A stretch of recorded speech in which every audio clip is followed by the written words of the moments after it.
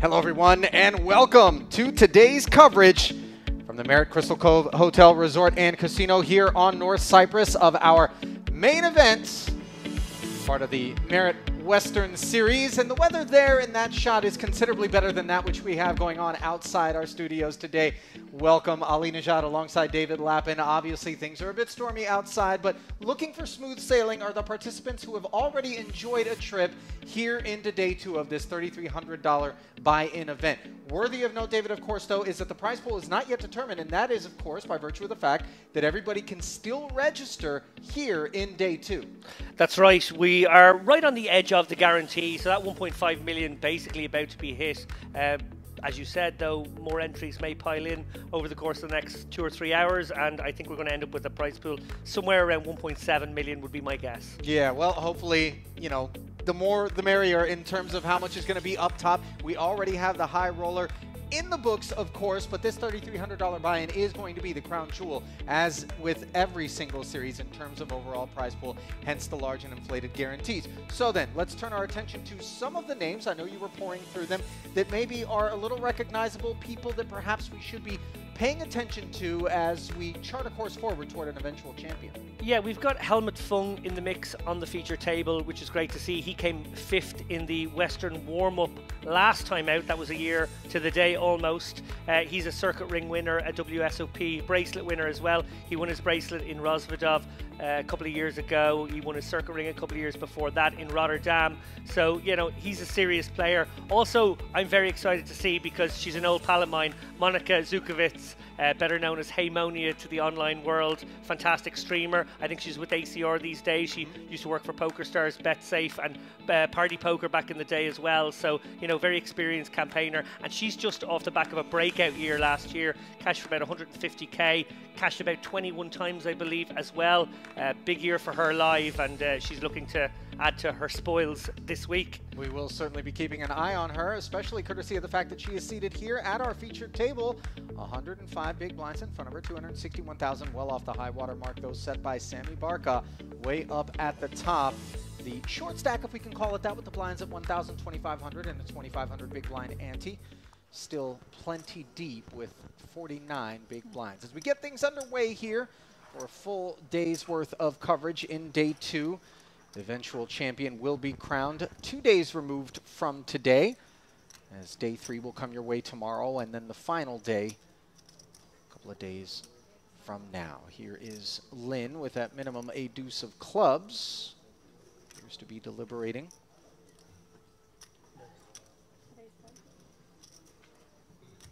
Is sitting on the aforementioned short stack, if we can call it that. Min raised to 5,000. If I had to make you guess what that other card is, David, a deuce or an ace of clubs alone? I hope so. Actually, to be fair, looking into sort of modern GTO wizard sort of ranges and things like that, you can actually open King 2 suited here in the cutoff as well, legitimately. So hopefully for his sake, that's the one he has. Yeah, King 9-8 board here as Salayev defended from his big blind and comes up empty.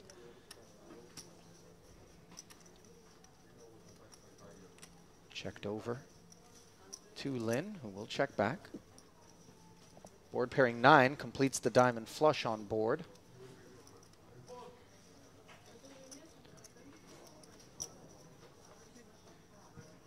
Salayev rates to be done with this one, and as Lynn reaches out for what appears to be a modest bet, 6,000 into 13.5. Indeed, the curtain is drawn as our first hand is in the books here. Day two of this main event, which, you know, David, you talked about we're going to be clearing the guarantee, and I think it's worthy of note what a feat that is, considering some of the challenges, a lot of the, you know, markets that tend to participate in each and every one of these Merit series, some of them going through some geopolitical issues at present right now, and a little bit less inclined maybe to make what would otherwise be a very simple trip, you know, across the Eastern Med in here to play some poker. Some other things maybe taking a front seat, if you will, to matters of this nature. But just goes to show you that the market for Merit poker continues to expand, not in the least due to that tremendously successful European Poker Tour, which paid a visit to the shores of Cyprus just late last year and did so with much fanfare. I'm sure you got some feedback from friends who had come down for the first time and knew that you were a part of the process out here and had wonderful things to say. Yeah, I was sort of asked to mark the card of some people who were going to be coming here for the first time. They knew I'd been here for 4 or 5 stops and were wondering, you know, where's the best jacuzzi? Where's the best pool? Is the outdoor pool or the indoor pool? So I was sort of like, oh, you want to go to this hotel for the best one of these things, but then pop down the road to this hotel if you want to check out that. So there was a lot of sharing of it, almost a spreadsheet by the end of it of all the like little tips and tricks. Because I myself remember my first visit here. I didn't see half the things when I was here for the Western Series this time last year, and it was only the next stop when we hung out a bit more together that you sort of showed me. Oh no, come with me, Dave. Right. This is the nicer jacuzzi. So I figured it all out on that stop. But tried to help some friends speed up that process when they came. And more than just the feedback from them, I actually probably shouldn't say, but go on, I'm a leaky lap. And the people at Stars said that it was the #1 rated event that they've ever had.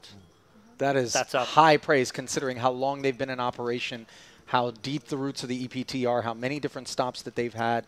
Certainly, I know that the parties that really put their blood, sweat, and tears into ensuring that that would be the outcome for months and months in advance of that particular event will be very pleased to hear that. As we did see Helmut Fung with the pocket 4s, a man who came 5th in the Western warm-up for $45,000 just a year ago. Raise and take. Here we find initial involvements from Vladimir Malayarchuk. Queen 10, a winner for him. Vladimir is playing under the Russian banner. Total live earnings of just $5,000. And a lot of times we're tempted to make the presumption, of course, that this is somebody in the infancy of their poker career when we see a stat like that. But as you and I well know, David, many of these folks who come out here and play limited live poker at Merit are doing the rest of their poker playing online in between stops. His only cash coming in the No Limit Hold'em Bounty event at the Gangster Series back in December right here at Merit. Yeah, what a place to come if this is your first taste of live poker. I think actually probably a very bad example for these guys who come out and see Merit and they think, is this what live poker is always like? I should do more live poker everywhere. And then they get cattle marted around other venues. Regret to inform you that you don't always get it this good. Again, an open from Malayarchuk. King 10 this time, and it looks like an ace has piqued the interest of Javid Salayev, donning the Merit Poker hoodie. Little gift shop up at the front of the poker room is always a well-frequented and patronized part of the operation, as evidenced by a lot of the garb that as the tournament rolls on, you'll find people donning. 3 bets to 16,500, the declaration. Out of the cutoff by the ace. Folded around to the hijack opener as the King 10 does find the bin. So just getting our feet wet. Somewhat consistent with what we would expect as players are getting a relatively early start, noon local time here. Untold whether or not they were grinding the cash game streets. As you see Monica maybe getting her caffeine dose to get the engine warmed up for a long day of poker ahead here in this main event. Love that backdrop, by the way, which we're unveiling here for the first time at the Western Series that the good folks over at Sharehand have put up onto our LED wall. Although the presence of that many, you know, buzzards in the sky suggests death is imminent. You know, not sure that's a great omen. And I'm not sure electrical poles were kind of part of the Old West, but, you know. Or the lines on the road. Right, right. We don't task them with historical accuracy, just ambiance. Yeah.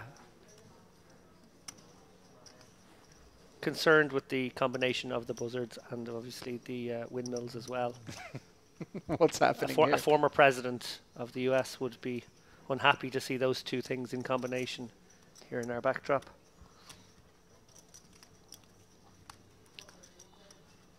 Although I think he only took mostly concern for the birds and windmills if it was near a golf course. Yeah, of course. Yeah. All roads lead back to golf when it comes to those echelons of power.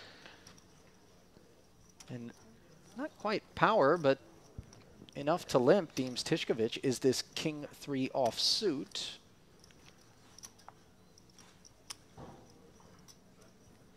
Jianwei Lin checking back. Queen Jack 9. Gut shot straight draw for Tishkovich. Lin with second pair. Yeah, it's one of these spots where occasionally the limper will consider just firing out a single big blind bet just to clear out equity against the 2 undercards that might pair and just to keep the betting lead. Obviously, he has that gutter as a bit of back up, and he also has the overcard. In this instance, Lin has connected with the jack, so will stick around, which makes life tricky for Tishkovich, unimproved now. Certainly won't be loving that 8 either. 4 to a straight on board. Any 10 would complete the queen high straight. One option here is, of course, to represent that 10 and try and force out a jack or 9x with the big bet, but it is fraught with danger and he prefers the checking line here. Essentially giving up. Lin may just try to take control of this one with a very small bet of his own. Well, he's gone a little big, actually. Half pot, sort of more representing the 10 than protecting the jack.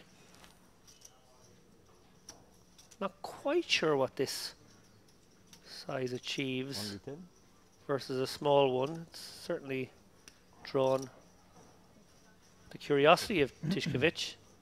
Yeah, you heard a little exchange there, although exchange is a generous way to describe it, given it was one directional, but quietly hauling that one in is Mr. Lin. To jump back into your point about this venue and the cat being out of the bag, so to speak, with Triton events and now in a big way the EPT coming here, I want to point out a little factoid that sort of illustrates the point we were trying to make about the popularity of this stop. There was no room for an EPT Cyprus in 2024. The calendar was full. There was no space. EPT were thinking to themselves, if it goes really well, we'll put it on the calendar for 2025. It went so well, they found a way. EPT went back on their own decision and actually found a way to get another stop in here this year.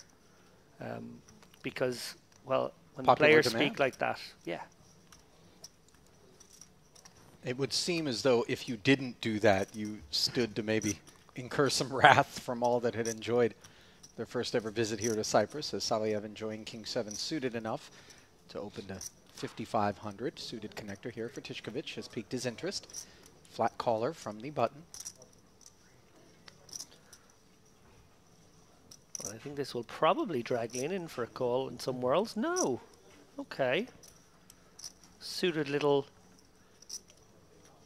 semi-connected Queen 9 there. I did expect him to join the party. Prudent, as it turns out, his club smothered. Sammy Barca now with considerably less attractive Jack 3 offsuit. Yeah, and these are the kind of hands that can get you into trouble if you over-defend them. I like that fold from Barca.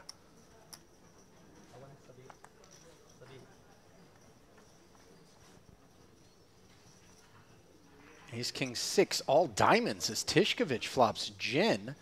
Second pair for Saliev, who may be tempted to represent the ace. Yeah, these monotone boards, often you're going to check out of position. Occasionally fire a sort of 20% bet as well. It tends to be always on the small side to no bet at all on monotone. But Tishkovich, wow. Well, what a monstrous holding here, and every reason to believe his opponent can have some of this. The ace and the king on board. Opponent can obviously have a decent diamond in hand as well with which to continue. And Saliev makes a very judicious fold there. Yeah.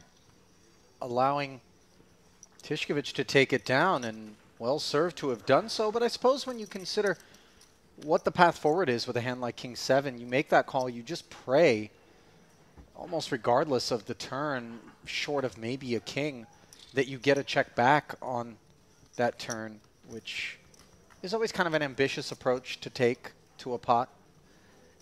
It's fascinating as the game has evolved and as solvers have obviously influenced humans in terms of how we try to balance our ranges and stuff, just how often you're actually meant to check out of position. You know, yes, you might have the betting lead. Yes, you might be opening from early position, so can represent a lot of strength. But actually, in reality, position is so powerful. And when you look at these sort of very balanced mechanics in poker, so much checking.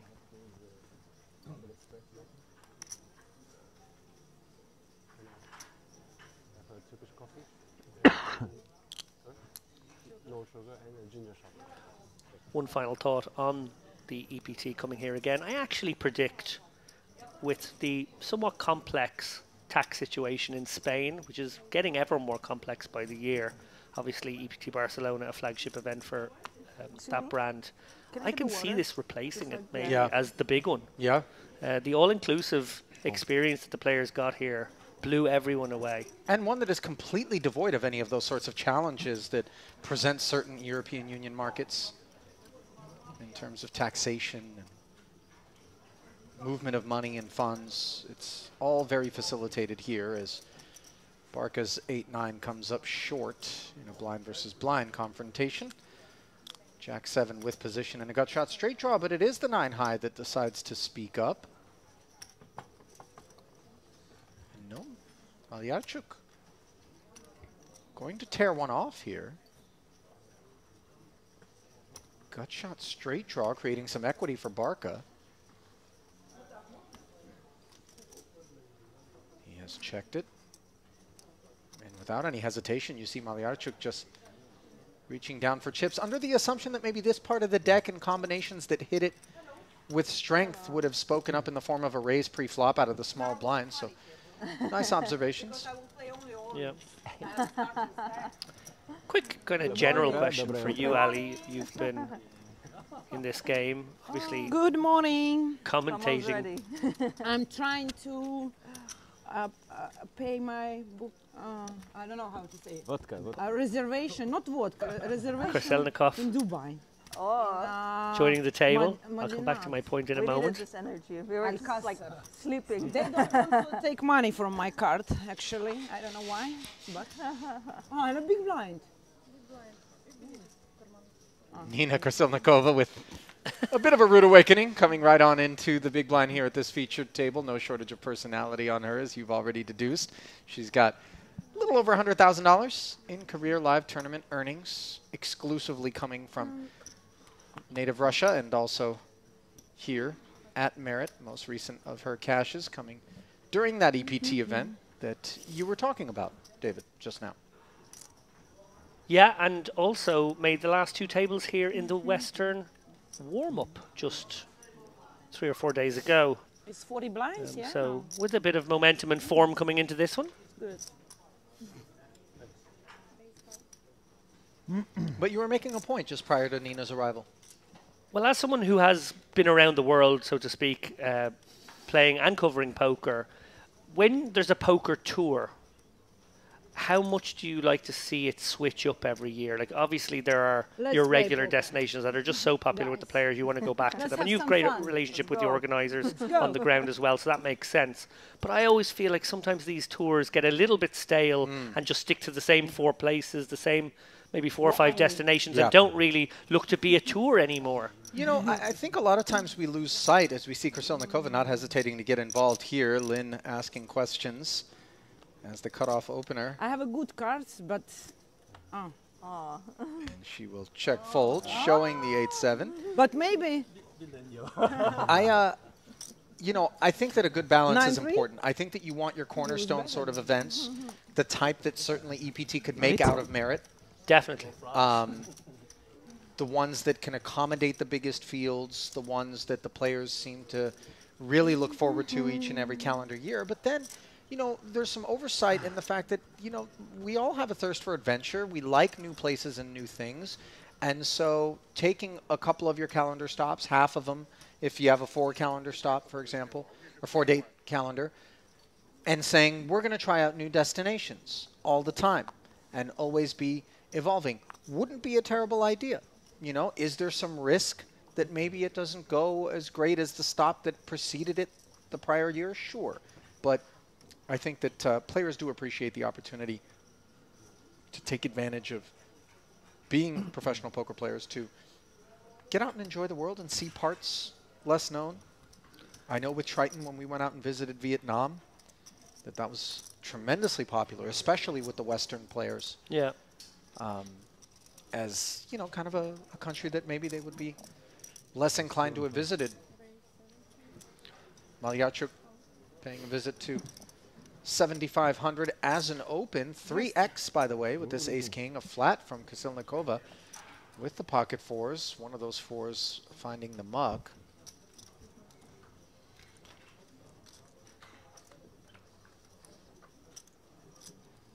And an ace in the window, followed by a couple of 7s, will put Malyarchuk squarely in the lead here.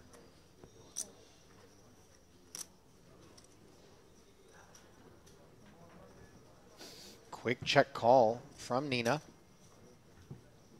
Yeah, presumably a 5K chip went in there.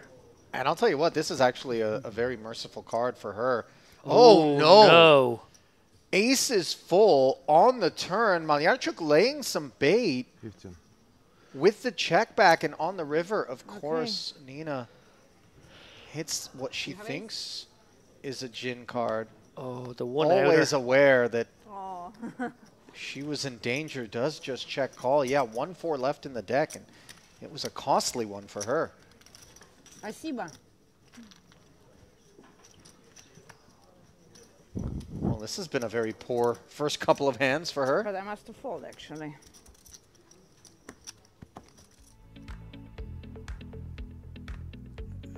$26 big blinds. That's the remains of the new arrival, Krasilnikova. After losing with 4s full of aces against aces full of 7s there just now. 65,000 still in front of her, though. Operational stack depth, no question about it. Jian Wei Lin, 250 bigs. Far different plight for the time being, but things change quickly out here. We've seen it plenty, you and I, from the booth here in all manner of events. Yeah, and with this really deep stack structure, obviously these guys play for a day and a half before even getting to the end of the late reg period. The opportunity is there to build very big stacks, and it's often from those big stacks that we see bagging up day one. It's a short day too, so when we get a look at the chip counts at the end of the day today, it'll start painting a picture. Some people really enjoying their time at the tables, building big stacks, and often those names ending up obviously in the end game to battle it out for the top money. It is almost structurally one of those ones that allows a little bit more play at the beginning, possibly for the sake of more play at the end, a little bit, but it's very apt for this room. Players do sort of come with being willing to maybe fire a couple of bullets, maybe even 3 bullets in mind, in what is a very, very juicy event. And it's not like it gets shallow, but we do often play our day 2s incredibly deep, and we see it there. Like, my normal experience of a day 2 is a sort of 50 big blind average. Most of these guys have 100 to 200 bigs right now. Right. 10-8, the opener. Jian Wei Lin showing some of the luxuries of having a big stack and flops himself a queen high straight here. Unfortunately for him, in spite of a board that you would think flat callers would be interacting with nicely, neither Saliyev's pocket 3s nor the ace-7 of Krasilnikova will continue. Ace no good here. It's incredibly unlucky to not have anyone catch a piece when you've got the straight in that spot. This is a lion or a tiger? Ah, you know, I have something in my... I will put... Let's play. I never did it, but now I will do it. Let's play some lucky. Where is one? Talisman war. Yeah, talisman. Mascot wars Talisman about to war. begin. So curious. Nina looking to square off against the better tiger with that's a lemon. Now, listen, I expected anything but not a lemon. I guess if you threw the lemon very, very fast at the tiger. And two under table. Like this. Oh, it is actually the lemon. No, surely there's something else in the bag. I think she settled on the citrus fruit. Oh, that's special. And Tishkovich will be quite pleased to look down at a couple of aces here under the gun Do you open. always play with lemon, or this is like a... No, just only for today. It's like Johnny Chan. Used to do the But a bit more orange, bitter. the tangerine. Yeah, it's tough to get more bitter than Johnny. I'll tell you that. He used to, he sort of used to scratch at Yes. the thing so it would send out the lovely fragrance of the orange and would just generally create a nice... Queen Jack offsuit for Barca, and he has picked an awful Aggressive time pass. to get after an under the gun razor. Really not the kind of hand that we would expect to perform in this manner. Yeah, and because it's gone under the gun and then +2, I think Tishkovich may come with another raise. I would actually really like to see a flat here. I think if he flats here, it leaves a pot of about 30k. It can be very deceptive. That being said, when you open under the gun and an early position player That's enough. 3-bets you, so another part of your brain is wondering, oh no, I hope he doesn't have like It's everything you queens need and to would get know. it in with me What here. I- And if I let a king flop, then I, kill my opportunity to win a big one. Also, if he has a hand like ace king, very unlikely to find that case ace, and then again he can find a way to escape. Девушка, надо So тузов мне положить, interesting to ты see. I'm понимаешь? sure he's mulling both options here, Надо что-то делать с этим. clicking it to 30k and flatting Лёха на ривере. and playing possum. Когда я заплатил 15 тысяч, ты не знаешь? Ну ты сидишь с таким умным видом, что вряд ли ты, конечно, мог блефовать меня.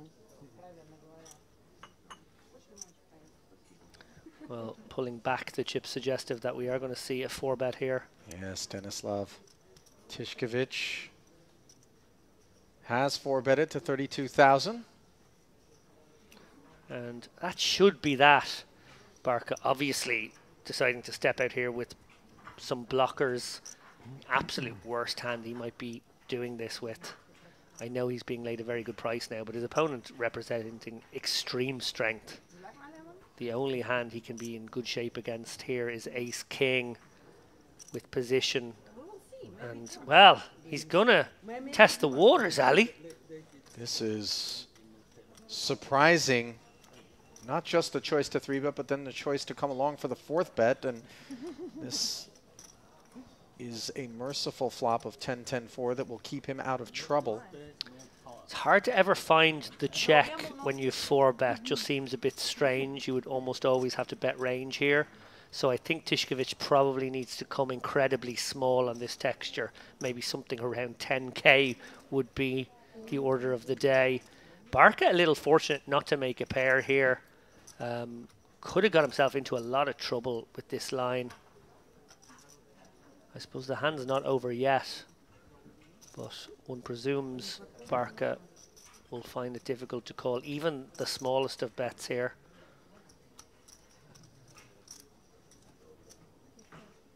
Just how small? 15,000 into 70. It does beg for a call. And the price being laid for a hand like Queen Jack that's thinking I've got 2 overcards, maybe some backdoor equity in the form of a straight and position. You could see the temptation, but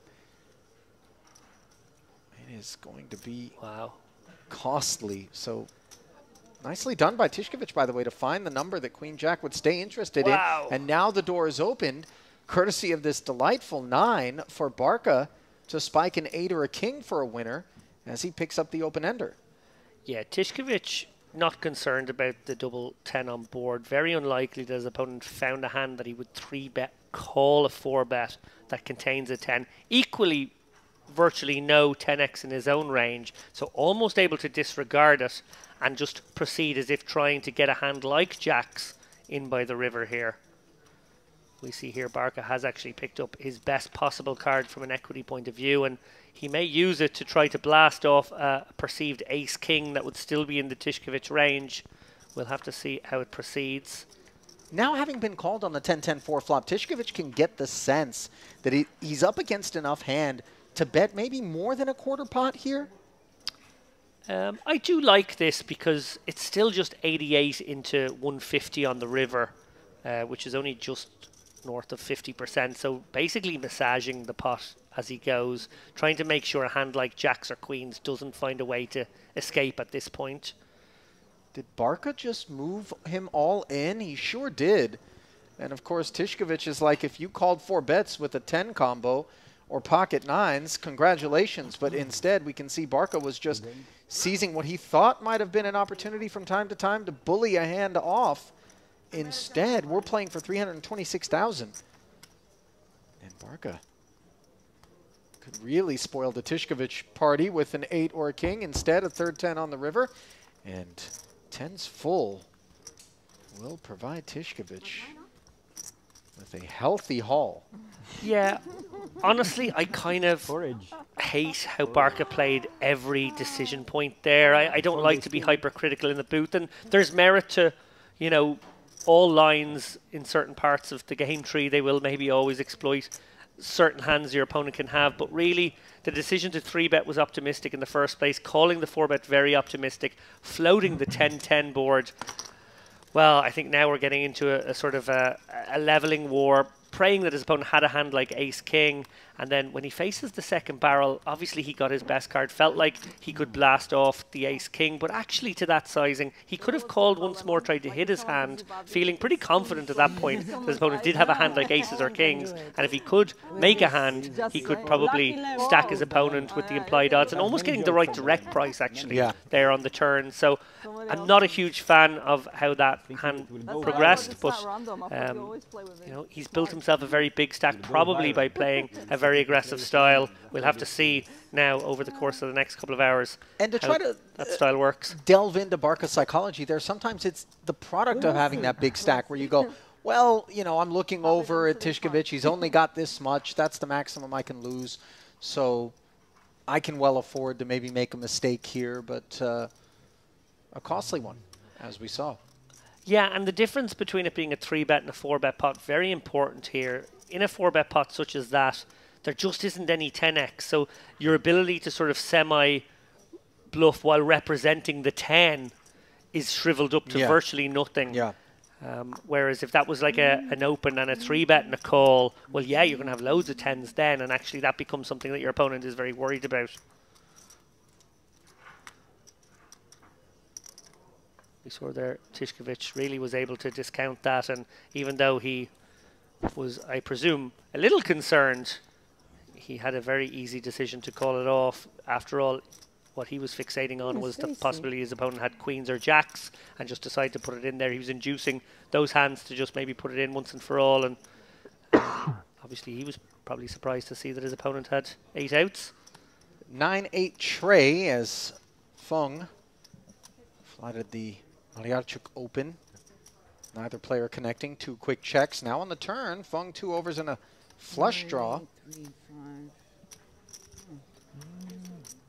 Does not hesitate to fire 3,000 into the 15. Malyarchuk, having picked up the gut shot straight draw and holding the ace high, decides to make the call. And on the river, neither player has improved. Let's see if Fung gets the sense that he's going to be able to barrel and try to take this 21,000 away. Yeah, he does have an interesting holding. Obviously, some part of you doesn't want to hold diamonds right now, but you quite like having a jack in hand. He's going to go for it, and it is going to work. Nicely done, Fung.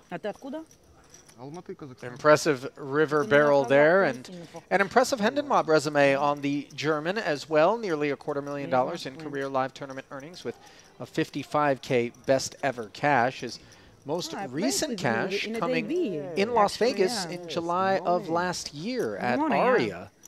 Good morning. In a $515 US buy-in event. Teşekkürler. Is Aria a stomping ground of yours, Ali? I don't really go there much. you know, prior to moving over to Wynn and then subsequently Resorts World with my own game, the Bellagio was where we played. Aria is more a home to Pot Limit Omaha and No Limit, not really a mixed game house.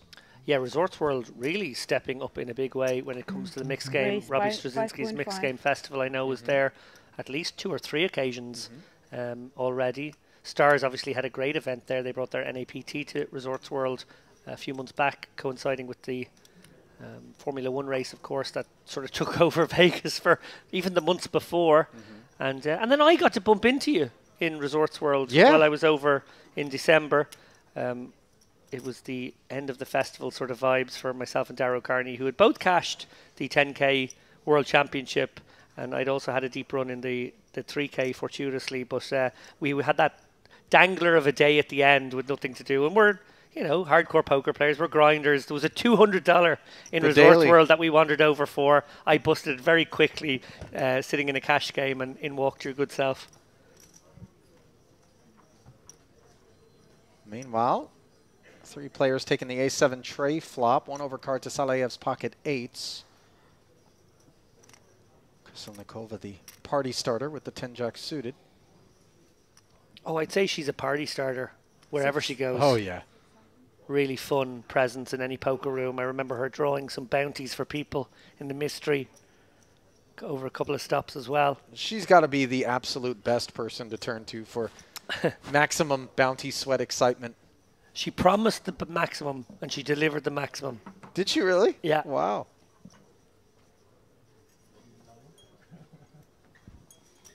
And we're not simply talking decibel level. We're talking actual payout. Yes. Deuce 3 for Lynn. Wants to peel here. Only a deuce or a 3 would have been cards that left him pleased.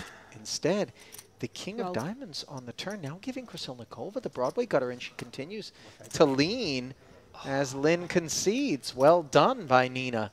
Absolutely loved that turn bet from Nina. Really good awareness of how she had the nut equity there.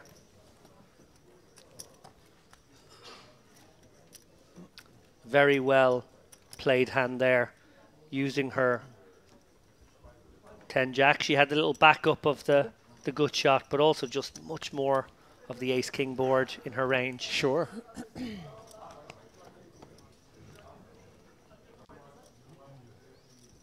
Wash that one down. Nina here to play. As I mentioned there earlier, made a deep run in the warm-up event. She was one of the shorter stacks with maybe 16 left. We were rooting for her to get that crucial double up, but wasn't to be. I think she fell around 12th or 13th. I think she ended up maybe busting just off the stream just after the first frame of play that day, and obviously a bit disappointing. We would have loved to see her at the final table. Do we know how much she cashed for in... I would guess it was around 10K, but I'm not exactly sure. Maybe somewhere between 8 and 10K. Yet would to my be guess. recorded on the Hendon Mob site, that result. On Nina's resume, as we see Salayev. Ace Queen in a great way against Barca.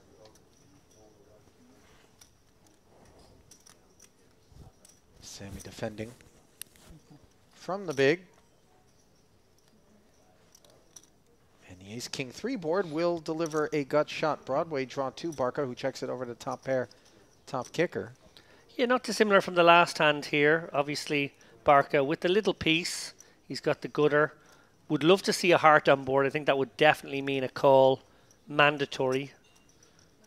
But without that heart, probably just deciding, actually, that ace and that king are standing out way too obviously. I'm not sure a queen or 10 would ever be good. I'd have to hit the goodie, and it's never hugely likely that you'll do so.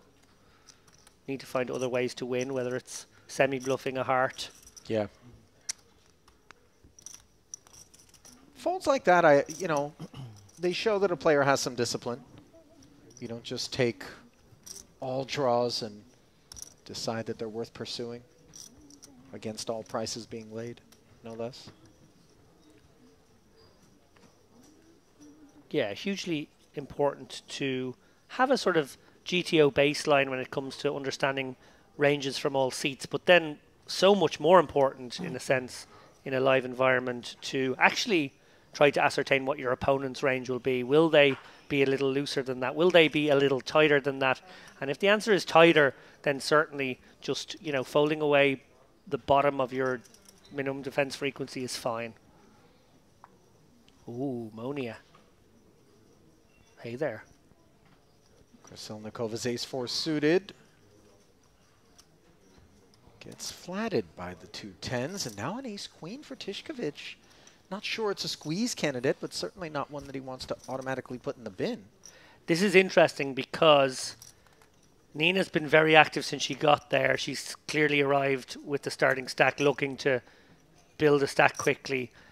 I think versus her range, he does want to squeeze, but generally speaking, versus an under the gun open, you do not. So it's a close one. He'll probably perceive Monia's flatting range from +2 to be pretty strong, but also maybe fairly condensed here. Might be hands like 9s, 10s, maybe an ace-queen as well, an ace-jack suited. I actually really like this decision from Tishkovich. I think he can probably raise and perhaps even call it off against Krasilnikova, who does seem active. And then if he ends up in a pot against Monia, well, her range is quite defined here as being something like what she has. Oh, hello. Hello there. Flatting with the ace-4 suited. Krasilnikova here to gamble, Gali. But I wonder whether or not this flat of the 3-bet is going to be dissuasive for the 2-10s. Somehow, I think Monica recognizes that Krasilnikova is going to have perceived wider ranges, and that's going to have had something to do with Tishkovich's choice to 3-bet. So she does indeed make the call. We are suddenly playing 3 ways for 72,000 pre.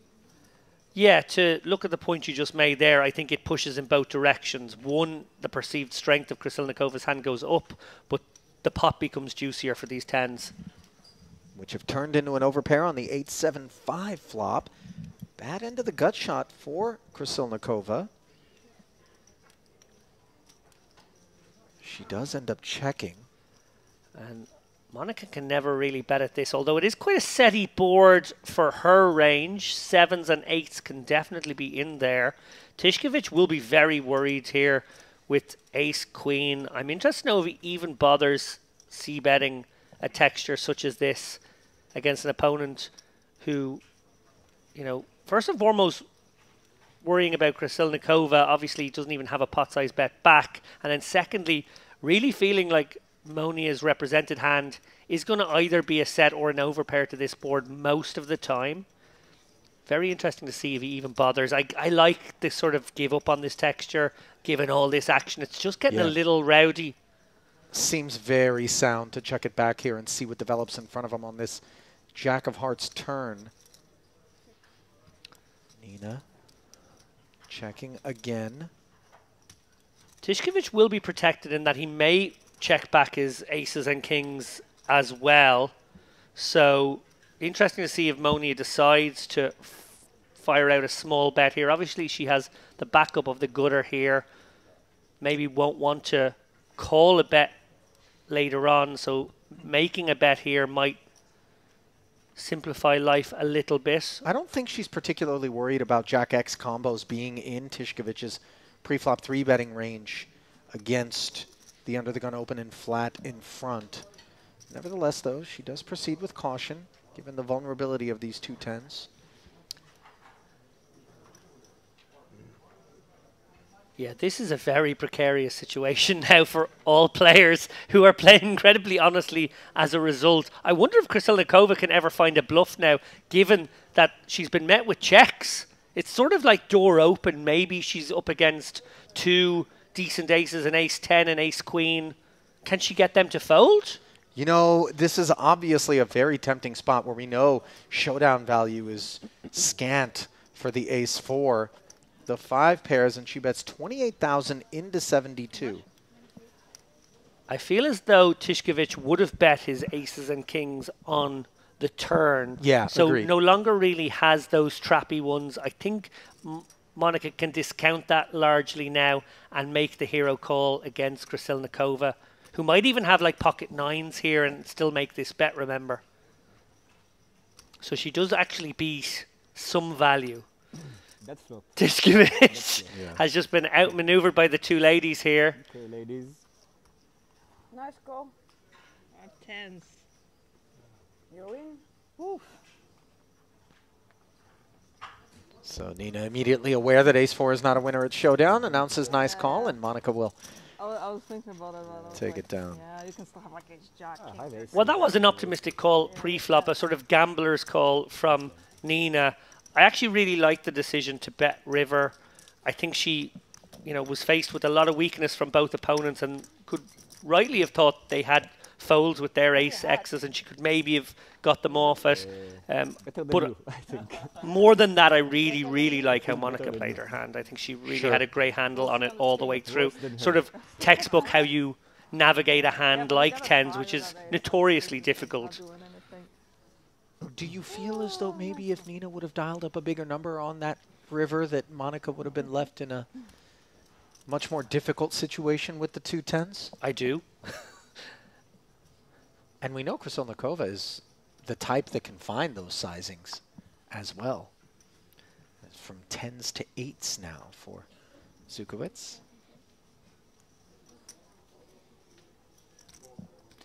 You had a fun interaction with Monica, I know, at a Triton stop. She was one yeah. of those, I don't know if she was a stormer at the time. Obviously, she's flying the ACR colours, and I know Phil Nagy likes to send some players from his stable out to play the Triton events a couple of times a year. And Monica, obviously playing much higher than she'd ever played before, had an interesting spot in the mystery boundary. We'll watch this hand and then tell me the story after. Tiskevich flatting with a couple of fours. One of those fours, busy in Barca's hand here. Unlikely to be a participant on the button against a raise and a call in front with this holding.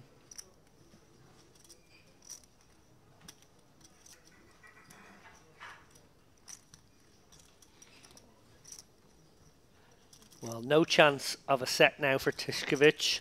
We've seen 2 4s mucked. That doesn't mean he can't find a path to victory here up against... I think I must go to re-entry again. Krasilnikova with some gallows humour. Gamble, no future. No gamble, no future. Of course. Deuce 3 offsuit, the dirty diaper as it was christened by It's 3 levels. It's 3 levels more. Nick Rigby, the World I Series can of do Poker main re-entry. event. Let's have some fun. Nino well aware that the re-entry period is still open. I will go to... Что надо? А что, у меня только 22 тысячи остается? Какое безобразие. 7-7 deuce, and unfortunately for Nina, she's flopped a piece on what looks like an innocent board. 20,000 in the middle. She has just 23,000 back. Does check it though. Dream flop for Monica here, given what her opponents are holding. An underpair and that deuce in hand. She could actually get paid here with the 8s in a very nice way.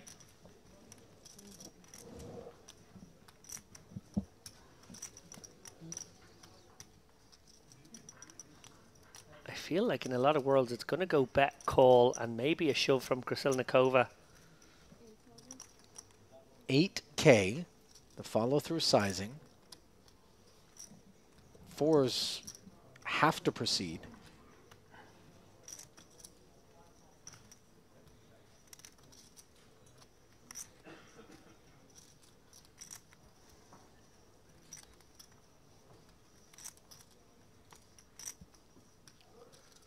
Actually, I Wow. think it's mine. I stand 'cause corrected. I have this one.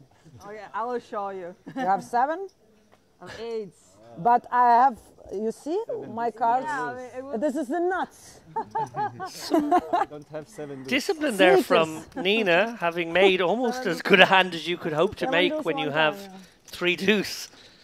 I'm very shocked that neither of But those for me, it's holdings just like called the very flop easy bet. game, like all in or fold. There could be the perception go here that to Monica re-entry. is very I wouldn't tight. flop here, you just- 3 Monica hours isn't more, we very can loose, have but re-entry, she guys. is absolutely somebody who's in there 11 not with working.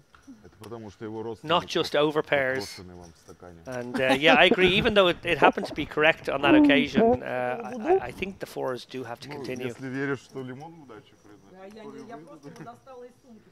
Sorry, are we now eating the raw rind of the lemon? Well, I think perhaps she's just looking to release the fragrance.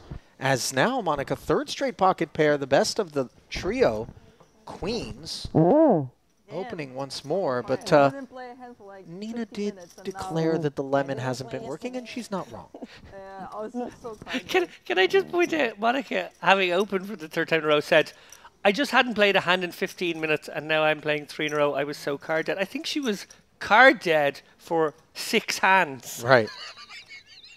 This is the day's just getting started. Trying to peddle a narrative. Yes, you were so card dead for that half in orbit, Monica. We really were feeling sorry for you here in the booth. At least you've managed to open a few hands since. Barca again, a 3-better. Oh and my his king goodness jack me! does so right in front of Maliarchuk's aces. This is disaster for Monica. And Nina decides that she wants to plow forward all in with this Jack 10 offsuit. Note that the Broadway card's all busy. Oh, this is trouble for Monica. Facing a 4-bet. In a way, Barca's kind of saved her by running some interference here with the 3-bet. That Maliarchuk 4-bet really does look very strong. I think Monica can only call here. I think 5-betting is a little dicey. As I said, Barca's 3-bet has maybe allowed her to proceed more cautiously. Krysilnikova's 22,500 may be perceived as, I don't want to say dead money because she's probably got some equity, but, you know, loose money. Juicing up the pot here. Oh, you guys. A little bit worse than 7-2. We could be going 4 ways here if Monica can find the flat. If she does find the 5-bet, it's a 5-bet fold, which is never nice to do with queens. Yeah. So it's probably for that reason I like to call here. And I feel like probably giving away a huge amount of information here, actually, Monica. Clearly quite genuinely struggling with this decision. Right. It's going to look very weird if she raises now, put it that way. It would look brilliant if she folded, though. I don't know if that's available. She's aware, though, that this under-the-gun open with her table image has been 3 and 4-bet Yeah. behind her. I don't think she's particularly worried about Krysilnikova's involvement, but a flat here, and it goes back to Barca where the action remains open. That's true as well. You flat, and then you can get squeezed again. 340 maybe. It is, again, one of those spots that if she does flat again, her range is incredibly condensed, but...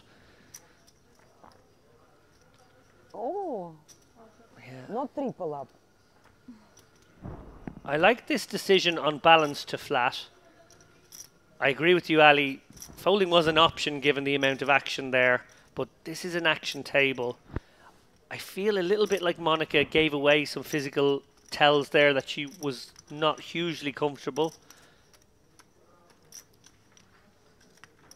I think her hand is at least categorically face up. It could be an ace-king. It could be a jacks or a queens. She sort of really just like put herself in that category here. Krysilnikova's obviously juiced up the pot a little bit with what will be perceived to be a gambler's range. And Barca now getting an amazing price here if he wants to speculate, but not a nice hand to do so. And fresh off of amazing prices having cost him a good bundle of his chips. Yeah. Will he find the discipline to get away pre-flop here with this king-jack?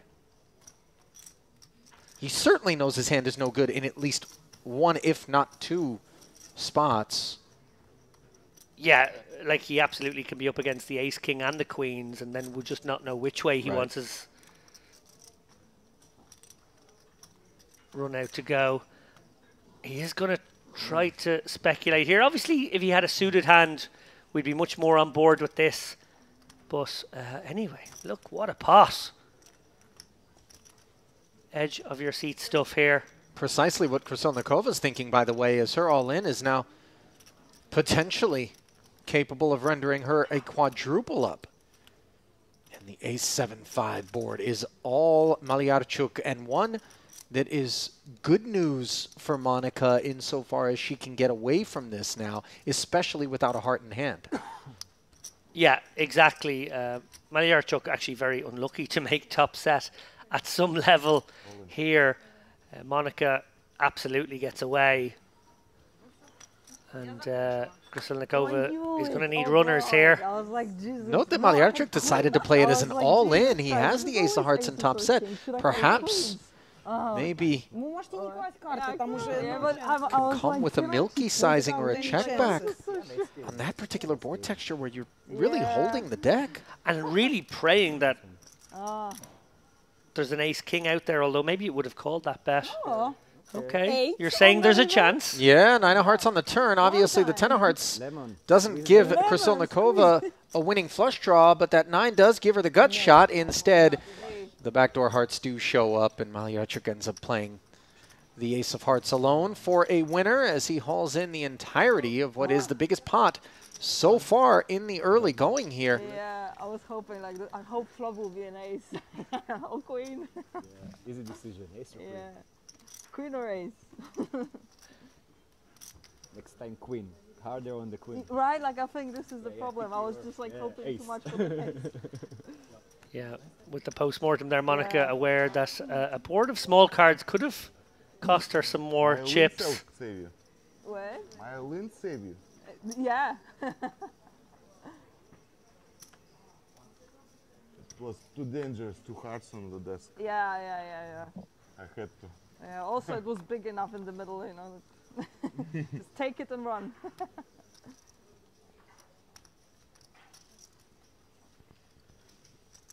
So we march on now.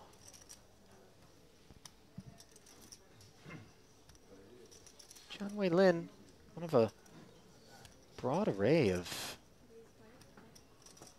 Asian players who have begun to show up in bigger and bigger numbers at each successive Merit Poker event, as word has traveled to the Far East about what's on offer here, and how easy it is to get here, to be a part of it. Yeah, big Chinese contingent in the room. We've seen deep runs here.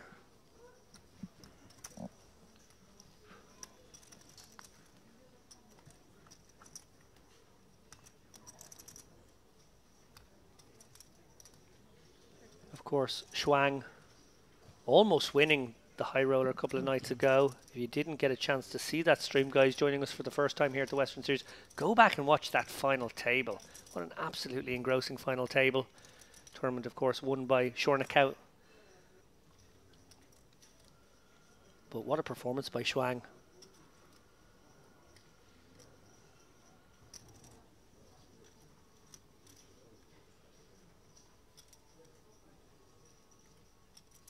Jack on the turn here for Lin, who does pick up the gut shot straight draw against ace high. Will he continue to apply pressure? We've got our answer in short order, it would appear, as chips are being reached for. Yeah, decent card for him to barrel once more. Monica showing the right amount of stickiness on flop and probably having to fold turn to further action. Does so. Nicely played by Lin.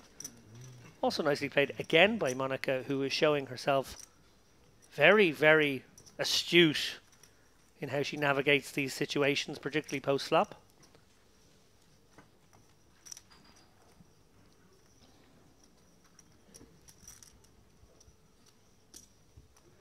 Former resident of Malta is Monica. Polish background? Correct, Polish, masters in pharmacology, very bright. Could easily have pursued, and may still pursue, she often says, a career in that area. Well, a note to all pharmacists out there who are tempted to get involved in the weekly home game. You've got your hands full in Monica, that's for sure. Yeah, it was her and Victor Malinowski who were the last two remaining in the mystery bounty event out in Vietnam at the Triton Super High Roller Series. And 3 envelopes remained. 2 of them contained higher dollar values and 1 contained the minimum. And Victor had 2 bounties. Monica had 1. She was last to draw, and he walked up and promptly took the 2 bigger envelopes and left her with a very anticlimactic outcome. Boo. With just 1 min cash. But I'll tell you what, that min cash bounty was more money than she'd ever hauled in. And, you know, 1 shot like that at any point. So clearly still much to smile about, and her generally positive affect was on display in spite of that outcome. We see Maliacek optimistic, cut off King Jack off suit.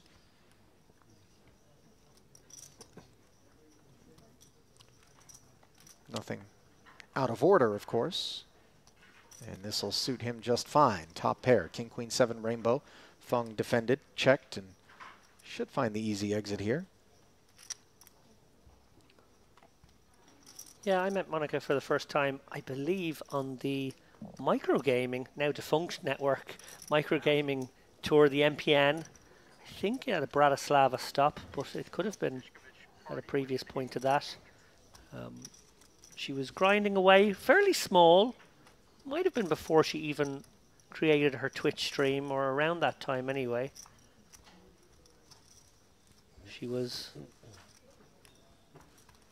an up-and-comer at the time, but very much established now. As I mentioned, a number of different sites pursued her signature over the last 5 or 6 years, and flying the colours of ACR now. I mean, listen, poker is still deeply disproportionately male in terms of participation, whether it's cash games, whether it's tournaments, you know, higher stakes in particular. And so anytime that you're able to see, you know, a female poker player come in and really give the establishment a run for its money, so to speak, and kind of carry the torch for female players everywhere, I think it opens doors and it is inspiring. And in particular, when they've got, you know, the terrific sort of attitude and disposition that Monica does, I think it does wonders for the game in attracting more women to it. Yeah, 2 things for me. Exactly what you said about her positive attitude and the way she's a friendly person, both at the table and welcoming people into the game via her streams or presence in poker rooms. But the other big one for me is, and I have a huge bias in this regard, she's a grinder. She's actually a hard-working grinder poker player, and I always doth my cap to that kind of player. Not looking for shortcuts. No. Meanwhile, a 3-way affair here has broken out as Tishkovich came along from the big blind with a couple of 5s and checks it over to Saliev, who was the opener with Queen Jack and will be pleased with this Jack-high board, enough to fire the C-bet of 7,000. Oh, well, look at this. I was going to say, if Monica had a backdoor flush draw, she has the kind of hand that may consider continuing, may consider floating in this situation. She's going to do it anyway. Pretty unlucky here that Saliev has actually smashed this one, pairing the top card. If he goes into check call mode, he can definitely get some more money out of Monica. 4 on the turn. Doesn't appear to be the kind of card that is going to be involved in Monica's flatting range. And note Saliev checking it over. I love this from Saliev, recognizing that she can have some king jacks, maybe even an occasionally flatted ace jack that is ahead. She would probably more likely put in more money if he doesn't bet with the weaker jacks. And of course, she can have weaker pairs where he's only going to get 1 more street and could look for that later on. This line also opening the door for her to bet with all her floats. And that's exactly what she's done. Playing this one beautifully and deceptively, Saliev. Monica executing this flop float, barrel turn line. And one wonders now, at a real decision point in the hand, if she's going to empty the clip, so to speak. Should now be pretty confident her opponent has some sort of jack.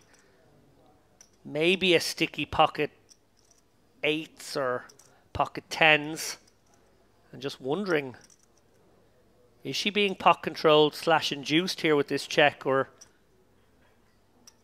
is the door open to steal this one away from Saliev?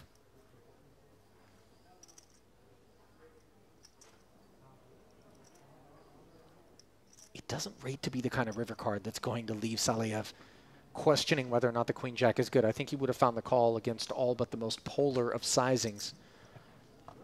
So Monica does check it back and concede that one. Over to Saliev. Not a bad frame for her in the end, but obviously had higher hopes with her pocket queens. 269,000, what Monica is left with here. Javid, 56 big blinds as the two are at the back end of the leaderboard. Players headed to a break, and we'll bring you back into the studio now. Ali Najad alongside David Lappin here, Merit Poker Western Series Day 2 of the main event. Just getting underway there. You know, the frame probably centered around that queens versus aces pot, David. Yeah, sort of a warm-up frame, a sort of a feel everyone out sort of situation. Really impressed by how Monica navigated her way there. I even quite liked that last hand that she played, obviously trying to take one away from her opponent with a delicate little float and stab, and then having the presence of mind, recognizing that maybe now was not the time to fire that second barrel. Yeah. Her opponent had represented a decent amount of strength at that point.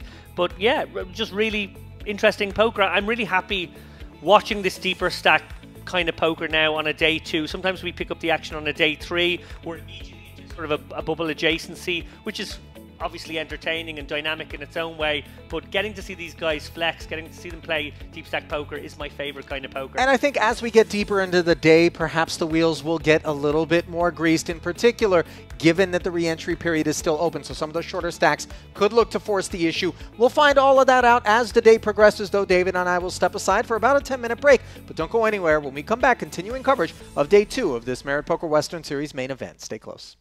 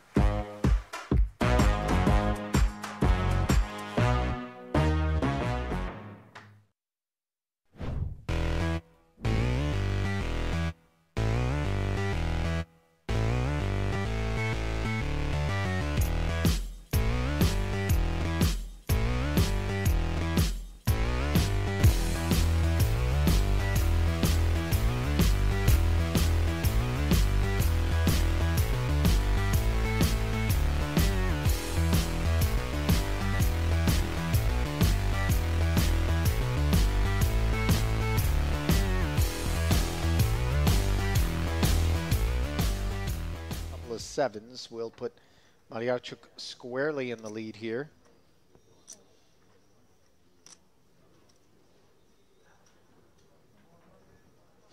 Quick check call from Nina. Yeah, presumably a 5k chip went in there. And I'll tell you what, this is actually a very merciful card for her. Oh, no. Ace is full on the turn. Malyarchuk laying some bait 15.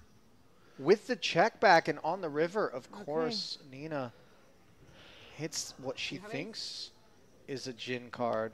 Oh, the one Always outer. aware that Oh. she was in danger. Does just check call. Yeah, 1-4 left in the deck, and it was a costly one for her. Спасибо.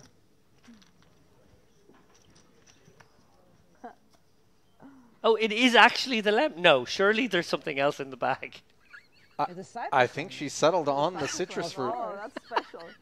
and Tishkovich will be quite pleased to look down at a couple of aces here under the gun Do you open. always play with lemon, or this is like a... No, just only for today. It's like Johnny Chan, Used to do the but a bit more orange, bitter. the tangerine. Yeah, it's tough to get more bitter than Johnny. I'll tell you that. He used to, he sort of used to scratch at Yes. the thing so it would send out the lovely fragrance of the orange and would just generally create a nice... Queen Jack offsuit for Barca, and he has picked an awful Aggressive time pass. to get after an under the gun razor. Really not the kind of hand that we would expect to perform in this manner. Yeah, and because it's gone under the gun and then +2, I think Tishkovich may come with another raise. I would actually really like to see a flat here. I think if he flats here, it leaves a pot of about 30k. It can be very deceptive.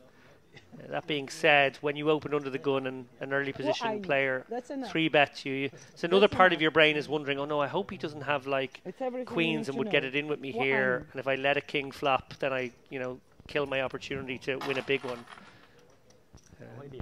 Also, if he has a hand like ace king, very unlikely to find that case ace, and then again he can find a way to escape. Девушка, надо So тузов мне положить, interesting ты to see. I'm понимаешь? sure he's mulling both options here, Что-то делать с этим.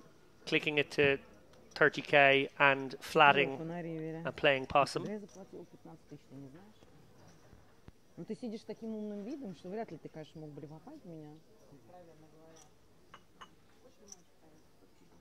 Well, pulling back the chip suggestive that we are going to see a 4-bet here.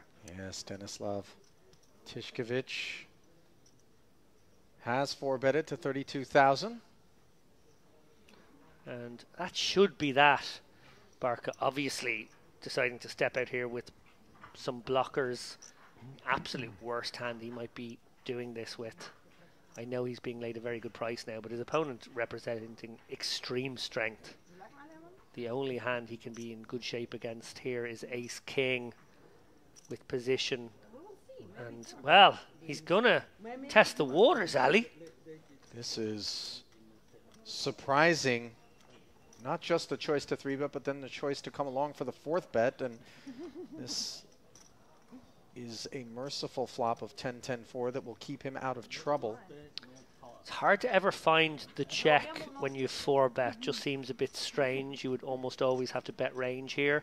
So I think Tishkovich probably needs to come incredibly small on this texture. Maybe something around 10k would be the order of the day. Barca a little fortunate not to make a pair here. Could have got himself into a lot of trouble with this line. I suppose the hand's not over yet, but one presumes Barca will find it difficult to call even the smallest of bets here.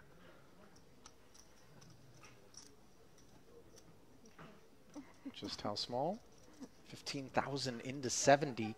It does beg for a call. And the price being laid for a hand like Queen Jack that's thinking I've got 2 overcards, maybe some backdoor equity in the form of a straight, and position, you could see the temptation, but it is going to be Wow. costly. So nicely done by Tishkovich, by the way, to find the number that Queen Jack would stay interested Wow. in. And now the door is opened, courtesy of this delightful 9 for Barca to spike an 8 or a king for a winner as he picks up the open ender.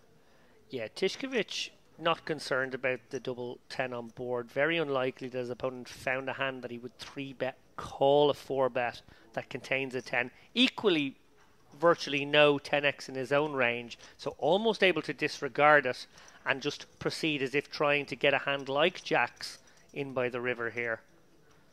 We see here Barca has actually picked up his best possible card from an equity point of view, and he may use it to try to blast off a perceived ace-king that would still be in the Tishkovich range.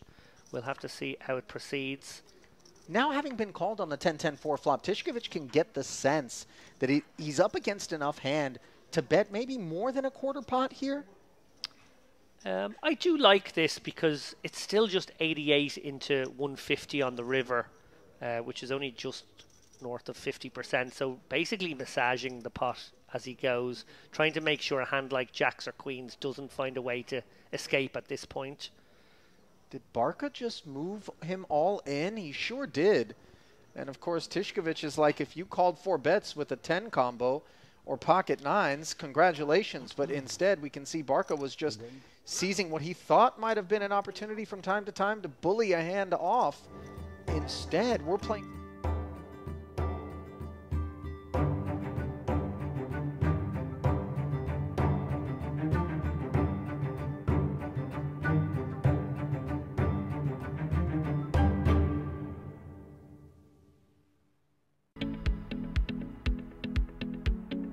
And welcome back to continuing coverage of the Merit Poker Western Series main event from the Merit Crystal Cove Hotel, Resort, and Casino here at the Merit Complex in North Cyprus. Different time of year on display there, but it's always poker time here as we bring you back inside the booth. Ali Najad joined by David Lappin, and of course the hopefuls who have managed to work their way into day 2. Complete oversight on our part, by the way, is the fact that our colleague Andrew Headley is among those that punched his ticket into day 2. Do you have word at all on how the first hour has gone for Mr. Headley? It wasn't an oversight, I knew, and I just didn't care. Relentless. I have no piece. James Dempsey has a piece, I have no piece. I just don't care. Oh, I see. That's right. Dempsey's bringing it up because he's got financial stake. But obviously, love to see our colleague out there tasting what's on offer here at Merit and can speak with even more authority than you and I do with regards to the experience out there on the playing side of the operation. But we here, worker hats on, in the booth, bringing you continuing coverage, which we're about to get right back down to now at the feature table. 1 hour in, we took our break, and part of the reason for that, David, of course, was... Well, we're saying this like we knew already, but we just realized that, and it's actually a really good reason, late registration is 3 levels of day 2, and they obviously want to have a break at that point, gives people an extra few minutes to get in, but also probably just simplifies things so there's not people rushing in, you know, midway through a session while everyone's at the table. It's sort of a hard stop. You get to the table before it restarts after the second frame is finished. And that's the cutoff point. And we're going to find out when that is because we're going to play now until that moment. So our feature table, back to it, with the blinds at 1,500 and 2,500, 1 hour long levels. So we'll be playing 2 of those before we take our next break as 226 are currently remaining in the field from an original 550 entries. Barca has had a tough go of things. His suited connector deciding from under the gun to make it 5,500. As again, we see some left brain creativity from him. And yet again, he runs into a situation. It was King Jack that got caught up against aces and queens. It was Queen Jack, which ran into aces. Now an ace queen suited leans back upon him with a 3-bet to 15,000. Let's see the response from Sammy. You know, a lot of times in particular, if we don't have complete information, David, we can get inside our own heads and think that perhaps there's some perception at a table that we're out of line or we're pushovers and people are playing at us. And yet, a lot of times it's just the product of card distribution, people picking up hands when you happen to be the opener, as is the case here. Barca does pay the added price of admission, and to the flop we will go with 36,500 in the middle. This rates to be potentially expensive or fruitful for Barca, as he's got himself the flush draw up against queens and jacks for Pijela. New arrival here at the feature. Igor Pijela, to be exact. Playing under the Estonian banner with over 400,000 in career tournament earnings. This is a seasoned player here that we have on our hands.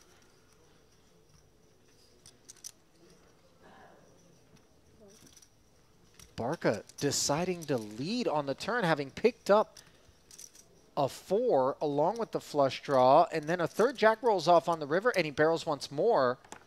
Ihela gets put all in and happy to make the call. Nice start. Nice start is absolutely a succinct and complaints. correct Yeah, way I'm to not describe this complaining, first exchange here for Michaela. Which one?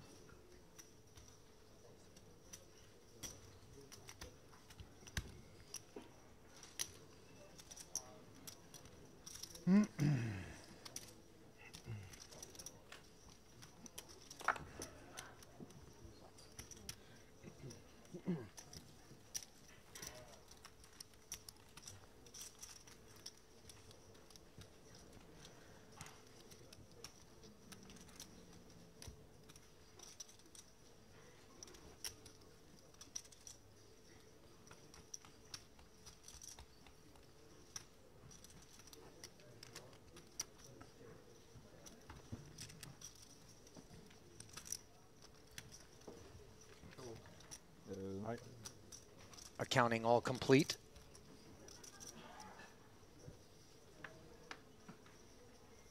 Barca, by the way, not showing really the kinds of frustration that I would imagine would be commensurate with what he's endured so far here. I mean, still has plenty of chips, but one wouldn't fault him for maybe thinking, when am I going to win one?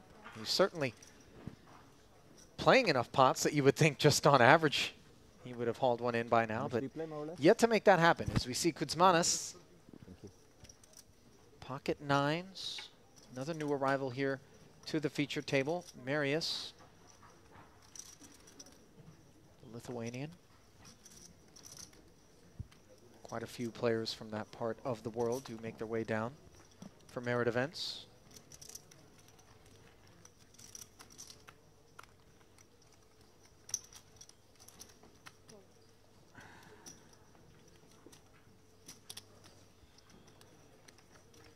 Barca, the man involved yet again. This time, queen jack, and he outflops, but there is an ace on board. See how Kuzmanis decides to navigate with the 9 of diamonds in hand.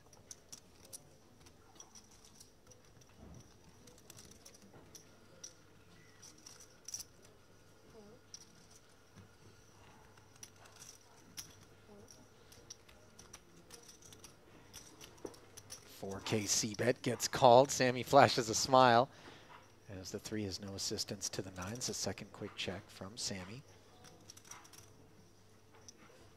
Kind of a fork in the road for Kuzmanis here in this pot.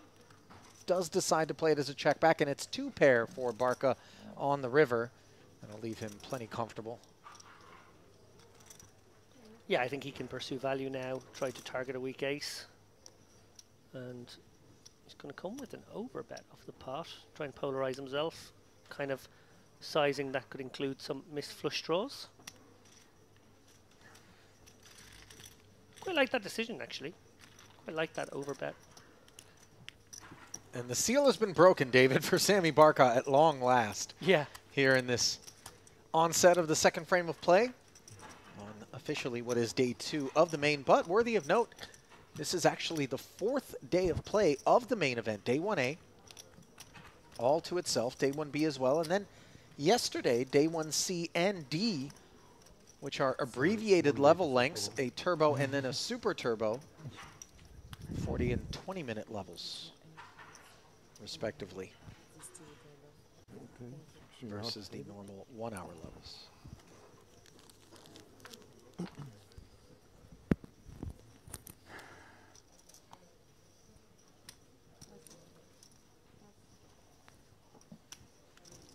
Queen Jack popping up once more, this time Saleev does not open.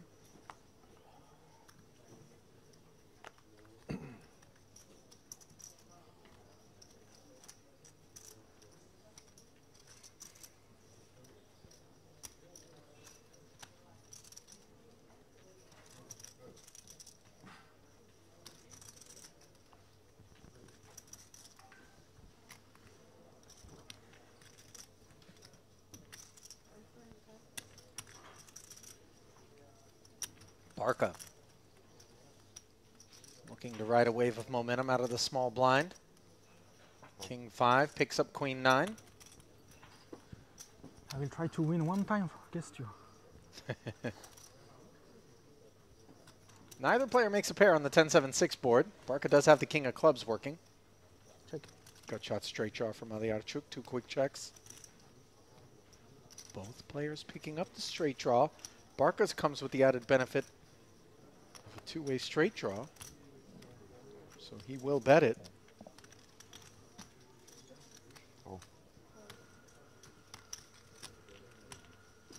Aliarchuk calls the 8,000, another 16K into the middle. Jack on the river. And King High, remarkably enough, is going to be good at showdown, much to Sammy's surprise, as the fist pump and big smile comes through.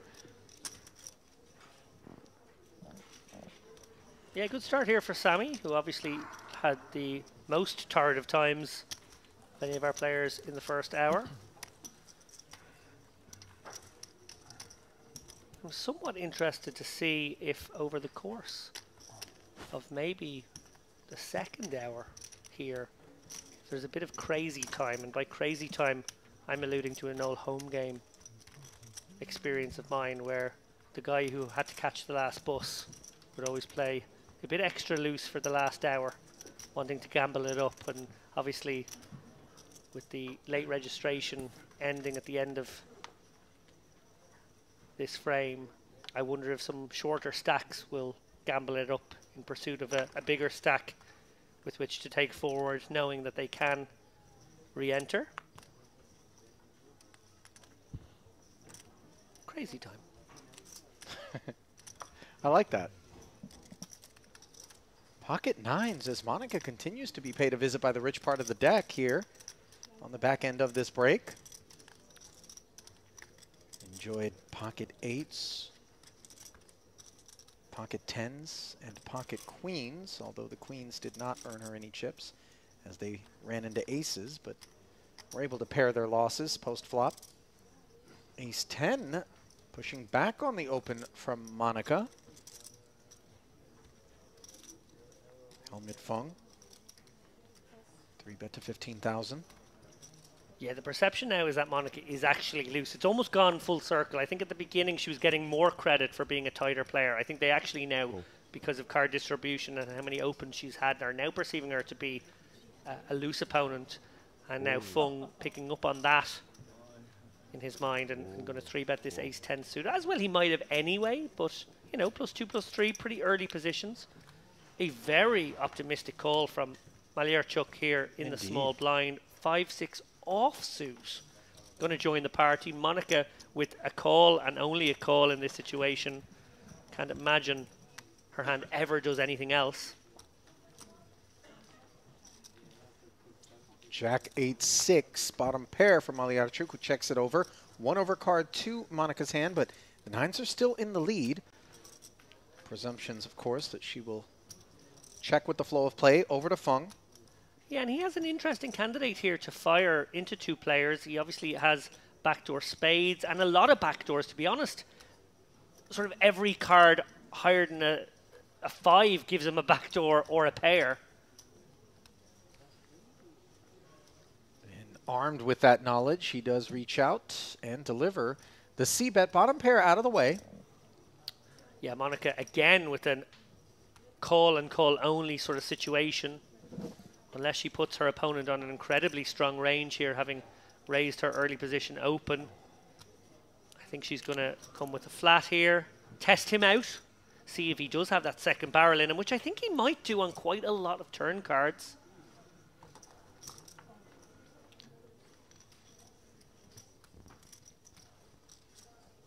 And well, I talked about all those backdoors, but there was a way to just take the lead. The dreaded ace. Monica now basically seeing the worst card in the deck. Probably going to check fold this one. One wonders if Fung ever checks back. He doesn't have a very strong ace. Might like to take a street out now, go into value mode for the river. Feel like he's got a one more street sort of hand.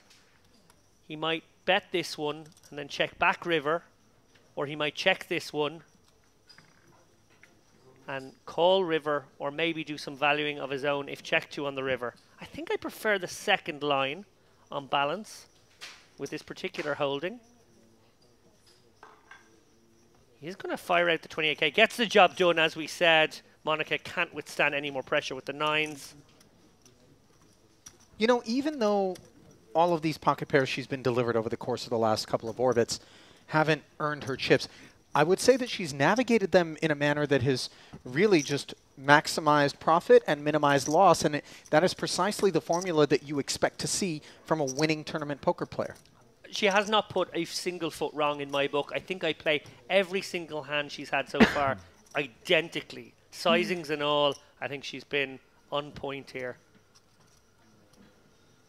And really hasn't shown any of the frustration that you'll see from some of the more emotional players, the ones who perhaps haven't grinded as much as she has and haven't really seen the way that variance can take root throughout different phases of the ebb and flow of a path towards a deep run in a tournament, and you know, just has a lot of character and poise. Are you suggesting she's a grizzled campaigner? You know, it's not necessarily the kind of word a lovely young woman like Monica wants assigned to her, but it is absolutely a merit badge and a sort of respect being paid. Oh, a merit badge. I see some promotional opportunities in this. We should suggest merit badges. We really should. Yeah. Everyone given a sash at the onset of the tournament, and then as different things are done, you snap aces, you know, you run a 3-barrel bluff, whatever, you know, just you get a little badge. We're onto something. I don't know what the trademark and copywriting laws are here in North Cyprus, but we'll take it up with their offices. Yeah. Triple range merge, merit badge earned. King 10 offsuit.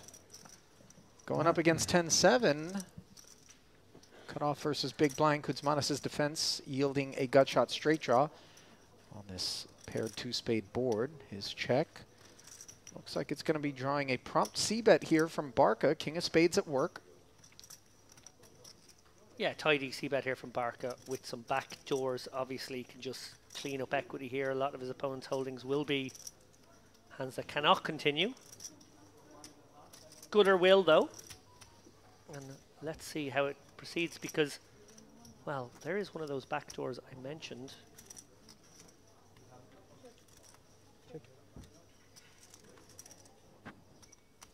Barca a little bit worried, clearly, about 9x in the range. Obviously, the obvious 7-8 got there as well.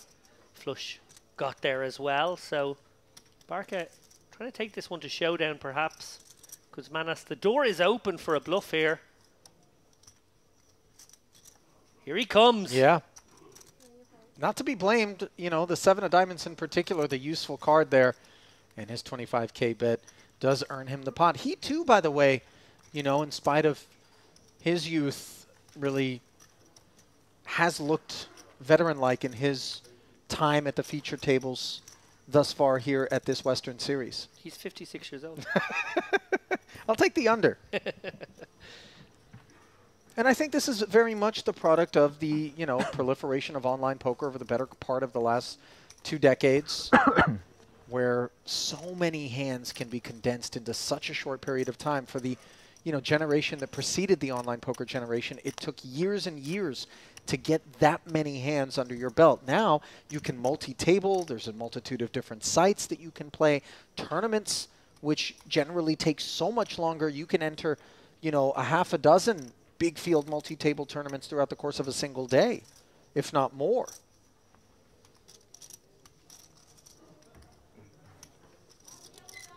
And that, of course, has allowed for some of these younger players to look so composed and so experienced when they're out there. Tishkovich, 8-9 suited, and his experience has been a good one. He flopped a diamond flush draw with this exact hand earlier, if I'm not mistaken, or was that Lynn?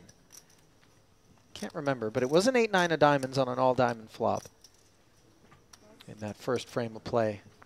Yeah, I think it was Tishkovich that flopped it. I want to say it was as well.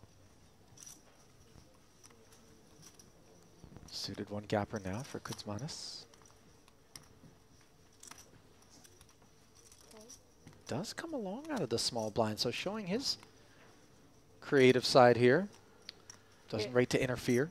Yeah, these guys playing 100 deep against one another. Saliev a little bit shorter here, playing more like 60 bigs out of the big.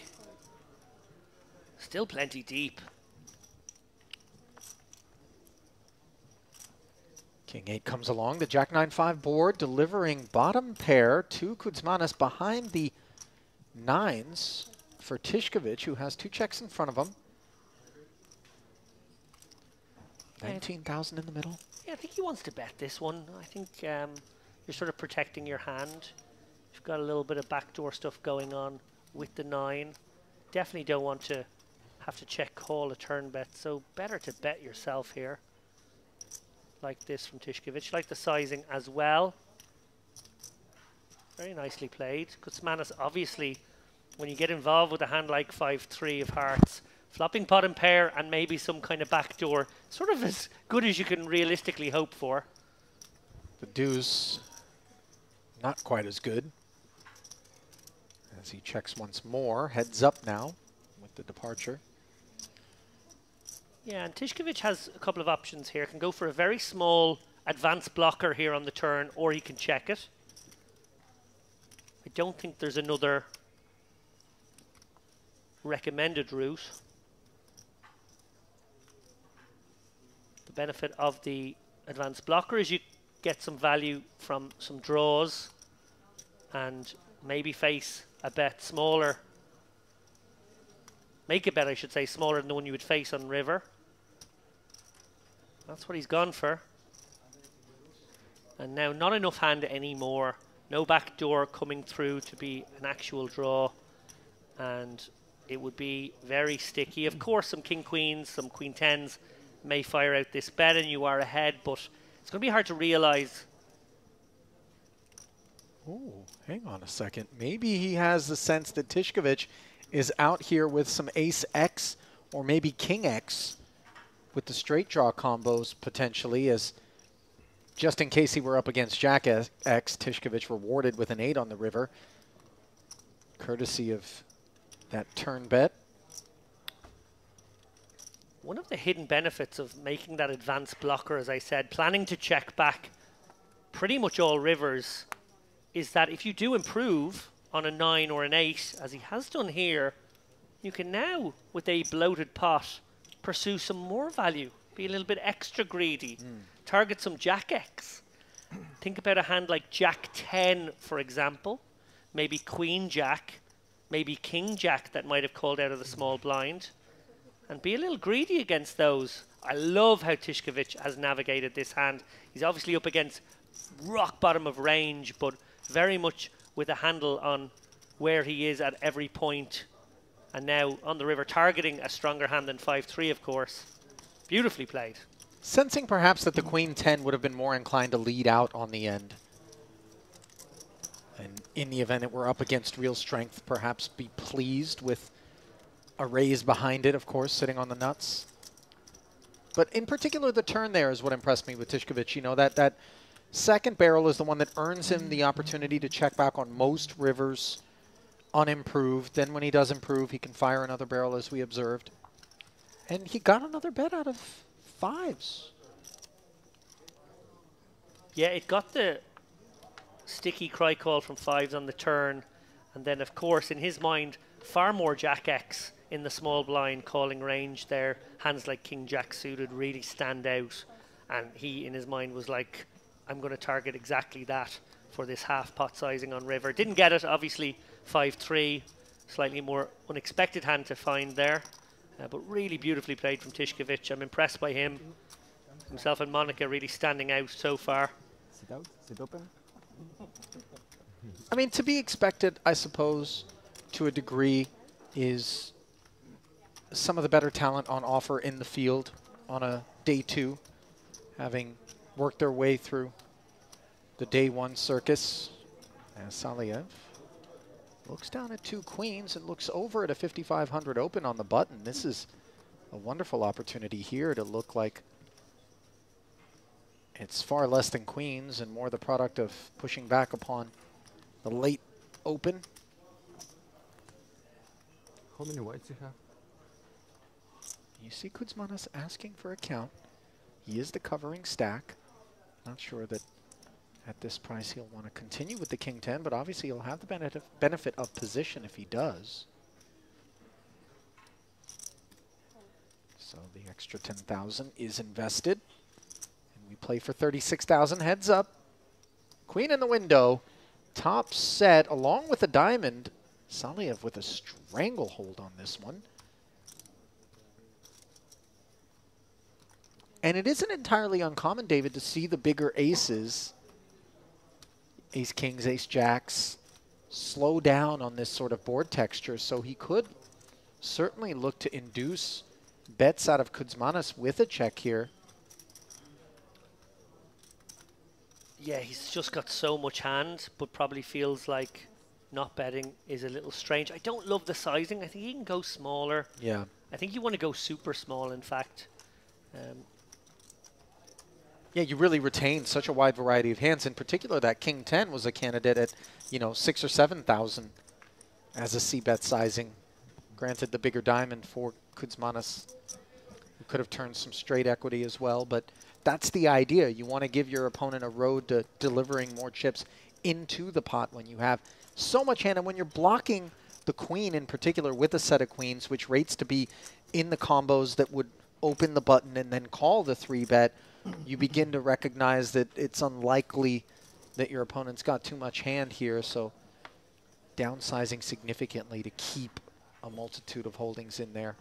Yeah, to dive in the weeds for the moment, basically the revelation that we use these incredibly small sizings, what it simply allows you to do is test out your opponent in a different way. To a very small size, they are compelled to find a minimum defense frequency that includes some backdoor hands, some ace-high hands, some king-high hands, maybe even if you make it really, really small. And a lot of players not used to figuring out those situations, so you can induce mistakes by finding these sizings that maybe, you know, in the game 5-6 years ago, we just weren't finding those sizes and weren't testing out our opponents in that way. Monica, very interesting here, limping in with the ace-king. Fung, no bite, and he flops himself a spade draw here on the 10-8 deuce board. Zukovitz has the ace of spades working along with 2 overs. Best hand at present with 7,500 in the middle. 2 ways to go here for Monica. She can fire out a very small c-bet, kind of an equity denier against 2 random undercards. Obviously, she's got backdoors going on here. So she will have some barrelable ones if she wants to take the aggressive route. She could also check call, but I think I prefer the small bet here, actually, on balance.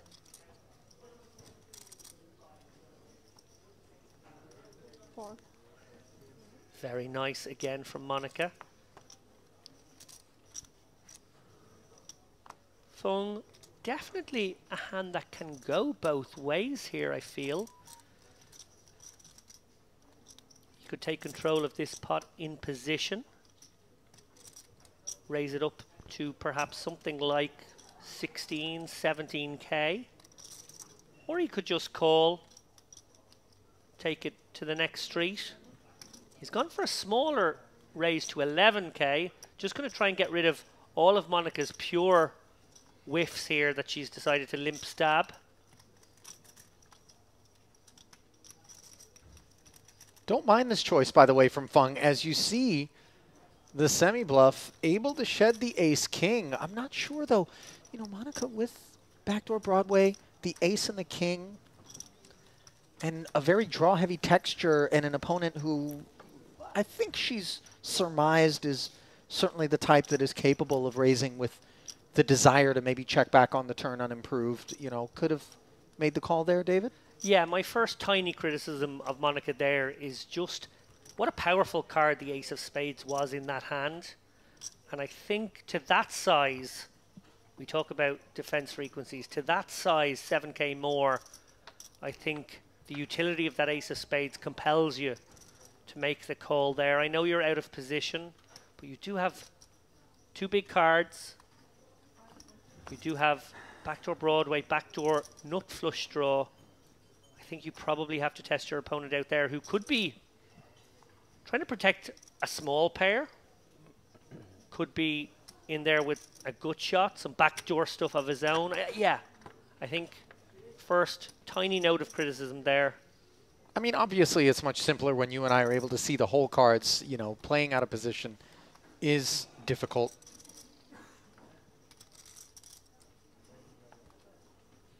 Also, she could have chosen to just check and see what developed, but once she had limped pre-flop, maybe she's taking chips that she could have otherwise dedicated toward the pre-flop raise and putting them to work post. Meanwhile, Barca, king-queen suited, has picked up Kuzmanis's ace-10.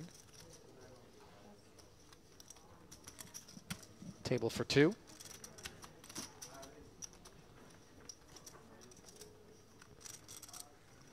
And the lean part of the deck paying this duo a visit here.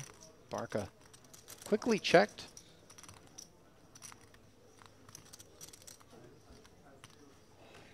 Kuzmanis with the check back, now a 6 on the turn. Barca checking once more. Kuzmanis in here with quite a wide variety of hands, it must be said. Just from a small sample here, we've seen him flatting hands you wouldn't necessarily expect. And the boys knuckle it all the way down, and they do so rather quickly, David, and I don't want to harp on the point because I think Barca's been very balanced in terms of the speed with which he's made decisions across a multitude of sort of hand composition, but a lot of times the quick checks in spots such as that as the preflop aggressor can leave your opponent feeling rather confident on boards such as that you are not in that area code and can be exploited. You saw Kuzmanis just happy to check it back. And the benefit of him doing so, by the way, is he gets a peek at the preflop raising holding for Barca with king-queen, legitimate. As we've seen, of course, he's not only utilizing that part of the deck, the 4-5 suited under the gun coming to mind. That's the pot that sent Igor Pehela a double up on arrival.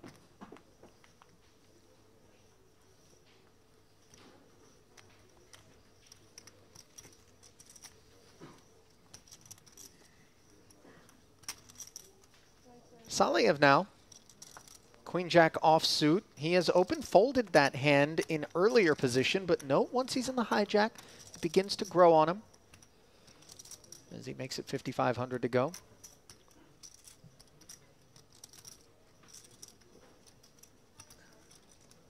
Fair to say Lynn has not pushed the action here, obviously sitting on the biggest stack, 620k, but has played fairly solid for the most part. Expect him to come with the call here. Suited connector, baby as it is.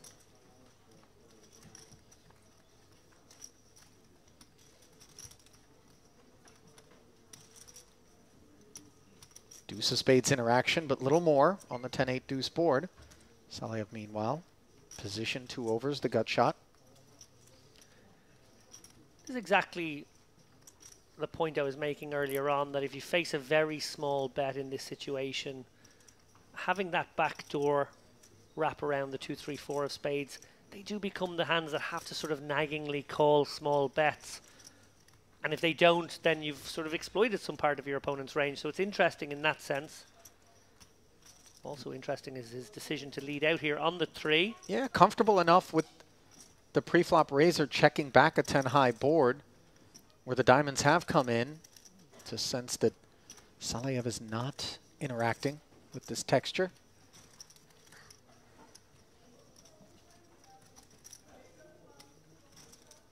Lacking a diamond, obviously, the proposition to journey on. Less attractive, so Saliev does fold. Nicely done by Lynn, who also, David, it must be said, appears to be presiding over this massive stack with good reason.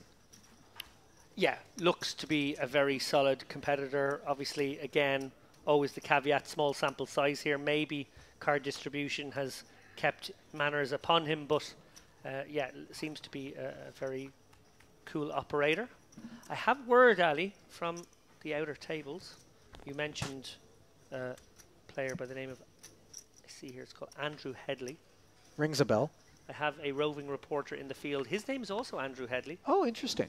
and he is bringing me the bad news, unfortunately, that 400k Andrew Headley has had his aces cracked in a, quote, ZZZ spot, you hate to see it. Some ambiguity there. Is he busted? He's not busted. I did get clarification because I was concerned Okay. whether he had busted or not. Wounded, though. Yes, skirmish. Still fine, 300k or so. Spot where I expect to be good 90%. We're in real time. These messages are coming through, guys. So really, he's giving us just a bad beat story with Yes, he nary is. more than a flesh wound. 300k is plenty off of which to operate. I don't know that this particular report was one that we needed to be encumbered by.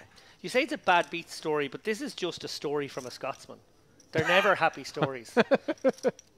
We just call them fries in France and stories in Scotland. Meanwhile, Barca telling a story, and one that is credible. With pocket queens, 3 bets to 26,000 here. Monica caught in the crossfire with the ducks. As no further resistance is encountered.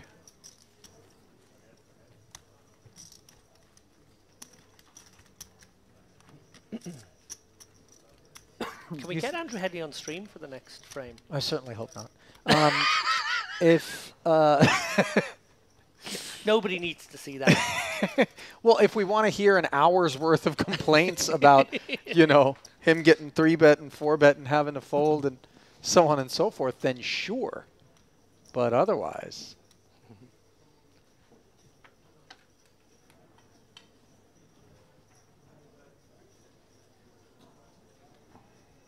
No 7-deuce bounty in play, so the end of the gun fold.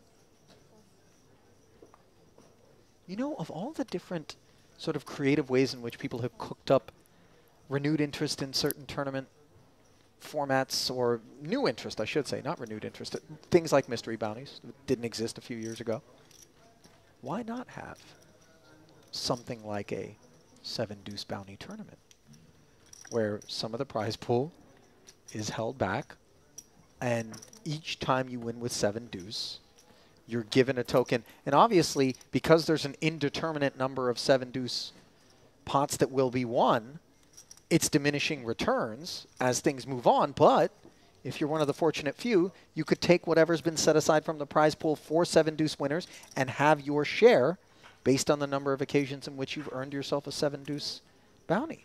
I absolutely love it.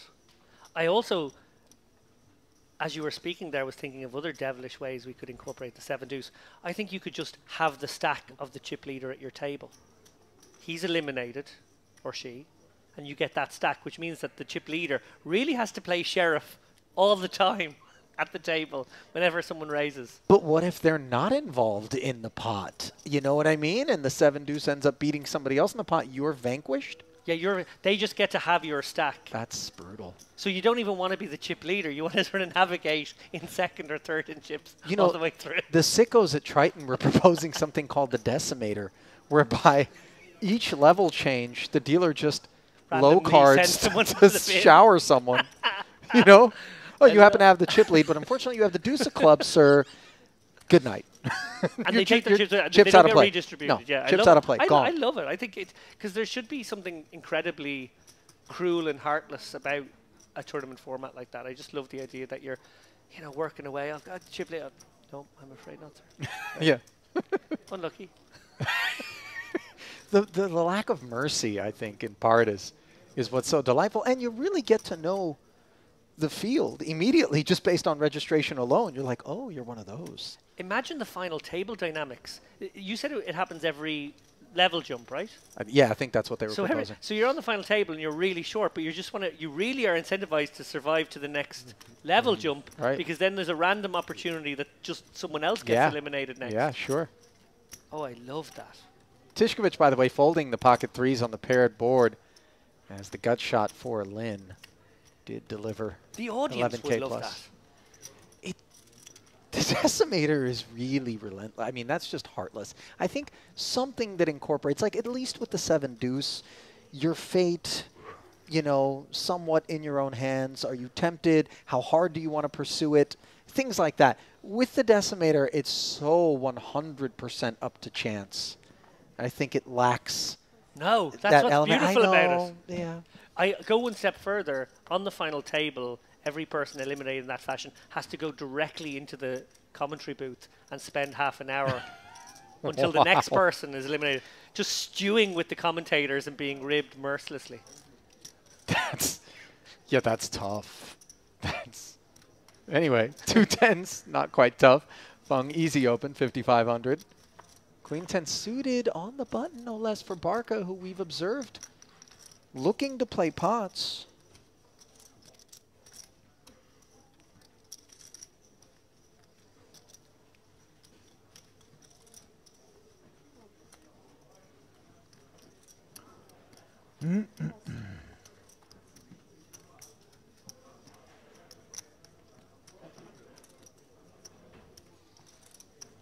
Does make the flat. Not in great shape.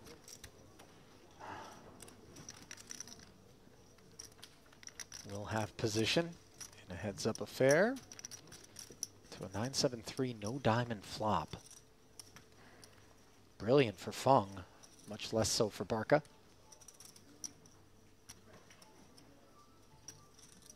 Yeah, this is certainly a board that Fung would have quite a few checks on, one would imagine, but obviously his hand really likes to bet here.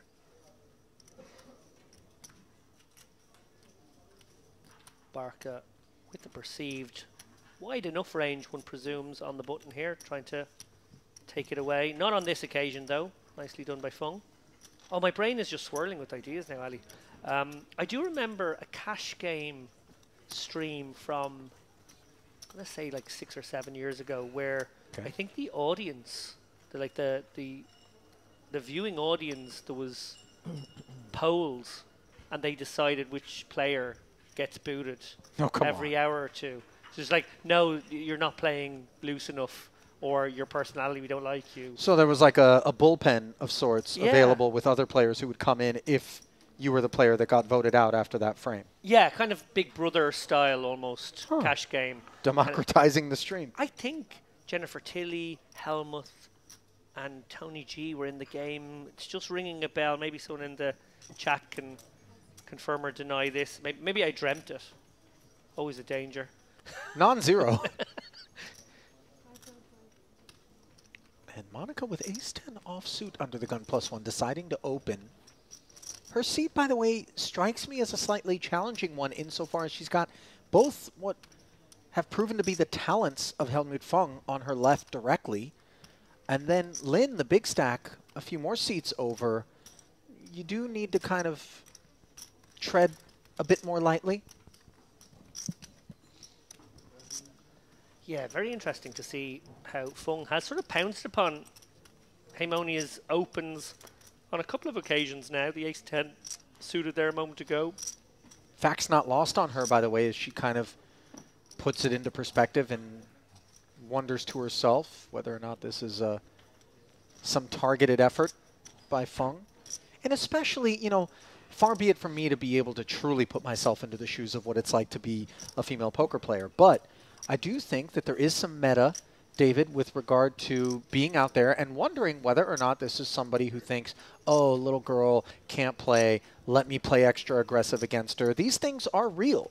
And, you know, reports from the field have been there from, you know, female professional poker players about experiences such as this. And it does change the way in which they have to navigate versus, you know, their male counterparts. Yeah, I think older players also experience a sort of stereotyping in that respect. Ageism and sexism as well. Yeah, and I think they also have learned the appropriate adjustments to take advantage of the fact that it's them. When Dara O'Carney, for example, is in fields where he wouldn't be known so much, so maybe it's something big field thing in America where he wouldn't be the celebrity that he would be, of course, in the UK and Ireland and in Europe as well. I often hear his hand histories, and I'm like, well, I wouldn't have done that, but then I'm not Dara. Right. And I'm not the guy who almost is dressed up like Old Man Coffee that he does on purpose with the Hawaiian shirt and the, you know, Yeah, he's attempt designed to fool- look kind of the part of, Exactly. you know, just overseas tourist who really isn't a player's player.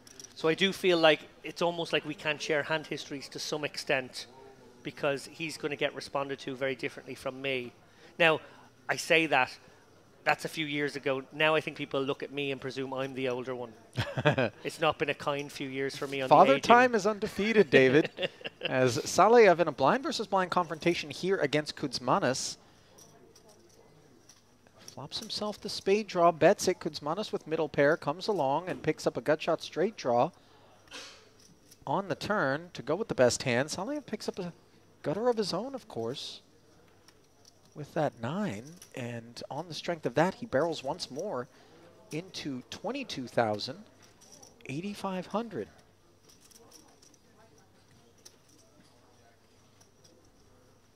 Certainly seems as though at this sizing, there are concerns for 10-8, but he cannot step away, nor can he raise. No, and if ever there was a sticky player, it's Kuzmanis. We've seen that on at least 2 other occasions in this short sample. The I fives with the 5-3 suited, and here he's been down by the spades, as we see Saleyev.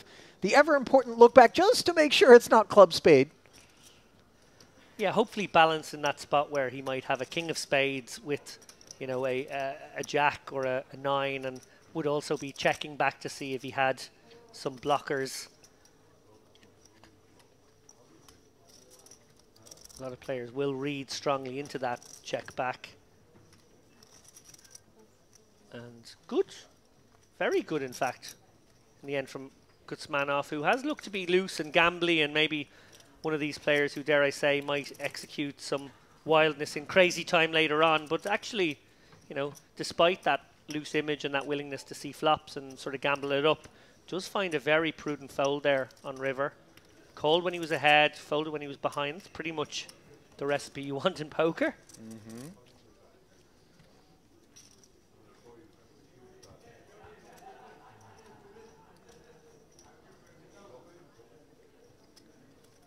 Kuzmanis. Did he make a run in the high roller 19th place finish for 7,800 there? Yeah, sneaked into the money in that one. As Fung looks down at the very attractive Jack 10 suited under the gun. Definitely a hand you want to mix into your opening range in early position. Some weak aces that are suited.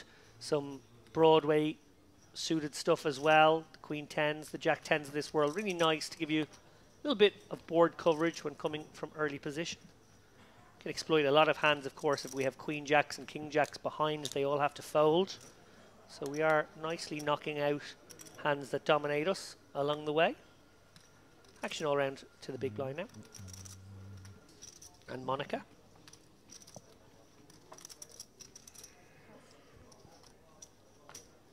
Dust in both seats as the Jack 10 suited able to skate through. And what's been a fairly unblemished affair for Helmut Fung thus far on the afternoon. And we do expect talent when we see the Austrian banner and the German banner in particular being flown in any given tournament. Just very technical players, do a lot of playing online, seem to show up time and again in kind of the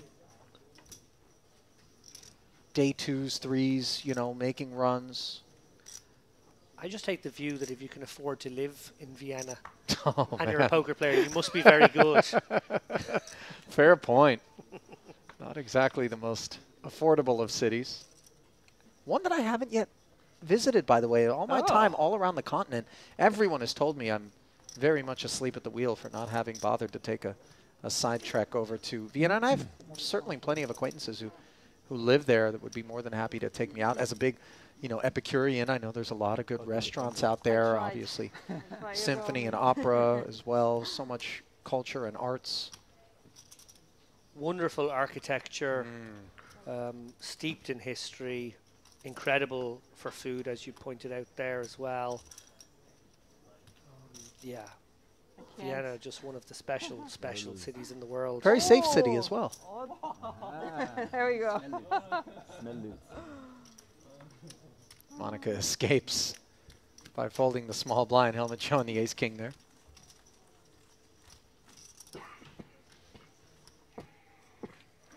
Now, I know before the end of the last series that we were covering here, David, there had been some discussion about us finally stepping up to the plate and getting involved in the theme of the next series, that being the Western. And yet, I note that nobody has come forward with any leather chaps or vests, no cowboy hats, no bandanas even, no six-shooters. You know, what's happening here? None of us? We've had a few masked bandits on the stream. I hope not. But not in the booth. Revealing something I'm not meant to hear, but I did hear a rumor you're making a promotional video which might feature you in Western garb. Am I wrong about that? I don't believe we invoked any Western garb. Why were But you the sitting on the video horse is then? Brewing, just for my own entertainment. Pocket 10's here.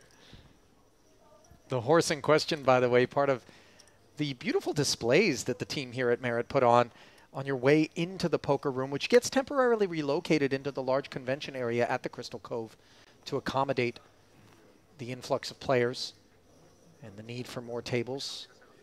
They really do a wonderful job with that. Jack-8 suited, worthy of defense from Tishkovich here. There are stables, by the way, I believe, on the property. A lot of farm animals kind of kept just beyond the pool area here at Crystal Cove. Well, like a petting zoo of sorts? There's definitely a little petting zoo right beside the playground. I've taken my kids to that a few times. There's the turtle sanctuary, and I think there's an area where there's some birds as well. Yeah, the aviary. Tishkovich looking to take flight on the turn with a spade. Instead, the 5 of clubs doesn't improve what is jack high, as Lynn approaching things conservatively after the under the gun raise, checking back on the queen high board. And of course, these checkbacks out of an under the gun raise do feel slightly vulnerable and more skewed away from a hand that cannot beat queen X. And on the knowledge of that, Tishkovich with the semi-bluff, just trying to take it here and now, 8,000 into 14. Yeah, and I wonder if this is a two-street plan here, even though sometimes the flush draw, not the greatest candidate for a river bluff. I do think that that might be part of the plan, given that an ace-X will probably call this turn bet. I think Tishkovich is going to go for this, try and get the ace-kings, ace-jacks of this world to fold. It's a bad card from the point of view of combinatorically he has fewer queens now, and his opponent sitting with a pocket pair between 5s and queens, as we see. That's exactly what Lynn has. Will be emboldened to make a call, but he can get the ace kings and ace jacks out, and I think that's what he might try and do. 20? Yep. 20,000, and you see the snap call there, and pursing of the lips as Tishkovich knows jack high is hopeless in that particular situation, but obviously, you know, delving into the mind and understanding, relating even to the line that he pursued there. Yeah, we've seen quite a few small to medium-sized pots. No really big pots yet. Obviously, we love to see a little bit of blood on the carpet from time to time. But what's really telling about these small to medium-sized pots that we have seen is how well these players are navigating them. That's a really well-played hand, again, by both players. Tishkovich, really impressing. So is Lynn. Lynn in particular just appears to be climbing the staircase further and further up the leaderboard. You mentioned there the presence of horses. Now, I will admit I have not seen the horses on all my visits here to Merit, but in the beautifully made, beautifully produced ads that we sometimes throw in of the various different hotels within this beautiful resort, there is one shot of horse riding. So I'm wondering if there is some horse riding somewhere here. Yeah, I wonder if, you know, I know the horses are here. I didn't know whether or not it's kind of one of those things you can book a romantic kind of seaside horseback ride. Speaking of horses, it is possible to stake poker players. Sometimes when you have a piece of them, you can call them your horsey. Monica Zukovic, I know, has a partnership with Stake Kings, one of the various staking, kind of big name staking groups. Online platforms that allow for that. That sort of make it like open for everybody. It's not like one of these private situations where Yeah. you've got to know the guy. You can actually just go in and buy a piece, incredibly small piece if that's what you just fancy having Sure. a little sweat. And I know Monica does offer action from time to time on that. I must admit, I have a little relationship with Stake Kings myself. Okay. Tyler is a good guy in there, and I think he runs a lovely platform. One of the Tyler very- Durden, is it? Fight Club humor, of course. And on the topic of small pieces, Lynn, with just the 4s here, has been outflopped by Kuzmanis' Queen 9, which adds a gut shot straight draw to the equation. Lynn, the big blind defense against the open. Check called. Now checks once more, understandably.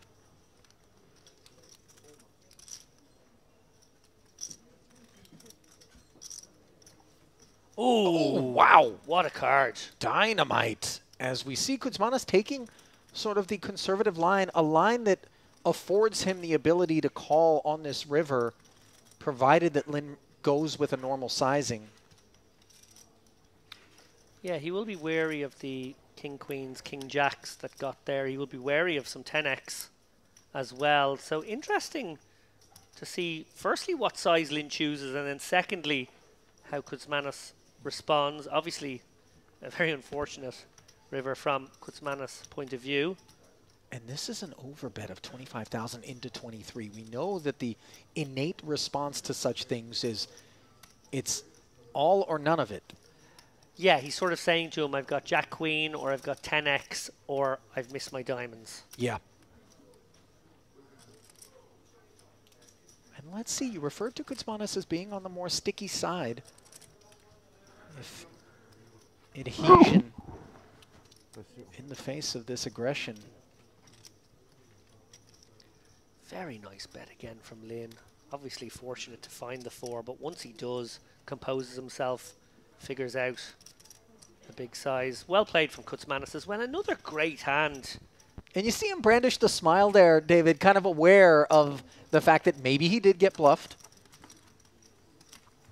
But just looking at the value proposition and deciding this is not the one. In particular, I think taking the 9x off the board, he holds a 9 himself. Granted, he blocks the queen, so the queen jack a little bit less likely, but the 10x in particular, I think, is a big blind defense. Was the hand that he was most concerned about in that situation. So nice lay down there from the Lithuanian, sparing himself 25K in losses on the river there. Lynn continues his ascent.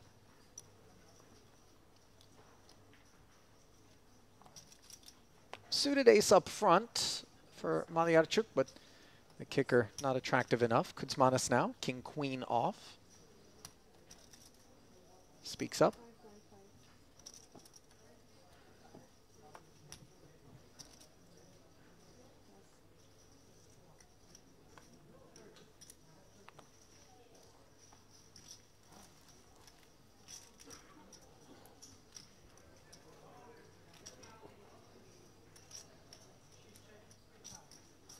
Easy money for you. All the time I blam. Easy money. Like Barca's attitude, Lost more points than 1 week. in spite of what's been overall a tough day at the office. Having fun out there.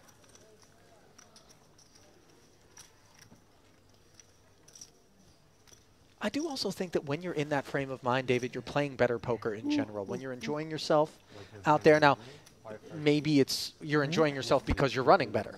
But when you just maintain that affect as Barca has, even when things aren't necessarily going your way, I think you're just a little more comfortable out there. Yeah, I think so. And No. not overcooking situations in your head, just, in the flow. Can you say again the flop? 5-5-3 and turn was 5, 5, 9-3. 3. Yeah, and turn was a 9. And you bet and raise. I raise. Yeah. Big slick here for Salayev. Yes, but 2 pairs, it's 5, 5. Maybe I got 2 pairs also, If it's 5, 5.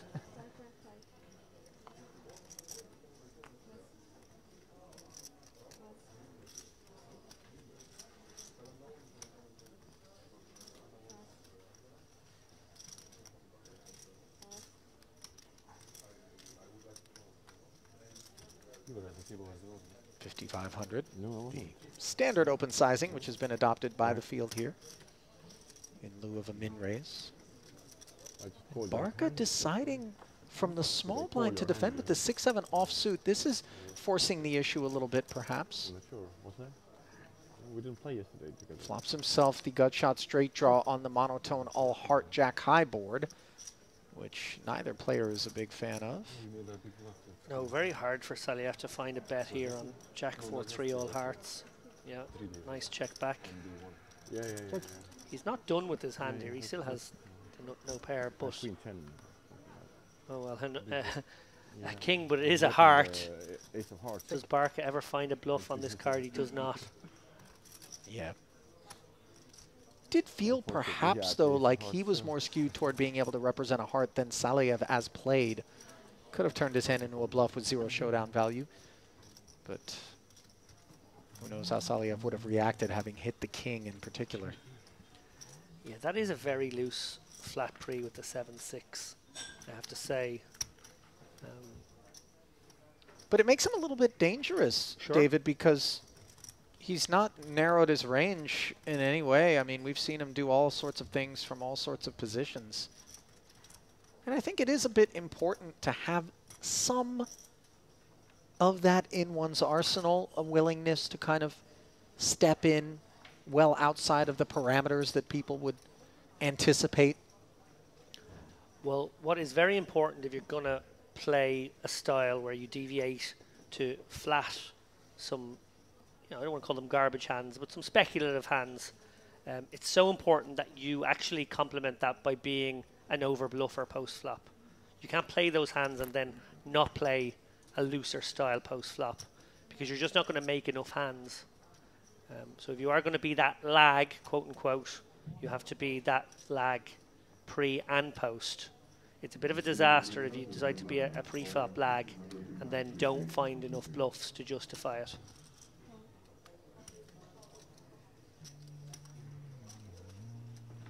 Pocket jacks now for Saliev. His open 3-bet by Feng's ace-queen suited. Pocket 8s for Pijela would have been a lot more attractive without the 3-bet lurking out there, but still with the big blind investment already being made, let's see how he feels. Yeah, on balance, I do like a fold here. He'll be aware that Feng has been the most active when it comes to the 3-bets here, but he can't discount the possibility that Saliev has a real hand here, +1. I think he's just got to let this one go overall. And Saliev may just send it here, playing, I think, 35 big, something of that nature. No, sorry, way deeper. Apologies, guys. No, sorry, at these stack depths, I think Saliev probably has to proceed cautiously and flat. I was halving his stack there in my mind. But you called it there, Ali. Pijela maybe picking up on something from Feng as the active 3-better, thinking he's been at it a lot, and actually these jacks in a tricky spot now. Unbeknownst to him, just based on the fact that those 3-bets haven't really gotten to showdown, Feng has had legitimate holdings on the occasions on which he has done this. But now, this is a lot of pressure upon the shoulders of these jacks with a 3- and 4-bet behind the open. And 8 or 9, I think. obviously, Feng's still left to act behind us. Yeah, I don't love the choice of candidate. I'd prefer to see an ace-5 or an ace-4 suited. From Go Pijela? for a light one for Pijela. I think 8s really isn't the kind of holding you want to do this with. Gets jacks out of there, though. Yeah, no, it is going to probably work in this example, or at least, get himself heads up, flipping against Feng, going to a flop. Feng may well let this one go as well. Obviously, a lot of ace-kings in the range of Pijela. Maybe even pocket kings, pocket aces, not an impossibility despite blocking it here. But a reasonable price being laid, and that might be the deciding factor for Feng here with a very playable suited ace-queen. And in particular, having the benefit of position post-flop here in what has become an almost 84,000 chip pot. That which draws Feng forward. King 7-5, all black board. This is absolutely not what Feng wanted to see. Pijela doesn't love it as well. Doesn't love it, but compulsory bet here. He can have ace king, he can have aces, he can have pocket kings. Behooves him well to go for a very small sizing. That is what he chooses. Yeah, below a quarter pot. And if he had any semblance of a backdoor here, I feel like Fung might continue. If that 5 of spades was a 5 of diamonds, we might see him call once with the nut no pair, but outmaneuvered in this instance. And actually up against a better hand. Unusually played pocket eights, it must be said there. We saw the best hand hit the muck in early position, and I don't hate that fold from jacks, to be honest, versus all this action. Very profitable pursuits there for Igor Pechela, which move him up into 6th overall here at our featured table of this Merit Poker Western Series main event. Saleyev lagging down toward the bottom of the leaderboard alongside Kutsmanas. Jianwei Lin continues to sit at the top with almost 700,000 in front of him. Blinds moving up to 1,500, 3,000 with a 3K big blind ante, 7,500 and orbit. The price of poker at present, and a glimpse, by the way, David, elsewhere in the room at last check, some of the bigger stacks. Lebanon's Michael Habib, 880,000. Fabio Peluso, 800,000. Dmitry Urasov, a name we've called on more than one occasion, 3rd place, 785. How about Roman Hrabets, another name who's also entered the super high roller circuits, 730,000 in front of him. Yeah, then you should. Easy money.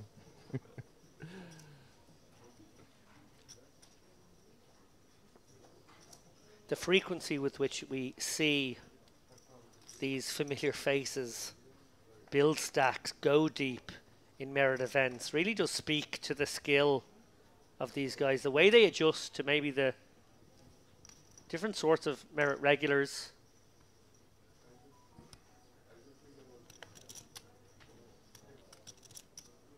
Quite a few familiar names there atop the chip counts in this tournament. We will keep an eye on outer table action as we see there actually top right of screen, 585. We have already gone well past the 1.5 million guarantee.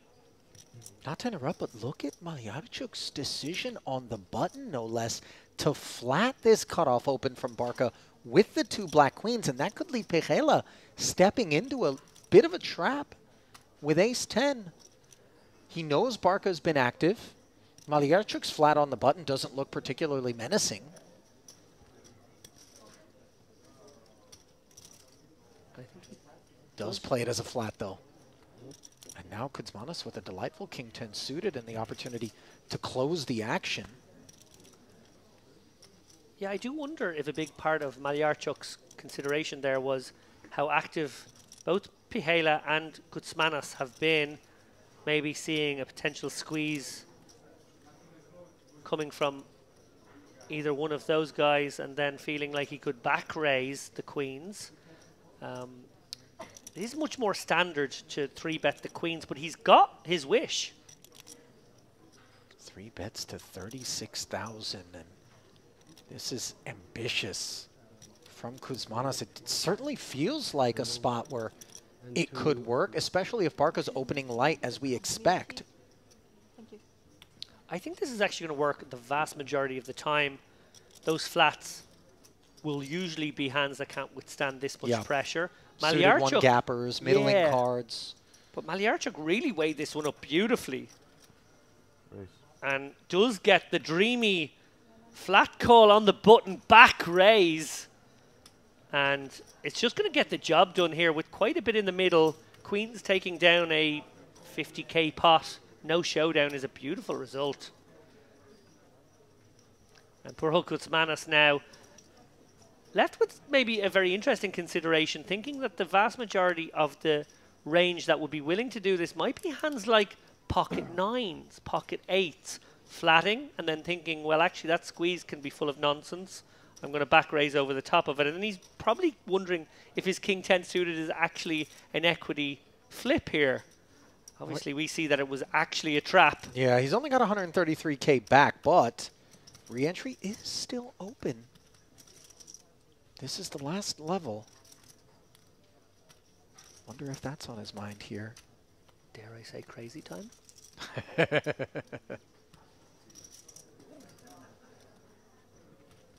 Hoping to see a hand like maybe ace queen off or pocket nines where he does have a legitimate gamble spot. Kuzmanos, he's made an awkward bet for himself, putting in this 36k bet, roughly a quarter of his remaining stack. And now wondering if he feels like gambling for the rest of it. He does. You know, it felt as though that might be the case. Of course, the all-in was never enough to assume that Malyarchuk wouldn't call 100% of his range, but he's going to be spinning the wheel well behind for 354,000 here. Vulnerable are the two queens to any king for the time being. As it comes queen 10-7. So top set. Jack of diamonds. You have.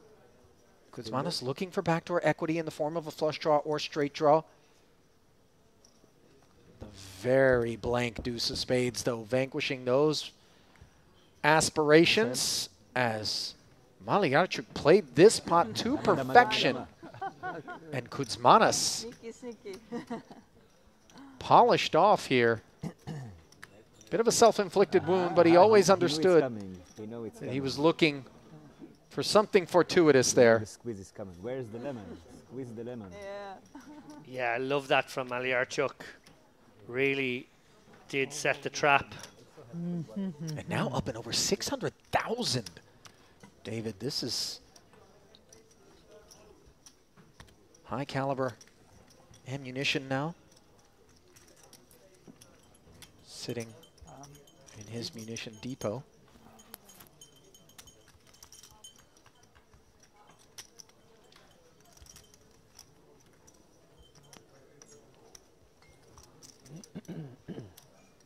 Roughly 1 hour left before the end of late registration. My hunch at the start of the day was from some of these shorter stacks we would see some gamble.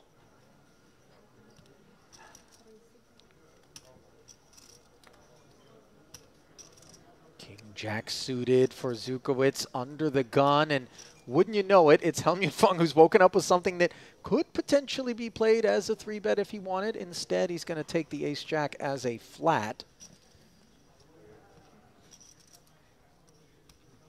Does have Monica in rough shape with the ace of spades out kicking the jack and protecting him against spades.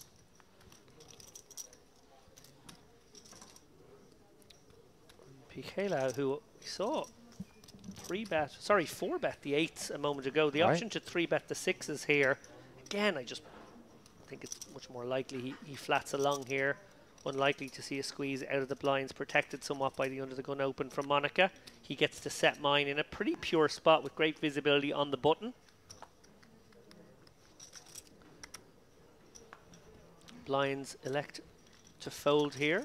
We go 3 ways. Monica out of position against both, but flopping best. King 9-5, top pair and dry texture. And she does choose to play it as a check here, David, here in the booth. Unbeknownst to those of you at home, this was very much how Lappin was suggesting Monica play it as he wrapped his finger lightly upon the booth desk. Yeah, I think Monica wants to probably check most of her range here, facing 2 players out of position to both on this King 9-5 board. Oh. Knuckled around, and then the ace, downing the King Jack and putting Fung squarely in front, as Pichela does resist the temptation to try to probe with the 6s on the flop. Now, of course, Monica's check makes a lot more sense. And I can just hear people at home thinking, no, she let him get there. Obviously, we do not want to think too results-oriented here. Disaster turn for Monica. Obviously, in this particular instance, a c-bet would have got the job done. And her decision to check has allowed the unlikely 3-outer to get there. I do like the decision overall. It's an unfortunate run out here, and one wonders if Monica feels like she has to call once just to keep Fung honest. Although we can maybe give him a bit more credit given that the turn barrel is coming with Pechela still behind, and the range of hands that would flat against the under they're going to open do include a decent number of the ace-x combos. Maybe the king-x would have been more apt to bet on the flop, so we really piece it all together and think to ourselves, this feels like a man who's got king-jack beat. Yeah, look. As we see her fold, by the way. I think beautifully played again by Monica. I know I've been big upping her on this stream. I found one tiny point of criticism in a spot where she didn't get sticky enough with 2 overcards and the ace of spades in hand. That was sort of the pure backdoor card. But, you know, in that spot, I really do like the decision to check flop. And, you know, very good discipline to just let it go. Yeah. Once the ace comes on so many other boards, she would have been able to navigate that one to victory. And worthy of note, by the way, that lone kind of outlier point of criticism that you had with the ace-king pot, it really is the kind of blemish, if we can even call it that, that is so negligible in terms of what it cost her or didn't. You know, I mean, granted, it was a pot that maybe she could have peeled and gotten to showdown for free, unimproved spades for Fung there. Perhaps not going to fire anymore, but you know, if we're going to have hiccups, let's make them minor. You're saying I'm being nitpicky, aren't you? You know, I'm not criticizing you in turn, but just, you know, pointing out that, like, if we make our mistakes small and we make our good decisions big, this is, again, another way in which to be successful. Yeah. It's tough to presume we're going to be able to pitch a perfect game when we're out there on every occasion. That is, of course, the desire, but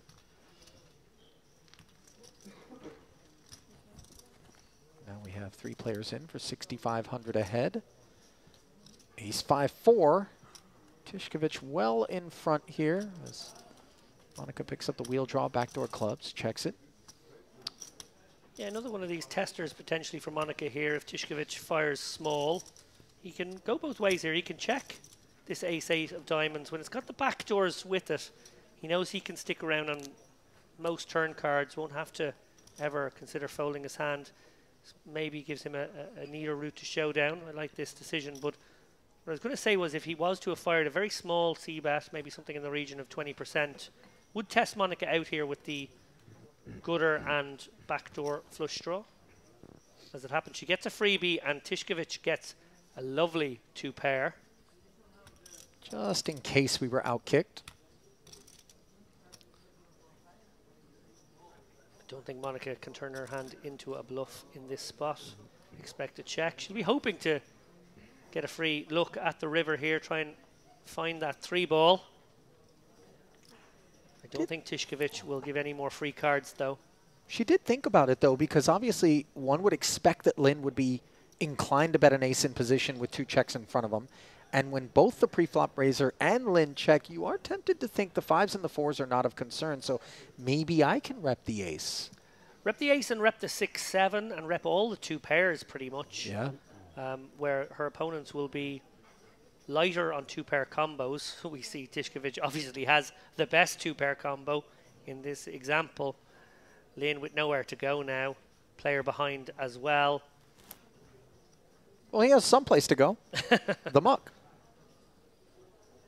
And Monica, no real decision here. No.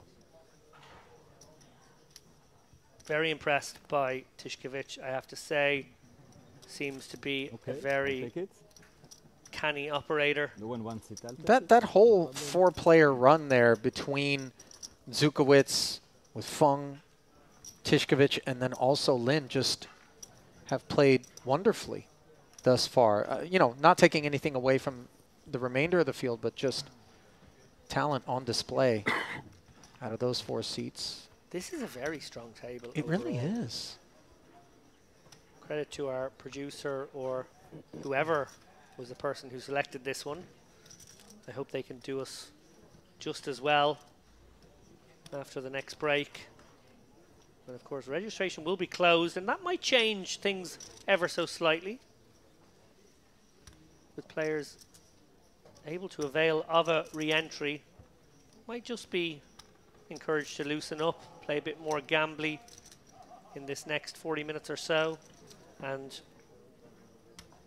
when that time is up, we're in a freeze-out tournament all of a sudden. As again, just taking a quick note of the top right hand of your screen, 590. So we're going to get above 600 players here,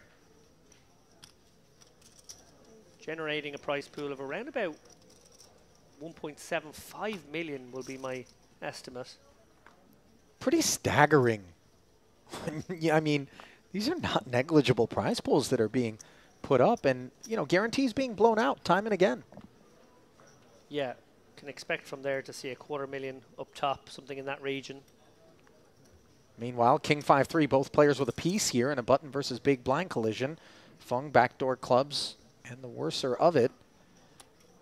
Checks to top pair. Doesn't improve on the turn,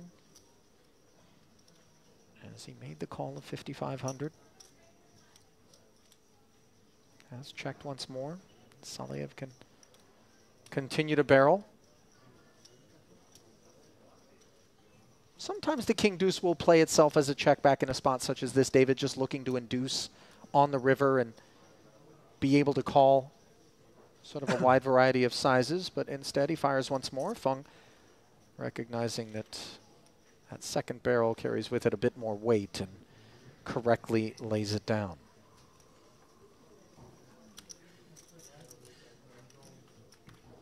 Saliev too, by the way, has looked tidy on the afternoon thus far. Totally agree. I think maybe the only players stepping out a little bit, Barca and the dearly departed Kuzmanov, obviously, with that ambitious King 10 suited, squeezing. I suspect he's headed over to the re-entry desk, though. I think that was part of what was on his mind in that particular spot, as we see the King Jack suited up front. Lin raising it up. Pocket sevens now for Pichela in the hijack.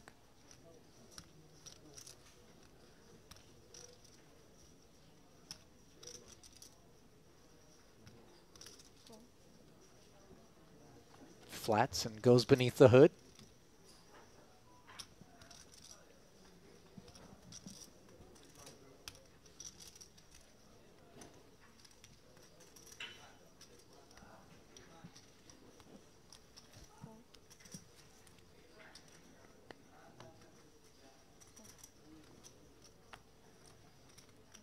Queen Jack offsuit played as a flat here from Saliev.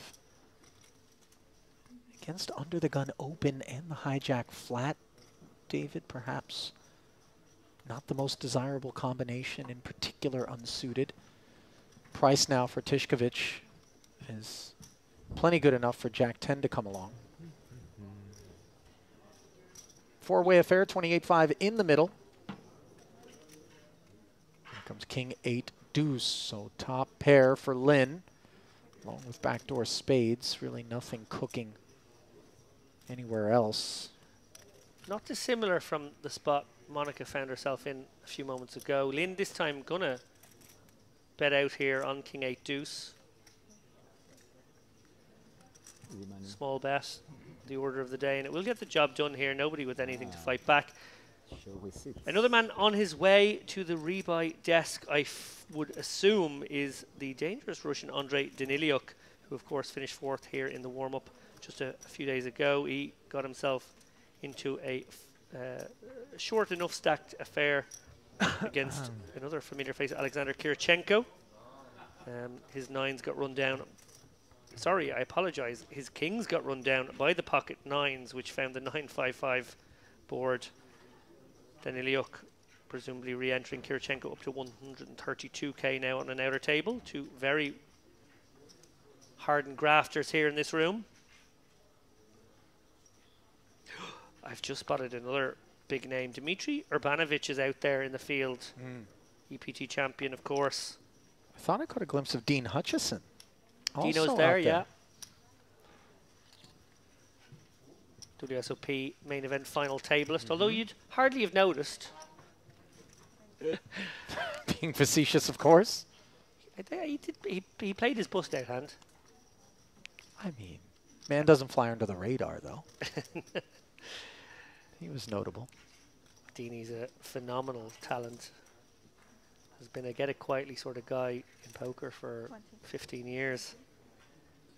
Nothing quiet about making the final table of the main event, of course. Noise being made by Monica here. This is something we've yet to see out of her as she targets the hijack open from Saleyev with King 8 suited, 3-betting up to 20,000.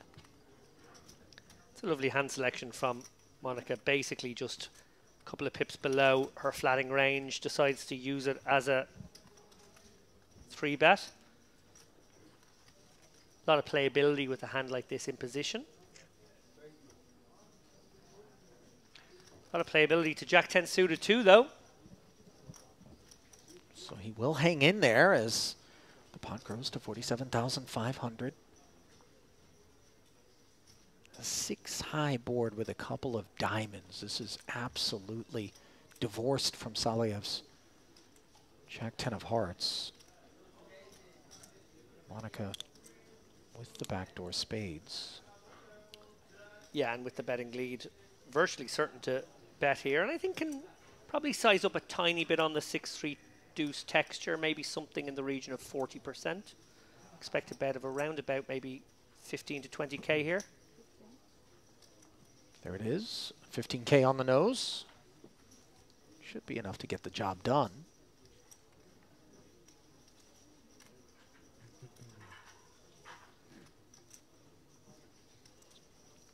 Bit of salesmanship out of Saleyev here.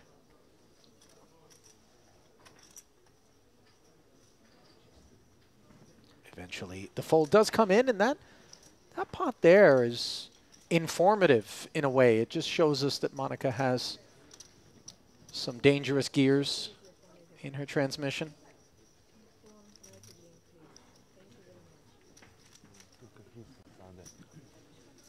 Yeah, really nicely played. They're picking on a player as well who I think has been opening a little liberally, flatting a little liberally. Probably someone she felt was in there with a wider range and could be outmaneuvered in that way.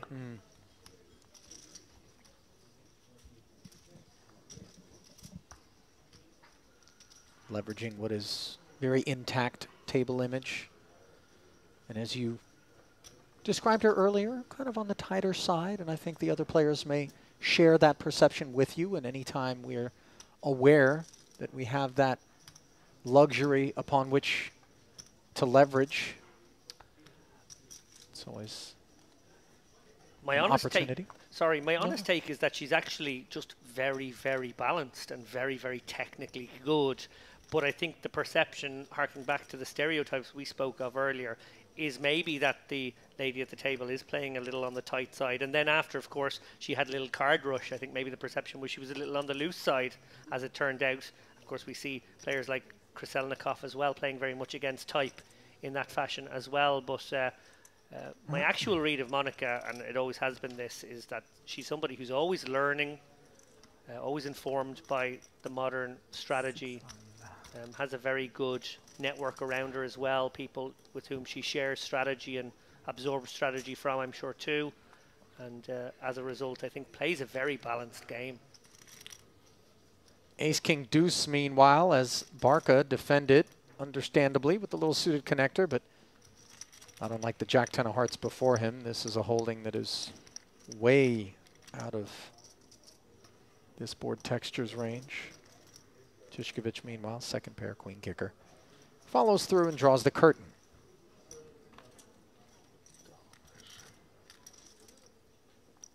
It does feel like we've kind of encountered a disproportionate number of pots that are abbreviated post-flop, not really getting all the way to the river. And when they do, it's been, you know, not a lot of bets and raises and things that would maybe get us into a deeper decision-making process.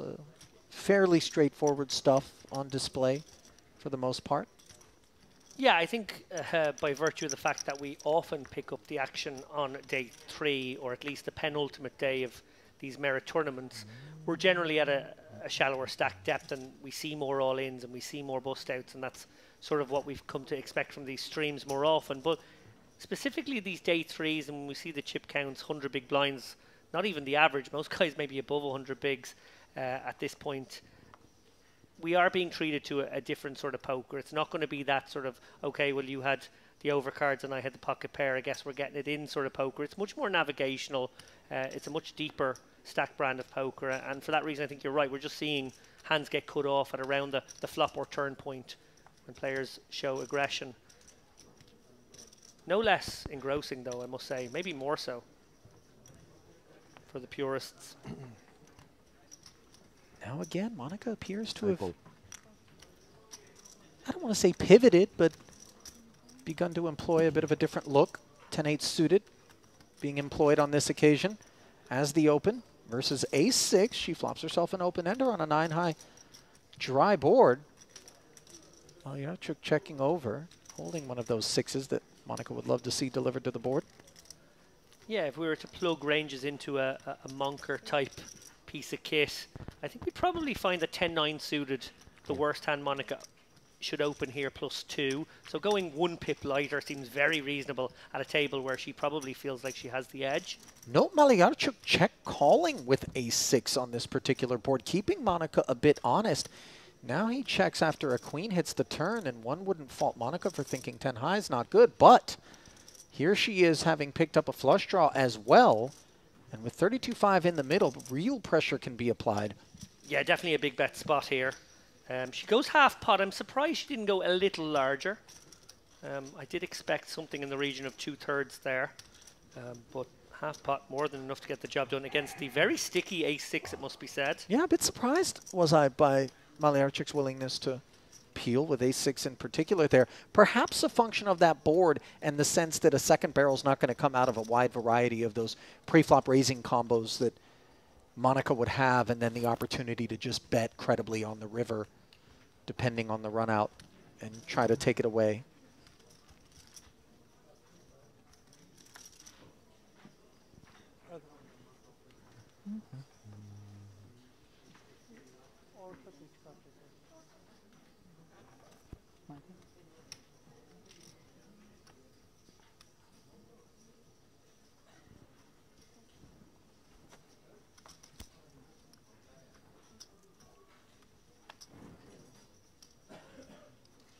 Queen 10 suited now for Fung, as Monica will sit this one out.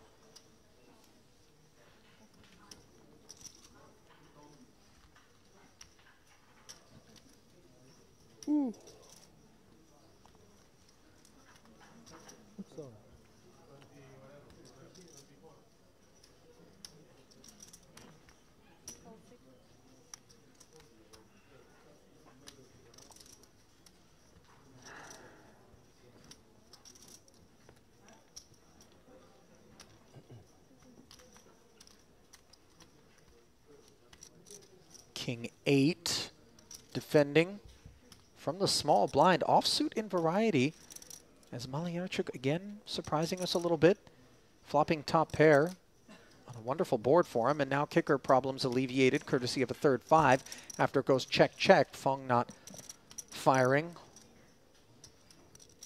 But here on the turn, as Malyarchuk induces the bet with a second check, we see Fung trying to take it down, 5K.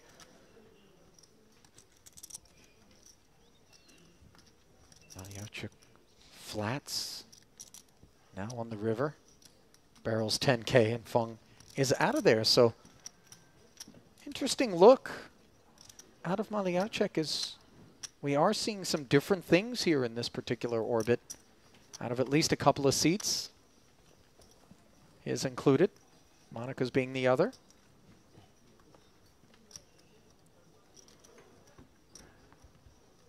You know, I appreciate, I think, that some of these players maybe looking at the fluid kind of climate at the table and deciding, okay, maybe there's less interest being exhibited. Just kind of that weird sixth sense where this feels like a time where I can ratchet up my aggression, maybe raise my VPIP, do some things, you know. I think it's important to have that available to you, and it's obviously important to run good. As pocket aces for Monica here under the gun. Makes it 6,000, the minimum. Deuces promptly into the muck for Fung, who doesn't set mine. There's an ace working its way into the muck.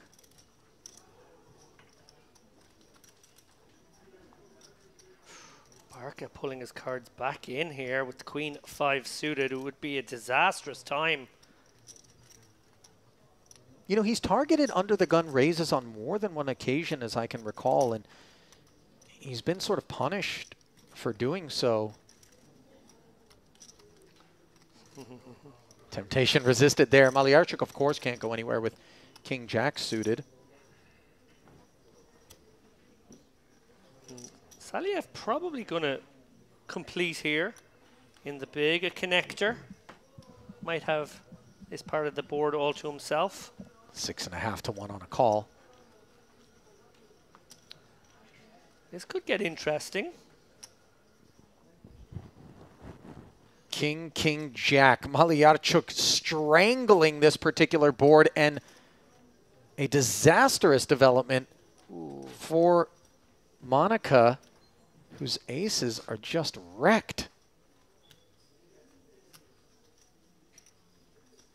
She will be keenly aware that not only is this a board where she could have been overtaken, but it's also a board where it's very hard for her to get value from worse. So pretty ugly situation to find herself in. I think that's the resting really dealer face. Does feel compelled just to put that second bet out there and see what's what. Note 6,000. The payload. Malyarchuk with the flats. Saliev will be out of there. Well, Monia gonna hate that 9 of diamonds as well. Really is running out grimly. Almost good for her that it's running out even more grimly, that even more hands are overtaking her, because she is way, way, way behind right now. Some Queen 10 suited, a part of Malyarchuk's range here. Definitely on the button for sure. All she can target here is a Jack X, a Queen Jack, a 10 Jack. And actually there's a lot of danger about. She may still come with her own very small sizing. Yeah, especially because she may perceive that the King 10s, King Queens would need to be mindful of the prospects of being up against an Ace King, maybe even Jacks full, and not able to put in the raise. Although now that Malyarchuk does raise to 32,000, you see her make no meal of the aces and rewarded with a free peek at the nuts. How beautifully played by Monica was that. She has the aces under the gun. She gets called in position. She gets a pretty awkward board to navigate, and she just probes twice, gets the information she needs, and gets out of dodge, losing the very, very minimum there. Chips saved are chips won, Ali. Yep. Not the first time that we've observed that from Monica either, and as we've alluded to, this is part of the winning recipe in any given poker tournament, is just keeping the damages to a minimum and trying our best to maximize profits or value. Not lost to me either is the fact that she needled her villain in that case by saying, What a what a life. life you have. My favorite was always, don't ever run bad. Don't you dare. Yeah. Meanwhile, Fung with ace queen takes his turn under the gun.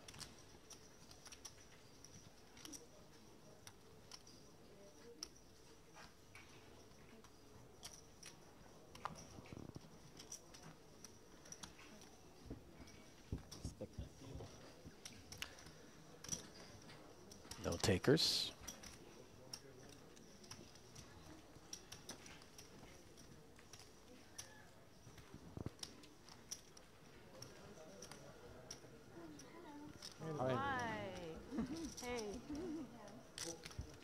And a new arrival.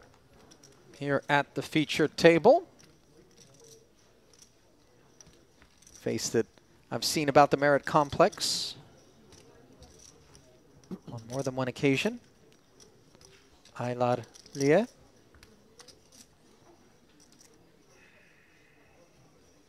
Norwegian Iranian.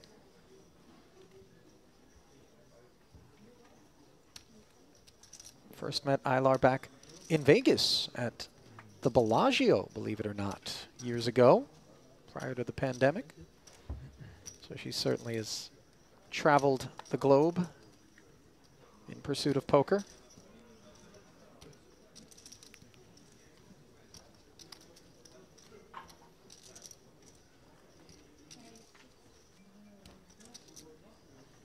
Barca, meanwhile, ace-8 suited. Rolling out the welcome mat for 6,000.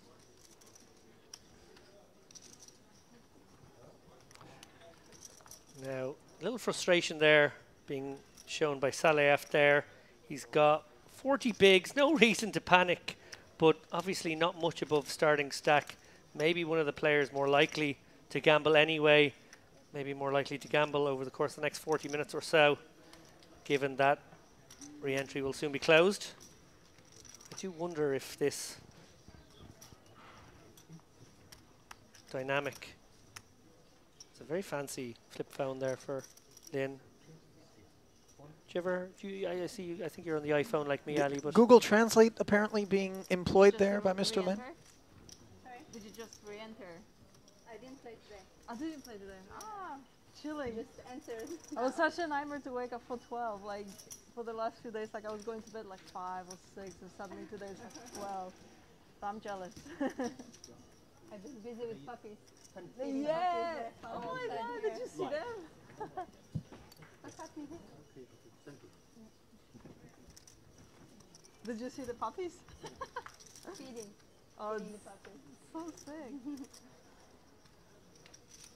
I think Aylar alluding to any number of the dogs which roam the Merit Complex here. People very much looking after them. And I know one of the mums had a litter of puppies not long ago. Aylar, a dog lover. When I met her back in Bellagio prior to the pandemic, her beloved Siba was with her, a little Pomeranian who she used to have in a stroller. Unfortunately has passed away since, but obviously a soft spot in her heart for dogs. As is very much the case in Turkish culture. They look after both the cats and the dogs which roam around here. It is something super unique because the cats will oftentimes just work their way into the buffet area or, you know, even into the lobbies of some of the hotels, and nobody shoos them away. no. You know, they're very gentle, very kind, very accommodating. You'll see them curled up on the couches midday for a snooze sometimes, and nobody bothers them. Yeah, I know Aylar Leah, something of a celebrity in poker circles. Ooh. Star-studded flop here. Trip 5s for Tishkovich. There's his big blind defense is rewarded. 2 quick checks.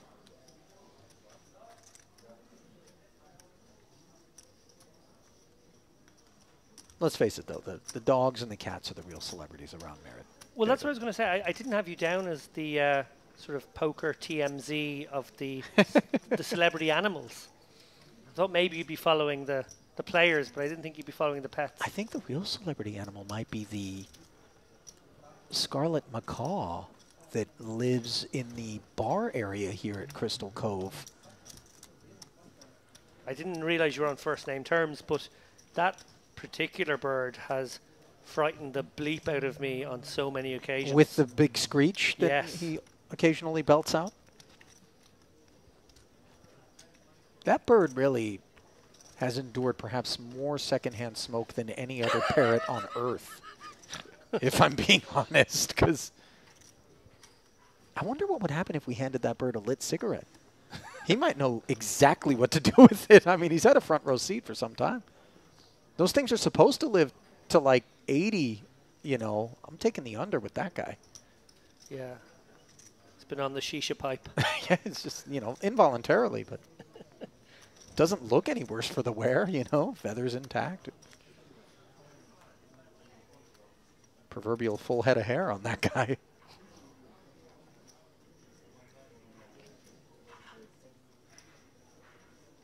Ilar announcing herself with a raise to 6,000. Unclear what her holding is. May have to get accustomed to the RFID readers, which all of the players have in front of them. Not really designated by any sort of outline, so it can be a bit of a challenge to know where to put your cards. Lynn, meanwhile, mulling over how to navigate the newfound arrivals open, shows the 9-6 off and says take it.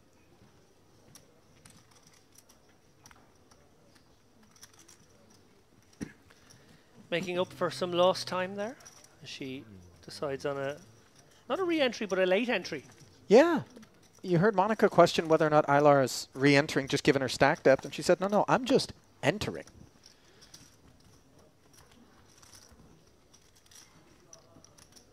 There are some players who really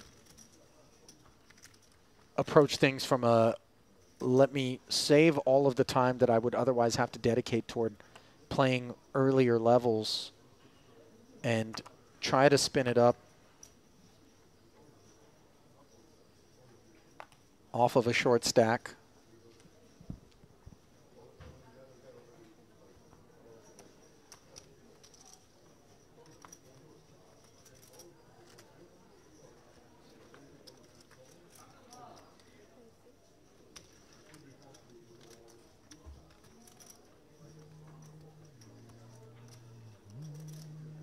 Monica with the ace-5.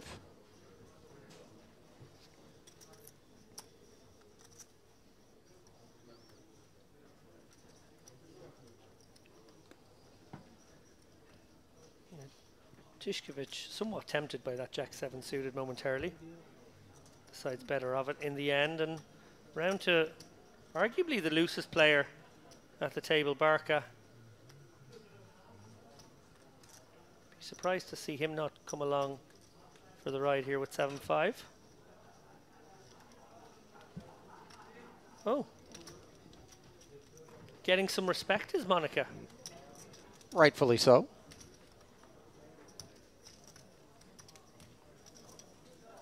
Even Barca's ambitions have their limits, it would appear.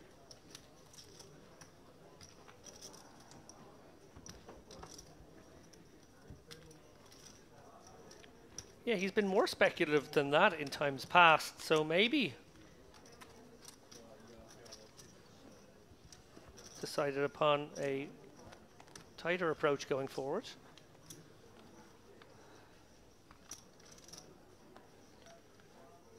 As we see Pichela here under the gun, that audacious move with the 8s earlier, the 4-bet against Fung, but he's been relatively quiet since.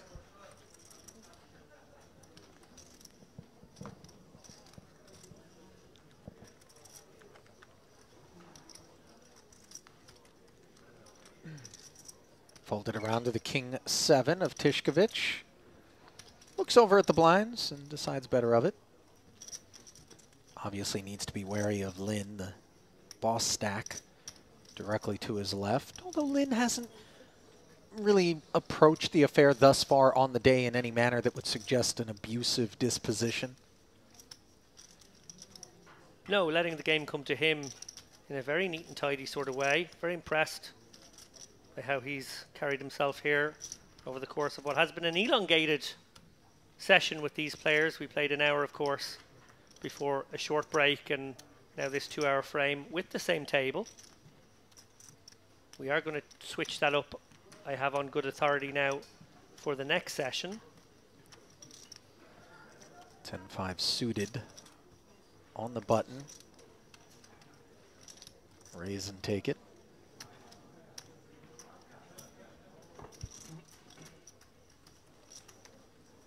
Are you at all surprised, David, to see kind of the limited number of collisions given the depth of a lot of the stacks that we have at this particular table here on a day 2 with re-entry open, no less?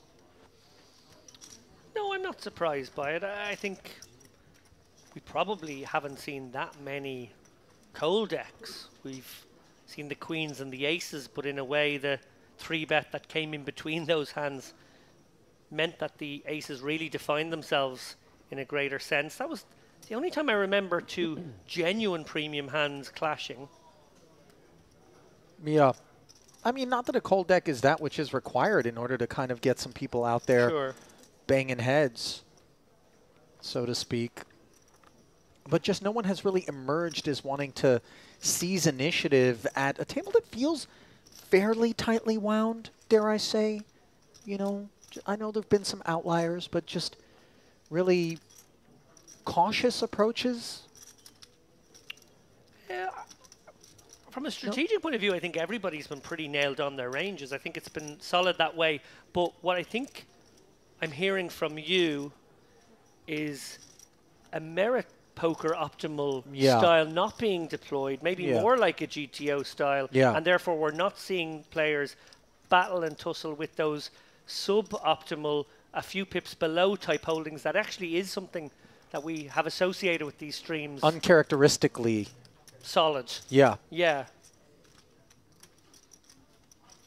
Pejela's going to try his luck with 8-9 offsuit, defending from the big blind against the king-jack off open.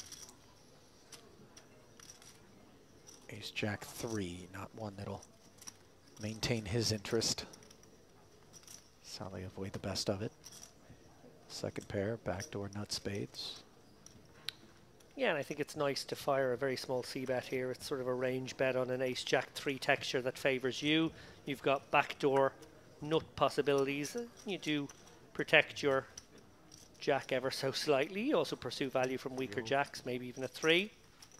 Nicely done.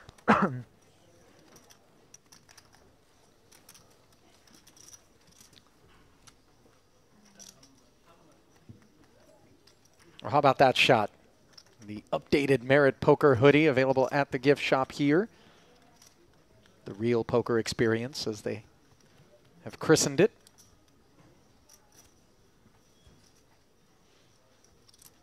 Do you think Barca's just a huge Celine Dion fan?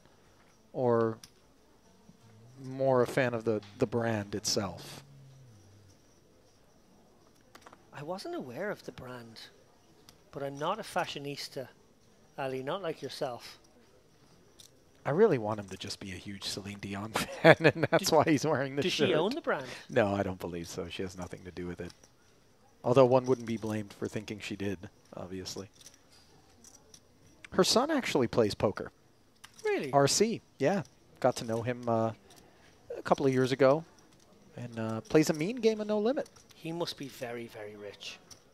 I don't know, you know. Because she's got all the money. Well, right, but listen to what you just said. She's got all the money. I think for the most part, he was, you know, very much tasked with kind of making his own way, so to speak, and has put together a little bankroll and worked his way up the ranks, playing No Limit. Kudos. Also had a, I think a #1 hit for a time in Canada as a rapper. Believe it or not. Bit of a different genre than Mom. You sample a Mom fragment maybe in there? Well, you could do so for free, I would imagine. You know, My Heart Will Go On, just sort of It would be an ambitious kind of collab if I had to guess, but Maliarchik's ambitions on the button, raising to 9,000 here on display. Note the 3X, and Pejela with the pocket sixes has flatted. Let's see how Aylard feels about King 9 suited. Apparently good enough to plunk in the extra 6, so we'll play for 30,000.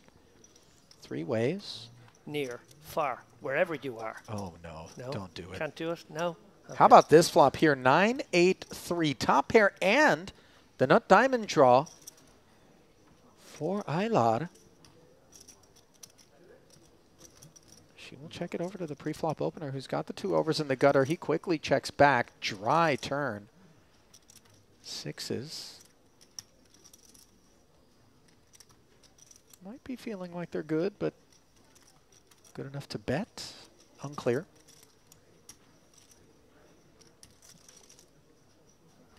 The answer is no.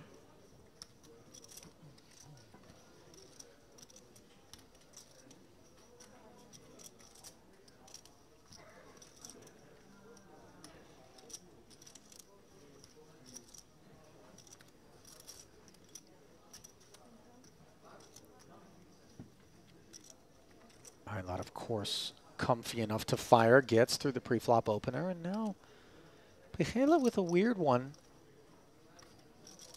How often is this very credible bet from a big blind defender after a check on the flop not in front of a couple of sixes? That is the question. You see him look up and over. Yeah, definitely trying to get a read here on Eiler. Doesn't look like she's giving much away. Love that shot, by the way. Well done by the camera. Fabulous.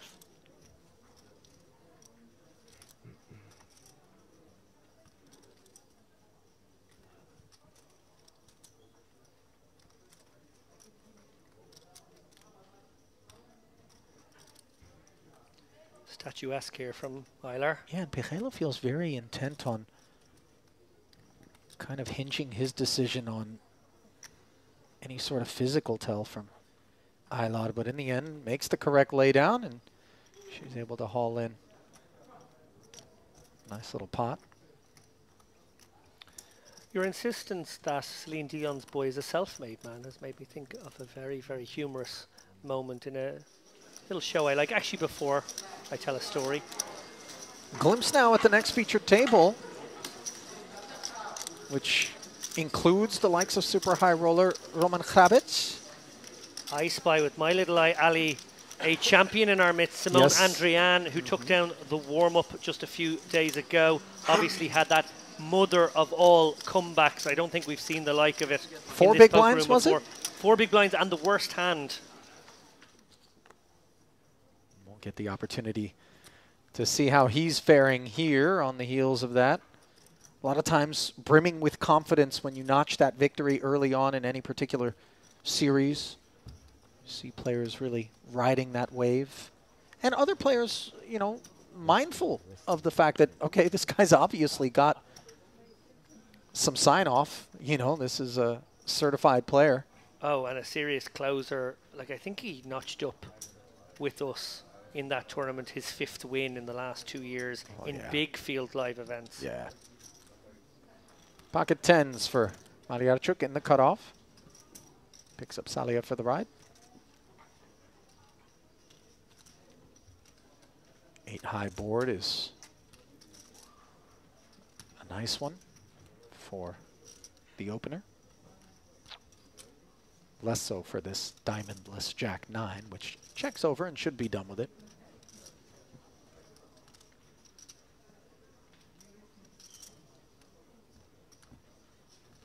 As predicted.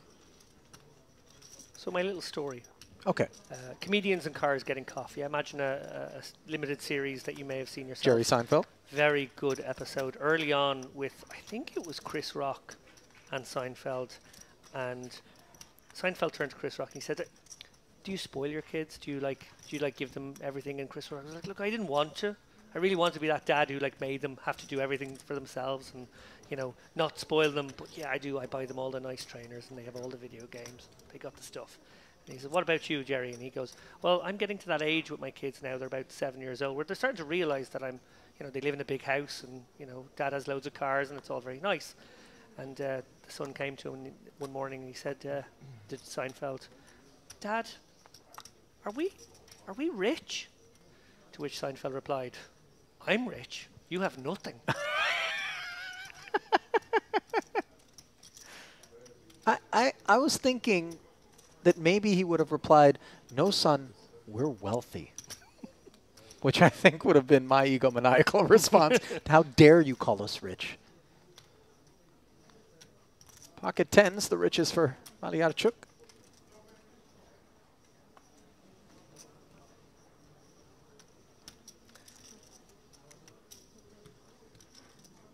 Monica going to speculate here for a discount.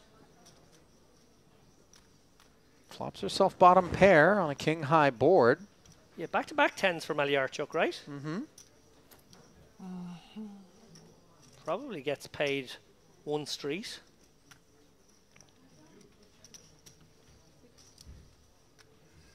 Lack of a diamond on board, of course, is pesky for Monica in terms of upside from this point forward, but she will peel.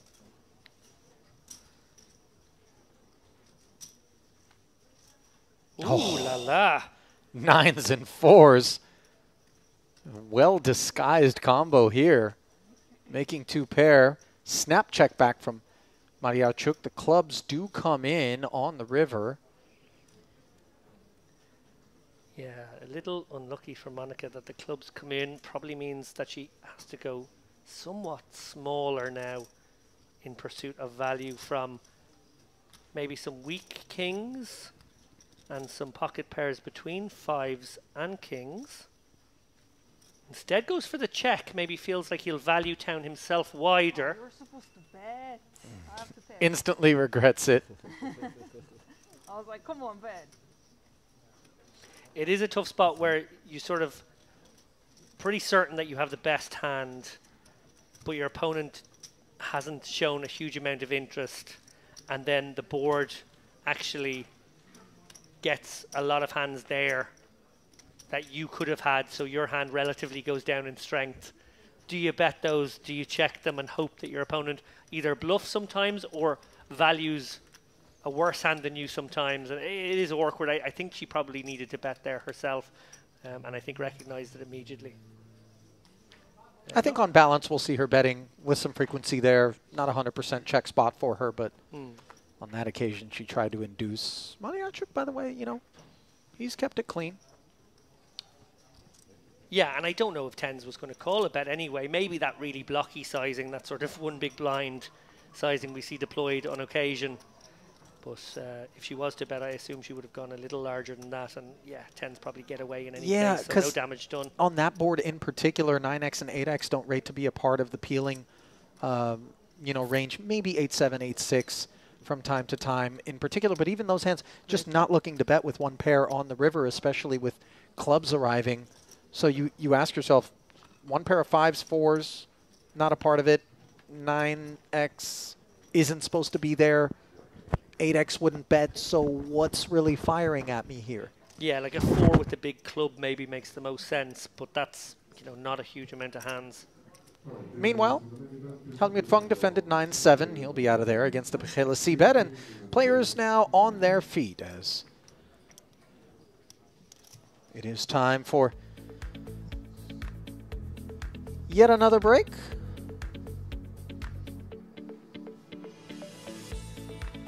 John Wayne Lin still at the top of the leaderboard with the late arriving, freshly entered Aylar Lie down toward the bottom. Blinds will be ticking up to 1,500, 3,500, but before they do, as is standard and customary, we'll bring you back inside the broadcast booth here at the Marriott Crystal Cove. Ali and David along with you, and I'm going to be stepping aside here at the back end of this break, but let's kind of recap for those who maybe are joining us a little bit late what the last couple of hours entailed, David. Well, you alluded to it, that we saw no really big pots and nobody got out of line, but actually I thought we saw some very, very good poker, people playing their deeper stacks very, very well. Yes, we didn't have too many showdowns. We had that big moment, of course, earlier on, that Kuzmanov crazy time exit, I called it, right, with the King 10, where he squeezed and then just thought he might have the price against his opponent, Mariarchuk, in that occasion. Mariarchuk, obviously, you know, flatted 2 queens against the cutoff open. Yeah. Very sneaky and kind of earned that one. Really earned it, and now he's up to 600k, pretty much up there with the chip leader right now. Surging. It's doing very well. Fung, I think, has played superbly well as well. Some very well-timed 3-bets. They're going to have an interesting day. I hope we keep tabs on that table as the day goes on, because we spent quite a lot of time with them then, got to understand their dynamics. Very impressed, obviously, by Monica. She was pretty much the star of that show. No huge pots, but I think she navigated tremendously well also. That crew will be giving way, though, to the next feature table, which we gave you a glimpse of. If you missed it, you're going to want to stick around, as in about 10 minutes' time, we're going to come back and continue our coverage here of Day 2 of the Marriott Poker Western Series main event. Keep it close. David will be back with James Dempsey in a few.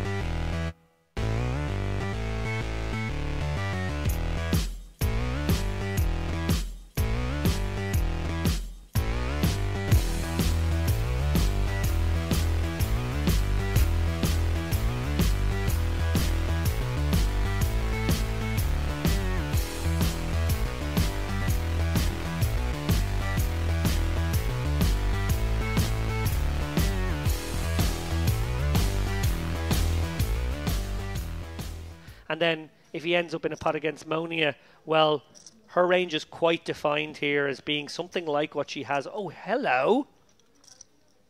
Hello there. Flatting with the ace-4 suited. Krasilnikova here to gamble, Gali. But I wonder whether or not this flat of the 3-bet is going to be dissuasive for the 2-10s. Somehow, I think Monica recognizes that Krasilnikova is going to have perceived wider ranges, and that's going to have had something to do with Tishkovic's choice to 3-bet. So she does indeed make the call. We are suddenly playing 3-ways for 72,000 pre. Yeah, to look at the point you just made there, I think it pushes in both directions. One, the perceived strength of Krasilnikova's hand goes up, but the pot becomes juicier for these 10s. Which have turned into an overpair on the 8-7-5 flop. Bad end of the gut shot for Krasilnikova. She does end up checking. And Monica can never really bet at this, although it is quite a setty board for her range. 7s and 8s can definitely be in there. Tishkovic will be very worried here with ace-queen. I'm interested to know if he even bothers c-betting a texture such as this against an opponent who, you know, first and foremost, worrying about Krasilnikova, obviously doesn't even have a pot-size bet back. And then secondly, really feeling like Monia's represented hand is going to either be a set or an overpair to this board most of the time. Very interesting to see if he even bothers. I like this sort of give up on this texture, given all this action. It's just getting a little rowdy. Seems very sound to check it back here and see what develops in front of him on this Jack of Hearts turn. Nina checking again. Tishkovic will be protected in that he may check back his aces and kings as well. So interesting to see if Monia decides to fire out a small bet here. Obviously she has the backup of the gutter here. Maybe won't want to call a bet later on, so making a bet here might simplify life a little bit. I don't think she's particularly worried about Jack X combos being in Tishkovic's pre-flop 3-betting range against the under the gun open and flat in front. Nevertheless, though, she does proceed with caution, given the vulnerability of these 2-10s. Yeah, this is a very precarious situation now for all players who are playing incredibly honestly as a result. I wonder if Krasilnikova can ever find a bluff now, given that she's been met with checks. It's sort of like door open. Maybe she's up against two decent aces, an ace-10 and ace-queen. Can she get them to fold? You know, this is obviously a very tempting spot where we know showdown value is scant for the ace-4. The 5 pairs, and she bets 28,000 into 72. I feel as though Tishkovic would have bet his aces and kings on the turn. Yeah, so agreed. No longer really has those trappy ones. I think Monica can discount that largely now and make the hero call against Krasilnikova, who might even have like pocket 9s here and still make this bet, remember. So she does actually beat some value. Tishkovic has just been outmaneuvered by the two ladies here. Okay, ladies. Nice call. At 10s. You win. Oof. So Nina, immediately aware that ace-4 is not a winner at showdown, announces nice call, and Monica will I was thinking about it. But I was take like, it down. Yeah, you can still have like ace-jack. Well, that was an optimistic call pre-flop, a sort of gambler's call from Nina. I actually really like the raw rind of the lemon. Well, I think perhaps she's just looking to release the fragrance. As now, Monica, third straight pocket pair, the best of the trio, queens, opening once more. But Nina did declare that the lemon hasn't been working, and she's not wrong. Yeah, I was just so Can I just point out, Monica, having opened for the third time in a row, said, I just hadn't played a hand in 15 minutes, and now I'm playing 3 in a row. I was so card dead. I think she was card dead for 6 hands. Right. This is the day's just getting started. Trying to peddle a narrative. Yes, you were so card dead for that half in orbit, Monica. We really were feeling sorry for you here in the booth. At least you've managed to open few hands since. Barca again a 3-better. Oh and my his King goodness Jack me! does so right in front of Malyarchuk's aces. This is disaster for Monica. And Nina decides that she wants to plow forward all in with this Jack-10 offsuit. Note that the Broadway card's all busy. Oh, this is trouble for Monica. Facing a 4-bet, in a way, Barca's kind of saved her by running some interference here with the 3-bet. That Malyarchuk 4-bet really does look very strong. I think Monica can only call here. I think 5-betting is a little dicey. As I said, Barca's 3-bet has maybe allowed her to proceed more cautiously. Krasilnikova's 22,500 may be perceived as, I don't want to say dead money because she's probably got some equity, but, you know, loose money. Juicing up the pot here. Oh, you guys. A little bit worse than 7-2. We could be going 4 ways here if Monica can find the flat. If she does find the 5-bet, it's a 5-bet fold, which is never nice to do with queens. Not. Yeah. So it's probably for that reason I like to call here. And I feel like probably giving away a huge amount of information here, actually, Monica. Clearly quite genuinely struggling with this decision. Right. It's going to look very weird if she raises now, put it that way. It would look brilliant if she folded, though. I don't know if that's available. She's aware, though, that this under-the-gun open with her table image has been 3 and 4-bet behind her. I don't think she's particularly worried about Krasilnikova's involvement, but a flat here, and it goes back to Barca where the action remains open. That's true as well. You flat, and then you can get squeezed again. 340 maybe. It is, again, one of those spots that if she does flat again, her range is incredibly condensed, but... Oh, yeah. not triple up. I like this decision on balance to flat. I agree with you, Ali.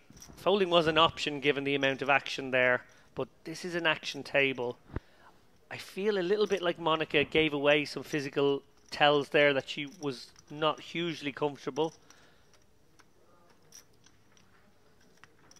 I think her hand is at least categorically face up. It could be an ace-king. It could be a jacks or a queens. She sort of really just like put herself in that category here. Krasilnikova's obviously juiced up the pot a little bit with what will be perceived to be a gambler's range. And Barca now getting an amazing price here if he wants to speculate, but not a nice hand to do so. And fresh off of amazing prices, having cost him a good bundle of his chips. Yeah. Will he find the discipline to get away pre-flop here with this King Jack? He certainly knows his hand is no good in at least one, if not 2 spots. Yeah, like he absolutely can be up against the ace, king, and the queens, and then we'll just not know which way he wants his run out to go. He is going to try to speculate here. Obviously, if he had a suited hand, we'd be much more on board with this. But anyway, look, what a pot. Edge of your seat stuff here. Precisely what Krasilnikova's thinking, by the way, is her all-in is now potentially capable of rendering her a quadruple up. And the ace-7-5 board is all Malyarchuk, and one that is good news for Monica insofar as she can get away from this now, especially without a heart in hand. Yeah, exactly. Malyarchuk actually very unlucky to make top set at some level here. Monica absolutely gets away. And Krasilnikova is going to need runners here. I was like, Jesus. Note that Malyarchuk decided to play it as an all-in. He has the ace of hearts in top set. Perhaps, maybe, could come with a milky sizing or a check back on that particular board texture where you're really holding the deck. And really praying that there's an ace-king out there, although maybe it would have called that bet. Okay. Eight. You're saying Oh, there's a no. chance. Yeah, 9 of hearts on the turn. Obviously, the 10 of hearts Lemon. doesn't give Krasilnikova a winning flush draw, but that 9 does give her the gut shot. Instead, the backdoor hearts do show up, and Malyarchuk ends up playing the ace of hearts alone for a winner as he hauls in the entirety of what is the biggest pot so far in the early going. Super high roller circuits, 730,000 in front of him. Easy money.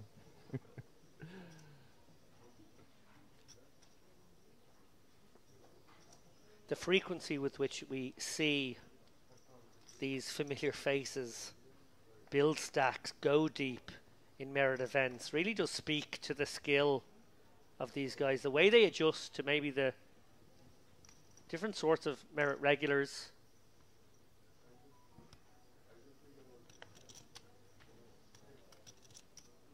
Quite a few familiar names there atop the chip counts in this tournament. We will keep an eye on outer table action as we see there actually top right of screen 585. We have already gone well past the 1.5 million guarantee.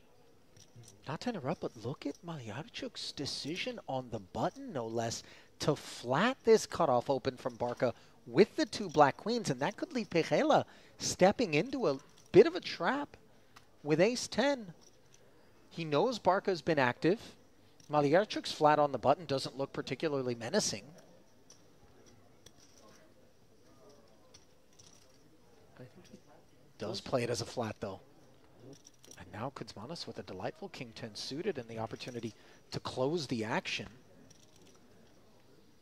Yeah, I do wonder if a big part of Malyarchuk's consideration there was how active both Pihela and Kuzmanis have been, maybe seeing a potential squeeze coming from either one of those guys and then feeling like he could back raise the queens. It is much more standard to 3-bet the queens, but he's got his wish. 3 bets to 36,000, and this is ambitious from Kuzmanis. It certainly feels like a spot where it could work, especially if Barca's opening light as we expect. I think this is actually going to work.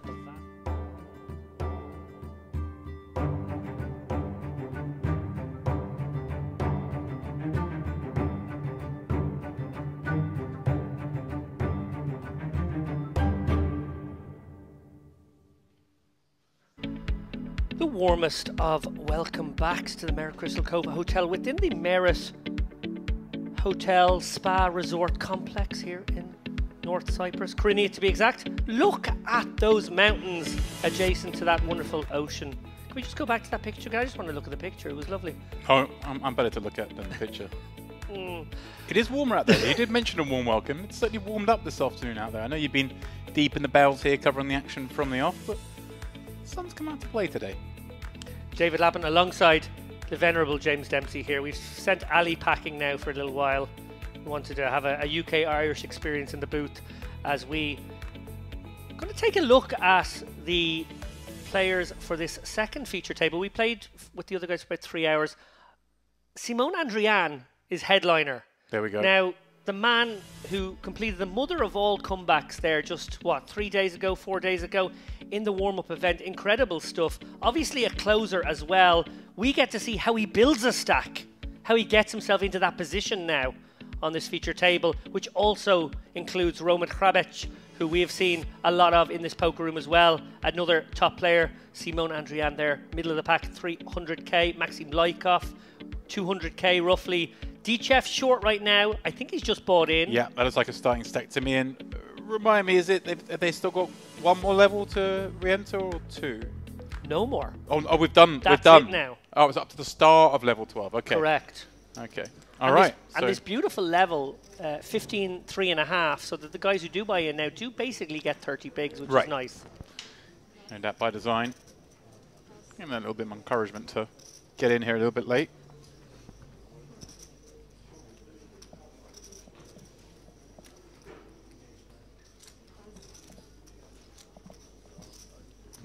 And Hrabec, of course, crushing of late. Won the Millionaire Maker, I think it was, during the World Series of Poker. either that or the monster stack, one of the, you know, the huge ones. Wow, what a sick field to get through. Yeah, I've seen him at the Tritons as well, more recently. Lovely to see the ladies so well represented. Obviously, we had Krasilnikova and Monika Zukovic on the last table. Karam here. Some Haymonia action.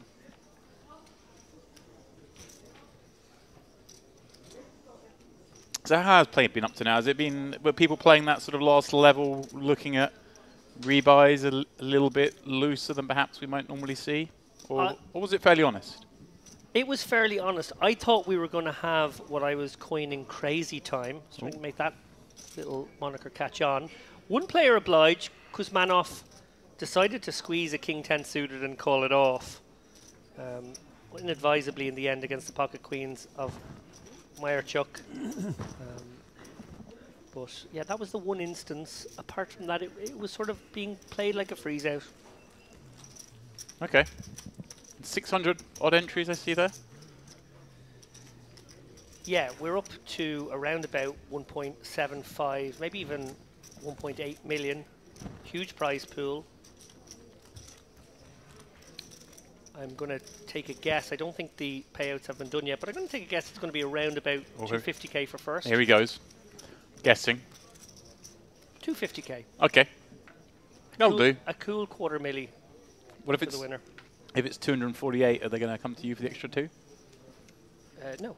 Okay. No. But Alina Jad, on the other hand. Okay. Yeah, that's fair. It's a much richer man.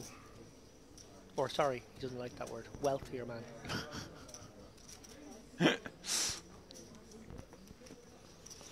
Well, always depends how the market's doing on any given day. As it is, Kravets raising up. King Jack of clubs and Karam getting a call from the small blind with Jack 9. He's due with healthy stacks.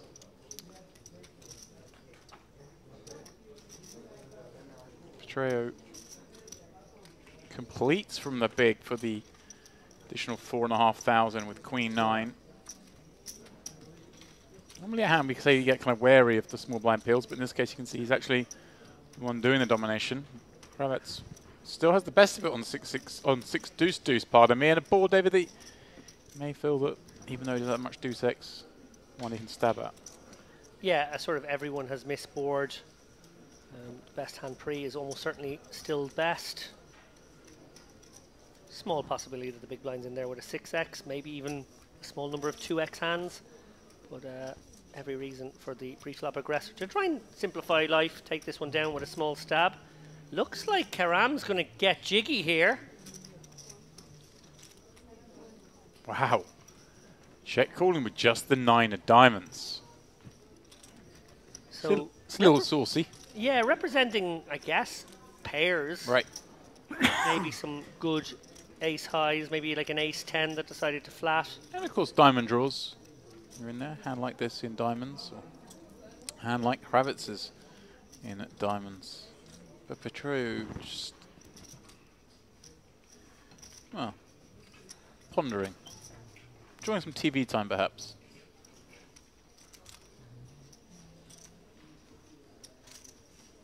I mean, he may have thought this was nonsense from Roman, but once Karam's called, not much he can do. So the 2 head to the turn. Kravitz in far better shape than he could ever imagine.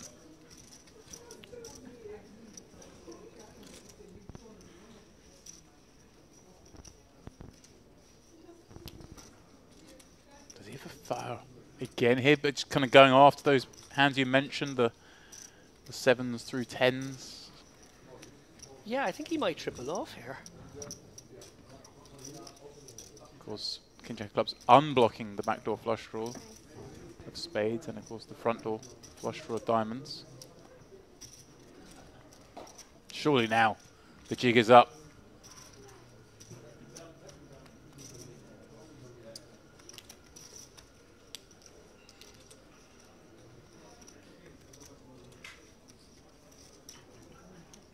I say that because Surely he is up, but Karam disagrees. She check raised here to 75k. What a boss move. This is amazing. This is incredible. Kravitz just in the bin straight away. I mean, how can he continue? Sure, it looks really silly and suspicious. It's merit poker optimal. It's merit poker optimal, but he's got king jack off. I mean, the question is, what would you do here if you had better? Karam sort of trying to say, hey, I've got ace deuce suited that peeled from the small. Maybe sort of ace queen of diamonds that decides to check raise, or maybe just some ace queen stuff. Not necessarily needing to be diamonds. Is he sniffing it out here? Is he thinking it's diamonds? Problem is, it could be a queen x of diamonds. Right, that's what I mean. It's maybe he feels like the queen x of diamonds always calls. Well, in theory it should, but as you said, MPO. Lovely move by Karam. First venture on our feature table. Puts the very accomplished Roman Horowitz just absolutely in the bin. Double barreled with the best hand. Got check raised. Wow. All right. If that's what we've got to look forward to this frame, we're going to have a bit of fun. Yeah, buckle up, ladies and germs. This is going to be a fun, spicy table, I suspect. All the ingredients there.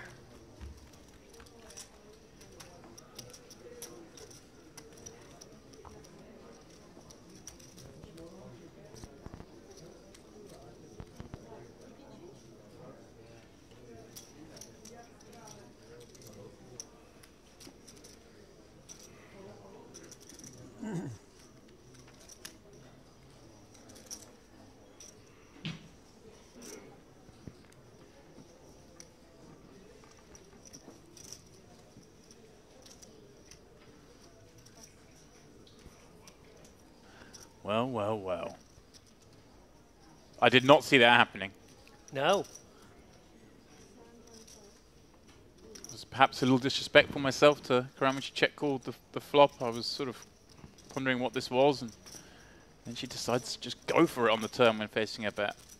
I thought there was a minimal path to victory, but she certainly found one. Elazmar kicking this off with a 10. Lykov calling in the cutoff with some form of ace, and Papa Petru squeezing out of the small part of me. I'd say we've got action.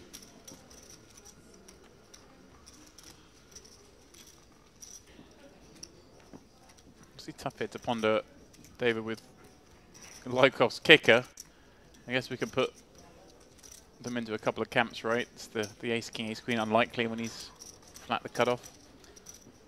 Yeah, more likely the ace jack, ace 10, or maybe suited aces. Right. There she is, off stage texting. Got one through. Watch the stream in 30 minutes. You're going to enjoy this one.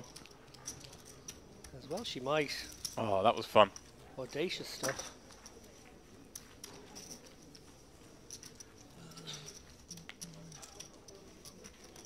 How's your morning, James? Oh, obviously you had the late shift today. Elongated morning, I'd say. That's how I see it, because obviously... Oh.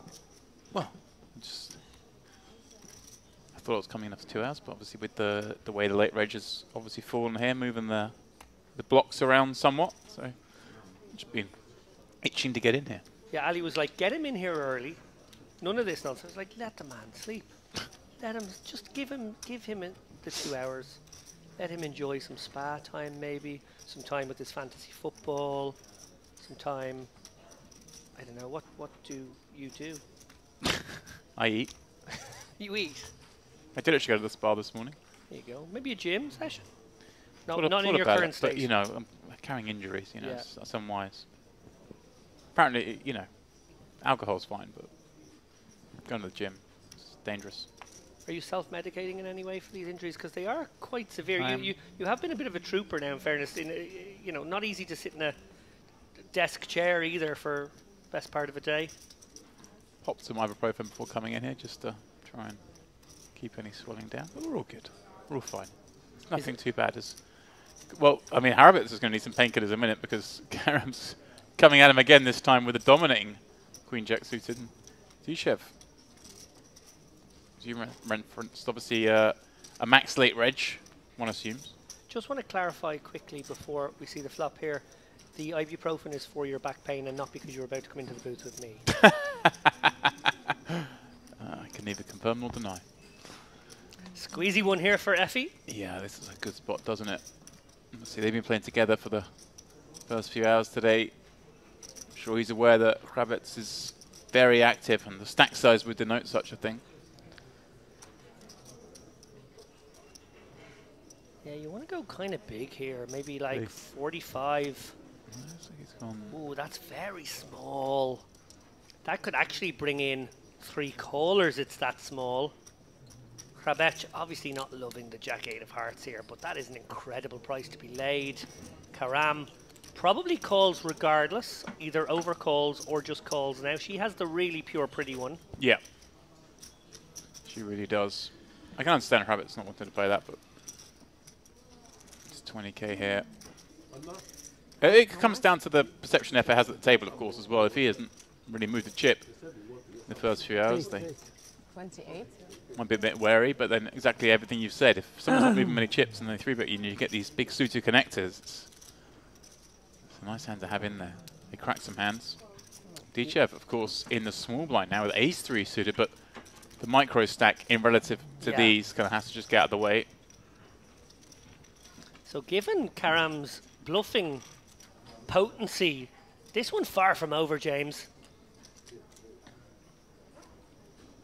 She has position in the hand. Yes. And a very similar board to the deuce 6 is the tray 7.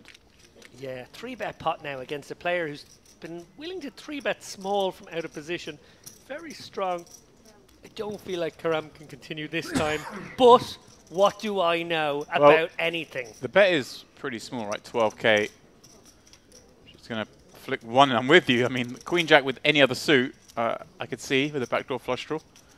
This one, very hard, but let's see how she goes, because she did this last time, found a way to bluff out the better hand, but Hefe is just firing again. Maybe he's seen enough of this from Karam. He's seen enough of her calling 3-bets, calling flop bets, taking it away from players. You're thinking, no, you're not doing this to me. Well, I may have highlighted the smallness of the squeeze, sort of a bet size more likely to see squeezing in position against 2 opponents and not squeezing out of position against 3. But nonetheless, he took the betting lead and he fired out twice on that board where presumably everyone had missed. Nicely executed from Effie. Obviously, some players do prefer to go a small ball route. It means they're going to have to navigate against more opponents, most likely, who's less likely to get folds pre-flop. But he navigated post-flop very cutely there. I like what I see already.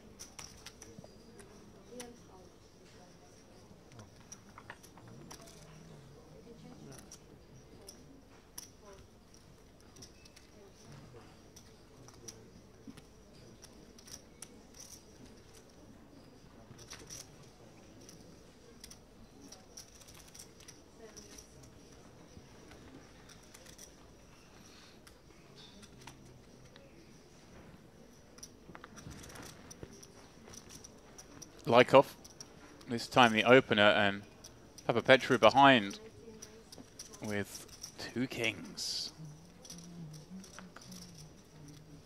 Going to 3-bet, very small as well, must be noted.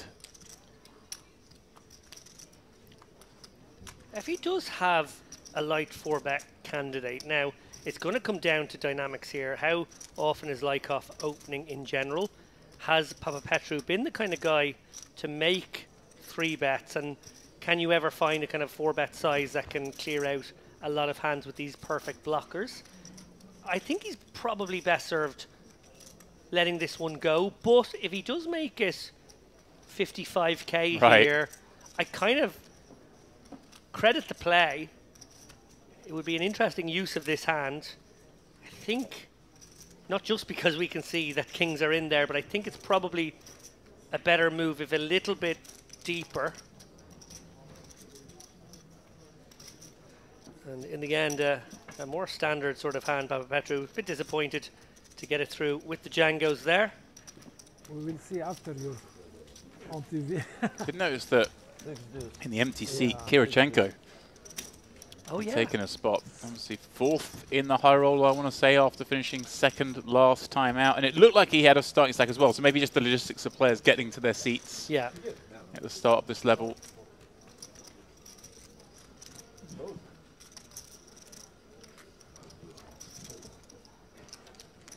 Do we have any word on our colleague out there?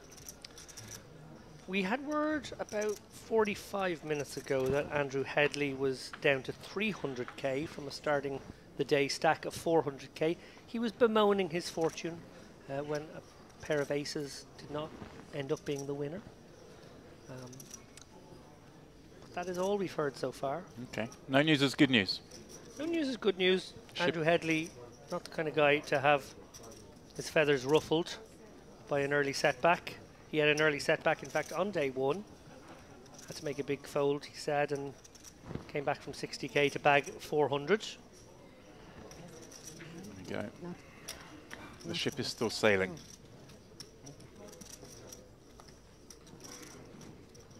And the morale is high. So I gather.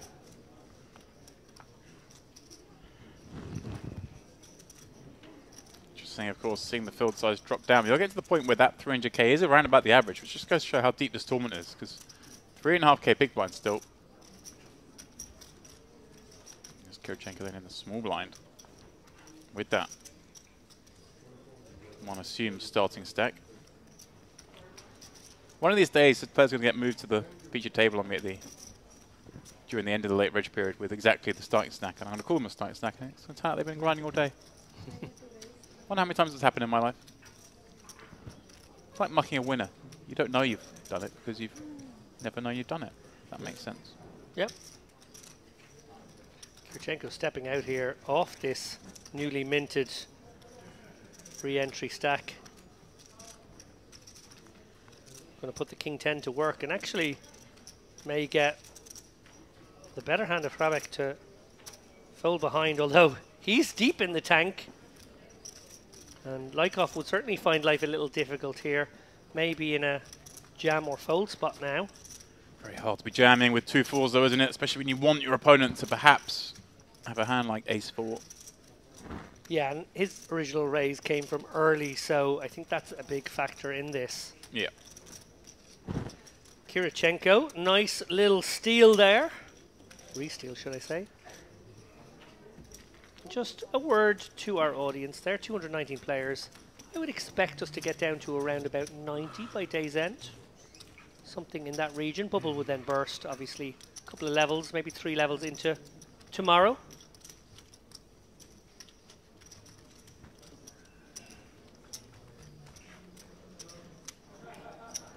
Thank you.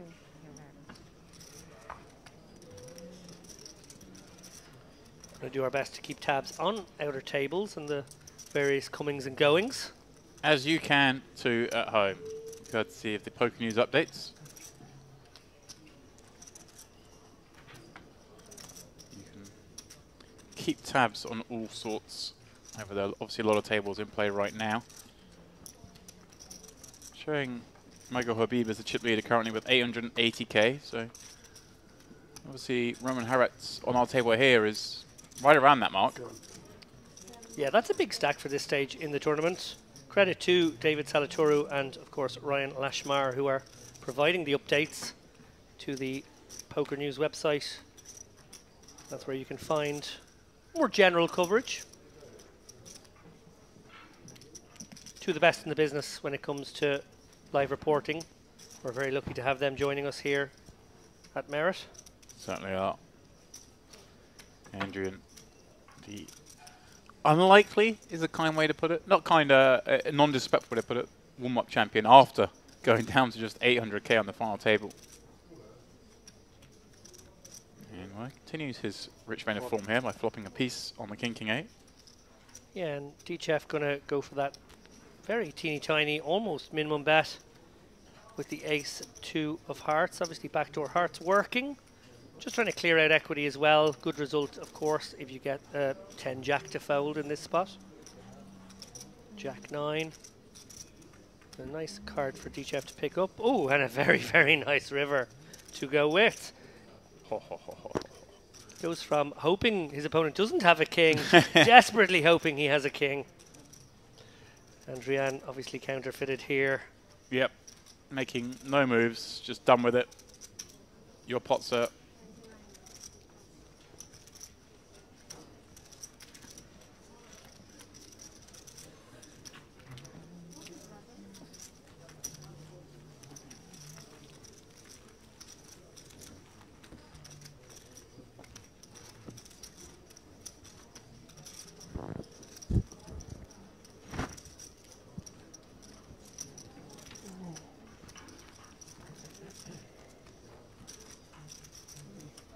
Which spa did you go to this morning, James? Found myself at the diamond. Lovely. Dip. Prolonged steam session. That's where a lot of these players today. Bust out.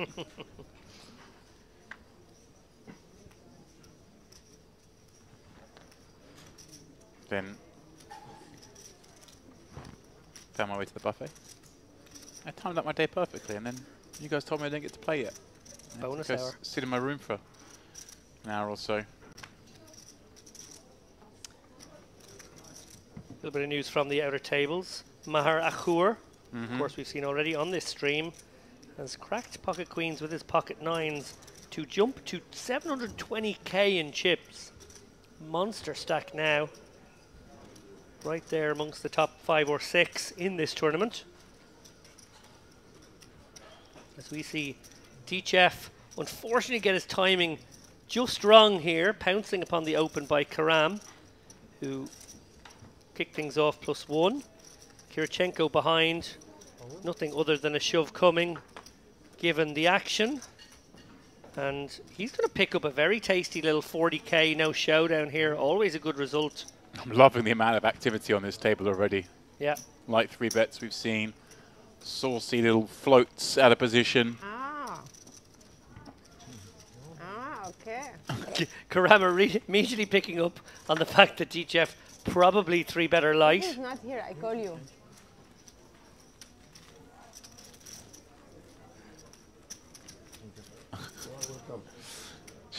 Why? It's the way she's saying it, like, oh, I see, okay, we're being dishonest, are we? No mention of the fact that she just floated Jack 9 out of position on a 6 deuce deuce and found a check raise on the turn. That one's okay, is it? That was allowed. That's sort of bluffing. Yeah. Well, that's the game, is it? Dishonesty afoot. A little bit of dishonesty out and about. You hate to see it. Talented Romanian player Adrian State, who I believe was going by the moniker Soiree on our feature table the other day when he came 3rd. Quite the party he had. He's up to 250k. On the other tables, Candido Capiello, also feature tablist here at Merit, 220k. Andrew Headley, 220k. He has been blinding gently downwards for the best part of the last hour, unfortunately. Death by 1,000 cuts, we hope not. I'm sure some kinder card distribution coming your way. Andrew, just manifest it. Manifest some big pocket pairs now, please. At least for long enough so that you can bust out on the feature table a bit later on today. I thought I gave him some solid advice. So just flop a set. Easy. It's the way to play this game. Kravets 10-8 in the cutoff. Little loosey-goosey. Lykov in the big one with ace-jack, pondering whether to play this as just a call, keep in some of this weaker kind of stuff, and have much more protected range, or just to raise this up against a player opening as wide as this. And he has elected for the former.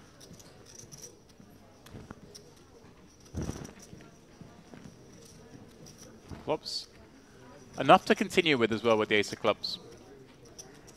How many levels we play today? How many levels we play? 8. 17 last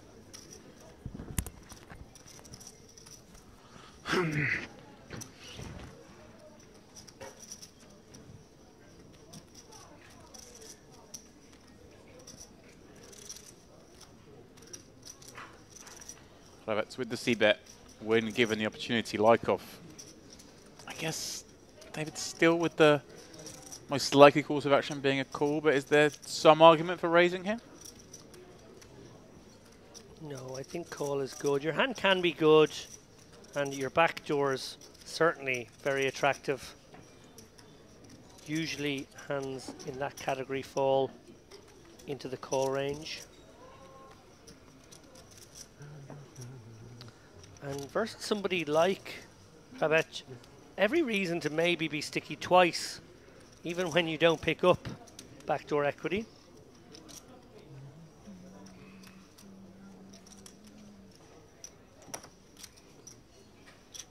I think Krabet's definitely wielding that stack early on. We see these opens with 10-8 off. We saw the open with Jack-8 suited up front. Seeing these high-frequency C-bets is assuming the strategy is going for. Interesting card here because Krabet's obviously with an 8 and with a club of his own. Kind of a good bluff candidate, but Lykov with the ace of clubs. Also reason to bluff, but might feel he just has the best of it. Yeah, his hand will be good sometimes, but his opponent won't have a 3 very often. Can't have the nut flush because you've got it. Probably would have faced a bet with a versus a flush draw on turn. So I actually really like the idea of turning my hand into a bluff here, getting ace-king to fold, getting pocket 8s, pocket 9s to fold. And fan of the sizing? Perfect sizing. Just trying to rep a 3, a flush. Yeah, 5-3, a very reasonable possibility here, as is 4-3, 6-3, queen 3 suited. And of course, all the flush combos one assumes would be peeling from the big. All the flush combos. So, question is, well, obviously we see Rabbit giving it some thought, but yeah. I'm interested to know whether we get called by a hand like pocket 10s there too often. It would be a very difficult one to call. I was getting saucy thinking, do we get to raise here with an 8 and a club? I think these guys have woken up and chosen violence today, and I feel like I'm in the camp.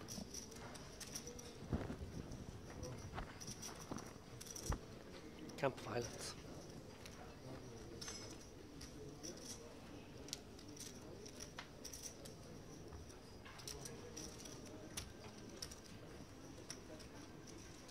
It's not where the Boy Scouts went in my day. Camp violence. Where did they go? They earned their merit badges. Oh, Christ. Which is, of course, what these guys are all trying to do.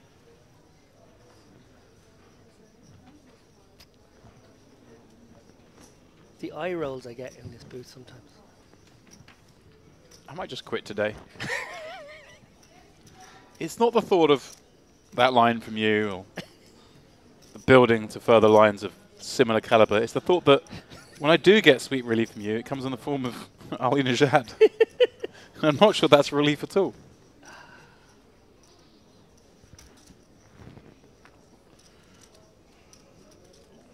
I jest. We have fun here at Merit. Everyone does. All of us in the booth. Those guys in production, and of course all the players here.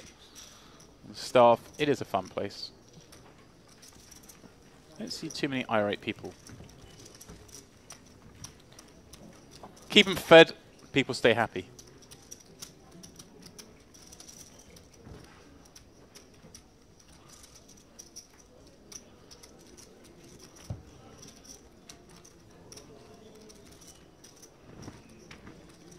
Couple of hands of calmness on our feature table. I foresee some big action. Given the right players in the right seats with the faintest amount of hand. What we've seen already, everyone's happy to get involved. And Kirichenko finds the aces up against the Chichev under the gun open. Now, flat. This seems like the flat spot, doesn't it? The guy's opening off, what, 22 blinds, 23 blinds? Yeah, he's just eyeing up the stacks behind to see if there's any squeezy ones that can squeeze shove. I don't think there's any of those, so it's more likely that he has to just get a murderer's row squeeze in any case. DJF's so shallow, it should really just be a squeeze all day anyway. Except the fact that, like, maybe he just has a hand that could call sometimes. Has he gone for the clicky sizing? Very he has clicky, the clicky. 17k targeting that short stack opening under the gun. There was But a squeezable one. There was. Yeah, this may well have elicited a 3-bet. Although on the flip, it's nice you get LS Mar out there with 2 4s that maybe he would have peeled with. Sure. You obviously dissuade the big blind, of course, with the 3-bet. They're going to call very wide, although we can see here, being results orientated, of course, that Papa Petru was always out of this one. Now the thing comes down to D-Chef. Obviously, this is about as it gets for his under the gun opens, isn't it? Yeah. But he's still going to stick around for just 10k, which validates the 3-bet. If we're going to get called by pretty much everything they've opened with, then let's just shallow things out here. 1.5 times pop behind, and we got the boots. Yeah, and Kirichenko, obviously the player who is likely to balance this range, clicking in that fashion. He's going to have some ace-X. He's going to have some fun stuff. Can he find now a check, perhaps? His opponent going to have so much of these Broadway combos. He's obviously still able to get it in over 2 streets. Doesn't want his opponent before a lot more happy with a hand like 7s, 8s, 10s if you just check back here, but he's going more standard line. I assume very small again. Yeah, it looks like he went just like 7k or something like that. Yeah, I think you're right. I think that was 7.5k, wasn't it? 6.5k even. Wow. Just giving his opponent a chance to go for it. Yeah, maximum rope being hand delivered there. Maximum rope sounds like an action movie star. Maximum rope. Yeah. Sort of traps his opponents. Villains are not so much pursued as become accidental. Well, I was thinking the actor rather than the character, but... Oh, you like a Vim Diesel? Yeah, like maximum Right. rope. Just Sounds like a porn star name. I wouldn't know. Kirichenko. He had aces, now has kings, as David takes us down the windy road of porn star names. You said maximum rope.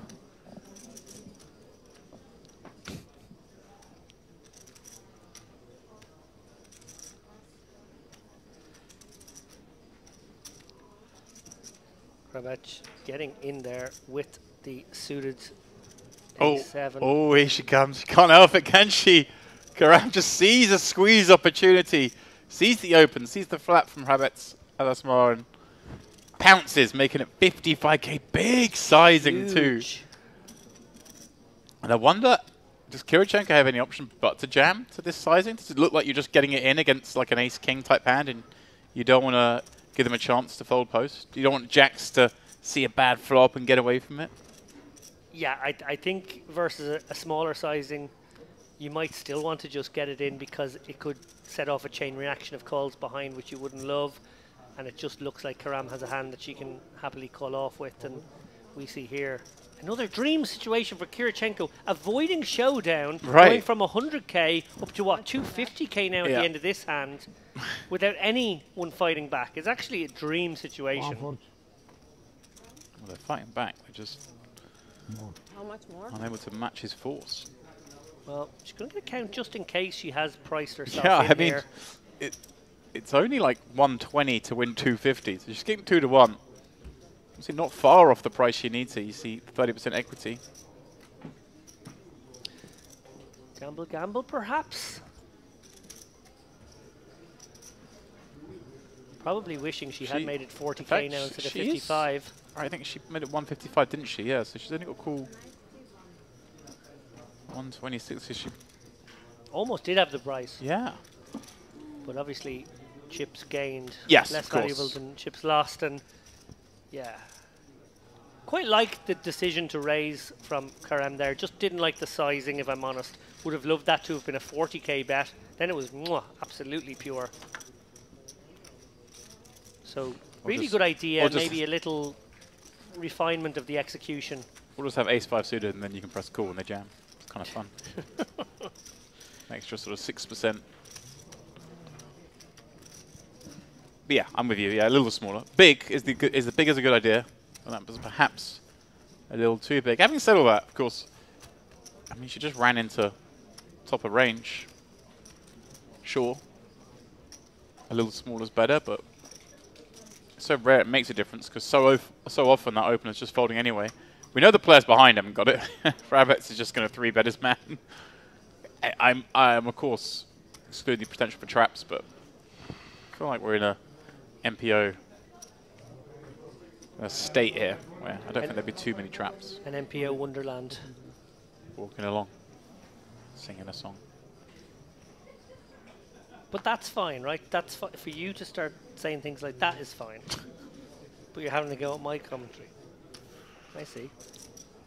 Nice and clean and, you know, morally safe. You said maximum row. This place is a winter wonderland as well, purely because there is no winter. It's just sunny and warm out.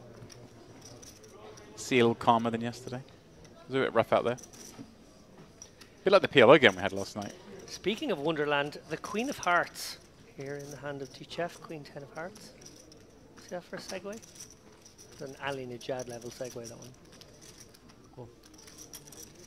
She was a character in Alice in Wonderland. Jesus, I have to explain it.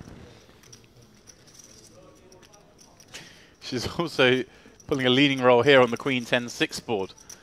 It's the supporting 10, most important. Yeah, action time here. Havetch not going away, I don't think, in any world here with the up and down and over card. Right. HF just doesn't have enough chips. Effie could lose some chips in this pot as well. It's actually checked through. Yeah, Rabbit's recognising perhaps that DChev's around this board. Doesn't really want to have to bet call it off, and as you mentioned, he can't bet fold. Electors check, take a card. See if he can't just get there a conventional way. DChef putting in a third of his remaining stack now with top two. Made life a little tricky for Effie, who might have to call once here. And then Rabech will probably have the right price. So, yeah. Would he call with a straight draw on a 3-diamond board, though? Against two players, it seems... Maybe not. Seems a bit optimistic. Maybe not, actually. Maybe that is... Decision point, I guess, comes if F8 does fold, then it's a bit close. But even then, it's tough for Rabbits, isn't it? Yeah, I suppose a lot of the small blind calling range will be suited cards. And the fact that the diamonds came in could dissuade, and may dissuade Rabech, as you just pointed out, James. I like that. Yeah. Just a bit dicey here. Outs aren't clean.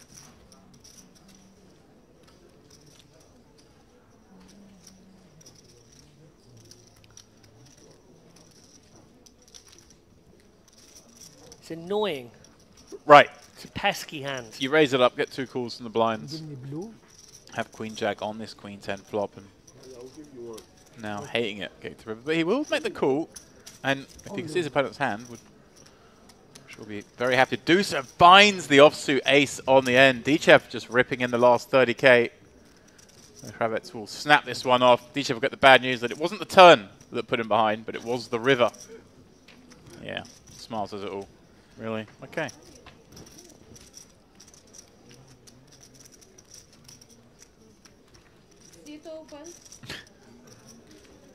Shake of the head, the raise of the eyebrows. Yeah, one of those ones where if it just gets in on flop, nobody really minds. Right. But I think as it played, he just feels a bit hard done by there. And give me blue. Do you ever feel hard done by? In poker, in life? In poker. Gosh, yes. Oh, you struck me as the kind of person who'd be a bit... Stoical? Yeah. I'm glad that I strike you as that person. Well, I've never had to play poker with you. That's why I said I've never had to play poker with you. Like, it would be a chore, but... Yeah, I spend my entire life walking around as if, like, why haven't I won one of these really big ones? Queen 10, yeah. Can't even imagine what that's like. Why don't I have a bracelet and WPT title? Why have I never won the Sussex 6-max special? Oh, we don't do 6-max. We don't like short-handed. We play 11-handed before we play 6-max. Why don't I work for Triton?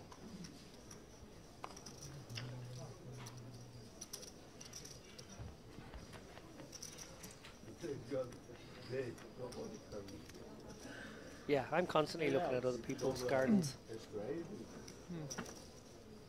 There are a lot of gardens in the island of Malta. It's no mostly urbanised. There's no grass in Malta. Where do the dogs go? I look into other people's balconies. Okay.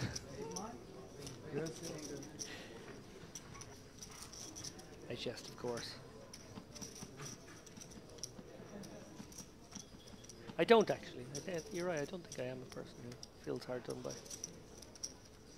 How can you feel hard done by when you get invited to commentate on the Merit Poker Western Series, Gangster Series, Carmen Series? It's just the life. Retro, vintage, all of them. We do live the life. It is beautiful here. We, often sing the praises of Merit on these streams, and I know you guys watching will perhaps have cynical ears that are obviously being paid to broadcast on this Merit channel, but it's very simple. They bribe us with dessert.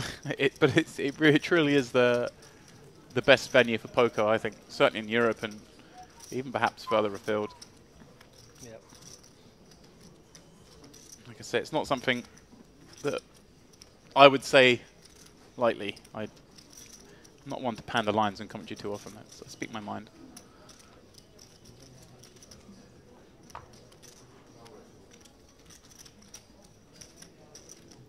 Yeah, I'm in a sort of position where I don't want to be doing too much commentary, but this place is possible to say no to. Oh, you're so exclusive. I am available for commentary. If there's any producers out there looking for a commentator who, probably we'll say whatever you want to say. Pun too many. I'm a jobbing commentator. Is that what we call it?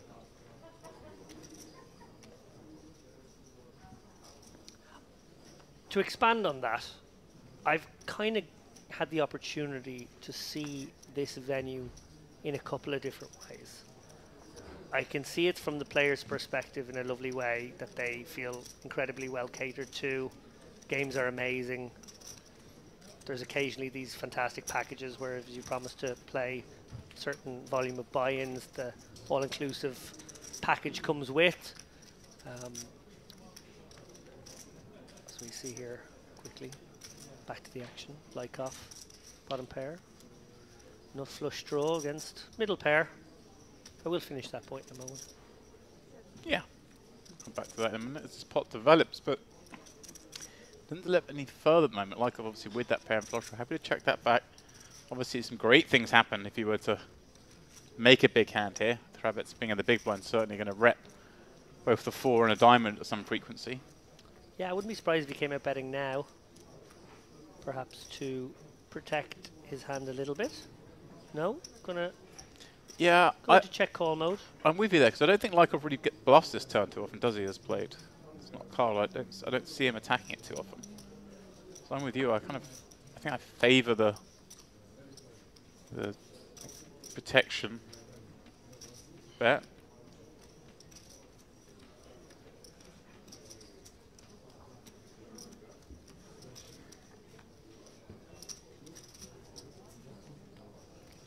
Ace is up on the end. He sort of gets there. Obviously gets there in a way that's very hard to ever get paid off by Lykov here. I mean, looks like ace high, opening up. Yeah. Checking back twice. Now betting the river.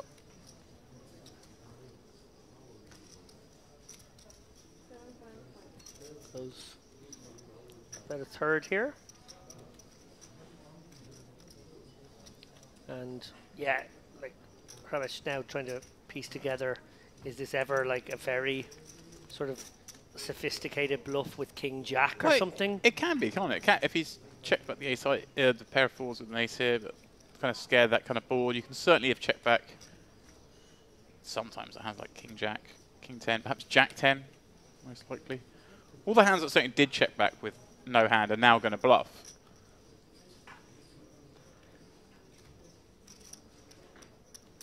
Yeah. When players do bluff, they tend to bluff the more obvious ways.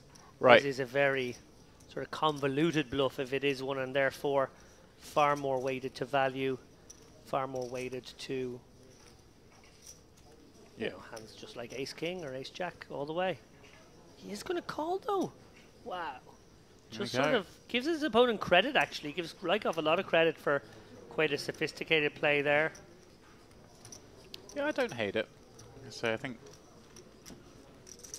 I'm not sure it's going to be good often enough, right. but I do think from a curiosity point of view, it's going to be good some amount of time. To go back to my point there, seeing this place from a number of different perspectives, you know, obviously the players one is an obvious one, and they are having a great time here.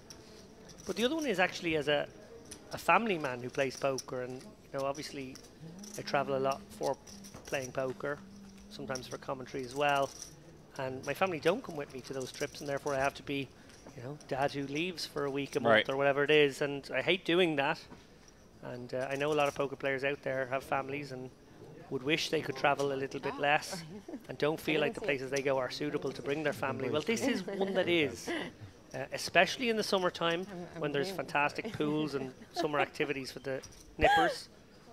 But even in wintertime, my two sons, 6 and 3 years old, having a great time. There's a kids club, which is inclusive as well. Staff here are absolutely fantastic with the kids. They can play with all manner of toys, video games. There's playgrounds. We've mentioned all the sort of adult and child-friendly stuff with the turtles and the petting zoo with the goats and the sheep. All this kind of fun stuff. Lots to do for them. If you're bringing your partner and your family, I would recommend this stop.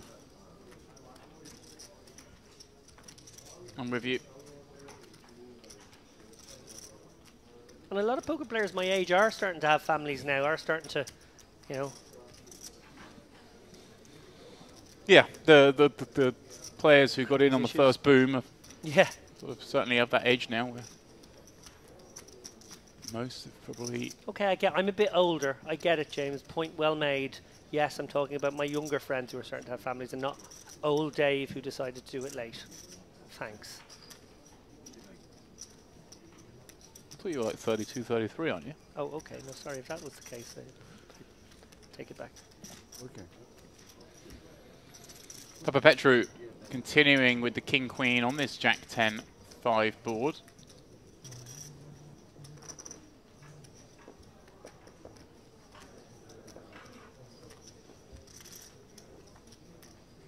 Gets there. I actually was too busy complimenting you to catch how this pot has reached this size with Adrian out of position. Did he check call here against a small sizing with the bottom end? He did. Okay. Dicey scenario up against the hand he was against. Thankfully, Papa Petru's hit the other side of the draw.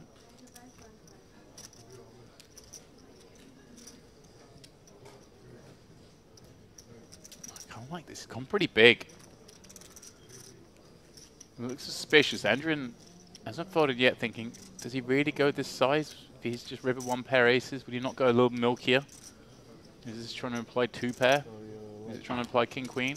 No, because I need to put.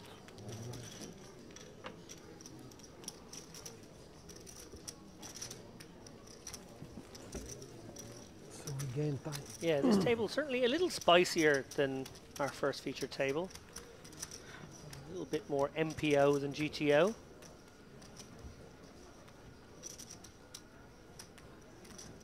Registration has closed in the Western 2024 main event. Yeah, if we use no use, I keep saying use, no news. There we go. The prize pool just yet. David's guaranteed it being a first prize of 250k. Quarter milli, definitely. If you win and it's less than that, he has promised to make up the difference. 1.8 million in the prize pool.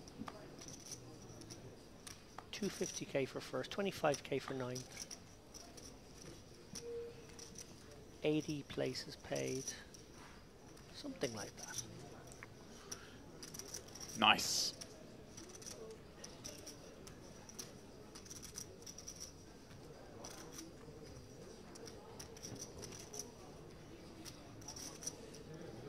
Short day, of course, today. These guys treated to short day 1s and 2s. Reason being, there is another tournament taking place alongside this one that you can play as well. The Mix Max. Yeah. Always the system here. And I believe is it Mix Max today and tomorrow? So is it the case they have a shortened day tomorrow as well, and then obviously an elongated day on the last day? Is that? I think I did have a schedule lying around here somewhere that I jettisoned at some point. Probably when you were throwing away all my papers. I started off passive aggressive with the with the cleaning up of desks after tagging in and out, and it didn't work, so I just moved to aggressive and threw all your stuff in the bin.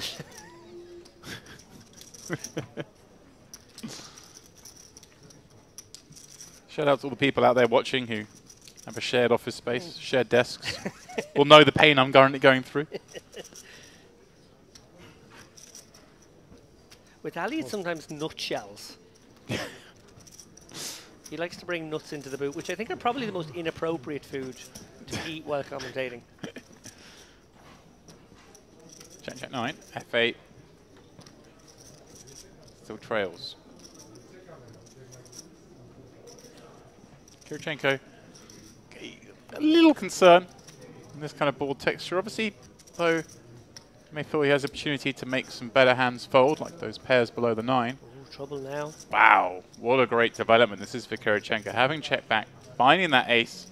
So FS still going to be concerned. There's some better ace-X in here that would have made this move pre-flop.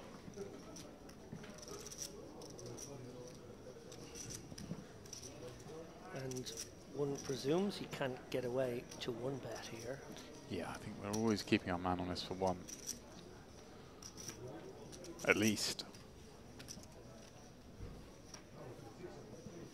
Quick call. And Kirichenko perhaps sizing his opponent up for a river bet now in the region of, I think percentage-wise similar, maybe a 35, 40k bet incoming here. Right, at this point, I guess you're thinking I'm most likely to get paid off by an ace-X. It's really hard for anything else to call. So let's just do a size that an ace can never really fold on. Well, it's a little larger. Yeah, just under 60%. Your mouth to his ear, James. Yeah, I think that's just F just wants to call. Found that piece. You got it. You got it. Let's see the cards. And Kirichenko, what a spin we are watching. 100k started the day an hour ago, maybe just over an hour ago, and already, my goodness me, up to about 350. Yeah, amazing. Obviously, going to go out on a limb and predict might not have been his first bullet. The fact Sure, that it was a it wasn't. max late reg. Definitely bust. Seconds, literally seconds before. Well, maybe he busts on day one and decided to just a max late reg for day two, you know. I looked at the Oh, you're such a cheat. Okay. Either way, he's in here, he's mixing, he's building up a stack. Has he been all in and called? No. He's done it without showdown. It's kind of remarkable. Well, sorry, okay, that last hand was shown down, but Yeah, you're right though. he has nerdled his way to 350k. Just had the goods, hasn't he? Karam makes way.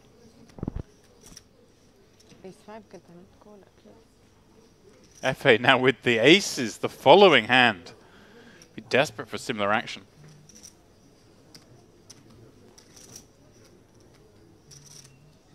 Might look steamy. Doesn't strike me as a man who steams though.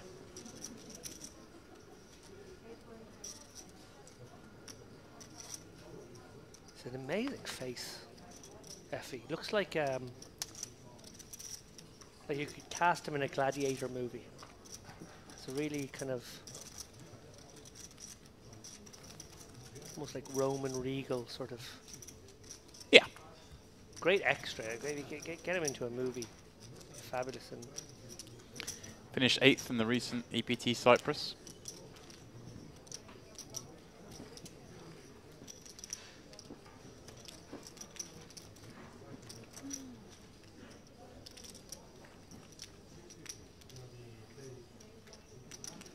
customer from the small blind. The rather optimistic 5-3-0 here of Elasmar. Pardon me, Slack Mystery finished 8th in the Eureka High Roller during the EPT Cyprus. Oh, well, still a big event, that one. Yeah. 54k and a 2k for coming 8th. So I'll give you an idea of how big the prize pool is in that. So no strangers to navigating these large fields. Yeah, that one, around about 1,400 players.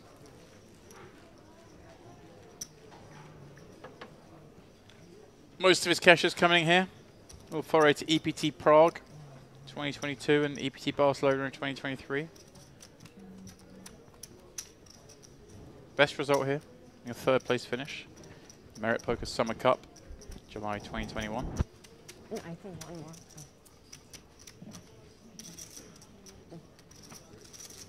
Oh, yeah, One yellow, give her one. one yellow, one yellow. I need. Thank you.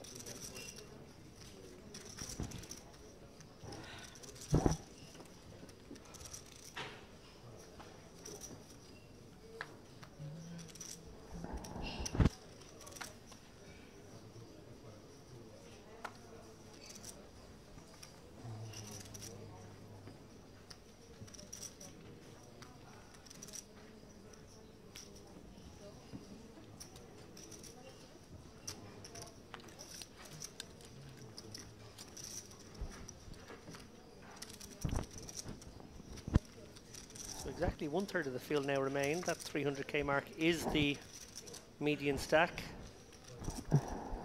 mentioned earlier, James.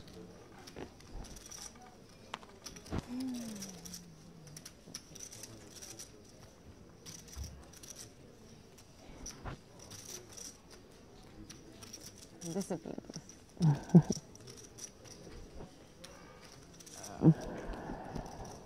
J'ai pas d'écart.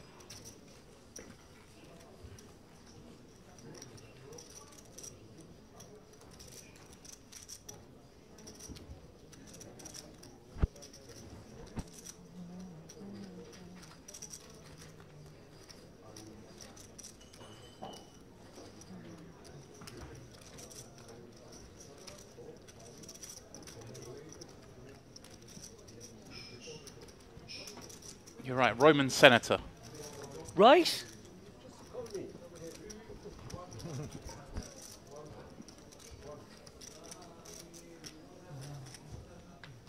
He strikes me as the one though that's kind of conniving in the shadows. Oh, he's one of the conspirators. Yeah. I can see that. But like not fully in. He's got a foot in both camps. Just Playing both sides of the self-preservation. Senate. The king and the Senate, he's sort of the go-between, maybe. Yeah.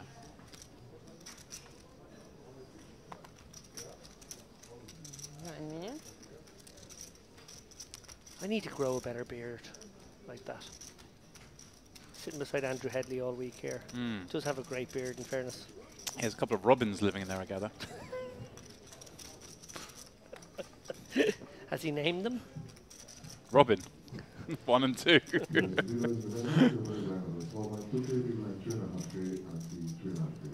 Karam coming with a pretty smallish raise here. Small to big. Obviously, we'd much rather see kind of slightly larger size if you're going to pop it up from the seat. But let's see how Papa Petru responds to it. If it's sort of bet that if it gets this hand to fold, then I approve.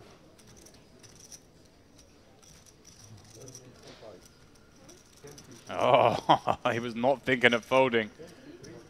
3x is it. Have that. Interesting. So many players would just elect to call with this Jack 3 suited here, closing the action. Take it flop. He just using the old big card, little card, but with that little suit there. Yeah. Working with him as a nice 3-bet. I like that. Yeah, bit of playability if called. As we zoom out, because I think blinds are up. Small oh my blinds goodness up. me! It's what? Okay, so I know we're supposed to be talking about the chip stacks right now, but I really want to fixate on something absolutely incredible about this tournament. We began the day blinds 1k, 2.5k. Then we had 1503. Now we have 2, 3.5. No, then we had 1500, 3.5, and now we have 2, 3.5. The blinds have absolutely crawled up This is extraordinary amount of play you're giving these guys at a lovely time in the tournament. Yeah, giving maximum playability, especially for the ones who board in late, still kind of wield, not get punished. And then, of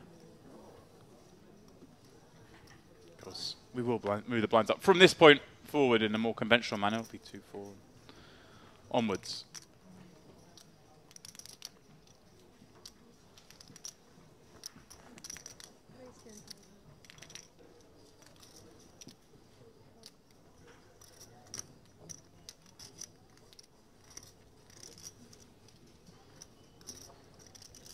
Karam on the button now with sevens. Facing a 3x from Elismar, who's 3xing off a shallow stack here of about 20 bigs. Yeah, Karam questioning something. I guess the stack size maybe. And looks like she's just deciding to 3-bet go with this. Might just stick him in here. And she has picked a spot where he has raised folds, turns out. And she's gone big in terms of pricing out those behind her. That seems to be her modus operandi there. We saw the large squeeze earlier. Oh! Oh, hello. Gamble time. Really? She says? Leaving 25 behind? Okay, off to the flop we trot. Well, for Karam's sake, hope there's no filth. Oh, ooh, wow. Partial filth. Yep. He's laughing. He loves it. She's loving to see that flop. Not loving so much to see that hand.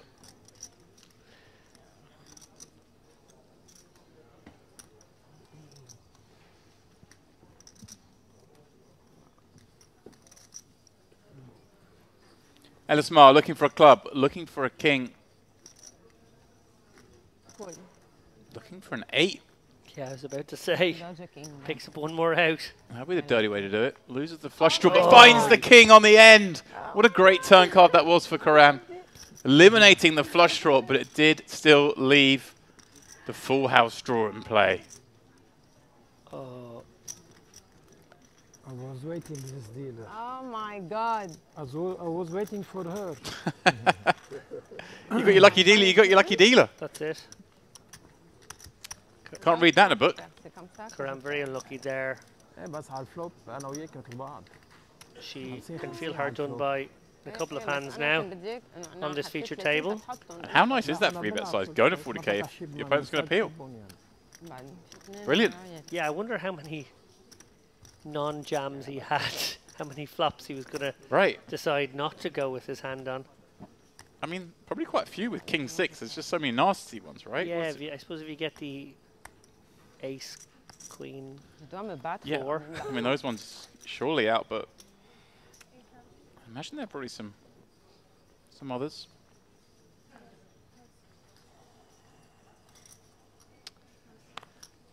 What is the gun? Light open here from Prabek with the Ace-8. He's getting out of line. Effie with the suited, somewhat connectable here. On the flop, we like have 50-50. I'll flop, but flap this one. 50-50. And Kirchenko quick fold. So dominating the Queen 8. Zrebek. Not anymore. Yeah, Queen 7-9, couple of clubs. Rebek's with the 8 of clubs working. He's getting frisky here, isn't he? The Ace-8 from under the gun. Just looking to try and run this table over, as you will. You know, last dealer, I didn't win. Checking back that scary looking board against a small blind peel, and well, things have got a little better for him in the sense that he's turned the straight flush draw. But look at this FA, also enjoying that turn card to some degree. Comes out betting and bets small enough that I can't imagine Rabbit's ever folding here. Does he ever raise, James? Yeah, I guess his sizing, think he's maybe against a one pair queen type hand, but like Queen Jack suited is not going to be able to suffer much heat. As we can see here, he's 25%, which is actually quite bad equity considering the hand he's got. Yeah, you called it. Here he comes. With a swift one. So fast. And you have the kings. The rabbits just look like, really? Can you think about folding to my raisers, please? You have to snap. Yeah, sometimes the really fast call feels drawy. Right. I've been there in the trenches where You have to calm exactly down. that type Yeah, of it's action not a good felt sign for you. like, What? you know, This hand, so you have to calm an down. ace of clubs in hand or an eight in hand سياحة بس تبرمك انتبه. with maybe some kind of club to go with. I wonder if Trebek now with ما أنت مت... unlikely to ever be the best I play hand 1 hour. I didn't take. will I didn't go take for one this. I hand. think he might. It's last dealer. Right, do you think Even that when you snap show call could be a 24? hand like the Queen Jacks you mentioned that are just like, No, right, you shove cool, 2 times. quickly. When you put 24, what you had? I will say in the camera, but what you had? When I make Doesn't 8 doesn't and you scream shove strength, does 24. it? Anyway, the snap call. No, maybe have an ace ace 10 10. with the 10 of clubs, or fold. the ace of clubs. Maybe ace Maybe jack. ace 10 too. The ace of two, clubs. yes, Some- yeah, ace just 10, that ace 10, kind of and you stuff. put 24. Does just knuckle. What you had? Sees it was one of the hands he could probably make fold on the river, in that it was the weakest. The one pair continues. Yeah. That's why we fold.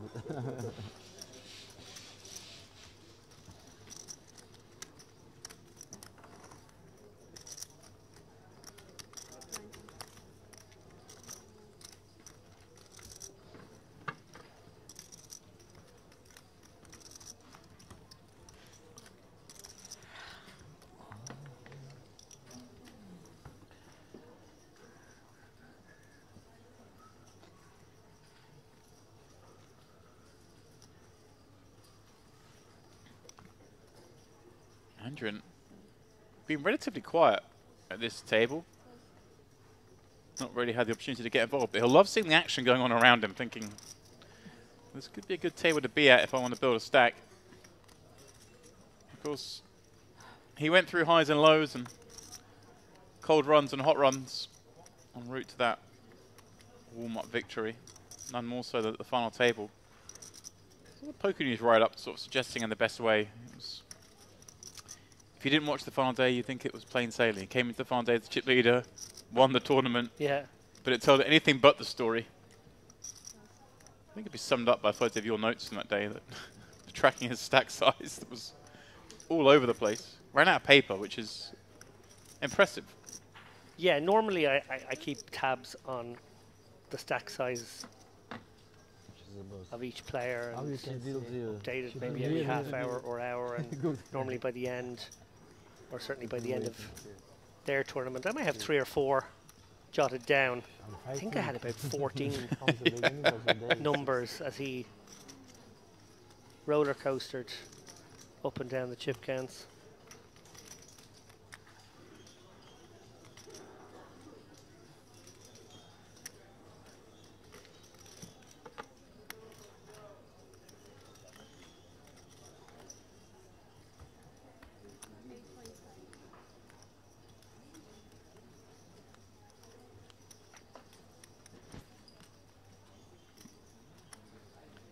Petru, huge flop for him from the cutoff with the 8-5 of spades, finding the 9-7-2 spade flop, but Rabat's in the big with a king, and well, perhaps unfortunately for him, depending on the runouts, a 6. Yeah, 6 is dynamite. Turn is a brick. I think Papa Petru was a must big bet here. Right, kind of just make it really hard for any 7 and a lot of 9s to continue. I think you can overbet this spot. I think you can actually like find a 1.5x pot on this exact board in this situation. Comes with the more orthodox, if you will, Yeah. 55-60%er, which won't get rid of Rabech's king, not No. yet anyway. It certainly would get rid of a 7, I feel, Yeah, and some 9s.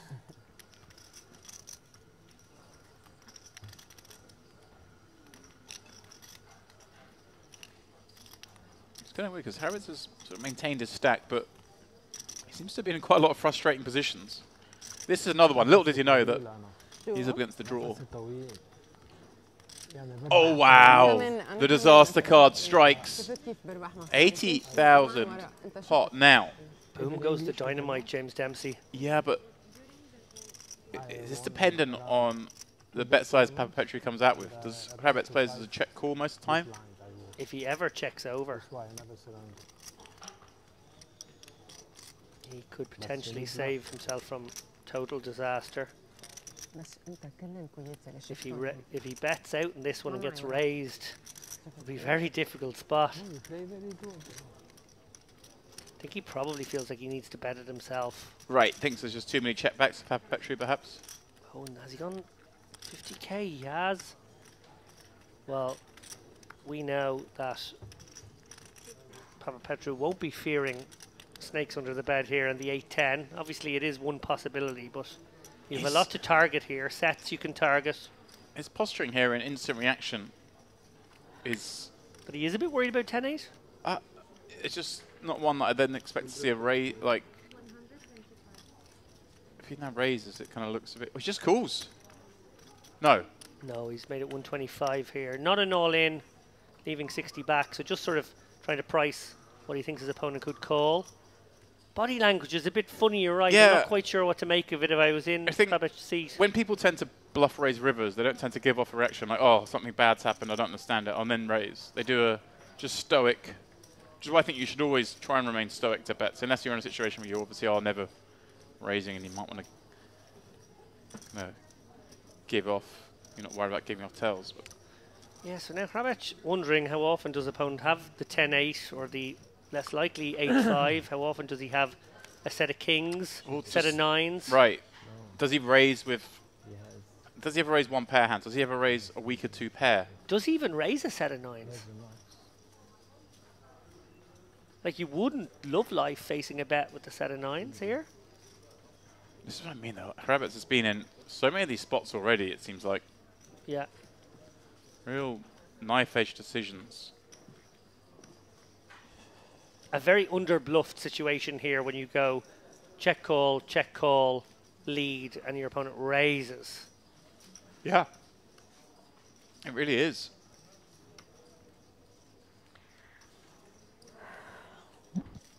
But he was very sticky earlier in a spot where we felt he could get away. I just got no idea with this one. Like you said, I don't think I've ever really seen many hands play out this way. Yeah. Check, call, lead, raise.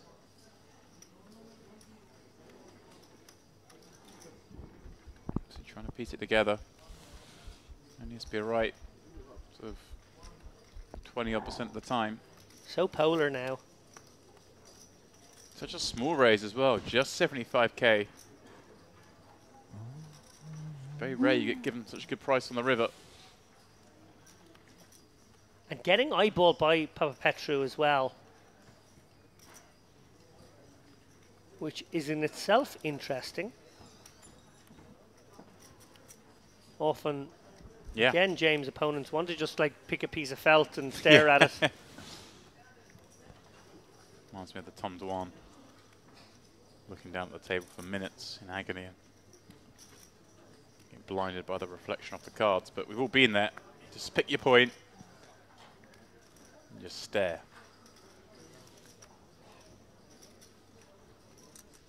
Understandably deep into the tank here. Will he come out with the right answer? I feel like he might. It's weird because obviously he's got 700k, but he is really facing the most difficult decisions at the table. And yeah.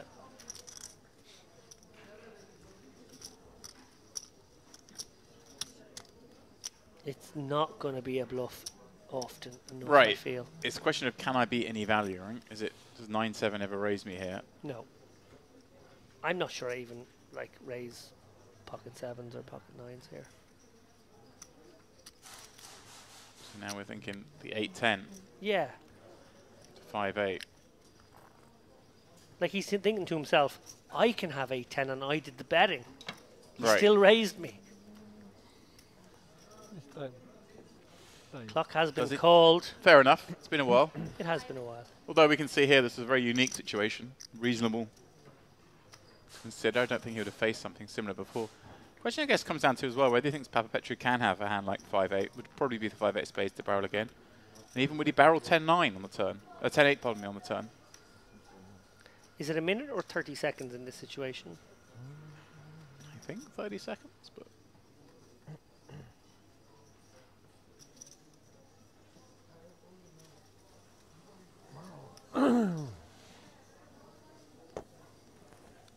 long, think wrong.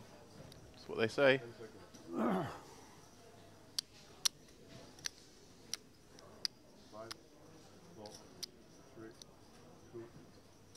Oh, he does call. Eventually makes the call. Papa Petra tables the straight. He really didn't want to call that. Oh my God. I thought he would find the right answer. قلت له لهيدا I ما really عاد did. يسوي بيك. قلت له لقله ما عاد يسوي بيك. Curiosity killed the cat. You see what I told you? Not 10-8. Okay, but Zev is a straight. Close, close. I know him. I see. I thought that he have 10-8 straight. Doing a little hand funeral now. Yeah, I love that. same. Honestly, must have had a whisper. Told you to have straight there.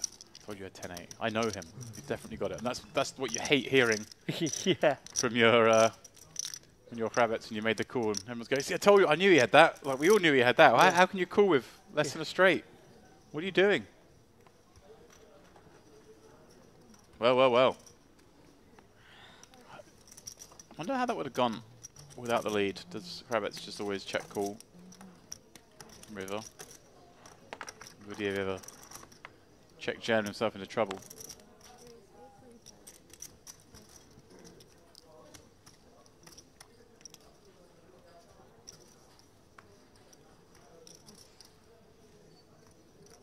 Lykoff, 7-8 of clubs. Effie has those clubs smothered here. Can go both ways from the cut-off, flat or 3-bet both reasonable. I imagine this one would be a mix. Well, he's putting out the raising chips. It seems every time we've had a mixed spot on this table, they've chosen the aggressive route.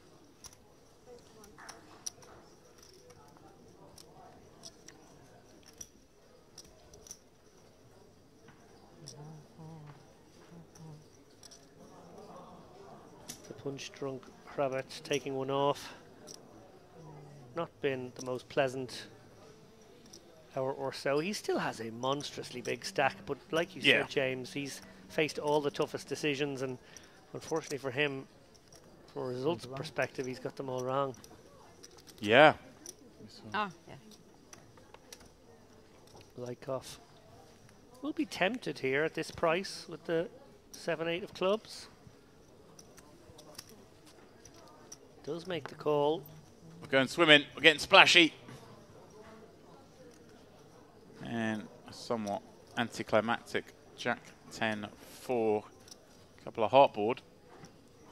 So FA is going to continue, and this will surely be the end of the hand. Interesting, it does decide to continue here. There, of course, with the overs, gut shot. I go small sizing here, just 12k. Set his price to perhaps see the river if he so chooses. Make out maybe some hands like the 7s and 8s. Might just want to fold on that kind of board texture.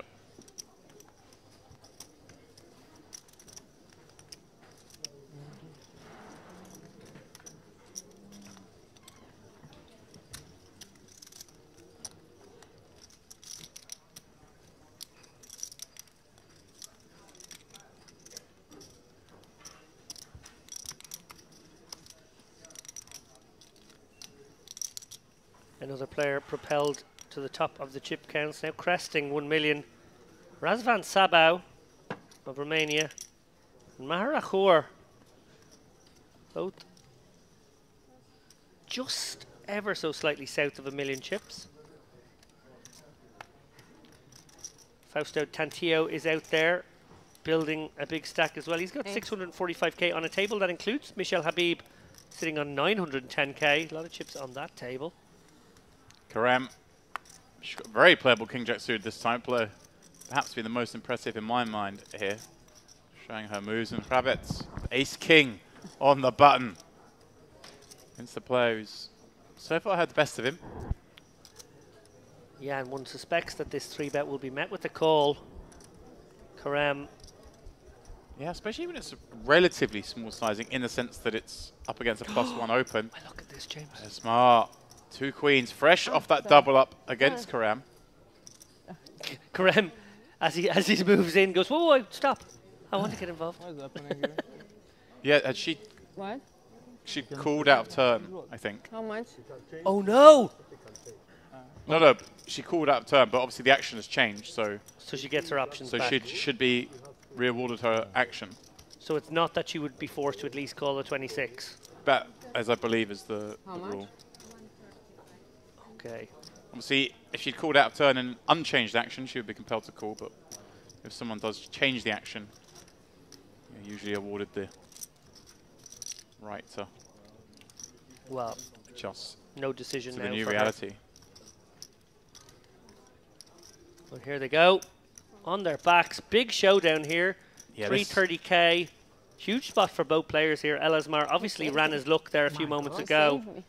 And he could be up to 320k from just 60 Yeah, a few moments ago. 60 in a prayer. Krabetch, who began with well over 800k, could be down to as little as 466. But this would really sort of compound the feeling that everything's going wrong for him as it comes 9-3-4. There are a couple of clubs. Still has 30% in this hand. Wow, if he doesn't spike here, he is going to feel very dejected, one would imagine, just how poorly this frame has gone for him. That is the case. And as you say, Elasmar, I mean, was all in with, what, 4 routes to go, 1 pull. Big comeback. And indeed, a big comeback now. It's over 300k. Good spin. Yeah, very nice spin for Elasmar, obviously with a real hand on this occasion. A classic race. But the loser of that race, Krabetch, She always brings me luck. he's been frisky, he's been authoritative, but he has gotten put in the blender and he has run poorly as well. Both with the run-outs and with the showdowns like that one. Sure, sure. He will be looking at a well above average stack as if it is pittance. It will turn. Yeah, Certain time it will turn. up stuck. Say again? No, no, Russian.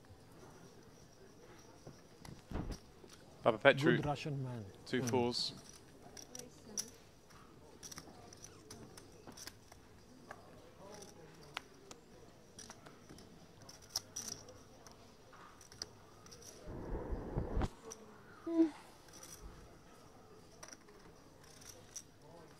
Me?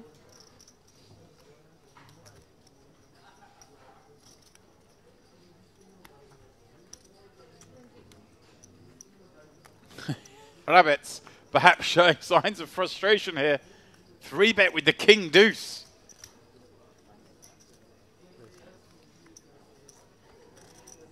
It's the last man who took a chunk out of him.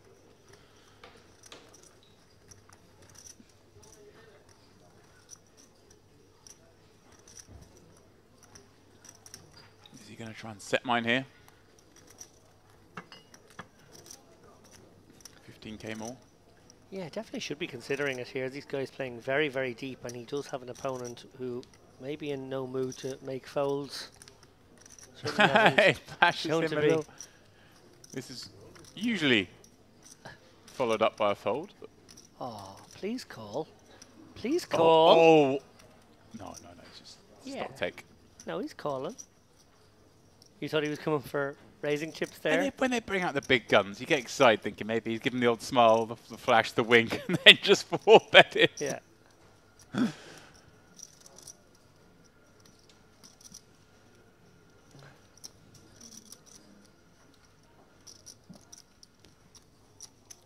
Does.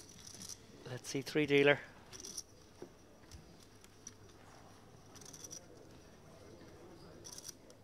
Well, an ugly board for both to see. This is still maybe the case that Petru can still win this pot at Showdown, right? You put too much It's kilo, going to find it really hard to bet this flop. kilo. Yeah, I know you. long time you His was- face tells it all right now. If this does check through the streets, Because I know you. we I know might say you many Kravitz years ago, just you know, blow up. Ah, okay. Maybe he finds a 10k bet here on flop. Where do you Right. live in Russia? Nope. You're right, James. This could This- happen. Oh, that It's, maybe, if but it's it's still such a dangerous card. We may Still- see the delayed bluff. Yeah, we might see the river bluff to try and get funny the Russian move here pocket to sevens play and online less like to this. fold. Or yeah, maybe a Jack 10 suited kind of hand. That's the problem. All the weak hands that he does have here that have hit this kind of do have to call once. Or call the turn, I should say, because they do have chances. Bluff here is really just trying to get, like you said, the 9s and the 7s out. Yeah, I really like your more sophisticated line here of waiting to river, but he is going to try to just test the waters here, and it will work. You know, Yeah. no way Papapetru can put on his cape, even for this amount. But he's found just the right part of the range, right? The small pocket pair, because everything else would want to continue. Unless he was setting up, of course, to fire another barrel. Well, I tell you now, if Papapetru finds a call for 15k here and it goes check, check, river, it might blow a gasket. It might be the last tournament he ever plays.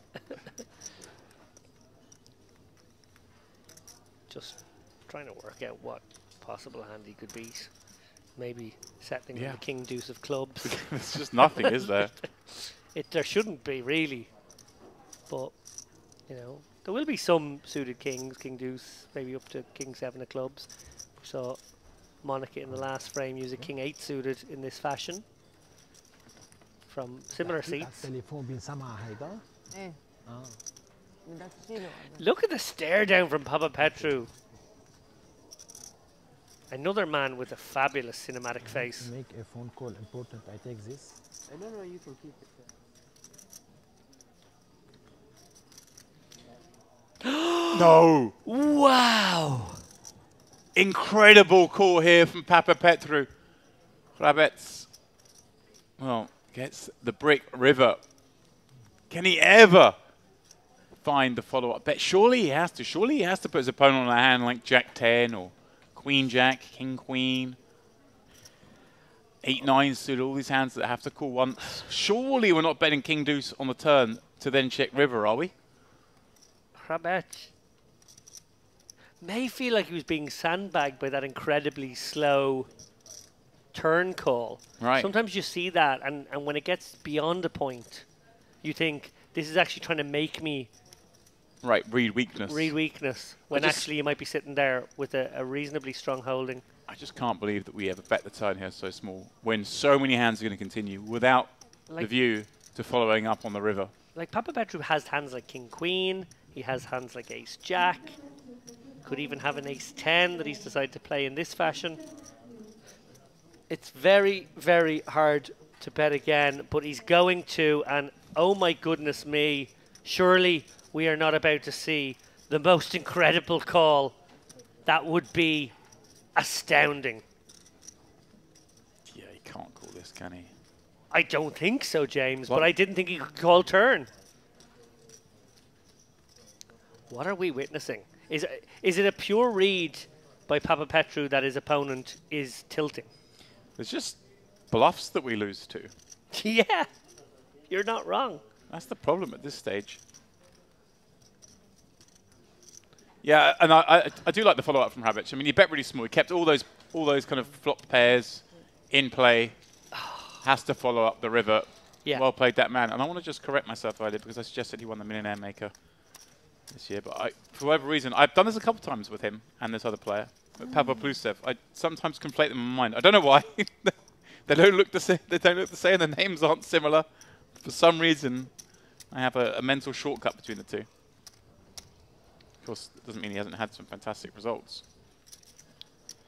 I will be keeping tabs on these senior moments, James, just from a friend's perspective. Head injury. The month you've had. You know, head injury. Of course.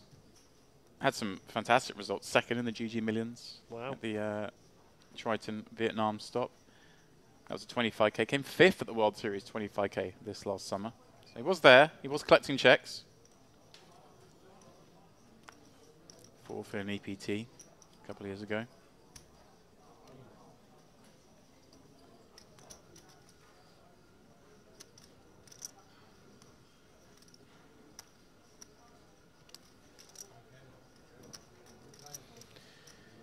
These hands haven't disappointed on this table. The guys are battling.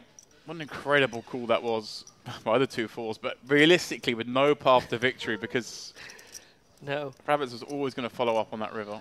Well, Andrian, we've talked about how quiet and disciplined and, you know, circumspect he's been. Finally does have a real hand.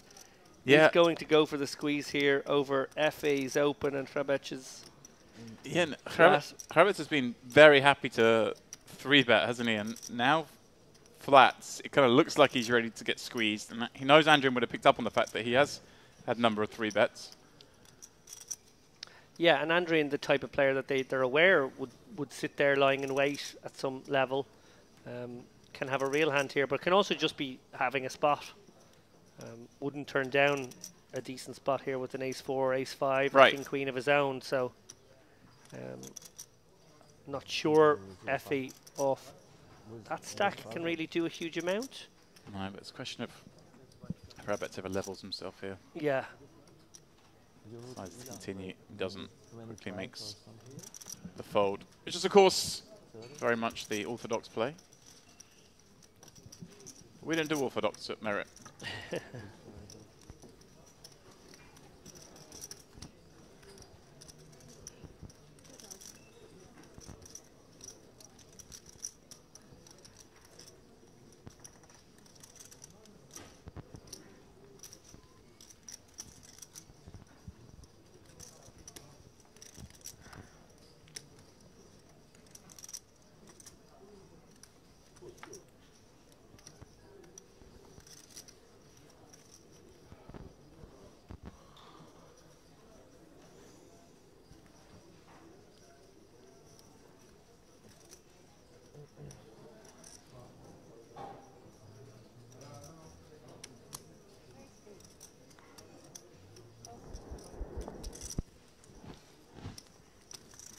FA at it again, this time King Jack.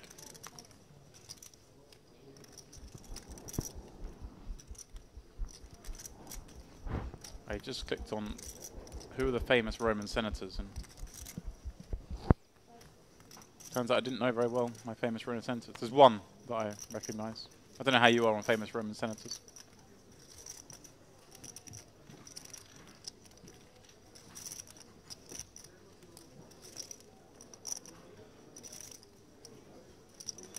Well, whilst you've lost your tongue, 10-8-2's flop gives Elismar the nut flush draw. If they with the Jack of Clubs working, he could end up barreling into the nuts here, as he is going to fire the first bullet. Palpatine? I mean, it's a bit of a cheat because basically I recognise a name being Gaius, but there's a million Gaiuses in the Roman Senate. That's the one I was thinking of on my shortlist that was presented here by my friend Google. Now, FE does go for a prudent check back here on the 10-8-5 deuce. And yeah, just waves the flag, and Elismar will win regardless of what he does. He is going to, let's try and bet out some better ace highs here. That's yeah, played.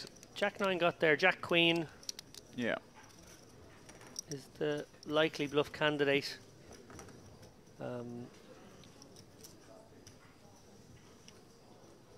Miss flush draw, but of course even the nut one is winning. Yeah, nicely done. Like that, just he's going to win whatever he did, but perhaps beating a couple of extra hands by betting. I've just looked at the chip counts, and I see a name at the very top of them with over 1 million chips. Oh yeah, do tell. Andrew Headley. Not Andrew Headley. Monica. Not Monica. Someone we love to see on the stream here. A fixture at Merit. Georgie. Georgie Shkalukia has 1,053,000 chips. He is the current chip leader according to Poker News. Shkalukia. Shkalukia. Shkalukia. Yeah. Yeah. Love to see it. Obviously, had a big result last night in our PLO cash game. Very big. Won about 60k in 3 hours, I want to say, the 50-100 game. Actually, sort of had a bad end to the game, unbelievably, losing about 10 to 15k back. All right, Karam. We know she likes to play aggressively. Right. Fifth. Over the limp, certainly it makes sense to try and ISO this one. Yeah. I think over raise, she was 3-betting anyway, David. I think so, and now she gets to battle with her old nemesis, El Asmar, who got his engine started with a optimistic play against her just an hour ago. Yeah. And yet again, he's facing off against F8. Taking a break from the Senate to play the 6-5 suited. Ace 9-9. And this is the kind of board that Karam may feel like, Elismar, do you really have an ace when you've limp called pre-flop? I think it's the first time we've seen him open limp. You don't typically give opponents these kind of hands, do you, if they start incorporating limps? So No. she fires 15k, gets matched swiftly. She's got the blockers to ace king and ace queen. She might be a bit more worried about a 9 as well. Yeah, and certainly No spades. Having no spade in her hand, scared of seeing that roll off. How many again? Second. Check. No, I love that. Just the awareness not to throw good after bad. She knows she's not going to win this pot, but so often your opponent's just playing hands as check call on that run out. Yeah, a little one and done. В основной руку.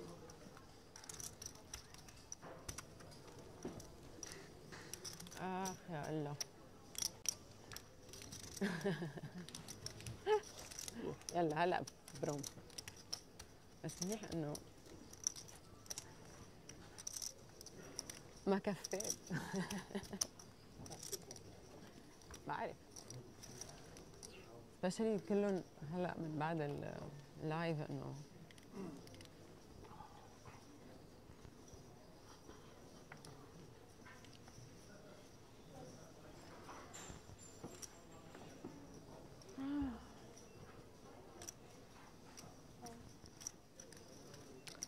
Elismar gonna get back on the horse.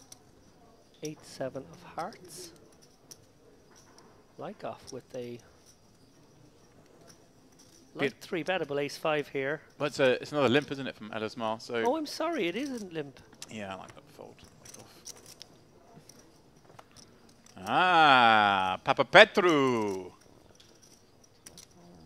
Yeah. He wouldn't look at a place in the Senate either. Nope. It's a great beard. Yeah. Some great beards on show here. Stroke that whilst hearing arguments, couldn't he? Even the colouring, even the, you know, it's a Yeah. very dignified sort of way it's greyed in pattern. Again, just mostly beard envy from the booth here. Yeah, I don't think anyone would ever look at us and say they'd look at home in the Senate. I don't think they had spiked up hair in those days. Referencing you, of course, rather than myself. It's been a good couple of decades since I had that look. Top pair, top kicker for Papa Petru. It's going to pursue value from weaker ace X, maybe some jack X. Unfortunately for him, 7-8 of hearts, barely connecting with this board. Now it's showing.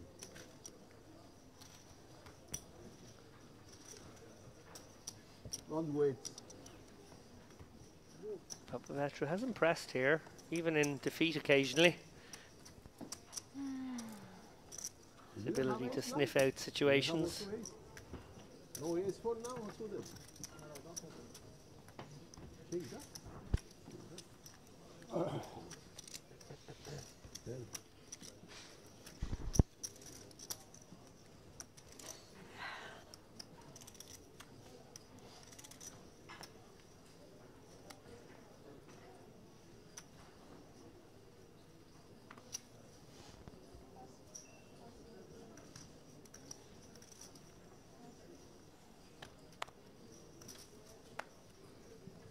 Karam.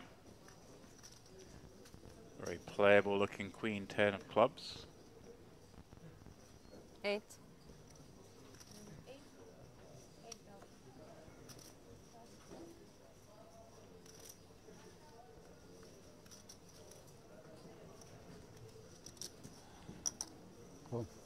If they're going to keep her honest from the button with his suited connectors.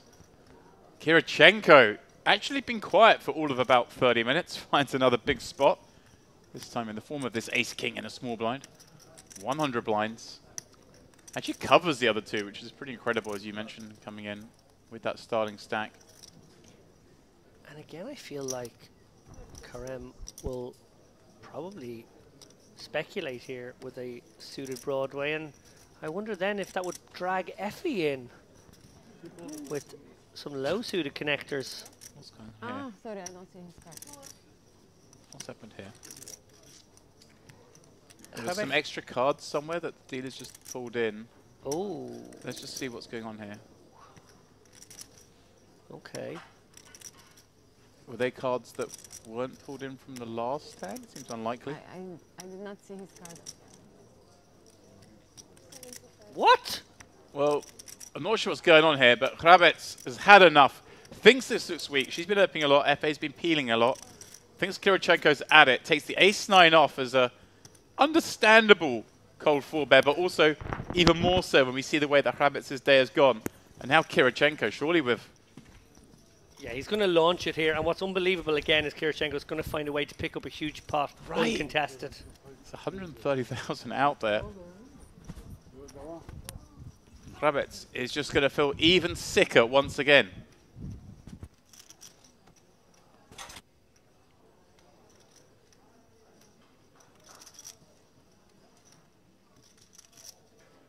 I don't think I've seen someone spin their stack up without any showdowns whatsoever, One, like, or with any, you know, one small one being at risk at all. Yeah. And that small one being, of course, a pot where his opponent was drawing dead on the turn. Yeah. All in. Oh, cut away just at the moment. I wanted to see the instant reaction on Hrabets' face.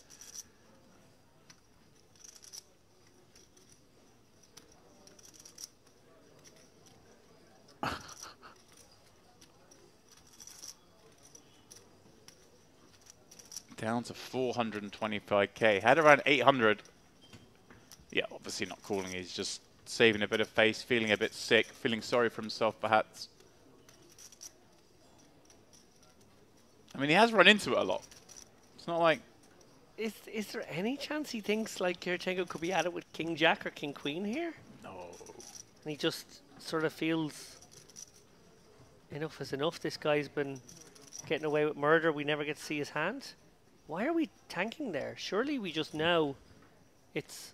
Do you think Hrabets is steaming and thinks, well, he knows I'm steaming, so maybe he's going after my steamy 4-bet? That's all I can think of, is that that is exactly what this is. And now he's going to somehow hero off, hoping that his opponent has some King Queens, King Jacks, and Ace 5s. This is surely not. This maybe just getting a... Just wants to know exactly how much it is, understand what the situation was, try and calculate a range in his head what hand wants to 3-bet, 5-bet against a cold 4-bet for nearly 100 bigs. So it's like 250 more into a pot of 675. So you need to be about 37%.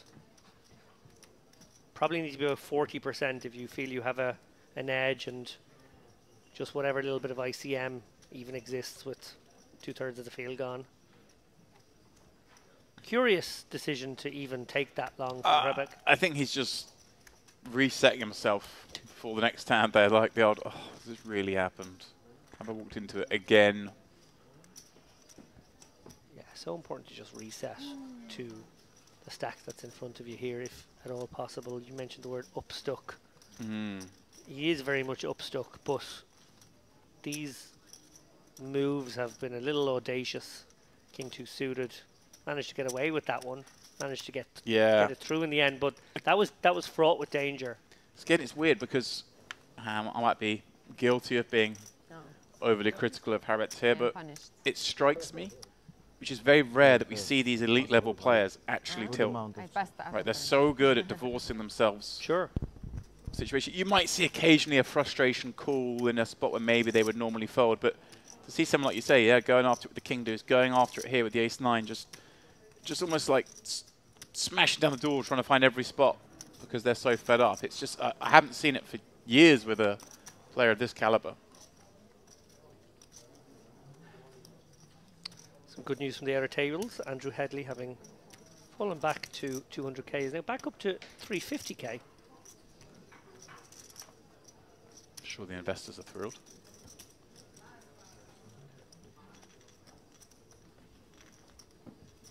Sorry. Which is, of course, 350k is fewer chips than Rabbits has, but imagine a very different outlook right now on how the tournament's going. He's delighted with life. Yeah. Such is the nature of tournament poker, or any poker really. See it in cash games as well, of course. Someone, the old upstuck thing. Then, yeah, I'm sure you've been there. You sit in a cash game, and you end up winning 1 buy-in on the night, but you've been down 3 buy-ins. It's joyous, but when you've been up 5 buy-ins and win 1 buy-in, you feel sick, even though you're driving home with the same amount of money in your pocket.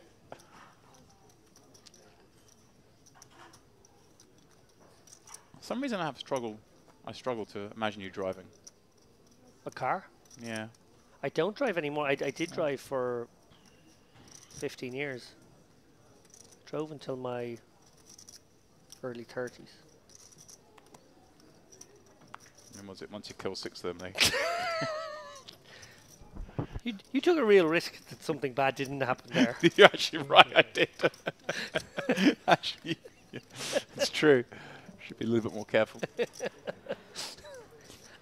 I should have. If only I could have on live on air. If I could have just kept the performance up and went, well, actually, James. Sorry, can't be even joking about such a terrible subject matter. Back to the action. King 3-3 here. Neither player connecting meaningfully. Kirichenko will be sneezing and winning. Pick up even more chips.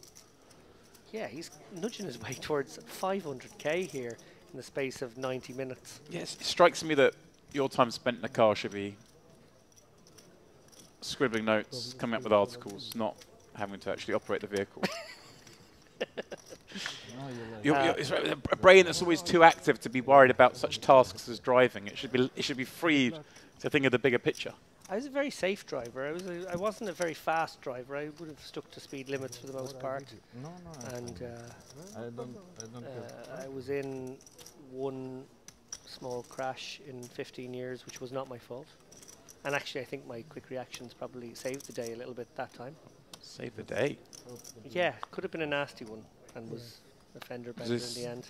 Is this in Ireland or in Malta? It was in Ireland. Yeah, no, I've never driven in Malta. I've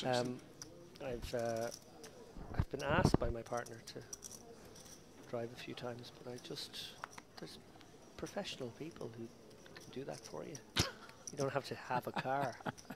Malta's a terrible place to have a car. I was going to say Malta. I imagine it's probably quite easy to get around if we need to without. Can walk end to end in a few hours. And Rian has been dormant, shall we say, but a dangerous. He's on standby. Yeah. Like the chickenpox vaccine in your spine. He is a dangerous dormant entity. Ace 10-6. All puppy feet. I've just realised that was a reference to something Andrew and I were talking about. So it was a callback that you're oblivious of. Okay. Sorry. Most of your things do go over my head, but if I wasn't even in here, I've got no chance. We were talking about shingles. Okay. A couple of days ago. Wow, you guys have fun in here. Highbrow stuff. There's me going to the spa on my breaks. I should just be tuning in. Small bet gets it done. So, you hear the announcement in the background there. 10 minutes away from our next scheduled break, which will be a 15-minute break. Slightly longer for you. You've been tied to desk start of the day. This has been stressful a long one. for you. My goodness. Stressful for you, isn't it? Never worked this hard. Before 10 seconds, 10 seconds. Yeah, I will be back. I think the plan here is to send Ali in for a 2-hour shift, and then I come back for the last hour with you. Oh, lovely. So you will have the pleasure, displeasure of my company. talking about shingles and Well, I thought we your might talk about some self-imposed other viruses. your self-imposed driving ban. I actually did a speed awareness course last week. Oh yeah. For those who aren't familiar, so in the UK, if you get caught speeding, you get points, and effectively you get caught speeding 4 times, you get banned. But if you just do a small indiscretion speeding and you don't have any points yet, they offer you the opportunity to go to a speed awareness course where you have to sit in and. Oh, that must. I think I'd take the points. Well, you could do it remotely in this day and age. So. Okay. So, but it meant, logging onto a Zoom call in my flat and spending 3 hours with other people, and it really did bring it home that a lot of people really don't know anything about driving or the speed limits or anything. I mean, I was there. I obviously sped as well, but yeah, it was a group participation thing. And many times you were asked, right, what would the speed limit be on a road like this? And there was one girl who just assumed, I think, the speed limit was 60 no matter where she was. Ironically, when it came to the motorway, she still thought it was only 60 miles an hour. Of course, we use in the UK. Yeah, it's quite scary. So you have to sort of participate every few minutes. They sort of task you with a question or a little project and or something to do. you write little things down, and you hold your number up on a screen, and everyone else holds their number up. Oh my god, that sounds amazing. Yeah. So it's not like because okay, I'm gonna make a confession now. I will tell this story after this pot's brewing a little bit, Papa. It is a little bit, isn't it, Andrian? Now bedding these thighs with a gut shot. Figures he probably has the best tan, but of course, Papa Petru with a lot to continue with behind. But Karam thinking about it. She doesn't like passing too many hands, does she? Let's see. In here with his nut flush draw. Can he ever find a raise? Kind of like. Guess he's just good sometimes. Yeah, and I feel like I say it a lot, but good things happen when you hit. Sometimes you can goose someone, and he's done it here via the ace.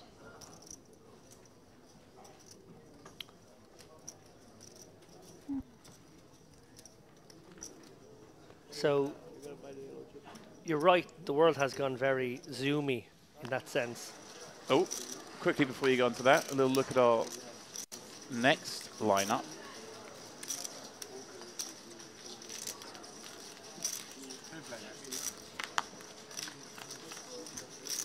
Jazar, I see there. Across the table. Oh, actually, food players. Whoa, there's a big. Elamore. There's a. Sorry, yeah, you're right. Yeah, you're right. Confusing the two. Obviously, they were on the same table earlier, such as the way my memory works. I see Giuliano Bolis there as well, who was sat in the 8th seat there, or the 9th seat, with the monster stack. And he's a man, David, that the other evening I had the pleasure of dining with. Oh, lovely. The day he arrived, came over an Italian contingent. They popped in, and obviously we jumped into the main event the next day. And there he is with what looks like a lot of chips. We wish him all the best, and obviously you will be calling the action with him after. We take a very short break coming up now in just a few moments' time. Before I go, I do want to make a confession though. So the world's gone very zoomy. Parent-teacher meetings are done online now. You don't have to actually go into the school. The teacher will pop up or whatever. That's convenient for your parents. Yeah, and but occasionally there's these kind of group parent-teacher meetings where they want to just inform the parents about stuff, and they are absolutely unbearable. But you have to attend. So invariably, I will attend, and then just mute it and make breakfast and watch CNN and just like do other things, and then occasionally run over and sort of say something halfway relevant and then turn it off again and give the impression that I had been paying attention to these things. Kind of the same strategy you take the commentary. Touche. Papa Petru defending the flop here with this 9-6 and finding it on the turn. FA's going to feel a bit upset when he sees this one.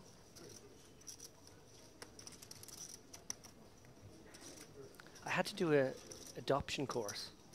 So I have a little boy, Nico, who we adopted a year ago to the day. And we also had to do that via Zoom because of COVID. And we have a child, But I think the assumption is a lot of the adoptive parents don't have children. Right. So you do essentially a parenting course. And we sort of felt like... Can you just hold one up and say it's still alive? Yeah, but so much of it was basically about, like, don't drown the baby. Don't, like, drop the baby. Everything was like, don't put the baby in the microwave. Don't leave sharp things around the baby. And we were like, we already... Baby is not dishwasher safe. We've already mostly figured that out.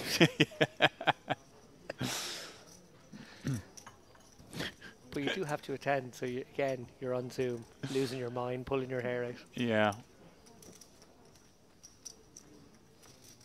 Yeah, I think it's a good thing I didn't go to one of these courses in person, because if it was the same lineup, I might have told this young woman that she was a complete idiot. I might have lost my rag. She kept saying stupid stuff. And obviously, in that, you want it to be done as quickly as possible. And so you don't want to add anything unnecessary or ask any unnecessary questions. No. And then there was a person who kept going, "Oh yeah, but isn't it? Oh, just shut up. Stop. We can see the slide counter in the bottom left corner. Like when we're done, we're done. We can all just get on with our lives." I have a great version of that. My missus we obviously went to prenatal classes before our first son was born. A good thing to do if you're going to be a parent. Again, I'm going to shut up for a moment here. Yeah, hand going off. Interesting hand. And it is a big one, potentially. And it could be, perhaps, Hrabets rebuilding some of his chips. Again, normally a board we're concerned with the small blind peeling. They're going to have a lot of these kind of cards that make this board, but the way Hrabets has been going, and of course just having the hand he has, I think, very much justifying betting. Petru, the man who called him before with falls on the turn with 4 overcards. Certainly not going to fold this pair, gut shot and backdoor diamonds, and nor should he. Checks again, and now this is another one. If Hrabets, for whatever reason, gave up here and lost to a 10, we'd see further emotion.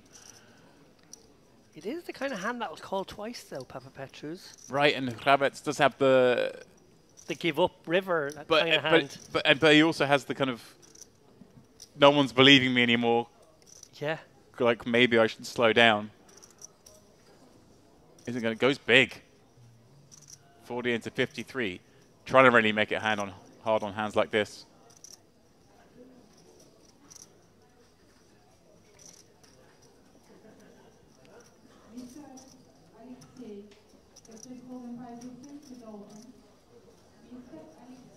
Patrick, can he pass the test for this size, David? It seems very large. It's tough. And last time, I mean, he put the cape on, but then still got blasted off on the river. Must be thinking the same thing's possible. Well, if you want to put the cape on, this is a better one to put the cape on for. At least your hand can go somewhere.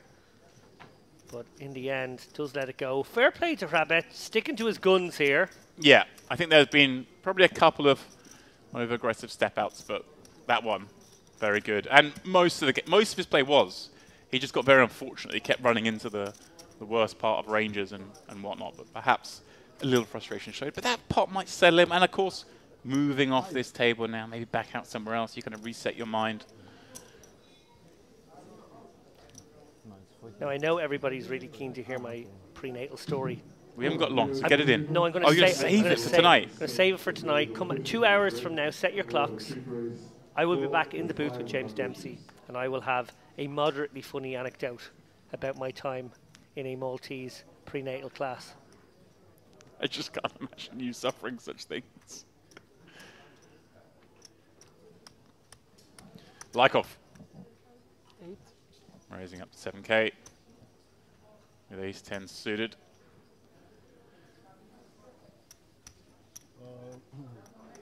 We are going to. We will stay in the feature table. So We have to take our chips to. players are heading off on the breaks. This will be our last hand of this frame. And a very quick one in that, because Kirichenko, finding deuce 5 off in the big blind, is going to surrender his hand. So we do end. A very, very active frame. We saw a lot. Chips moved around considerably. Roman Hrabets still has the lead in this table, but will be the most tilted of all the players.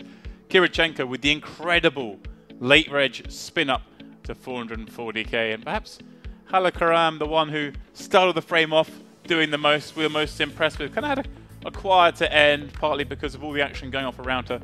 Not much she could get involved with, David. Yeah, there's almost too many stories to cover them all in our little ad hoc here. But like, yeah, Hrabec, obviously nothing went well for him. But credit to him at the end, he kept fighting. He actually took the gloves off in a way. He fought dirty as the session wore on. Karem, well, first hand of the coverage with the Jack 9, she really kicked things off in an explosive fashion. She was actually very unlucky in a couple of spots too. Just didn't run her way, unfortunately. And Kirichenko, well, if you ever want to know how to build a big stack without ever being at risk, this man is putting on a masterclass right now. He really is. And with that in mind, those players going out to the floor, David's going off for a prolonged break. I'll be back in around 10 minutes for more of this main event, day 2. So please do join us then.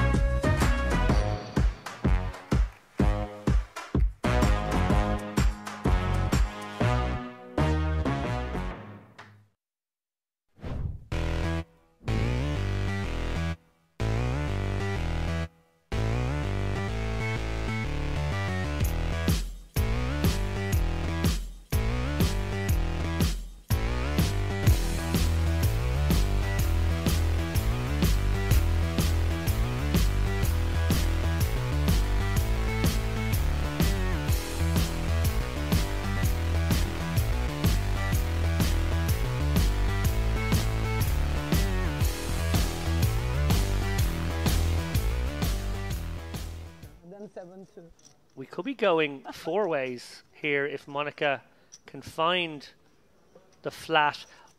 If she does find the 5-bet, it's a 5-bet fold, which is never nice to do with queens. Not. Yeah.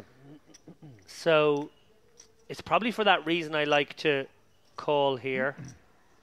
And I feel like probably giving away a huge amount of information here, actually, Monica. Clearly quite genuinely struggling with this decision. Right. It's going to look very weird if she raises now, put it that way. It would look brilliant if she folded, though. I don't know if that's available. She's aware, though, that this under-the-gun open with her table image has been 3 and 4-bet behind her. I don't think she's particularly worried about Krysilnikova's involvement, but a flat here, and it goes back to Barca where the action remains open. That's true as well. You flat, and then you can get squeezed again. 340 maybe. It is again one of those spots that if she does flat again, her range is incredibly condensed, but not triple up. I like this decision on balance to flat. I agree with you, Ali. Folding was an option given the amount of action there, but this is an action table. I feel a little bit like Monica gave away some physical tells there that she was not hugely comfortable. I think her hand is at least categorically face up. It could be an ace-king. It could be a jacks or a queens. She sort of really just like put herself in that category here. Krysilnikova's obviously juiced up the pot a little bit with what will be perceived to be a gambler's range. And Barca now getting an amazing price here if he wants to speculate, but not a nice hand to do so. And fresh off of amazing prices, having cost him a good bundle of his chips. Yeah. Will he find the discipline to get away pre-flop here with this king-jack? He certainly knows his hand is no good in at least one, if not two, spots. Yeah, like he absolutely can be up against the ace, king, and the queens, and then we'll just not know which way he wants his run out to go. He is going to try to speculate here. Obviously, if he had a suited hand, we'd be much more on board with this. But anyway, look, what a pot. Edge of your seat stuff here. Precisely what Krasnolnikova is thinking, by the way, is her all-in is now potentially capable of rendering her a quadruple up.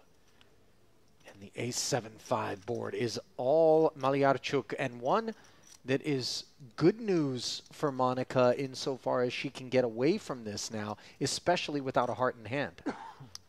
Yeah, exactly. Malyarchuk actually very unlucky to make top set at some level here. Monica absolutely gets away.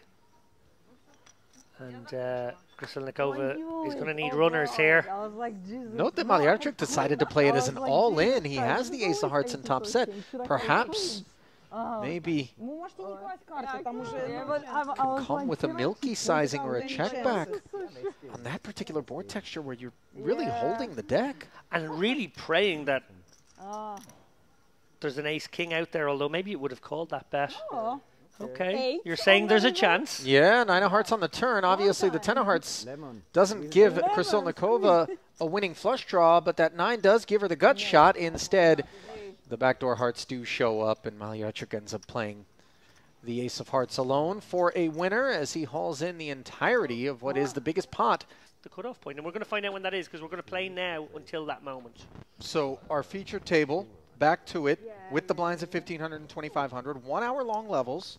So we'll be playing 2 of those before we take our next break, as 226 are currently remaining in the field from an original 550 entries.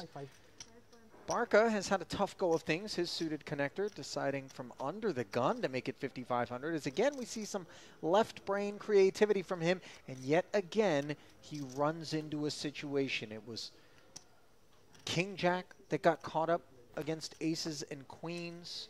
It was Queen-Jack, which ran into aces. Now an ace-queen suited leans back upon him with a 3-bet to 15,000. Let's see the response from Sammy. You know, a lot of times in particular, if we don't have complete information, David, we can get inside our own heads and think that perhaps there's some perception at a table that we're out of line or we're pushovers and people are playing at us. And yet, a lot of times it's just the product of card distribution, people picking up hands when you happen to be the opener, as is the case here. Barca does pay the added price of admission, and to the flop we will go with 36,500 in the middle. This rates to be potentially expensive or fruitful for Barca, as he's got himself the flush draw up against queens and jacks for Pijela. New arrival here at the feature. Igor Pijela, to be exact. Playing under the Estonian banner with over 400,000 in career tournament earnings. This is a seasoned player here that we have on our hands.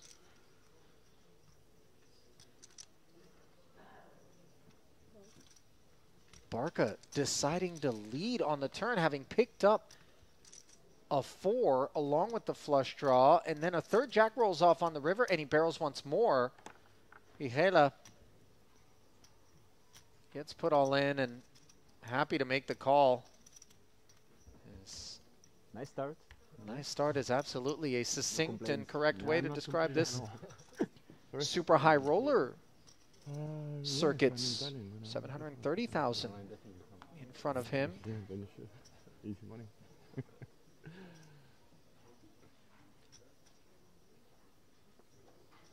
The frequency with which we see these familiar faces build stacks, go deep, in merit events really does speak to the skill of these guys, the way they adjust to maybe the different sorts of merit regulars.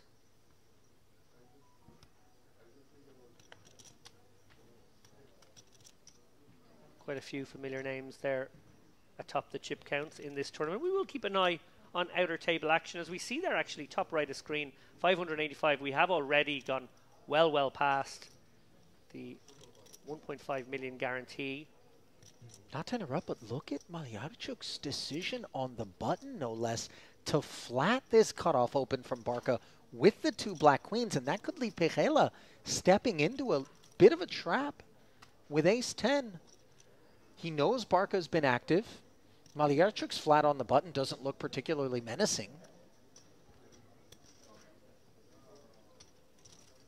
I think he does play it as a flat, though. And now Kuzmanis with a delightful king 10 suited and the opportunity to close the action. Yeah, I do wonder if a big part of Malyarchuk's consideration there was how active both Pihela and Kuzmanis have been, maybe seeing a potential squeeze coming from either one of those guys and then feeling like he could back raise the queens. It is much more standard to 3-bet the queens, but he's got his wish. 3 bets to 36,000, and this is ambitious from Kuzmanis. It certainly feels like a spot where it could work, especially if Barca's opening light as we expect. Thank you. I think this is actually going to work the vast majority of the time. Those flats will usually be hands that can't withstand this much pressure. Suited one gappers, middling cards. But Malyarchuk really weighed this one up beautifully. Nice. And does get the dreamy flat call on the button, back raise. And it's just going to get the job done here with quite a bit in the middle. Queens taking down a 50k pot. No showdown is a beautiful result. And poor Kuzmanis now left with maybe a very interesting consideration, thinking that the vast majority of the range that would be willing to do this might be hands like pocket 9s, pocket 8s, flatting, and then thinking, well, actually that squeeze can be full of nonsense. I'm going to back raise over the top of it. And then he's probably wondering if his king 10 suited is actually an equity flip here. Obviously, we see that it was actually a trap. Yeah, he's only got 133k back, but re-entry is still open. This is the last level. Wonder if that's on his mind here. Dare I say crazy time?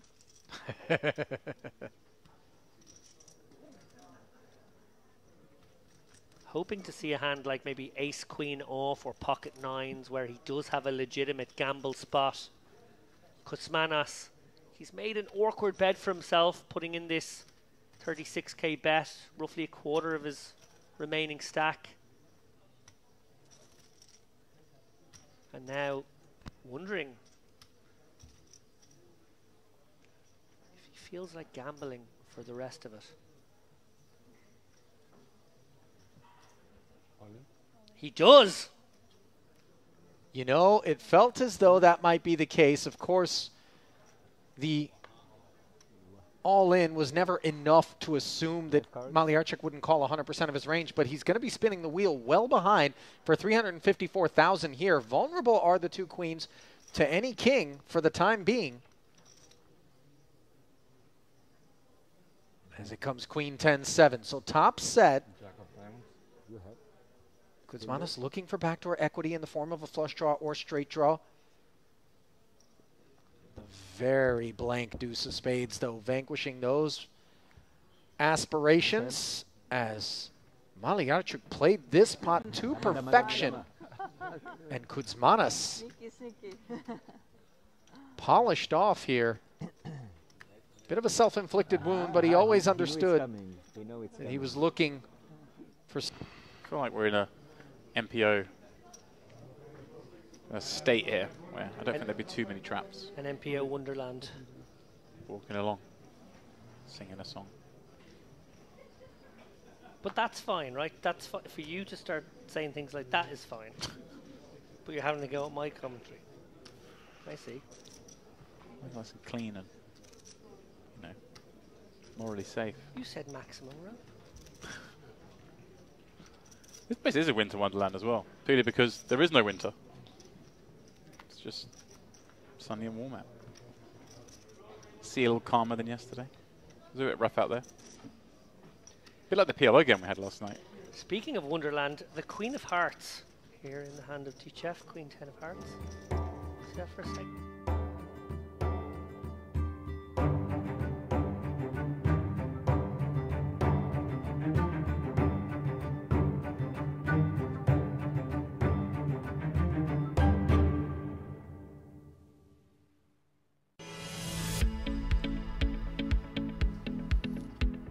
And a very warm welcome back to the Marriott Crystal Cove Hotel, Casino and Spa here in beautiful North Cyprus, where our main event is very much in full swing.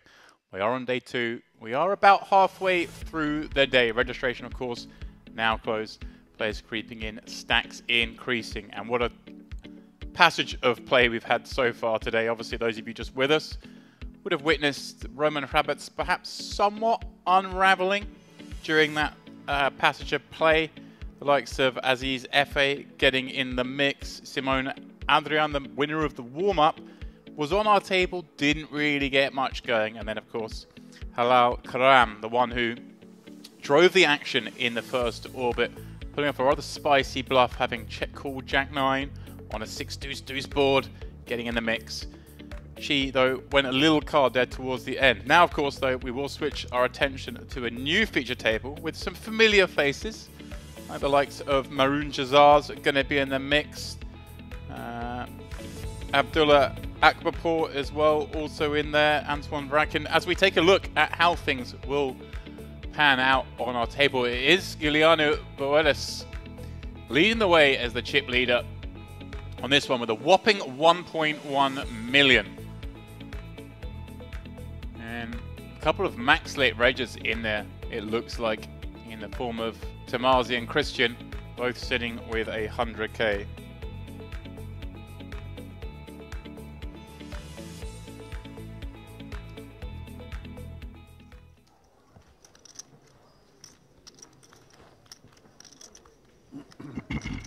So, we will get things underway. Here we go. Let's have fun.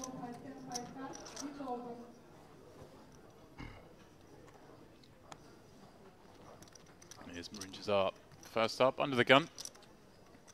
This new feature, and as we mentioned before, the blinds just ever so slowly creeping up.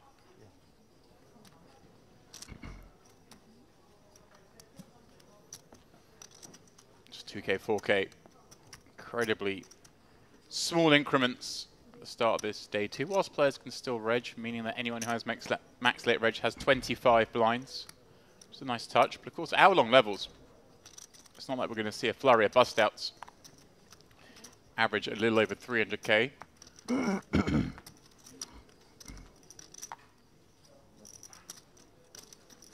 O'Dare on the button. Going to flick in the call of the raise with 7-3 suited here already. Some disrespect. And our new feature table.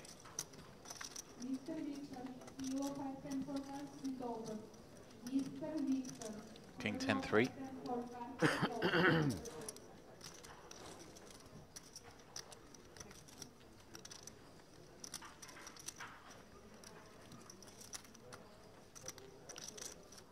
Action actually checking through. Oh, dear me.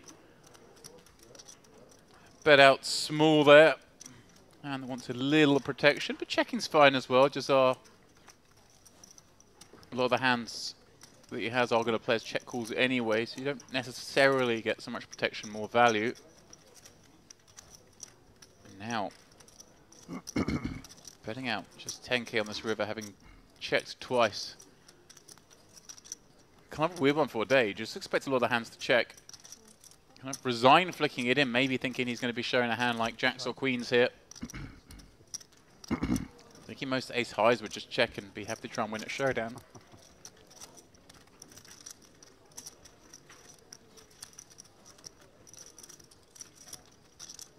I had you the whole way. I need your attention, please. When you get your hand, please make sure you are opening your hand in the box for the leader to get the hand, okay? I need it there. Oh, here you are. Yeah. Each one of you has a box. Yeah, yeah. Thank you. The scope faded.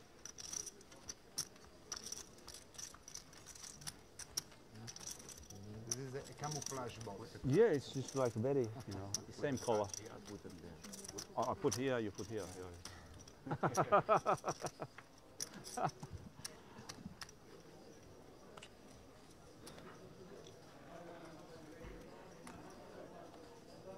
You tried to bluff me on TV, huh? To bluff you with 10K? What? It's a bluff. No, But well, I that's the thought man I with was all chips on winning this my table. side. From +1. Raising things up as he should with this ace-queen. Rankin with just 14 blinds. It's not gonna take long. We're gonna play big pot. 2 threes. One of us will not survive the TV table. I have a feeling.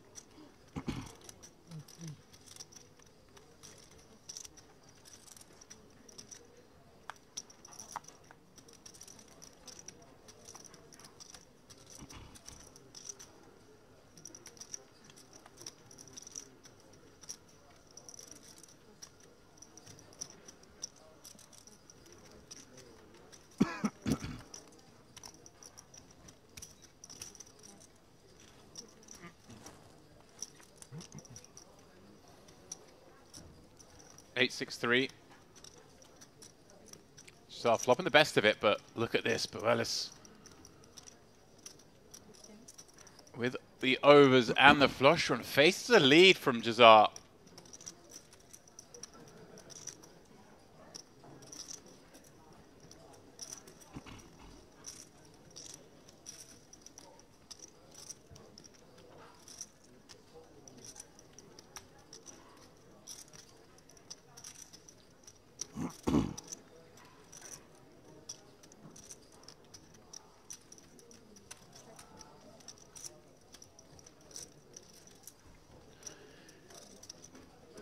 Additional on the turn, and then the ace on the river. Terrible card for Jazar to see.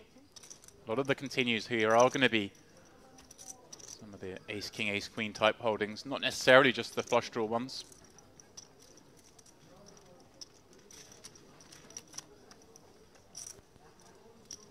Can you change, please?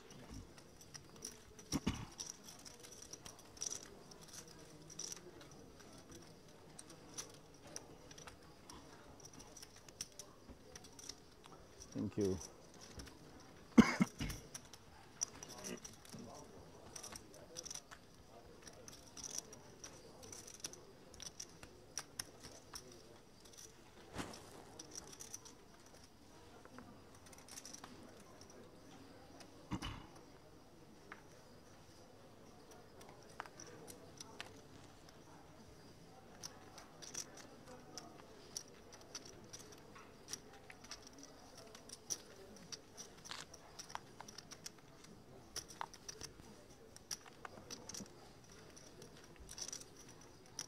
Zebrajad.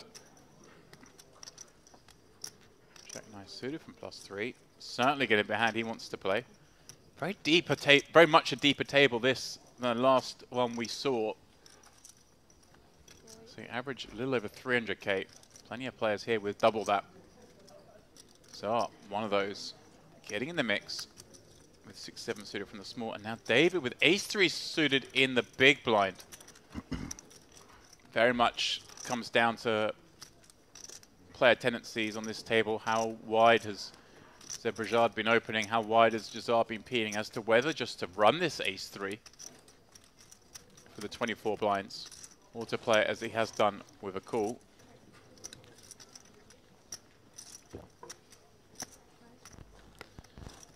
With the call, he has created a scenario where he's flop top pair. Zebrajad betting very small, just one blind. With this jack, backdoor diamonds. I kind of like this with Jazar and the small. Gonna have a lot of continues. We kind of set a price for seeing the river. Not a card David enjoys seeing. Filling in a lot of stuff, a lot of broadways. all the cards, I should say, are coordinated on this board. Remember, Zebrajad did bet very small on the flop, allowing a lot of weak stuff in, and so he's going for a very small sizing again. Perhaps with a view to checking back a lot of rivers, but also, of course, betting should he improve.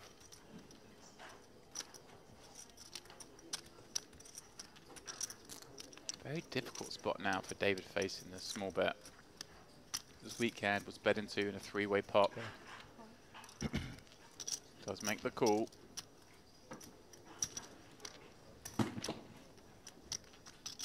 And queen on the river. Ugliest board possible for David. Zebrajad does get there. And speaking of getting there, someone else has just got there. I'm here. You know. Ace. Ace? Ace is good. Ace is good, he says. Tell me he's not mucking the hand. Oh He's my mucked God. the hand. He didn't realize he got there. Wow. David was down to fumes if that hadn't happened. I mean, it looks like I've arrived just in time for the early fireworks in this particular frame, James. Apologies for the late arrival, but seldom do we see somebody unaware, especially given the call on the turn. As I was sitting here watching that hand progress, you would imagine it was tethered to the notion that he had the open-ender, gets there, and then ends up at showdown folding a winner. Yeah, he was doing the front running, so he's bet the flop with that jack, got to the turn with the straight draw, and then on the river made the straight. Forgive me, and you know what? Before we heap tons of criticism upon a player in a situation like that, I am reminded of the great Phil Ivey in the World Series of Poker, and James is nodding his head because it is one of the most famous on-air moments that exemplifies that even professionals as successful and tremendous as someone like Phil Ivey are capable of making that very mistake. Something I referenced in the last frame, actually using mucking the winning hand as an example. I can't remember it in lieu of what. It's something non-poker related, but it's one of those things where none of us think we've ever done it because you don't know when you do it. Of course not. But we've all done it for sure. 100% we've been guilty of it. Each and every one of us. It's very, obviously the Phil Ivey one is an example. You know, we never found out because it was on TV. I wonder how many times I've done it. I mean, I've done it at Showdown when I didn't want to show my hand. I think the guy called me and I've mucked the winning hand and then the guy's turned over worse. And I did that once. Oh, right, right. You only do it there's once. no world in which, you know, the call on the end is going to be with worse. But yeah. I bluffed with like deuces on a full flush board and got called. Roland de Wolf was involved in a situation similar to that as well. And I know it was in Europe during a big tournament. During an EPT, I believe. And, you know, if you remember the details, he basically had a winner. The player who had made the call, I believe. I think it was Tobias Reichenmeyer. Yeah, that sounds right. And he was bluff catching, and Roland actually had a winner. Couldn't imagine that he did, given the way that the action came down on the river, and was reluctant to show his hand. Do you want it back? And, you know, kept saying you win. And oddly enough, Tobias, you would think, like, you know, would have maybe approached it in a different way. Said, show your hand then.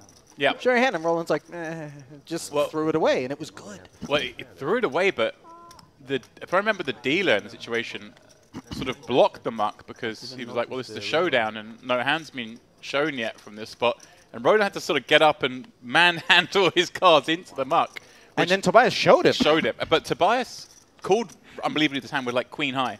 But he'd been watching Roland all day, and when Roland had been caught bluffing, Roland just mucked his hand every time. Right. So Tobias called with queen high thinking, well, even if he does have a better hand than me, he's just going to muck. And then suddenly when you win, and Tobias, I remember telling me, was like, oh no, what have I done? Sort of had to bluff him in the sense of like, well, show your hand then. Show your hand then. Yeah. But you imagine the panic when you think this guy's just going to muck if he's bluffing and suddenly he doesn't muck. You're like, oh no, I've got to, how do I get him to just muck his hand still? Simply incredible, honestly, when you consider how exactly everything had to go for Tobias to end up a winner in that spot. I mean, it was fairly surreal. But nevertheless, we march on.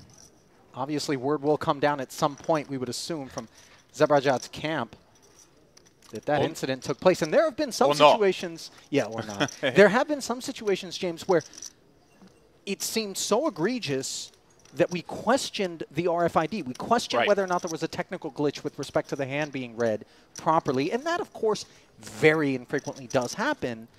But one would have to assume that the Jack-9 was indeed where he was at, given the way that that hand came down.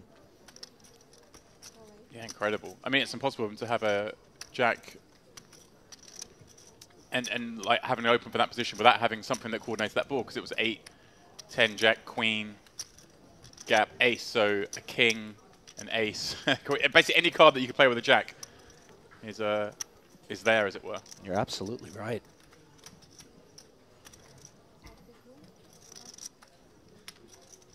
Meanwhile, Luo with the 5-6 suited has opened. Jazar flatted with the ace-9, and the 3-bet, of course, from the pocket 8s has come in. Vranken with a pretty one in the big blind under normal circumstances, facing the 3-bet, though he does step away. Yeah, David just decided to commit effectively sub-20 blinds with these 2 8s against that raise and peel. Obviously, again, I feel like I'm a bit of a broken record at times.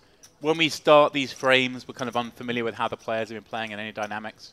As they go on, we get a much better idea of how everyone's been playing. So whether we want to be, you know, there's some players who'd be petrified of 3-betting these 2 8s against, but if we're against a player who's been opening at somewhat frequency, then we don't mind running and getting it in.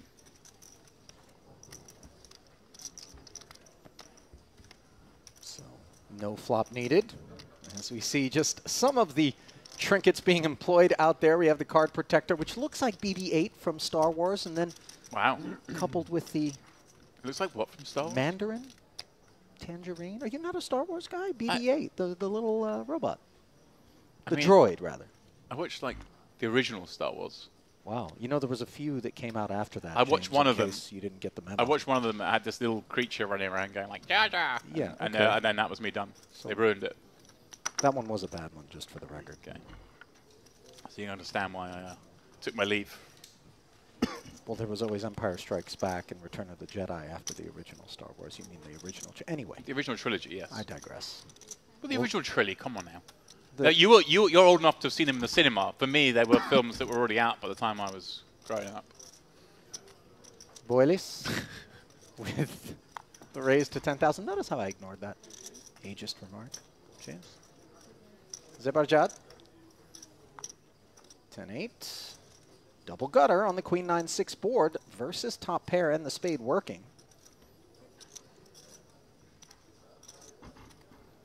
Yeah, Boas, what a lovely situation he's found himself in.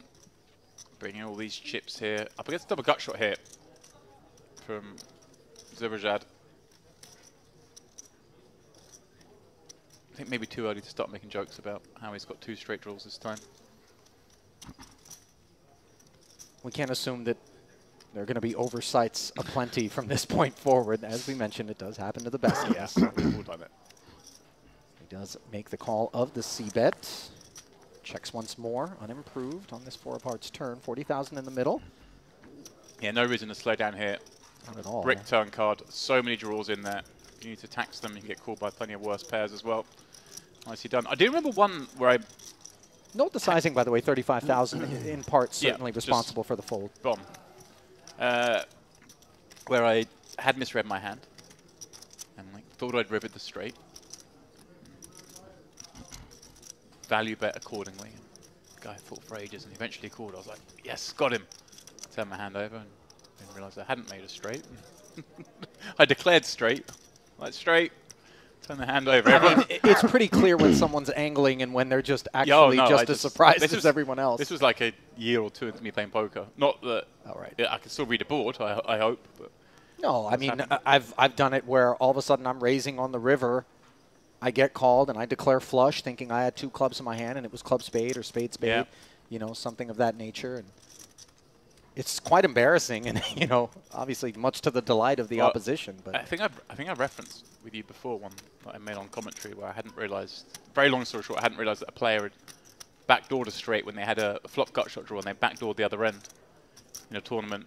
And the stream was unfortunately on a 30-minute delay, but I was on like a 5-minute delay to the chat. And this guy jams the river, and the other guy tanked for this full 5 minutes. And I'm going, oh, can he call this bluff? It'd be crazy if he calls it. the whole time talking, never realizing that the player was actually jamming the nuts. And then I saw the chat explode as they caught up the thing. And it was just, then I had 5 minutes of torment of everyone. On the topic of explosions, we could see something along those lines from Akbarpur here with the ace-king suited in the face of a raisin flat. Very squeezable looking setup for him. And the flatter just has 87,000, obviously a covering stack. Yeah, this is for sure we're just going with it. It looks like he's going for a non-all-in. I mean, cat's out the bag at this stack depth, 18 blinds. Which makes it 40 with 31 back. I mean, it's much of a muchness. Everyone knows this means all in.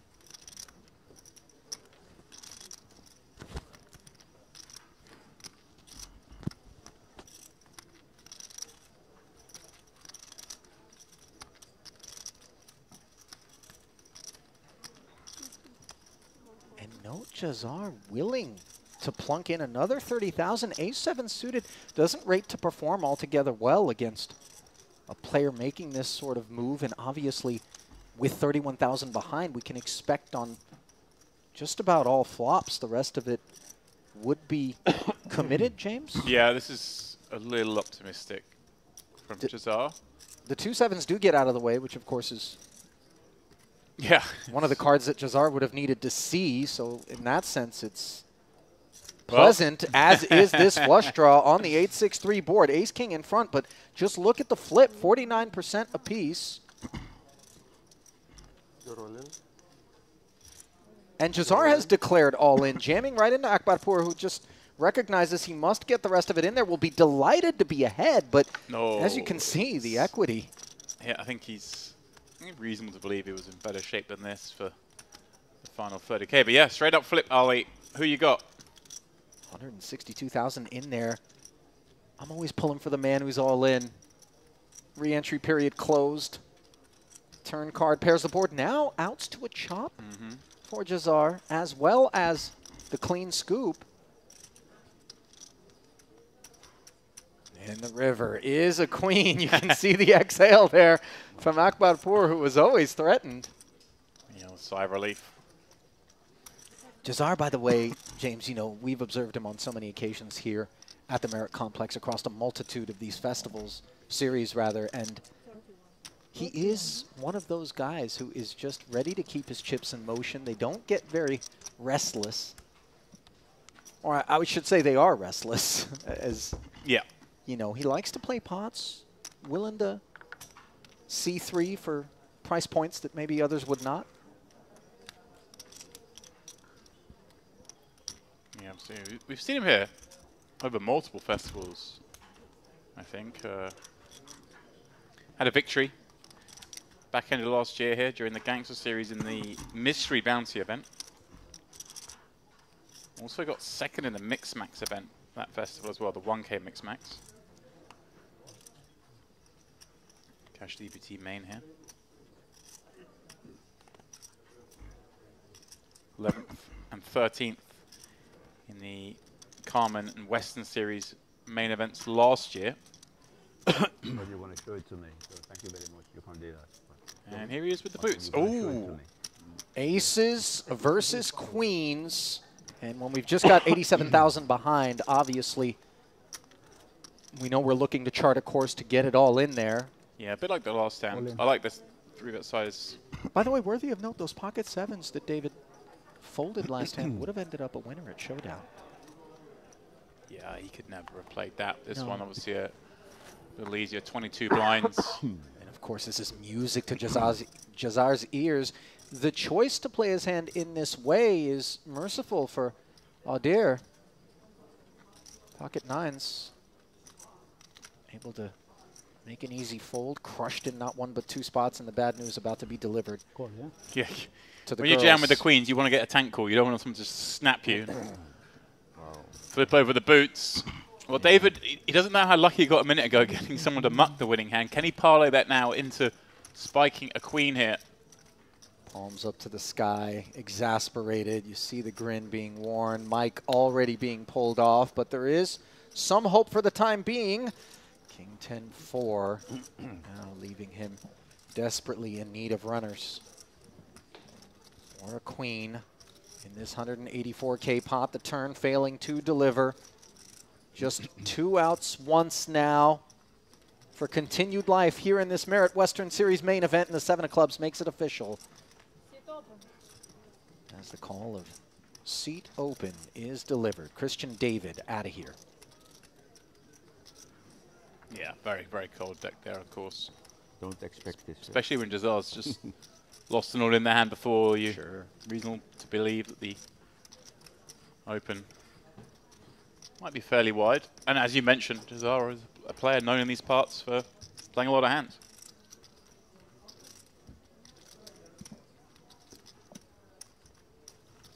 Beneficiary, of course, of that one.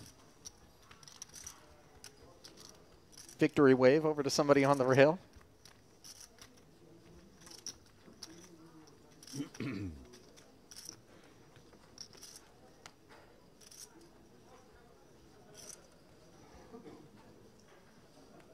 Now Ace King. Yeah, the rich part of the deck paying him a second visit. Not quite as good as the ace as a hand to go, but certainly worthy of the raise. 2.5x at the 2K, 4K level.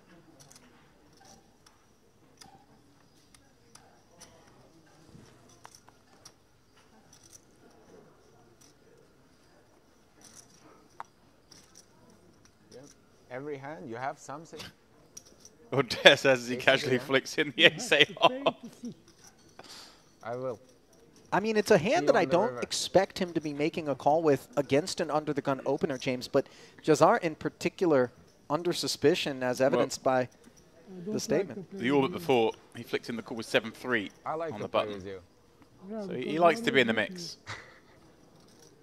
King 7-3 here, top You pair, look top like a kicker for million Jazar from on the here. driest Telling of me you boards. always beat me.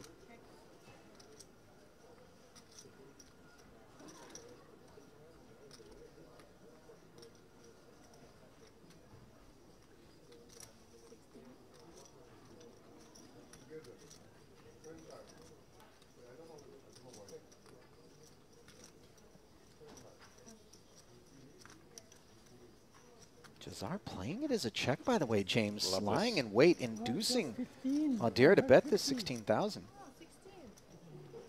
Worked for you anyway. Yeah, I like it. They've obviously some dynamic here. So many ace king you get. Check raise. It's okay. I represented your hand. Ending things quickly. It's my birthday today, huh? Oh, happy birthday. Really? Is it? Happy birthday. Thank you. I can show When's you. your birthday, How does Ollie? it feel to be 48? Late February. Ah, 48. I'm Don't very ask me for far my from mother's 48. maiden and the last four of my year? social security number, James. Camera now. Everybody's watching. Just take the 48. I help you. Happy I birthday. think late Happy February's birthday, right for you. brother. Thank you. Why is that?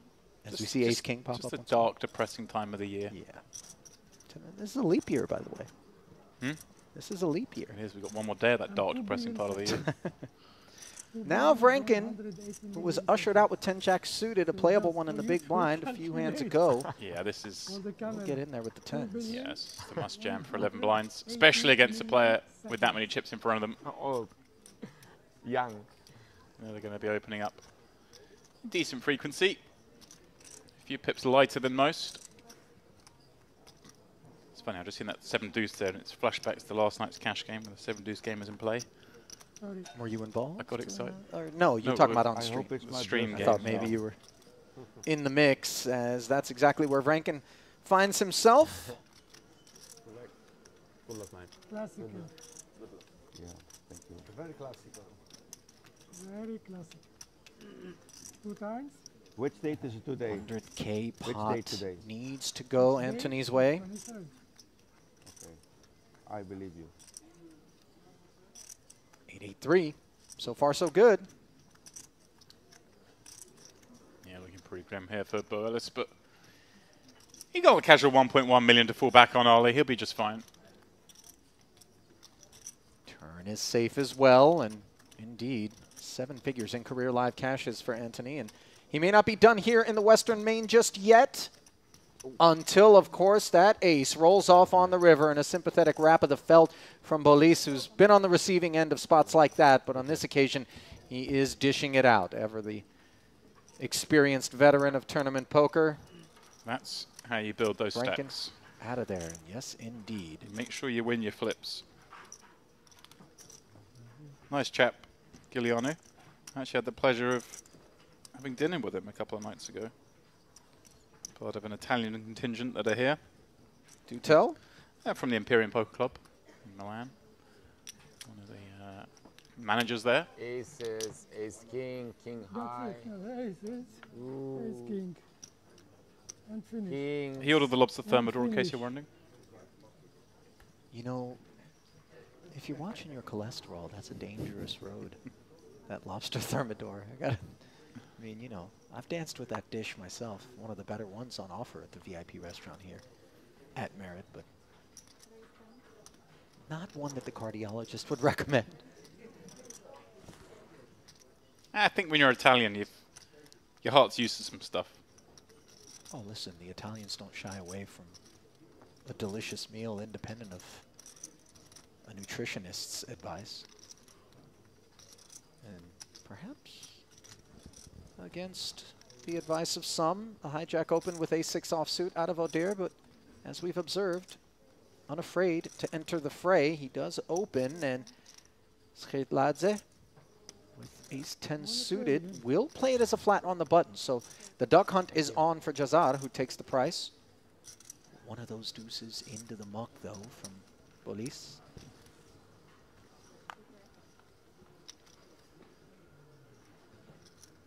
Ten in the window and no overcards to it. Absolutely delightful board texture for Skhedladze.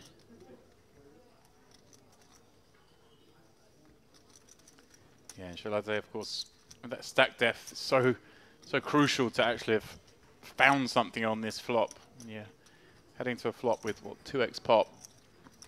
And I like this, by the way, the discipline to just bet kind of a natural, slightly meaty follow-through sizing of 24,000. Sometimes you'll see people get a little hasty and urgent. And yeah, it's a nice kind of board in the sense that your opponent's going to have a lot of hands that are just happy to run it against you. They're going to defend against you with all their 10x, which you've got in really bad shape. And then, of course, you know, you're a favorite, but not a huge favorite against the Queen Jacks, King Jacks, those kind of hands that will feel compelled to gamble with you. So just looking to go for it there. And obviously, you just wanted to sway any super light peels of hands that actually have decent equity against you without realizing it. Sure. And of course, betting that size, you can just get it on turns. Makes life easy. I'm all for making life easy.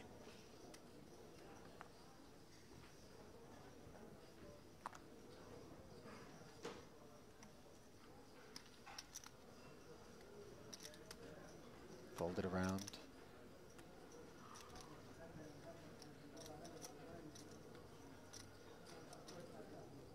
Ace-7 in the cutoff.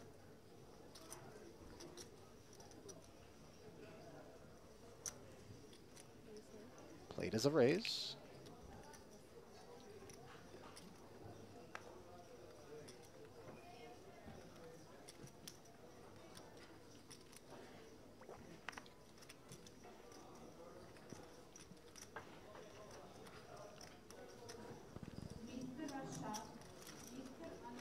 Akbarpur defends with the 9-5.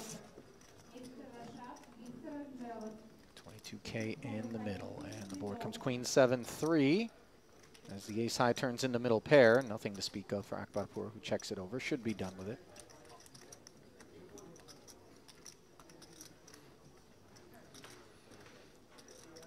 So Ali, you had a little break there. Did we get up to much? Was it a little spa time for you? Didn't do a thing, James. Yeah. Could you see the time then? Other than trade the markets for There we heavy go. volume, of course. There we go. You didn't do a thing. I assume that meant you lay on your bed, smashing away at your phone for 2.5 hours suddenly. Yeah, you know, we have a tumultuous relationship, myself and my phone, on days such as these. And days such as these being weekdays. Yeah. during market open.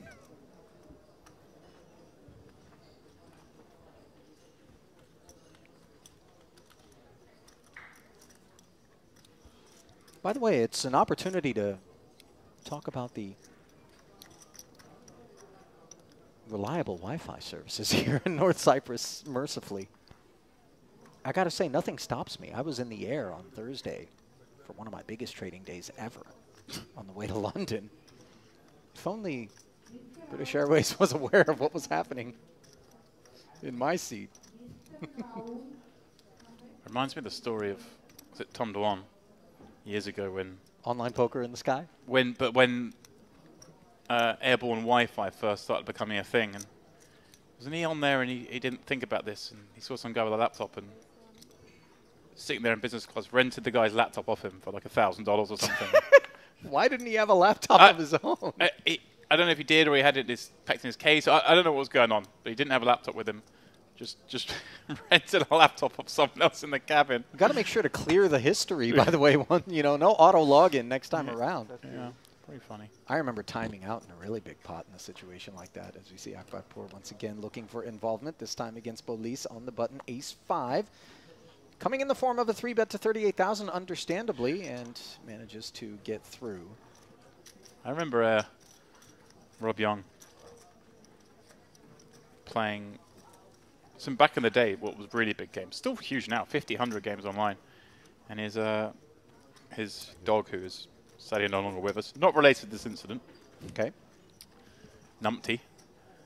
Whilst Rob was playing online and he was in a couple of big pots, two-tabling, bit through his internet cable. Obviously, again, this is how long ago it was. He didn't have Wi-Fi in his house, he was just plugged in. But yeah, bit through the internet cable. And you did say Numpty no longer being with us is not related to this particular incident. Numpty lived a long and prosperous life after this incident. You really got to love your animal for that. I mean, yeah. Depending on how big that pot is. He was just in two big pots. I can't remember what the situation was, but yeah, Numpty just had a little bite. Yeah, they say dog ownership can be expensive. That's not what they have in mind, though, when they make mention. Maybe Rob would have lost the pots anyway. Maybe he would have lost more. I don't know.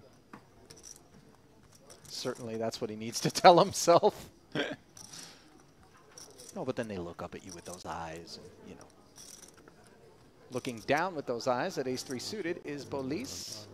Raising, and Akbarpur will be heard from once more. This is an interesting one because stack depths the way they are, Bolis certainly has a candidate for a 4-bet jam against a 3-bet cut off the button. It will very much depend on the sizing. Obviously, Bolis will be keen to continue sometimes with just flats. This is a big sizing. This is the sort of sizing that may elicit a jam. 4x. And as you mentioned, these are the sort of hands, these suited ace wheel cards that oftentimes can rise up, but Bolis just going to play it as a flat for the extra 30,000. Note that 1-jack did find the muck already. But a 90K pot, that which develops here.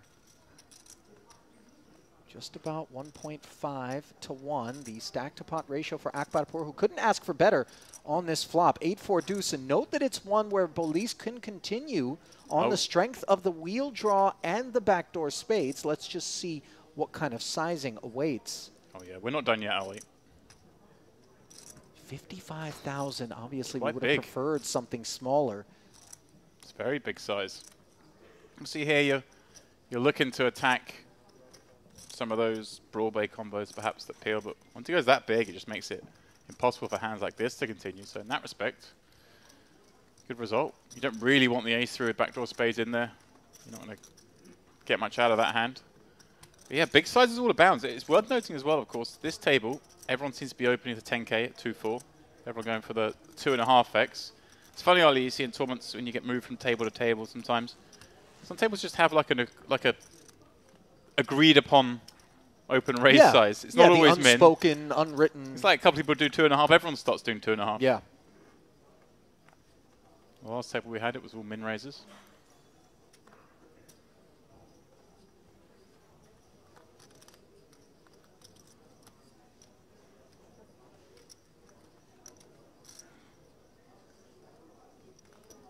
Jack 10 suited for Maroon Jazad. Raise to 10K. Aforementioned standard sizing Bolis with the suited K9. Playing it as a 3-bet to 33,000, and I suspect, James, that there is some customer-specific targeting going on here. Yeah. And unfortunately, yeah, Joseph Mouad waking up with the 2 10s, and he just jams right over the top, so the timing very poor for Bolis. It's just going to be grim for Bolis because there's only 60k more to call, and King 9 suited's one of those hands that... It's a pretty weird situation. Jazar done with it. There we go. You see math being done here by the Italian. Please, absolute cola, absolute cola. Gets away from it. Please, quickly, little quickly, okay? Says this is a very weird situation. With a lot of respect to Mouad's cold 4-bet jam, as of course he should. But yeah, you're right. Like obviously Jazar opening a lot. Grey goose, grey goose. Bolis attacking it. This must be something that's been going on throughout the day. K9 does ultimately find the muck. I think in particular the concerns about being up against Ace King with some frequency is part of the equation there. Right, but I mean if we're up against whatever he Ace Queen or Ace 10s through Queens, he may not expect Mouad to play the and maybe the pace that it happened at. Sure, yeah, you know, I mean, looking over, this looks like a shrewd spot in Joseph Mouad. Yeah, again, so much comes down to the first 5 hours of play today. Tricky situation, I understand. Coat your hand in the cookie jar, huh? Coat your hand in the cookie jar. See what she's giving me. She gave me aces before. Are you not a thief? When you play? Did you see any hand where I was sitting? Yeah. Suited 1-gapper. You are playing half game. Running into 2 kings as Mouad ready to get his chips forward once more. Bad timing here for Xianglian. Crazy amount of hands being dealt out at this table. Yeah. Queens, Ace King. See kings here. Ace King the hand before. Pardon me, 10's the hand before. Nothing but top shelf being served at this particular bar. So had Ace King as well, didn't he? Yeah.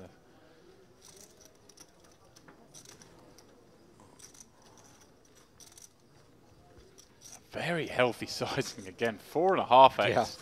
These sizes are a little too big to be a listing action, which is obviously what we do want to be doing with hands like kings. Obviously, Lian here, who opened 9-7, not made much difference. He can't continue with the hand to more conventional sizes anyway. Wow. Starting to run with it.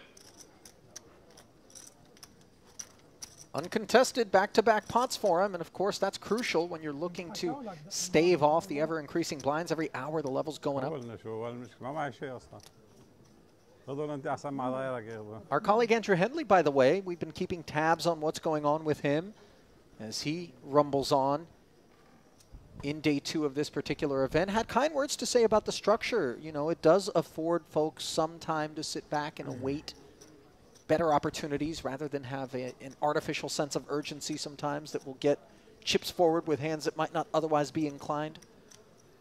Yeah, he had a nice coup, busting Nicholas Schweete. Of course, we see on the stream many times. But yeah, the very cash games player. last night in the tournaments. Merit legend. Yeah, former EPT Grand Final champion in Monaco. Yeah, also plays the Triton Super High Roller Series. He's gotten in the mix there. As we see Zebarjat's Jack 10 suited, drawing forward an 8-9 suited in turn for 10,000 for Audir. It will be a table for 2. Jack versus cutoff. And a 9 in the window, followed by an 8 and a 5. Things could get a bit spicy. Yeah. 2 overs, backdoor spades, open ender for the pre-flop razor. Top 2 pair here. Open ender and backdoor spades as well. Played as a check though, yeah, James. I kind of like the check. Your opponent's going to have some of this board. You can check call. You want to have some deception. When you get there, your opponent might attack your good cards. And also, if it had gone check, check, no disaster. 6 on the turn. This may slow things down, of course, now any 7 being a straight, but I would like to see Oder still bet here, just with the richness of the board. Might it be a little bit difficult to represent a 7x combo as a flat caller in the cutoff against the Zebarjad Open? But that, I mean, we're not trying to rep necessarily just a 7 here. We're still saying we've got some hands like this. We want to blast off. If Zebarjad's got like some ace highs that you check all the flop with, they have to fold now. Could also be a matter of not being concerned that he's up against a 7. Right, that's more the thing. From the hijack open, who's check called here. And also, you just kind of set your price now. You can do this and then check back. Won't be thrilled with that card. Obviously, you know, the overpairs are going to bet at reasonable frequency, but instantly disgusted by the arrival of the 5, just in case 10s plus were afoot for Zebarjad. Wouldn't seem as though he would play that sort of kit as a check post flop, but in the end, no further damages. Yeah. Yeah, coming back to that Nicholas Schweety bust that we were saying, obviously Andrew holding kings, Schweety ace king, fair fight in terms of reasonable fight, not fair at all, of course. But yeah, as accomplished as Schweety is, start to beat kings with ace king. Didn't manage it.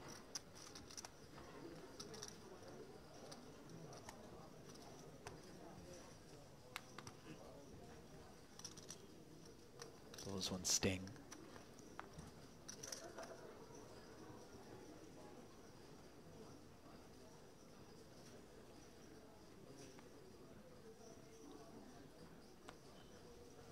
Dust settling a little bit, perhaps. Yeah, quite a lot of action already. Love to see it, of course, as anybody out there viewing the stream. Yeah. Oh, wait a minute. Oh, dear. Ace queen yet again. He's involved a lot in a lot of it. Seems to me that he wants to play as many hands as possible whilst he's with us here. Ace queen, of course, more than reasonable. And again, we see Ali that 2.5 X-rays, the sort of implicit, agreed upon open size. Leanne going to defend 10-8 off in the big blind. Seems fine. Of course, there are some hands we don't get to defend against the 2.5 X's as opposed to the min raises, but 10-8 certainly fits in both camps. And Oder just swiftly check that back. He sure has, giving a free pull at the gut shot straight draw to Leon. Wow, getting sneaky. Yeah. Very sneaky. And now pet's big. Big enough to get the gut shot right on out of there. Not sure there were sizes that Leon would have remained interested. Right, with, big enough. But slippery, Oder. Yeah, he's got it in him, hasn't he? I've seen him flat a couple of opens light. Yeah. He's played a couple of hands, somewhat funky. Certainly going to be a hard one to read. I'm trying to think which day we saw him before because he's incredibly familiar to me. I can't place which event we saw him in. I will say that the players who do venture out, that do take lines, and go down roads perhaps less traveled, are the ones that tend to give us fits, the ones that we have a really tough time assigning a range of hands, because we know that whether it's upper part of range or whether it's air, that they'll play both sorts of hands in both manners, aggressively and passively. And so it's discombobulating to be up against these guys, in particular out of position. It's hard when you come here, for sure, in that sense. So often you can pigeonhole players into a certain style, but there's so many crossovers here. Players you think are tight suddenly explode. Players you think are loose sometimes take really conservative lines. It's what makes it so much more fun for us watching. Oh, you're absolutely right. As Mawad now with the min raise, poorly timed, as Ali Zebarjad with the ace queen. Min? Or not min, but, no, but a clicky doubling. 3-bet. Mawad as well going for the min raise as opposed to the 2.5x. And look at this. Oder's not necessarily done with this. He wants to play the deuce 3 suited. Behave. But he doesn't want to fold. Look at him. Feels disgusted. I mean, even he knows. Prospects for the deuce 3 suited in a 3-bet pot are grim at best. Luo. Is the deuce 3 suited like the unused diaper? Is that what it's called?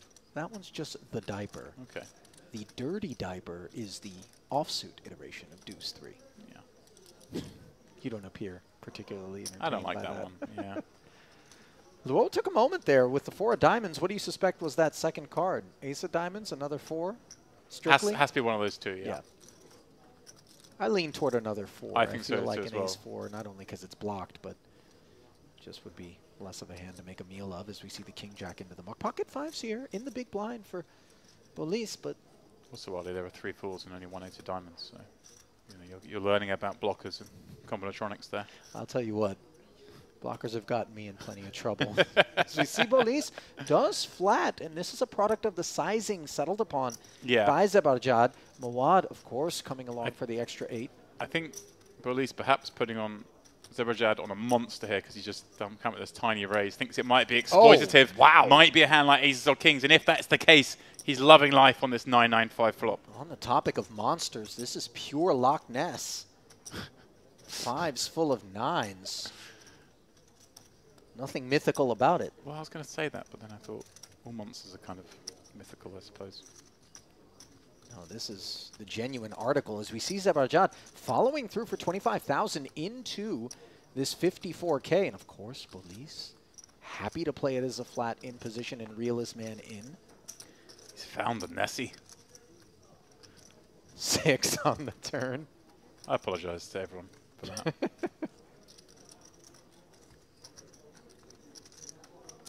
Yeah, I thought Bolis might have come out with a check raise. Oh, wow. If you think you're up against a really strong hand, like those big pairs, they're not going to fold necessarily to check raise on that flop.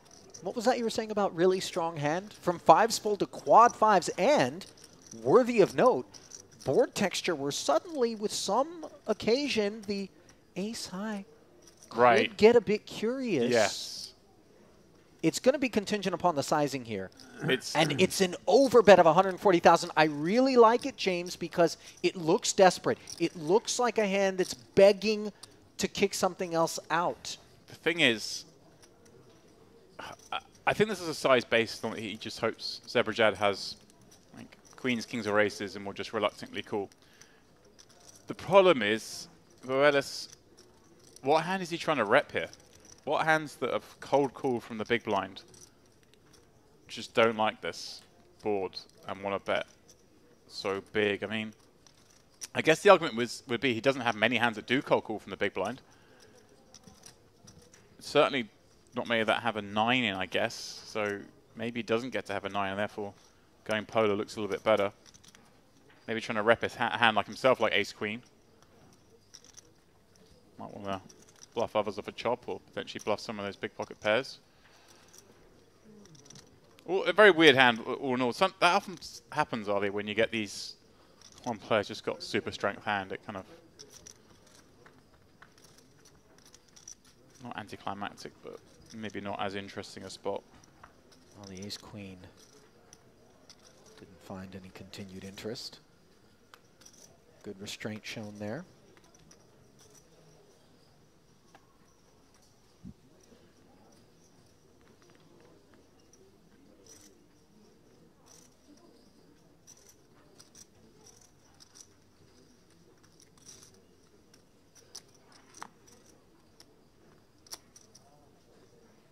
Pocket kings now for Zebarjad as the ace-queen cost him some chips. This hand, however, rates to do the opposite. Goes with 3x, mind you.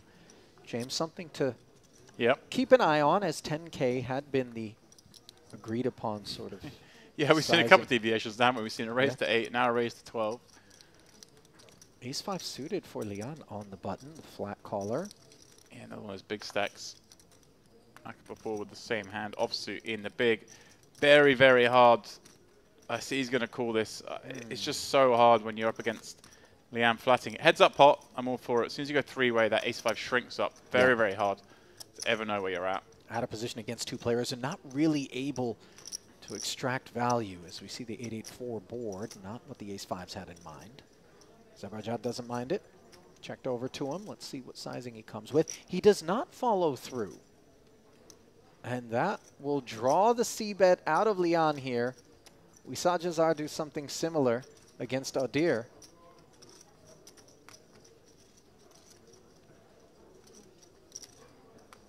Paired flop, sometimes you can take this pot control-y sort of line. Maybe there's some 8x combos suited, connected, that Leon would be participating with as a flat call. Jack on the turn of no concern. Zebarjad checking once more. And this is where you think maybe I'm up against another ace high, a hand that was just peeling, as it goes from kings up to kings full for Zebajad, as if there were any concern. Yeah, that's a pretty good card. So he tried to elicit perhaps a bluff and some pot control on that turn. Now finds himself here. And it's actually an interesting spot because, I mean, Lian here has one of the worst hands he can have. However, if your opponent is going to bluff, king's a pretty good card for him to bluff on. The problem is you lose some of those bluffs. If your hand like ace queen or ace 10 maybe. I don't think we get to call with ace 5. We get to have, you know, all the 5s through 10s type hands that are going to be calls. 30K bet into the 74, sub half pot sizing, and you see Leon curious, but there are so many King X, Jack X potential combos that would be played in this manner by Zebajad. What do we beat, James? Yeah, well, that's the thing. We lose some of the bluffs, I think. Now she's thinking about raising. Obviously, that would be the preferred course of action if we needed to clear something cute like 5s through 7s, maybe some 9s and 10s, but it's doubtful that they would play in that way. No, yeah, you're trying to make maybe he's river to king, king queen, or ace king, and try and put that under a heap of pressure by raising. In the end, though, the fold is found as the losses from the ace queen are shored up promptly, courtesy of those two kings. Well, the deck has certainly done its part to deliver excitement here at this featured table midday through day 2 of this Merit Poker Western Series main event, a $3,300 buy-in. Ali Najad alongside James Dempsey, producer Vitautas, and Toe as well.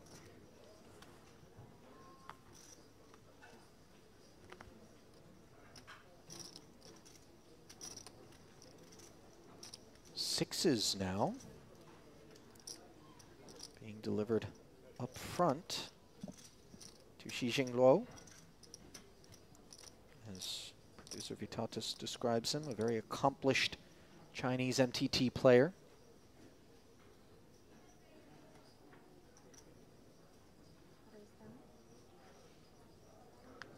Yeah, 2.5 million in Korea live earnings.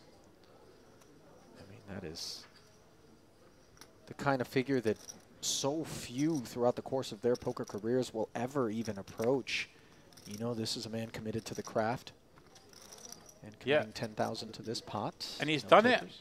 He's done it without the sort of knockout blow. The largest cash he's had is just under 200K. So, you know, one of those who clearly has had a lot of pops at it, but grinding. Yeah. I have a tremendous amount of respect, James, for people who quietly and under the radar manage to amass figures that when you and I first glance upon their Hendon mobs without necessarily having been aware of them are shocked at times to see, you know, these $2, $3, $4 million careers. I mean, obviously obfuscated are a lot of the results from some of these Chinese players from us, but live poker not legal in China, so these results are, and more players flying that flag are. Actually has a nice cash here from in Beijing. One of his biggest cashes. Oh, really? One of his biggest victories coming back in 2021. Yeah, I think now, obviously I'm counting on the chat maybe to clarify this for us, anybody who is hailing from that part of the world, perhaps VPNing their way around any firewalls to soak up this stream and root for some of their countrymen and women, for that matter. But is it just me and you? I believe that there was some changes to Right. the laws that took place at some point. Yeah, there've been some. WPT have had some events out in China. Yeah, through the Sanya. years. Yeah. Not sure whether or not that's still happening. Maybe it's tournament poker is allowed, cash game poker isn't. Probably something along there. And as we said, of course, he's not just had results there. He just came 4th in the 3K 6 Max during the WPT World Championship, the win just last month for 117K.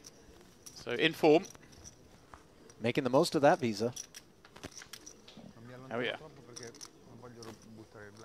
Maybe that's my problem. If I had to get a visa for the States, I might play better, but I can just mosey on in.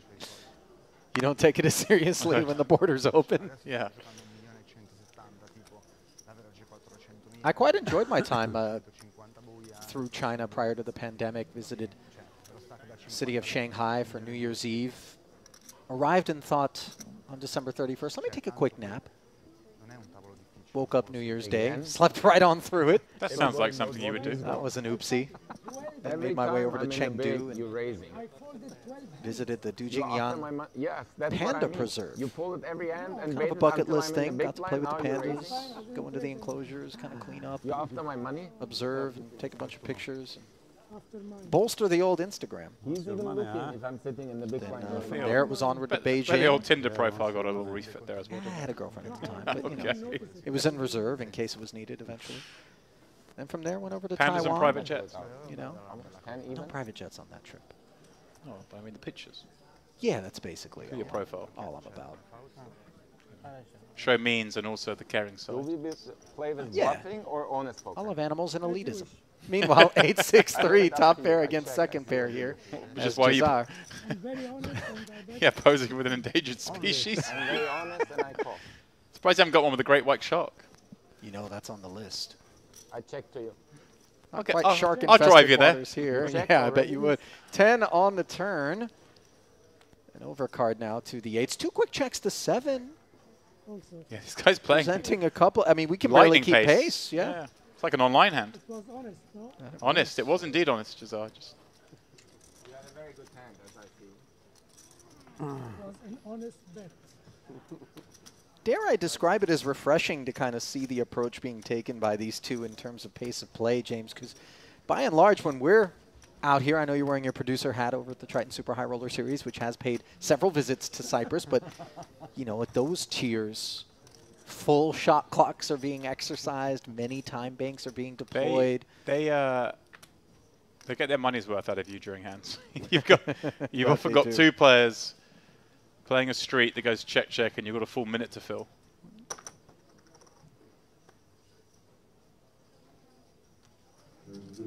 Luo with Johnny Chan-esque employment of the citrus fruit there. You remember? Certainly the first thing I thought when I saw it. Lappin brought it up during the prior frame in which I was involved. Oh, he was on that as well, was he? We've already had it on the table, have we? No, I don't know if it was Luo. It was. Oh, it was someone else maybe doing the tapping into the Chan maneuver.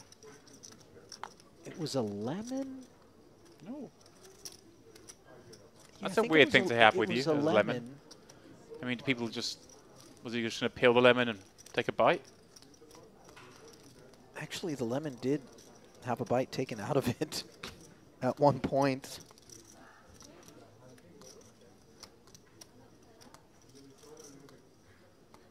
Was it Henry Cobain who said that lemon is like...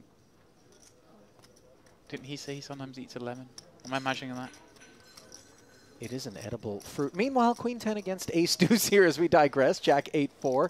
Focus back upon the matter at hand. 26,000 in the middle. The matter at hand is citrus fruit, Sully. This hand's non-existent until right now. Yeah, 9 on the turn, sliding right into Luo's. Queen 10 for the nuts. Ace Deuce drawing dead now. Not that there's going to be any interest if faced with a bet. 2 more. This one and the last.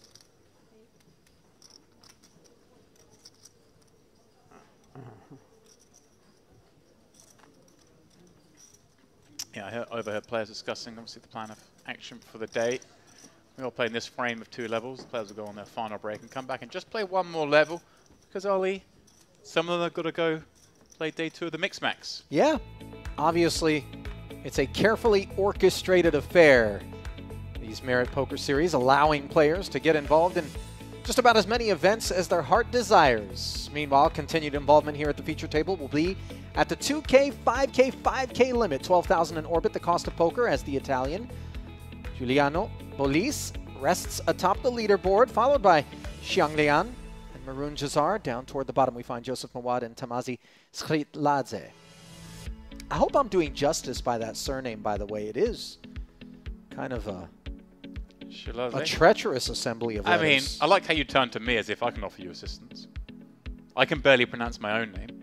I thought perhaps throughout your nation's imperialism you may have come upon some of this.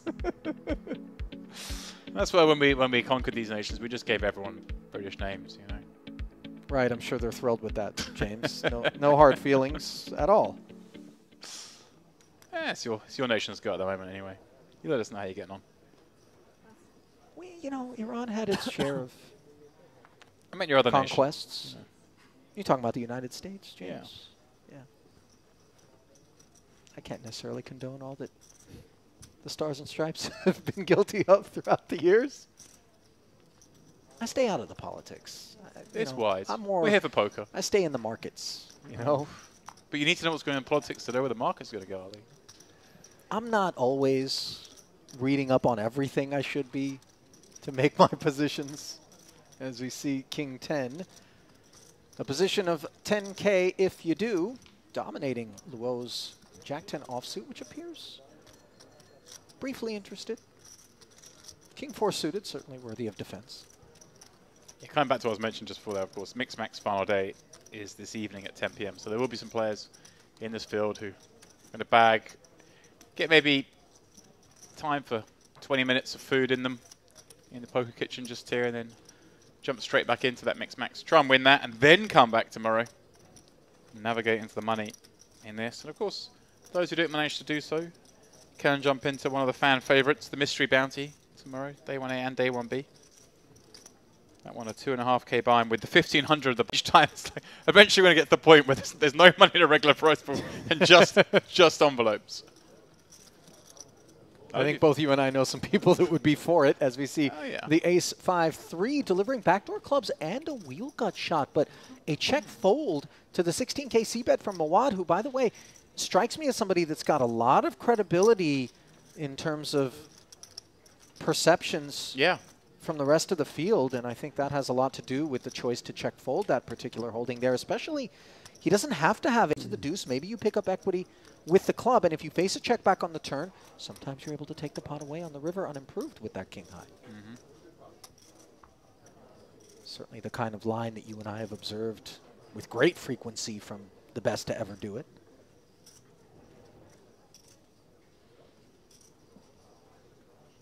Oh, they've just looked. Talk to me.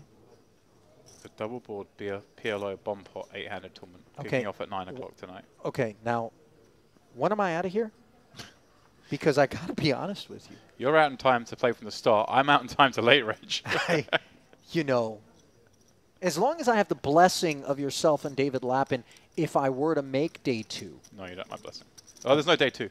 Of that, it ends tonight? Yeah. Oh, well, hang on a moment, James. Perhaps our evening has been sorted, but looks like the ace-3 suited open is getting sorted. Zebarjad not getting the memo that Mawad is apparently on the more respected side of the spectrum, targeting the open. And we saw this before when he had ace-queen, went for the, not min, but just doubling the existing bet. And he's done the same here, so obviously somewhat consistent with his 3-bet size as well, at least with his non-premiums anyway. Hang on a moment. Yeah. Now he could definitely look to play this hand. Tempting, from the big of blind. course. Yeah, for such a cheap price. Hand plays so well. 3-bet pots, though, do contain the ace-king, ace-queen sort of kit. Right. Not on this occasion, however. So he does invest the 20,000, as does Mawad. Undeterred are those two. By Zebarjad's 3-bet as it comes king, queen, 3. Top 2 for Jazad. Nut flush draw for Zebarjad. Buckle up. Mawad, little dangler connection with the 3. Not really worthy of note. Oh, wow. I was going to see how this played out. Jazad going to come out with the lead. And a big one at that. It looks like 55K. Thinking if he was going to check raise us or not. Mawad folding. Now Zebarjad. It's so hard now when this player does lead into you on this board. I mean, you can't fold. No, you can't fold, but raising... Would you raise here with a set of kings or queens, or would you just be playing as a call? I think you would just play as a call. It's such wet texture, I'm not sure. Obviously, when someone leads for 55,000, you don't get the sense that the raise ends the pot. Right. That's This is what I a like. hand that's okay with taking some heat. So if that's the case, maybe we just wait and see what happens. Yeah. And that which Look happens at that is turn. a 6 on the turn, which gives Jazar spade draw as well. Yeah, loving life. I wonder if we might have seen a check here, kind of induce a little 80k to bet. So Jud's like, how's this happening? I was a 3-better. It went 3-way. It's come king, queen, 3. It's supposed to check round to me. I'm the one who gets to have all those biggest hands, like I mentioned, the queens, the kings, even aces. For 80k, he's going to have one more look. So many chips behind, perhaps perceiving these up against a strong range, and thus can get paid off if he hits. Well, it's actually Jazar that somehow makes a flush in the this spot. front door diamond draw doesn't come in, but the back door spades do. And of course, Jazar was never really concerned about not having the best hand. Does improve, however, and keeps the sizing static at 80k here on the river in the hopes that maybe Zebarjad has the ace, king, ace, queen. And look at the free look from Maroon. Awfully proud, and rightfully so, of the top 2. And then spades on the river, and a very healthy pot. It's such a nice flush to have there as well, with the king, queen of spades, because you do block ace, king, and ace, queen of spades, which are likely contenders to cool flop, cool turn. So you not really ever beat. Thank you, dealer. Beautiful hands.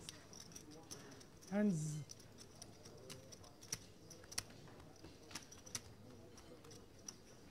Who loves it more than Maroon Jazar? James, at least when it's going well. You know, this is the same man that we've observed raise from the small blind, get called out of the big, fan on the flop, and then just very visibly, very demonstrably kind of show his frustration. Heart An on the emotive sleeve. player. Yeah. No. I want Which you obviously, to selfishly, be we like. more active. Yeah, I mean, listen, it's so easy to get jaded. It's so easy to get apathetic the deeper into a poker career that you get. And, you know, it's just refreshing to see people who are still out there sorting things out, piecing things together, and just genuinely enjoying the process, which isn't difficult to do when you're playing in a merit event, because you're joined by many other people who are kind of in the same ilk. Yeah, a lot of like-minded souls in this poker room. Yeah. You've experienced it firsthand yourself, having played an event here. Headley, of course. I played a few events here, Ali. I don't have a flag. You don't have a flag, you said? Yeah. Hand them up. Just fold. Despite having played a few events. I haven't cashed one yet. Oh, right. I didn't know that was the nomenclature. I don't have a flag. You didn't know that? I flagged means I cashed in a particular... No, but I don't have the Cypriot flag on my Hendemon. I mean, right, okay. You haven't collected that honor. I check. Blind versus blind here. There's a big thing about people trying to, you know, have the most unique flags. Is it really? Yeah, it's a big thing. Probably not. I mean, this is the problem. You spend your time in America where there's only one country, but you know, rest of the world where we explore other cultures. I realize the irony of blasting the one American who does travel the most and travels far more than I do. I mean, honestly, James, play you don't want to compare passports. Play your role as the American, okay? Sure. Here we go. Look, I'll go on the Hendem Mob. I just click this tab, and it literally comes up with the Flag Hunter leaderboard. Oh, let's have a look. Casey Castle leading. Okay. 51 unique flags. There. Big. Look at this big three-way battle. 51, 50, and 48, and the drop down to 38. 350,000. Steve O'Dwyer, He was stealing. 9th 28. on that board, having cashed in I said to 28 him, different countries. 90% Manig I'm winning the Tobias hand. Peters. Dominic I Nietzsche. fold Yeah. up. Nacho. Through. David Look Lappin. who's third, 15th. Tied 15th. David Kilmartin Lappin. 24 different nations in which he's cashed. Look at this. Look at this group he's tied with. Nacho himself, Barney Beitman, Marvin Rattemeyer, and Marcel Lusch. They're the only ones on 24. Rest in peace, Marcel, the Flying Dutchman.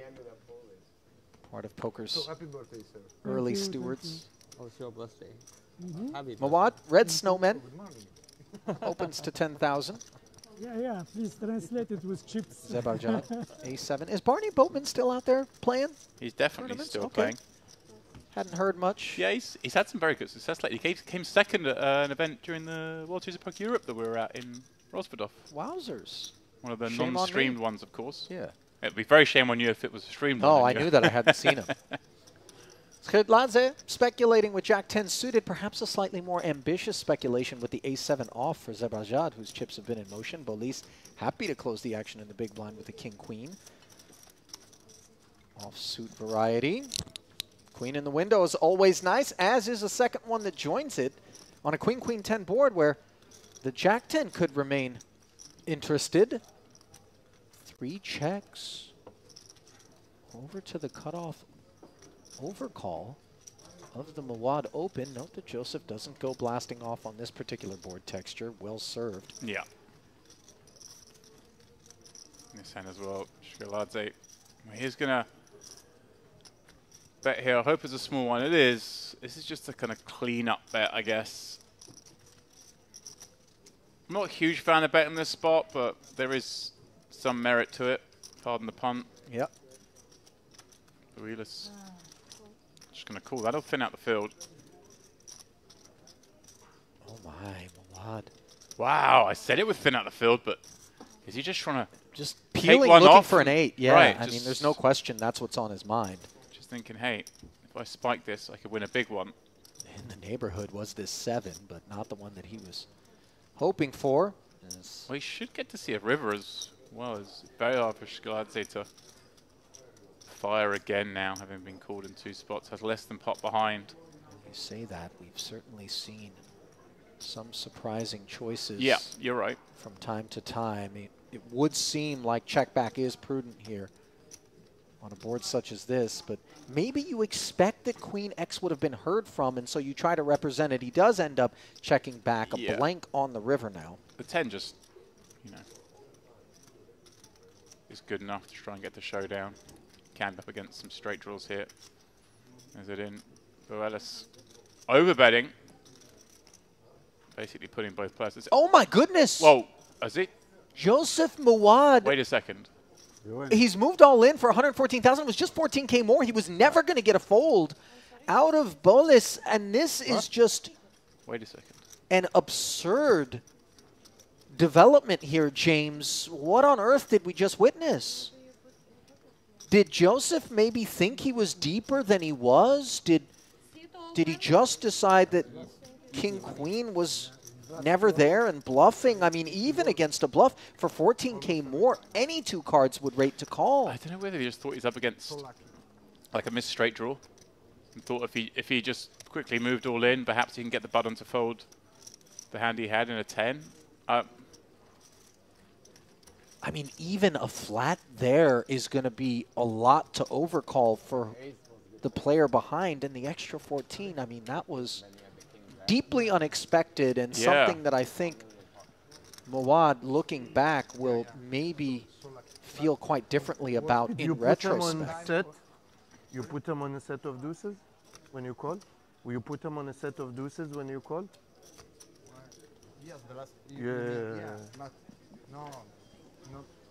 Was the third time or the second time he bet 2 pots on the tab, and he was very aggressive. So sometimes he can fold because he played more than $500,000. So. Zebrajad popping up Ace-7 suited this week, and look at Aldair now coming out with the 3-bet, doing so with King-Queen. And Jazar, King-Jack offsuit, but I mean, these guys have shown a propensity to play any kind of half-playable hand regardless of action.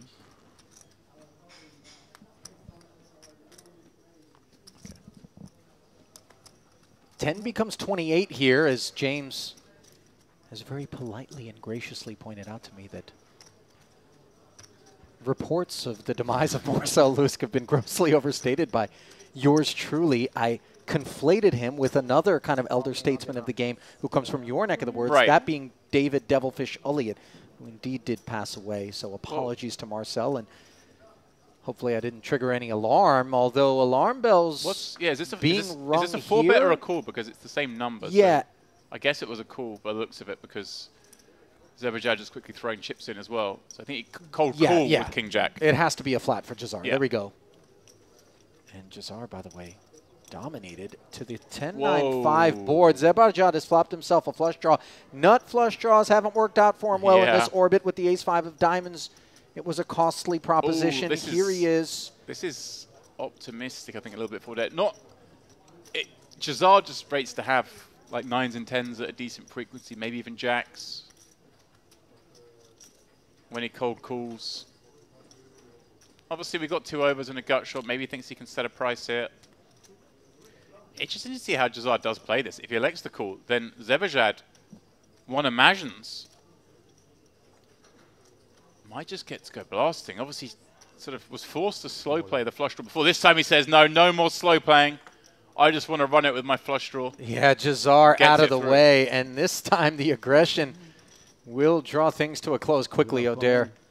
It's funny that you obviously mixed up the two in your head. Obviously, one being famous Englishman from Hull and one being Dutch, but they are such similar characters in that they were so larger than life at the poker table. Absolutely. Both had a thing Marcel with glasses. always had the glasses, exactly. Right, And so Devilfish did Devilfish. had his style. And he used to wear the kind of He's always blazer. They're all dressed nicely all the time, and their talk at the table, they're very engaging, and so and of course they both had a lot of success around the same time, playing in those early big WPTs and whatnot and World Series events. So I could see why you would potentially mix up the two. I'm sure a dive down the YouTube rabbit hole would yield some of poker's early television coverage. Oh, it's so good. This is what got me into the game. Watching those early late-night pokers. I don't know if you ever got to see those, the sort of late 90s televised stuff from the UK. We kind of pioneered the idea of those sort of... Was there not a 24-hour poker network in the UK for a time? There's still a poker channel now. Really? Yeah. It's remarkable. Yeah. I mean, it's... During the latter boom years, the pre-Black Friday years, it was relentlessly on British TV, and of course so much of it was filmed in the UK as well. The TV studios that were constantly putting out that product. Yeah, you couldn't, on the major TV channels, every weekend in the evening there'd just be poker on. And a debt of gratitude owed to those who took it upon themselves to, pioneer the coverage of television poker. Obviously the whole card cameras, because I remember a time when you didn't know what the whole cards were, and people still watched. Yeah. And now you think, how on earth would I have any interest in a poker tournament if I didn't know what everybody had? And yet, that's what Lon McCarron and Norman Chad presided over for many years in the World Series of Poker coverage that was on ESPN for such a long time. Back in the U.S., I'm sure a lot of that stuff was repurposed and distributed worldwide. But then it was the whole card camera, which was the kerosene on the fire. Yeah, we had you had the sort of keyhole cameras at the World Series. Obviously, late night poker. In the rail? Yeah, late night poker pioneered the glass under the table camera, which was so cool because not only would you see that, but you see the player as they're looking at their cards, and we'd cut them sometimes at that angle. But what I used to enjoy the most about that, actually, was there were so many times where they would build suspense, the commentators, in these hands. Obviously, they're edited for TV, but quite often we wouldn't see one of the players' hands till quite late into the hand. Sure. It was like a little... It'll build some tension and some suspense, and you kind of play along a little bit. Good fun. Meanwhile, Akbarport, 2 jacks up against O'Dare's 7-5 suited. Not a fun flop for O'Dare. Akbarport does follow through just on the strength of the betting lead. Now, Ollie, I see you're hunting for the mosquito in here that's far out of our reach, but I don't want to brag. I was a one-shot, one-kill man yesterday. I got one. Now, that one I can't get. It's a little too high for me. Well, I do want to point out for you that the one that you're saying is the second mosquito on the ceiling here in the booth, that one's met its maker courtesy of yours truly, and it was a one-shot situation. Now, how did you get out of there? Second mosquito. Don't ask questions, James. In fact, just hang on a second. Ollie's got some work to do. Oh, we do have a camera in here. Unfortunately, it won't record this action, but it would make for good viewing as he partially destroys our set and obscures my view of the table.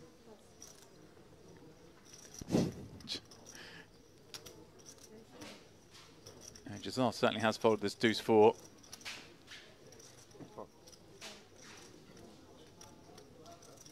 Leanne opening things up with 2 jacks, and Akbarport behind in the cutoff with what, 44 blinds. Gonna call with his 2-8s. Zebrajad with a lovely hand on the button. Could have gone 2-8s with this one. I like flatting given the recent propensity for him to get involved in big pots. Though, can't call for one blind more with Queen 7 offsuit as much as he'd like to. And there is a dead bug on the ceiling. Well done, Ali. That was actually fairly swift. Diamonds for Zebrajad, having overcalled pre-flop. Yet again, a nut flush draw for him. What did I miss? One overcard to the jacks for Leon. Akbarpour not in love with this board, especially lacking the diamond as the opener. Follows through for 12,000, and Zebrajad, of course, these flush draws have been swirling around him. Wow, Akbarpour, non-believer. Deeply unexpected the flat here, and maybe responsible for Zebrajad playing the hand the way that he is. This is very optimistic, not just against the opener, but with a player behind. Very hard to imagine 8s. Now the queen does, forgive me, James, for the interruption, but the queen delivering the open ender and yet a pesky second overcard to Leon.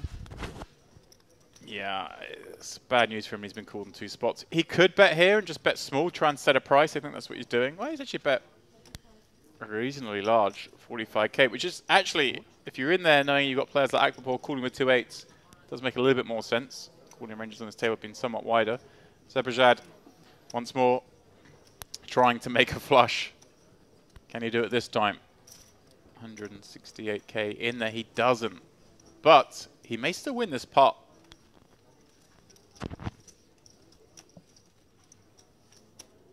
Kind of tough when Leanne has bet on 2 streets to believe that he is bluffing into the 3 players. Maybe Leanne just deciding he has to turn this hand to a bluff, Ali. Check. No. Just goes check, check. I'm a bit surprised that Zebrajad wouldn't try to get after it. It's just, I think it's quite hard thinking that Leanne would have nothing here, having bet twice in a 3-way pot. So maybe giving him a lot more respect than having the hand he actually had.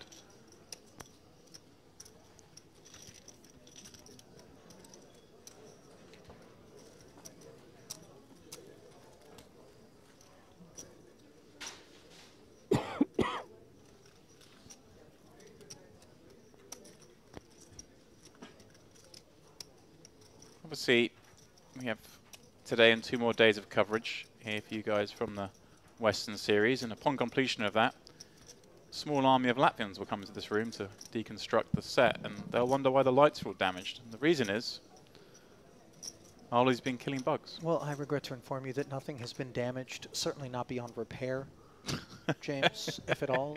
Really, the mosquito population is the only thing that's been truly damaged out here. I do have a strange obsession with killing winged insects, I confess. You really do. You know, it's mosquitoes in particular because, you know, they're trying to bite us, James. Ali, you spent an entire lunch, as we did before, trying to kill flies. Okay, that's fair. They're not going to get you. Akbarpour, pocket 5s.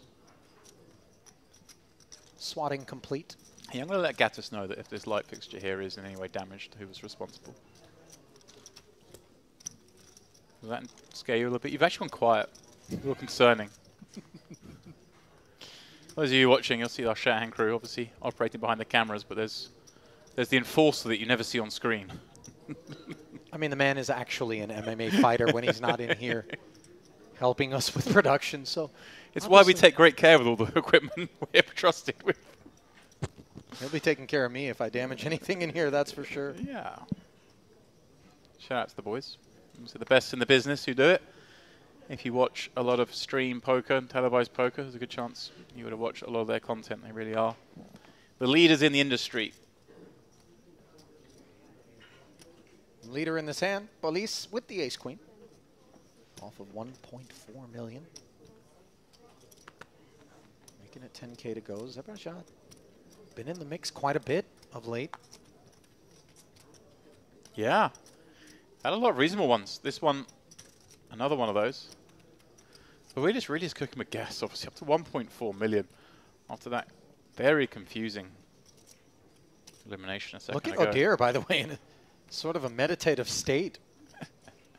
He seems like a character. I watch a lot of Discovery Channel. If you turn a shark upside down, they tend to end up in a similar spot. Luo with the ace-9 suited on the button. Flats as well. It's just how you've come to the... I'm telling you, it's a thing. It's called tantric immobility. Jazar, by the way, not immobile despite having 9 deuce. Gets in the mix. Queen 8-7 all diamonds, not going to be anything he's interested in. Bolis, top pair, top kicker, but lacking a diamond in a 4-way pot, no less. Does play it as a check, understandably, the monotone textures. Do you think this is the time Zebajar's going to hit his flush? When he's in there with the irony there. It will, this is 98% he hits a diamond. No such luck as a 10 on the turn. Does provide a couple of straight draws to the 9x combos. All these missed flush draws. This is the one he's going to make, I guarantee it. Well, he might not get the option because Borealis, having seen everyone check through, is going to feel confident his queen is good. And the 10 bringing more potential for continues.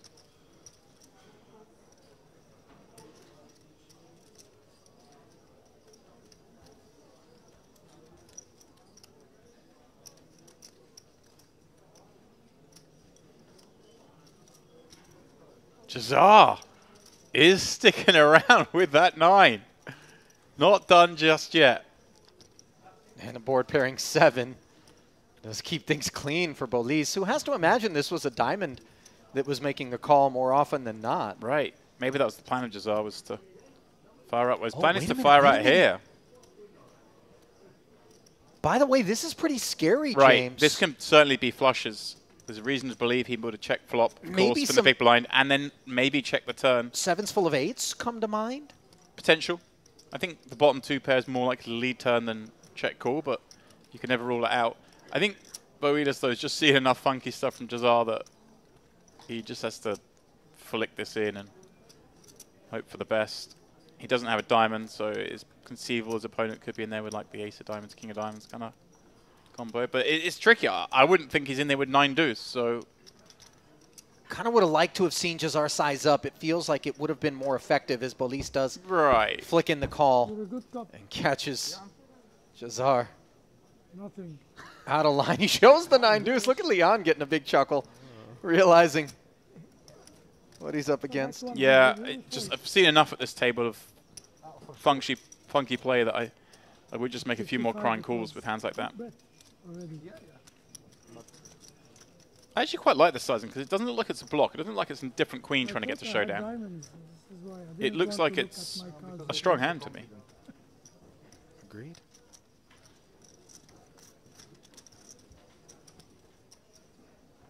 My kids are watching, they must be laughing now. Oh my God. Don't do that. When you play. Never. He said he's honest. No, it was good, good cards to steal, no? We didn't know you stealing, that's all.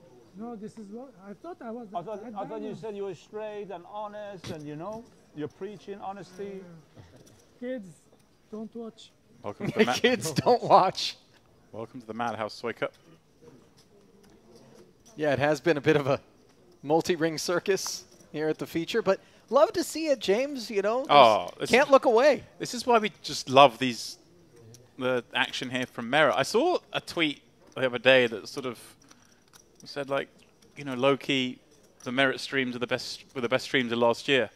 You know, viewers just being like, this is like a hidden gem of action for us to be watching because we never have a boring table, ever.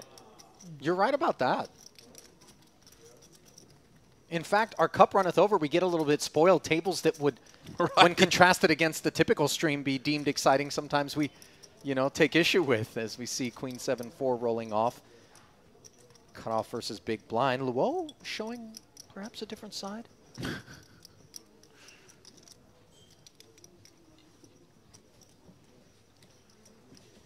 Yeah.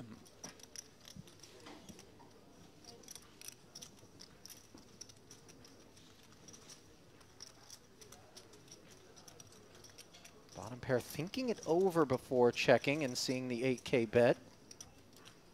Yeah, nowhere we can go anywhere just yet with this 4, but it does get a little scary if Lowe continues the pressure. And Lowe's played so snug. There's this little frustration that he's got involved here with a 10-3. Now he's hit that. Does he feel like he's got enough to check back? I don't think he does. I'd rather see him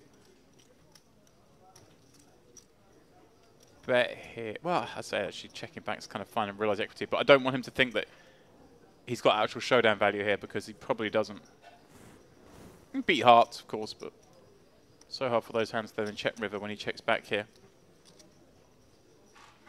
Love it. He's reaching for chips, Ali. Very well constructed, and that should be the end of this. Lian swiftly folding. I was just looking because I was looking at Soika's recent record, who's just joined our table, and noticed that he won the Mix Max last time out here during the Gangster Series, but that tournament was in my mind somewhere because, of course, it was Maroon Jazar who came second in that event. So these two last time out got a first and second. Now here they are battling out on the feature table of the main event. Two regs here at Merit. Ihara Soika, the very accomplished online and live multi-table tournament specialist with over 3.6 million in career earnings, nearly a 7-figure score, his high water mark. Oh, Hails from Minsk. You can make that up to a mil from me, can't you? Norway? $989,000. Listen, anybody asks me whether or not you've ever had a 7-figure score, I'm saying yes in that spot. Problem for him is that score was in euros, and since then the euro has weakened, so he's much further away from the 7-figure score now. It's interesting. I had made a purchase in euros recently, not a negligible sum, by the way. It rarely and is then with you. when I reversed the charge, I returned the product. I had like lost $200. I'm like, how is this possible? Did I get arbitraged by the retailer? But, you know, they refund you in euros, so when my bank converts it back to dollars, I ended up losing money. I was pretty tilted. You could have won, though. I guess in that situation, it benefits you to pay whatever that crazy fee is. You know, they ask you, do you want it in the local currency or do you want it in your currency? If you select your currency, I would imagine when the charge gets reversed, they've got to give it back to you in that currency, don't they? Maybe not. I don't know. But then, Ollie, what happens if the currency goes the other way and you missed out on a win? I mean, you're relentlessly trading all hours of the day. There's no way you want to turn down a little bit of random action, let's be honest. You're right. I reckon you're buzzing over it now. I reckon you're going to start buying stuff you know you don't want just so you can return it and see how you did. See if I can get my credit card balance into the green by the end of the month just from arbitraging returns, international purchases. That's ambitious, but what I are like you doing it. in Paris? Well, I'm just gonna buy some stuff. Yeah. Hope the market moves in my direction. Love it. Nothing surprises me with you. I'm one of the most deeply incongruent people that I know, James. I really don't make a lot of sense. I do try to make a lot of dollars, though. Not always successfully. Low, by the way, with that 10-3 suited, gave us a glimpse of something different out of him. Not getting involved here. Can't say the same for Jazar's ace-4 suited in the cutoff. Never one to shy away from playable kit. Akbarpur, ace-8 off. Got Jazar in a bad way, does defend.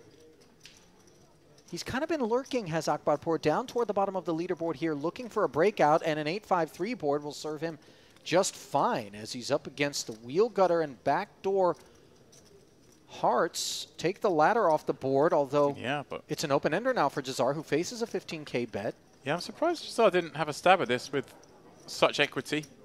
Could have definitely go barreling on certain run-outs. And wow, disaster river for Jazar, because Akbarpur making aces up to his ace-X. Let's see how much he goes for. Does he get greedy? No, just 20 into 87. Yeah, he's gone small, and it's actually interesting because Jazar was going to feel very comfortable. He's got the best hand here against that sizing.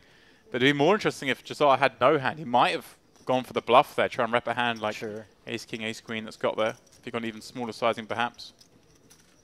But yeah, he was calling any number there, Ali. Well, not any number, I suppose. But so a nice run out there where Akbarpur might have been able to get a little greedier, especially if he felt like the check back flop and peel turn contained some ace-X, but he's blocking that, of course. Nevertheless, important pickups when you're the short stack and those blinds are gobbling you up here in this main event. Marathon, not a sprint. Speaking of gobbling up, Ali. Okay. I know you're going to be departing in about 30 minutes. Tagging Mr. Lappin in. Yeah. That means you get to go to the buffet. It does. It's very exciting, isn't it? What are you going to gobble up there? It is strange the amount of obsession that you have with food, James. I got to be honest. I have concerns, you know. Me too. Do you have like a bag of Fritos underneath your bed at all times? Or, you know what I mean? Are you a secret snacker kind of guy? Or? More of a meals guy. Well, I know this from having had lunch and dinner with you on multiple occasions. I mean, here. am I a secret snacker? There are remnants of a cookie here on this plate. Yeah, it doesn't take crime scene investigation to know. You see with that or a lot of mosquitoes. What took place there. Police, Queen 8 suited, button open. King 5 suited for Ihar Soika. Certainly will retain him as we see the additional 6,000 invested. He's got the spades smothered and the ace-10 deuce board. Fails to connect with either holding. Police is wrapped around that 10 of spades nicely. Betting lead as well. Will pose a question. 14, the size.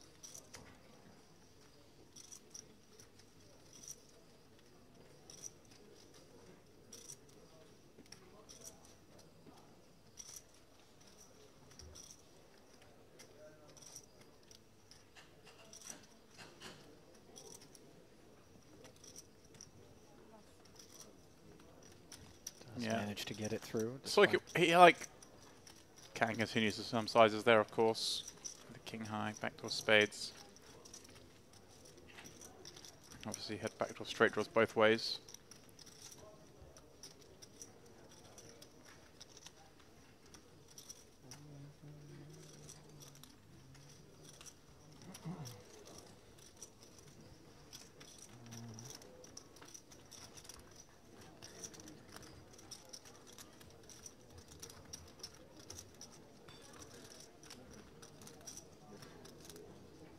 I really like that track jacket, by the way.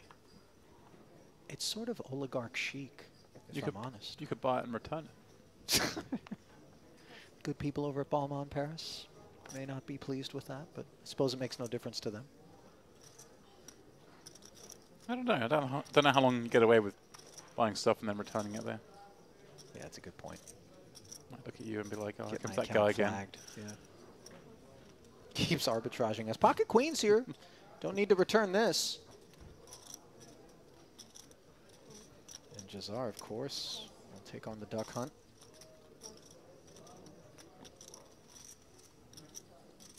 Poor King 9 offsuit. I mean, he's been involved in some hands.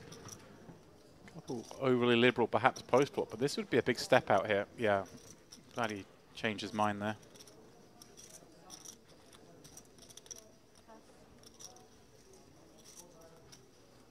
Zebajad with the same hand, but in the big blind closing the action for half the amount.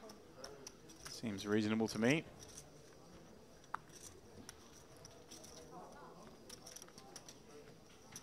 Deuce in the window. Bottom set for Jazar against the overpair, and Skritladze has problems. Oh, yeah. With just 54K left. He's looking for the refund, Ollie. You're absolutely right about that. Yes, it's curtains for him, unfortunately. This stack death, not much he can do. Expect him to just bet here. Obviously, you can size up a little bit as well, because you get worried on the 5-3 deuce balls. These kind of hands where, you know, any ace has got reasonable equity against you. Oh, Zebajad has folded out of turn, which actually, yeah. I think it's going to be inconsequential. Yeah, it is. As Jazar does move all in. We're back around to the queens. It is inconsequential, but if Jazar might have wanted to slow play that, if that man behind hadn't folded. Not that it changes this instance, but it doesn't impact the queens, obviously. No. But deep impacts being felt at showdown here for the time being, where deuces have queens in a world of hurt. 9 on the turn is no help. No Path to a chop available, and just one of 2 remaining queens would rescue Skritladze, but instead he is out of here. On day 2, Is that your birthday party? Jazar having a laugh. No, no, no, it's my birthday. Here. January the 22nd? What? Your birthday? It's January 23. oh, it's Today. 23. Yeah. Oh. I thought it was your lucky car. 2-2. But there was 3 also.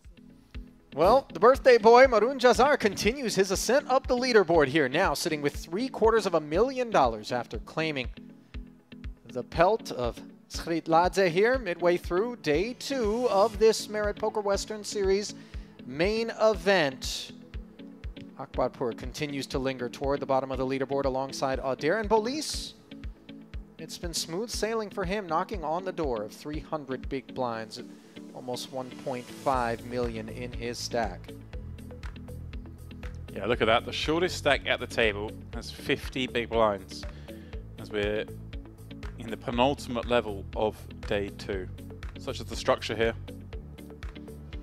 Such as the structure and the action. Players early on getting in so many big hands that, of course, there are more chips in play.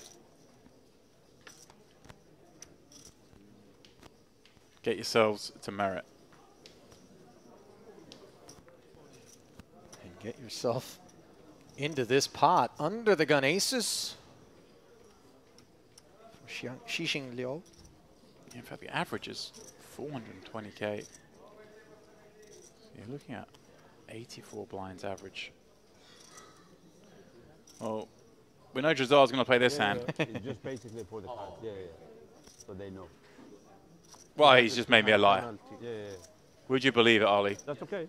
Well, listen, he's enjoying that last pot, still basking in the glow.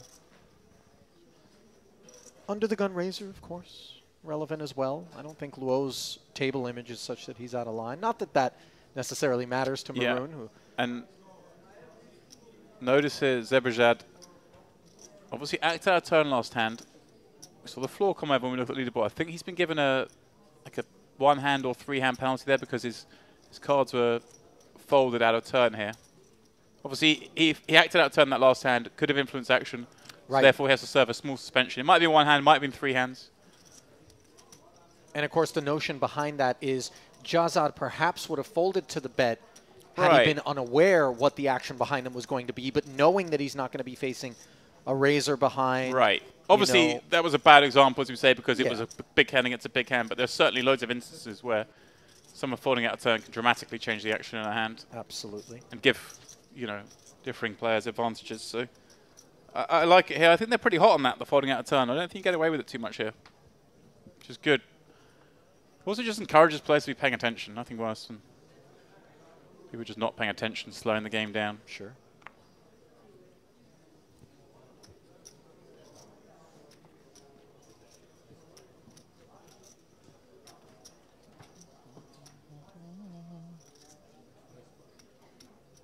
Soinka.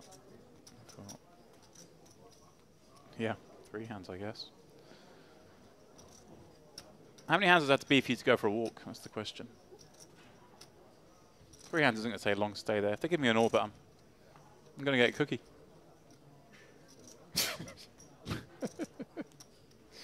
No dessert is safe around you, James. Nope. 10-4 and 8-6 squaring off. Blind versus blind here. Audir, the limper. The pudding pilferer. That's what they call me at home. That's kind of uncomfortable. 2 quick checks. Board pairing 7. Does not change the texture.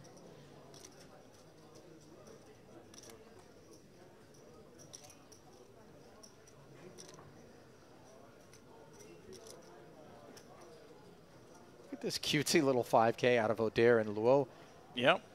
I'm just going to pick it up. He's, he's suspicious. Yeah, I mean, Luo can have a 7, of course. He's just check back pre, check back flop. He's always looking. See what I say? Like he's always looking. He seems like he's aware of situations where he's allowed to kind of make some moves. Looks like he is itching to do so, perhaps. perhaps thinking he's watching all the action on this table. He's thinking, do I need to find these intricate turn bluffs trying to rep a 7, or can I just play a little bit tighter and wait to get action when I've got the good hands? And I would posit a guess that's a good strategy. You will get action when you get a hand at this table.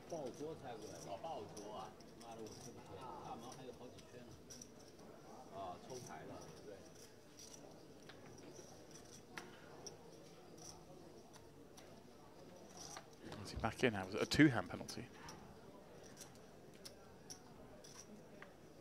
Out of the doghouse. Back into the mix. It's funny, I've never heard of the 2-hand penalty, but why not?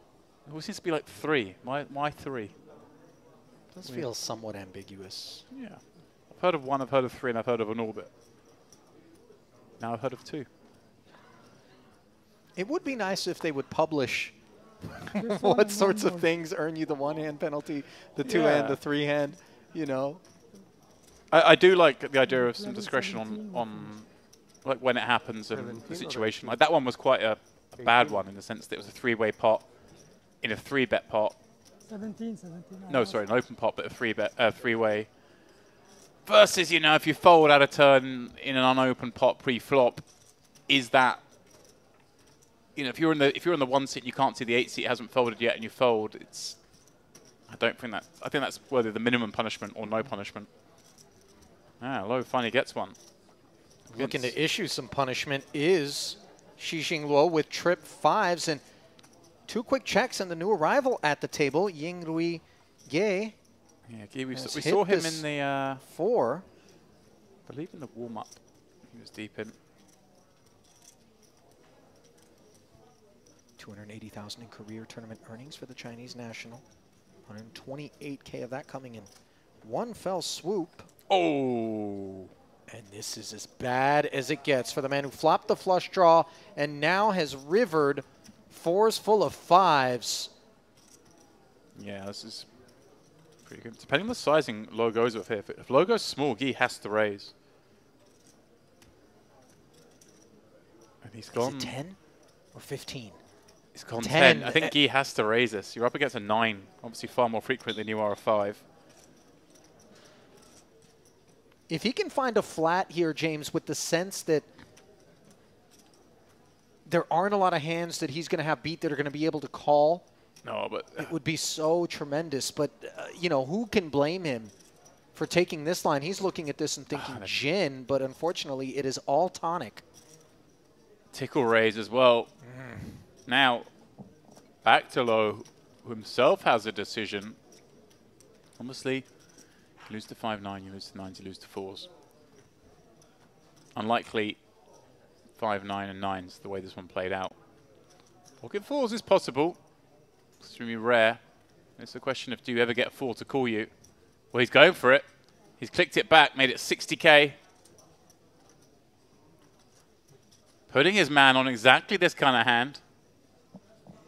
Before he went for the small bet, at least it's a raise. Now, Ge, does he level himself? You wonder whether or not these two have any familiarity with one another, James. You know, obviously it's a big nation. It's not to suggest he gets paid. All poker players from China have played with one another, but you see Ge. No, I think you're right, though. The Chinese community who travel and play poker is still relatively small. Yeah. I think there's a lot of crossover between them. I think I told you off stream that when we were covering the warm-up, we got to a point with 2 or 3 tables left where we had 4 Chinese nationals on the same table of 7 or something, 4 or 14, whatever it was. It's definitely feeling that way. They've found their way here, and the group is growing. That it is.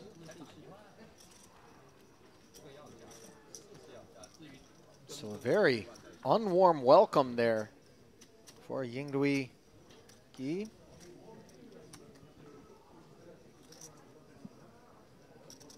Well, the beneficiary in what under normal circumstances would have been an uneventful exchange between Jack 5 and 10-4, and just the exact right run out for some fireworks as Police. Ace King. Again, it's just been amazing the amount of premium starting hands we've seen at this table. You're right. It's like every hand someone's got a monster. Very rich deck. And here we go again, Cyprus with 2-8s. We've seen a lot of these big-ish pocket pairs, the high middling ones. And we've seen 8s a number of times, specifically. Or there with the possibility to squeeze there. It's elected just to flat. Yeah, I prefer a squeeze. I mean, mindful, obviously, of that massive stack of Bolis. And right, but he's been opening at quite a high frequency, and Cyprus has been playing a lot of hands as well. I mean, the only mistake is folding the king-queen there in my mind. Of course, by flatting, you keep Jazar in with 8-3. Well, he played the 9-deuce moments ago, so yeah, why not? Unfortunately, his 8 is just cooked by pocket 8s. It comes ace-queen-6. Doesn't look like he'll be getting in any trouble as Bolis does flop top pair against second pair. O'Dare rates to be a customer. Yeah, certainly will. Half pot the wager.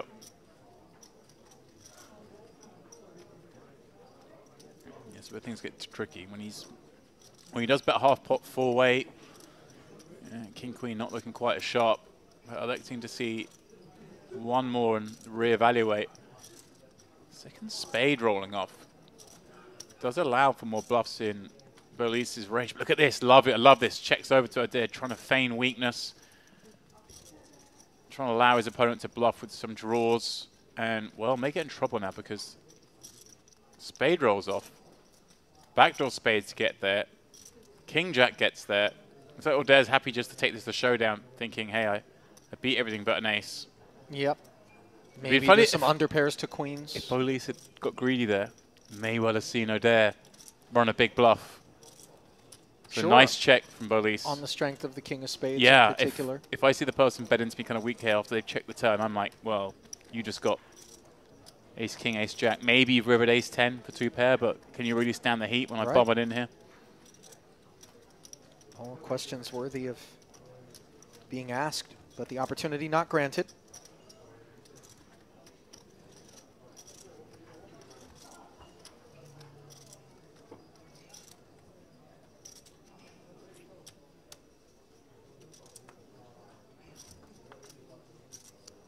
That's a tower of chips. That it is. And again, an ace-king for Bolis. This is, you know,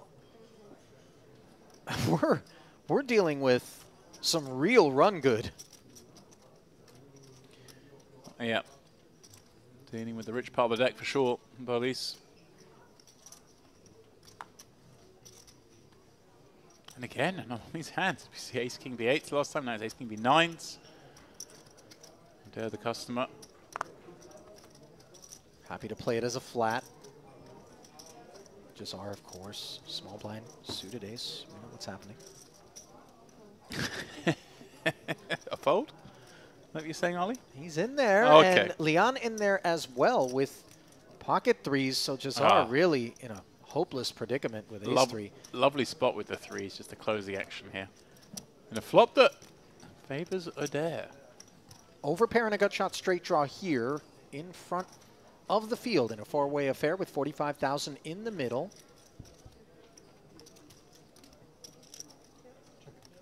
Yeah, no surprise to see the ace-king giving up on this one. Especially against the players in the pot, more so they can have these middling cards than normal ranges. By that I mean Jazar and O'Dare. Leanne, of course, from the big blind can certainly have all of those cards. O'Dare's big bet, over bet in fact, just over pot. Does bring an end to the hand. Yeah, might have gotten appeal if he got cute with the sizing out of the ace-king, but the board texture's so bad. I don't think ace-king. When it's bet into 4-way on that kind of board, you can't really call with ace-king, I don't think. I mean, obviously you always can, but it's very hard to ever imagine you could be good / hold up. Agreed.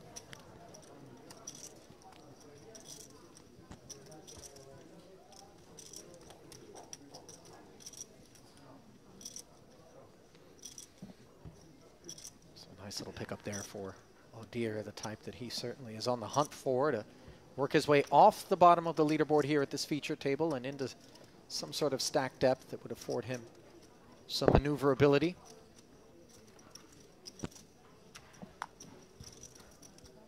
Wow. How about aces?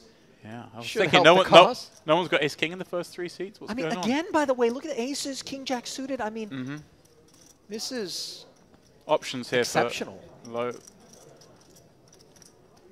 Thankfully for him, he has just flat. Yeah. It's only contender to 3-bet, but I think at this stack depth, I like flat.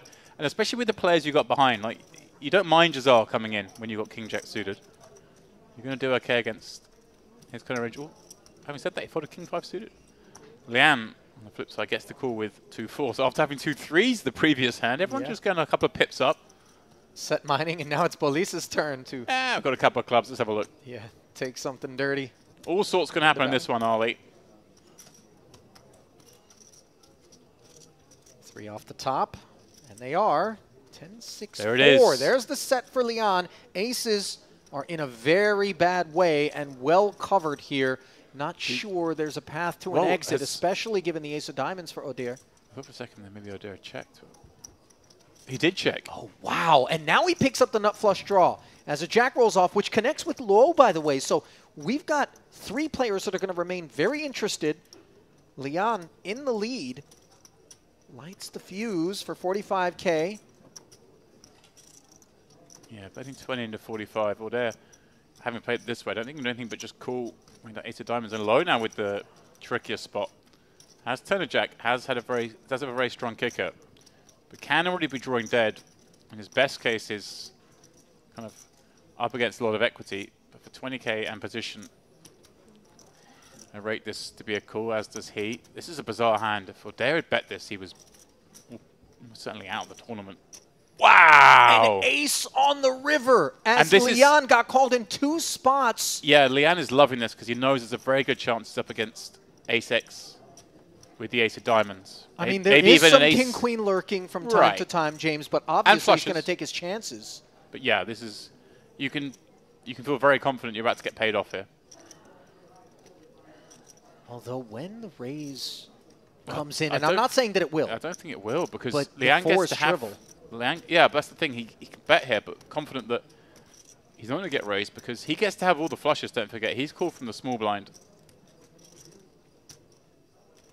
What kind of sizing does he come with into 105? I like this, just a third pot. Yeah. You're kind of trying to get a crying call from the ace of diamonds here. And I think that's exactly what Odeir is going to do. You see him make the call. Luo with the easy exit, and this is going to be gutting for Leon. Well, yeah, if Odeir bet that flop, he may have got Look at that Luo's in. face. Yeah, he's what? You checked aces on this flop? Yeah, with the ace of diamonds, no less. The confusion over that. Do we stay here or we don't know? Boy, that was disaster averted for Odeir. Okay, obviously, looks like we're going to our final break even of the evening. When we come back, we'll only be 1 hour of play, and thus we're going to stay with this group of players. So, Ali, I know you'll be leaving, but myself and David will get to watch more of this I mean, listen, roller coaster action. One of the occasions on which I'm regrettably going to be saying goodbye for the night and signing off as we bring you back into the commentary booth. Ali alongside James, and I got to tell you, of all of the frames that I've presided over in this booth, I think you would agree that had to have been the most entertaining that we've enjoyed so far in this Western Series. Yeah, there wasn't any standout crazy hand or crazy bluff, but it was just a combination of the players willing to play hands and the card distribution just meaning that every hand someone had something. Kind of crazy. If you were so inclined, you would have run out of popcorn in that particular couple of hours. So then we do step aside, albeit briefly, and we'll come back with one final hour of fireworks here on day 2 of this Merit Poker Western Series main event with a feature table that will remain the same. So you're not going to want to miss that. I will give way to Mr. David Lappin, and we will join you in about 10 minutes' time. Stay close.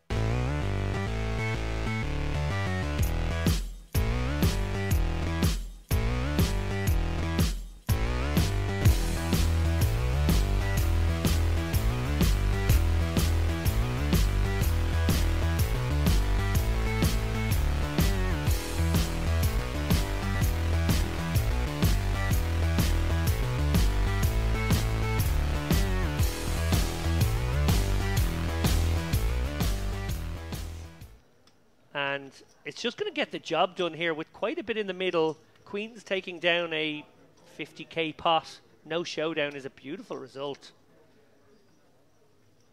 And poor Manas now left with maybe a very interesting consideration, thinking that the vast majority of the range that would be willing to do this might be hands like pocket 9s, pocket 8s, flatting, and then thinking, well, actually that squeeze can be full of nonsense. I'm going to back raise over the top of it. And then he's probably wondering if his king 10 suited is actually an equity flip here. Obviously, we see that it was actually a trap. Yeah, he's only got 133k back, but re-entry is still open. This is the last level. Wonder if that's on his mind here. Dare I say crazy time?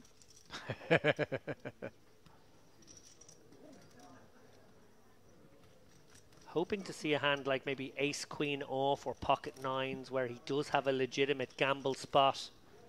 Kuzmanas, he's made an awkward bet for himself, putting in this 36k bet, roughly a quarter of his remaining stack. And now wondering if he feels like gambling for the rest of it. He does.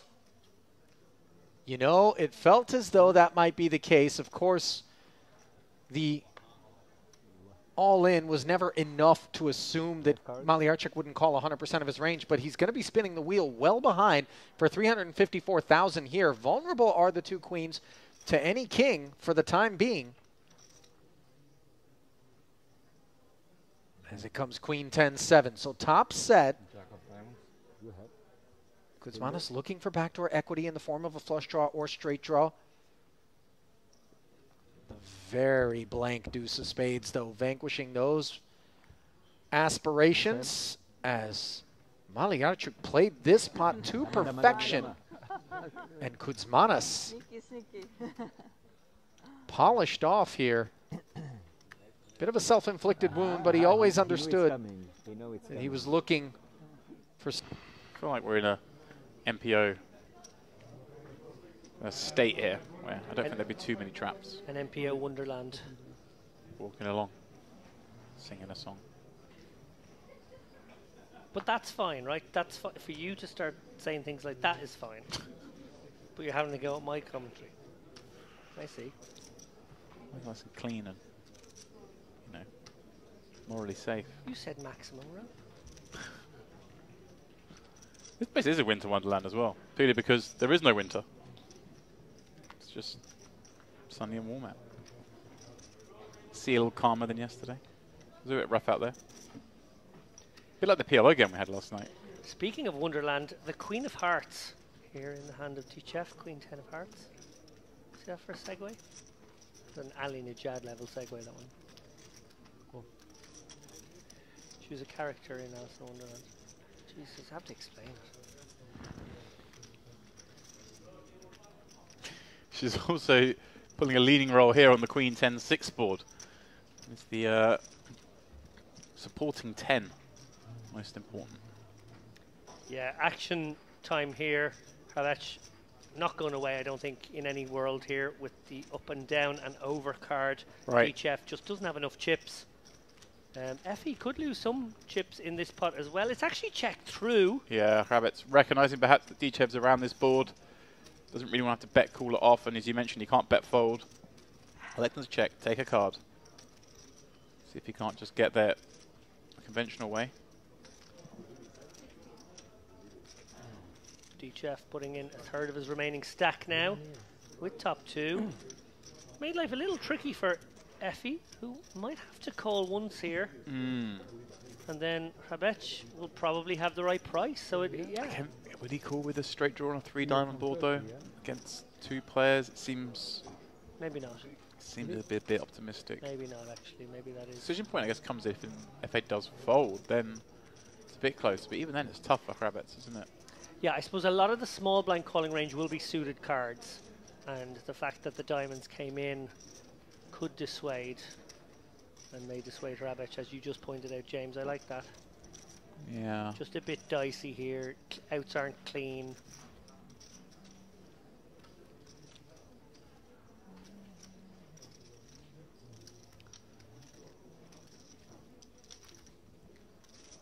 It's annoying. Right. It's a pesky hand. You raise it up, get 2 calls from the blinds. Give me blue. Have Queen Jack on this Queen 10 flop, and now hating it, going to river. But he will make the call, and if he can see his opponent's hand, would she'll be very happy to do so. Binds the offsuit ace on the end. Dichev just ripping in the last 30k. The Kravets will snap this one off. Dichev will get the bad news that it wasn't the turn that put him behind, but it was the river. Yeah, smart says it all. Really? Okay. TK. Quarter milli, definitely. If you win, and it's less than that, he has promised to make up the difference. 1.8 million and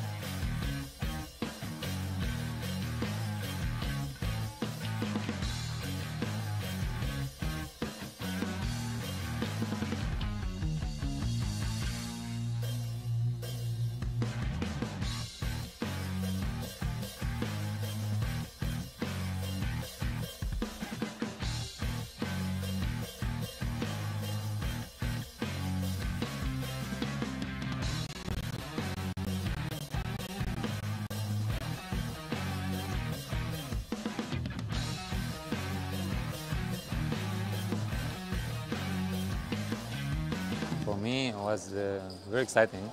Yeah, I was very interesting about the player, a mix of players, a lot of good players. So I was very excited to play, and I mean, the whole experience here, it's amazing. It's a great experience.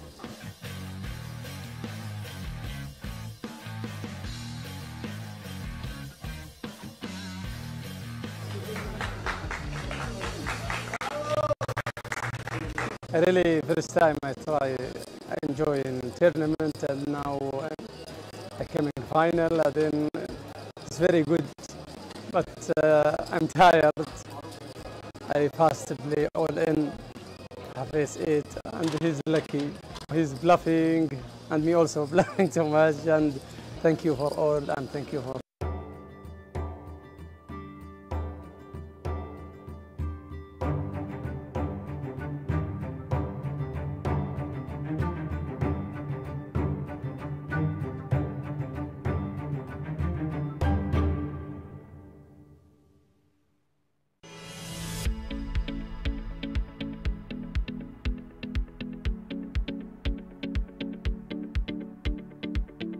And welcome back, one and all, for the final time this evening to the Marriott Crystal Cove Hotel Casino and Spa.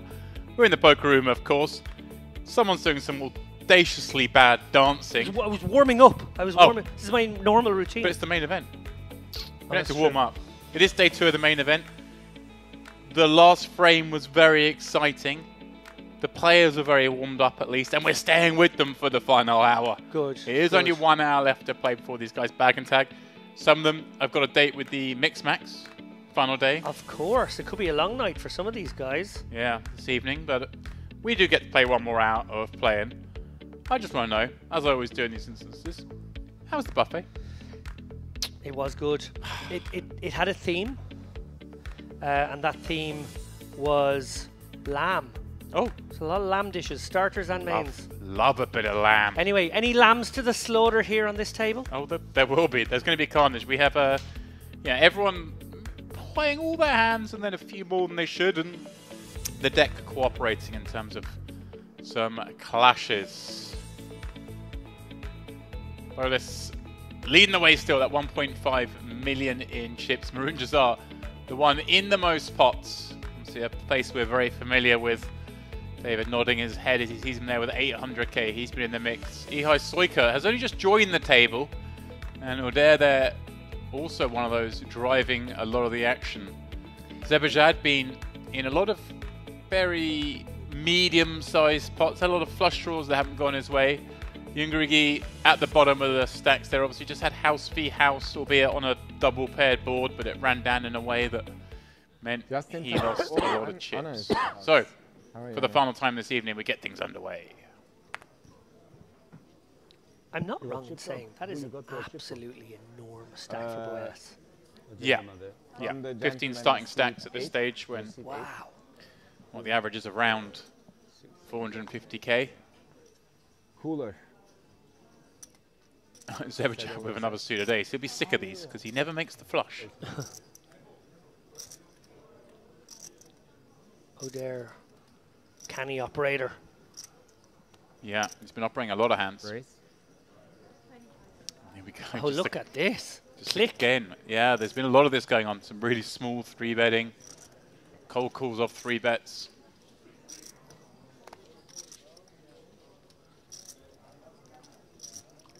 With that mind, he's like slightly suspicious about ace-9. He's not going to play that one. Liam, of course. Just had his flopped set of 4s run down by Oder's rivered set of aces. To pay my losses. Calling, probably because he realised he dominates some of Oder's range here. Just calling because this is the play we do here. We have little raises, little 3-bets, and we go multi-way. Wow, so it's just a sort of a bloaty potty sort of world we live in now. It feels like a catch game more than a tournament. Yeah, right? Well, everyone whiffs on the king deuce here. Oder probably going to win this one with 1 bet. He actually checks. Well, that actually sort of lends some credibility to a delayed c-bet. Yeah, well, the hand before the break, he played a multi-way pot with aces, where he just checked the flop with his aces on 10-6-4. Ends up riving an ace against Leanne's set of 4s.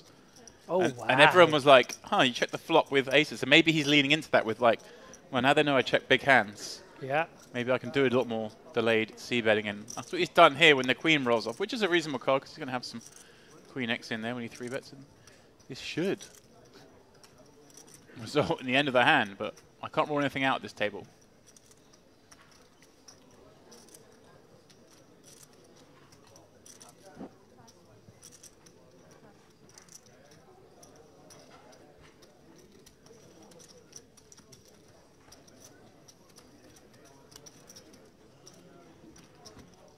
Evet. Ben Ajda bardakta Rize çay lütfen. Bir de bir tane San Pellegrino soda, yanında bol buzlu bir bardak. Sıcak süt, sıcak süt. Şekerli sana. With sugar. Yeah, with sugar. You know? Yeah. I'm paying attention. I'm paying attention. Wine for the birthday kid. Well, there's learned everyone's orders. Referencing, of course, Mr. Gisard's birthday. Ah, okay. He's running like it's his birthday. He's getting some nice hands. 12. That's a nice O'Dare's birthday. Gisard's. Gisard, sorry, okay. And now a real hand this time. 30. 3-bet. 3-0. What is it, though? What's the hand? It's ace-king, wow. It is his birthday. Oh, Leanne with the ace-king behind. Just cold calls swiftly. Soika's not been the same for long, but is he thinking, maybe I just want to get in here? So when it gets back to O'Dare, give me a profile on Gisard. Is he likely to be light? He's played a lot of hands. I haven't seen him 3-bet too many. I think O'Dare will give him some level of respect, but with the cold call between, he's carried down the stack. So Leanne, the previous hand cold calls the 9-7 suited. This time cold calling very strong indeed. If O'Dare was to find the 4-bet here, would Leanne find the jam? Yeah, I'm sure he will. And that's what's happening. There is. What happens now if Gisard just rips it? Does Leanne just fold ace-king now? Huge 4-bet as well, up to 110k. Wow. So this is a big one. Yeah, I feel like one of them will rip it. Right. And one of them will fold. And O'Dare will probably have to fold to the jam.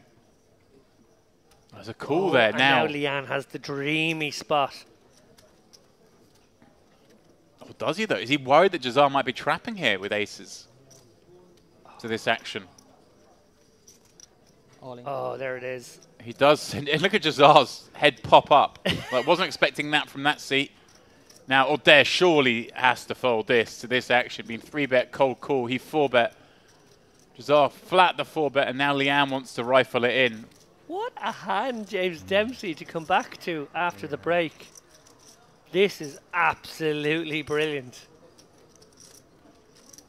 And is Leanne going to get 2 folds perhaps here? So much for Gisard to call off. I think he should. Like, that is such a strong line to call and then back raise in this fashion. I suppose O'Dare's just mostly worried about the image he set up, which is that, like, I'm full of nonsense here a lot. Right. And now has a real, like, top 5 hand. So he's thinking, oh Yeah, no. Again, this does feel a little out of character for the way the table's played. There's been a lot of single raised and clicky 3-bets, but this is Okay. the first of these sort of raising walls, multi-way pre-flop we've seen. And Yeah, it feels like Leanne either has ace-king suited or queens a lot when he takes this line. It is possible that he could have a very trappily played aces and kings. Well, Dare just says, I want to run it, not interested in folding this. And he's in amazing shape now that there's so many aces and kings folded. Right, and Gisard surely now has to fold this. Remember, it's gone open, 3-bet, cold call, 4-bet, call, 5-bet jam, call the 5-bet jam. Understandably, Gisard asking the dealer for advice. What would you do here? Good fold. Yeah, has to. No. No. No, don't actually have jacks. Oh, no. I think he's saying no because he just knew getting call would be in trouble. He's probably kind of relieved to see jacks in the sense that So many chips he in the probably middle. thought he's up against like much bigger than jacks here. The big 4-bet and calling the 5-bet jam. Looks like aces or kings. I think Leanne's just trying to make the point, hey guys, I was bluffing here with ace-king. I don't want you to think I thought this was the best of it. Ace in the window! An unlikely one, as you mentioned, of course, with Gisard folding the same hand, or Dare reduced to just the 2 outs. Million chip pot with 146 players left. Pot Pot is like 2.5 times average. Yeah, Leanne looking to go join the chip leaders at 1.4 million here. That is exactly what he will do. Or there to the rail. That is just, yeah, a huge, huge pot. I think that's a good call. Yeah, very good call. Suited. So much action there when we go back and reflect. An open, a 3-bet, a cold call of 3-bet, a 4-bet, and then a back raised 5-bet. Not sure. Yeah, Jack should have been in there. I can't be playing the jacks myself. I think I might have even just flatted the jacks. Right. I know it's 3 ways and you're out of position, but no options are very nice there with the jacks. But yeah, I think if we do elect a 4-bet to fold is probably better than. But yeah, especially when you're on the size of 110k, kind of made the pot so big. An exciting one nonetheless for the viewers. I did bill you that we've got some action players and some action hands getting dealt, as it were, card distribution-wise, and that one certainly didn't disappoint. You told no lies, James Dempsey. 3 premiums.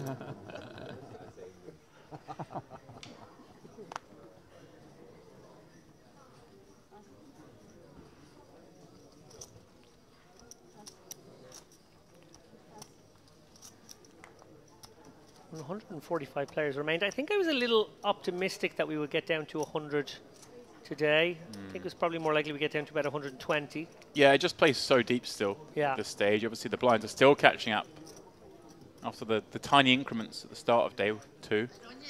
The shorter day 1 and day 2 as well. Yeah. Only 8 levels each, so everyone can play that mix max.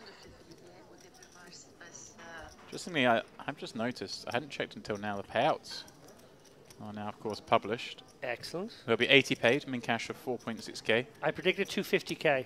250k for second. Wow. First prize is 342k, so your guarantee was safe, should we say. Well, seeing as you made me put up the difference, that's good news. So yeah, big money.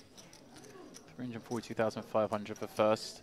Everyone on the final table will be guaranteed 34k. And there are 4 6-figure payouts.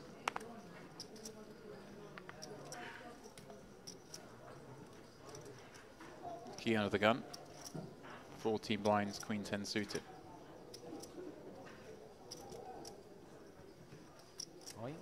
Says I just want to run it. This is sort of towards the end of the night situation. Yeah, don't love this shove. I think you can actually open this hand. I like open. Yeah, I think open is nice. I think maybe if you had the king queen of diamonds or even the queen jack of diamonds would be cuspier. Queen 10 of diamonds just doesn't feel like enough hand. But it may get through. Oh, it's a favourite to get through for sure. And that's what it'll do.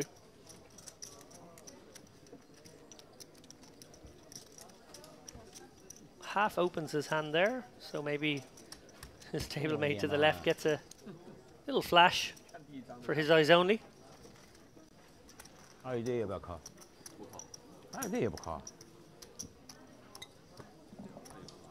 Wow, 340,000 up top. What a beautiful payday. 1/7 of the prize pool. All for yourself. That's a lot. Or for Andrew Headley, perhaps. Do we have Headley cam?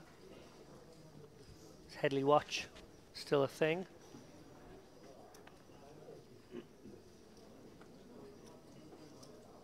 Jazar gonna go for a light one of his own here. Wow. Yeah, we've seen him play quite a lot. He's folded some though. It's not like he's played all the cuspy ones and the slightly too open, slightly too loose ones. He's mixed it in. Wow, Lee hands here to gamble. Yeah, oh yeah. This is look. You can't come in here thinking this is looking gambling. This is how this table plays. Okay. Okay. We play like a little cash game. What a nice spot for Soika just to find deuces, all this action in front of him. Just let's go on a duck hunt. Did you play duck hunt? I did. Everyone under the age of 37 in the Chat has no idea what you're talking about. Yeah, that wasn't a reference for them. Okay. They are our viewing base, though.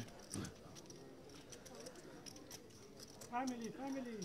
Everybody King love you. 4 in there from Ziberjad. Wow, that's very optimistic. Definitely not the category of hand I would recommend. He's you blind. try. He can just flick a 9k of his 88 and just try and strike lightning. I don't hate that. Yeah, getting 10 to 1. 7-8 off, okay. Yeah, I don't hate it. If you can just find some equity here, you actually just have a pop bet behind. Right. Getting 10 to 1 direct odds. I mean, 6 ways. 2 a flop. he's got the gut shot, has our boy Geet.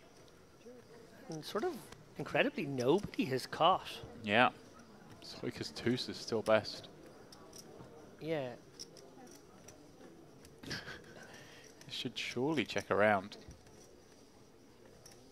And Repeat 6 just- hearts. Yeah. Akbabor, the most interest in the hand now, you'd imagine. He's just hoping, please everyone check again, let me hit my 9.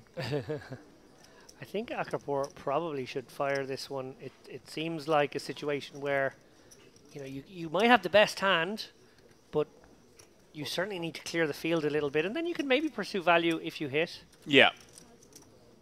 And also, it's still believable he's got a 10 here, right? He's played this way multi-way. Everyone's going to play cautious on the flop. It's not like... Yeah. Or a 6. Right. If this is the way this table is, like you say. Leanne's thinking about it with ace-4. Surely not. Bet into 5 players here. Yeah. And a healthy bet at that. Like, he's not even gone that small. He's kind of gone half pot. Yeah, thank you. Wow. Even the idea of thinking about this one. Okay. Everyone folded? Nicely done. Barpoor, probably relieved to just get it done with one bet there. You can see in the video. You will see. 30 minutes time. 我是没码，我还有概念。7, 9 of hearts, 8, 9 of It's like the go-to thing to say at the stream table, isn't it? You'll see in 30 minutes. Just not, I'm not showing. Just reminding everyone that they're on a stream table, as if they didn't already know. Have you pulled off any sick moves on a stream table down the years? Told your pain? Outrageous ones, yeah. Yeah. Told your table mates. You'll see it when this TV show airs. Tell the lie, yeah. One of the wildest hands I ever played was in a... I think it was streamed, but it was filmed and edited. Like a TV cash game. I got played in an absolutely absurd pot against Sam Grafton. Where I bet 3-bet the turn. No, sorry.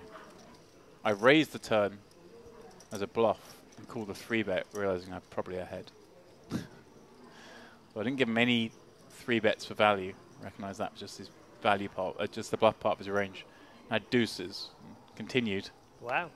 And then the river was a napkin. And he checked, and I checked back, and he turned over his garbage. And I turned over my deuces to victory slam, and then realised his garbage had actually caught a jack on the river with his jack 4 or whatever. I was so excited to table it that I was like, oh, damn, I didn't realise he's just caught the raggedy pair. Somewhat embarrassing. G jams, Lou calls. Lou trying to finish off the job. Took most of the chips off Guy before. Alive.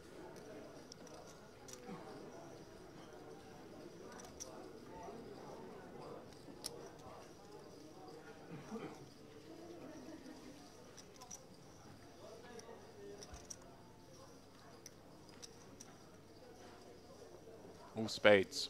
Both players with one, so geez. Situation getting worse. Very dead.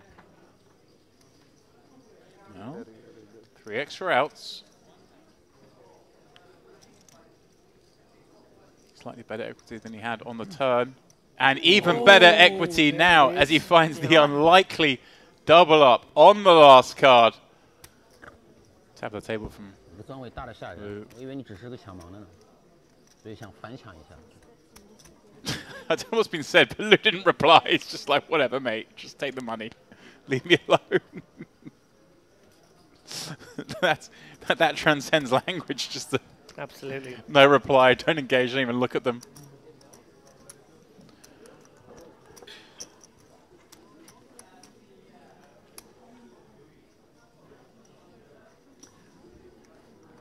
Lou taking some comfort in a warm beverage. Maybe a scratch of that Johnny Chan-esque orange. Release some vapor. Breathe deeply, some orange zest. Move on to the next hand.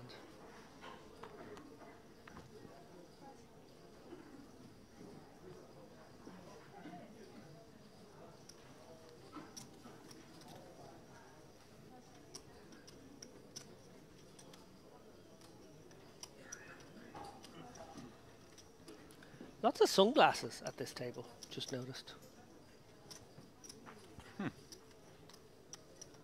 I hadn't. I guess I'm just so used to seeing sunglasses in a poker room. Not a thing I'm a fan of, to be honest, but... Have you ever? No. I will admit, I do wear them occasionally on feature tables only, purely because of the The lights. lights. Yeah, I get that. I tend to wear a cap when I play poker all the time, and that's mainly for lights. Not just feature tables, but a lot of poker rooms you get with different areas, different lights and stuff, so can get a bit draining at times. So I do understand on the feature table for that reason. Yeah, I do suffer from the odd migraine, I will admit, and I think it is to do with screen time and lights and those kind of things do trigger it. And I do realise to the audience listening at home that this stream does have a tendency to be me talking about how my body is letting me down. He going after low now. He's just doubled up through him. 3-betting him light. The next opportunity, and surely will work. Yeah, I don't think 10-Jack is a hand you want to continue here out of position. Certainly not the offsuit variety. Good folds. A nice pickup there from Key, and a nice hand choice. We saw an identical play in identical seats, I believe, in the first frame today with Monica Zukovic, using that sort of just below the calling range suited hand to 3-bet, take the initiative. It's a nice hand selection.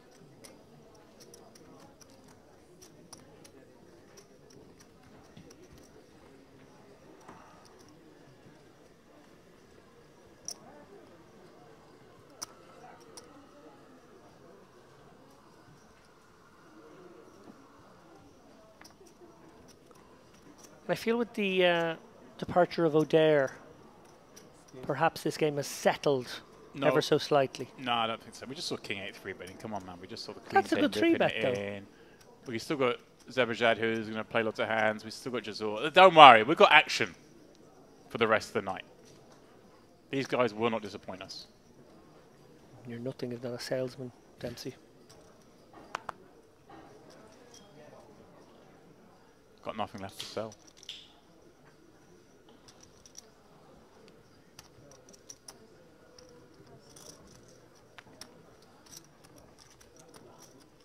Police. King Jack in the big. Will defend. He's been pretty quiet since the restart. Although restart wasn't that long ago.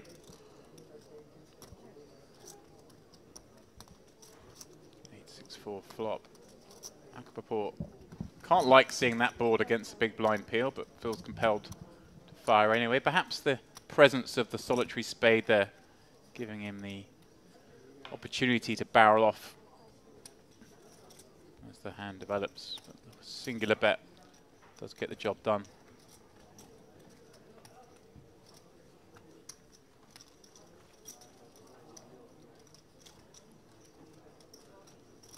There is a camera in here. You guys can see right now. Lappin is just staring me in the face and playing with his hair as if to imply, hey, do you want some of this? Well, I was just adjusting my headset because I think maybe Ali has a smaller head than me. It's hard to... I've never heard anyone describe Ali as having a small head before. Had to just do a little... It was just a bit tight. Did you turn the sound down before you sat down? I know he has the volume pump rather high. No, I also have my volume high. But I had that moment with Andrew Headley as well where he felt it was a bit much when we swapped mics.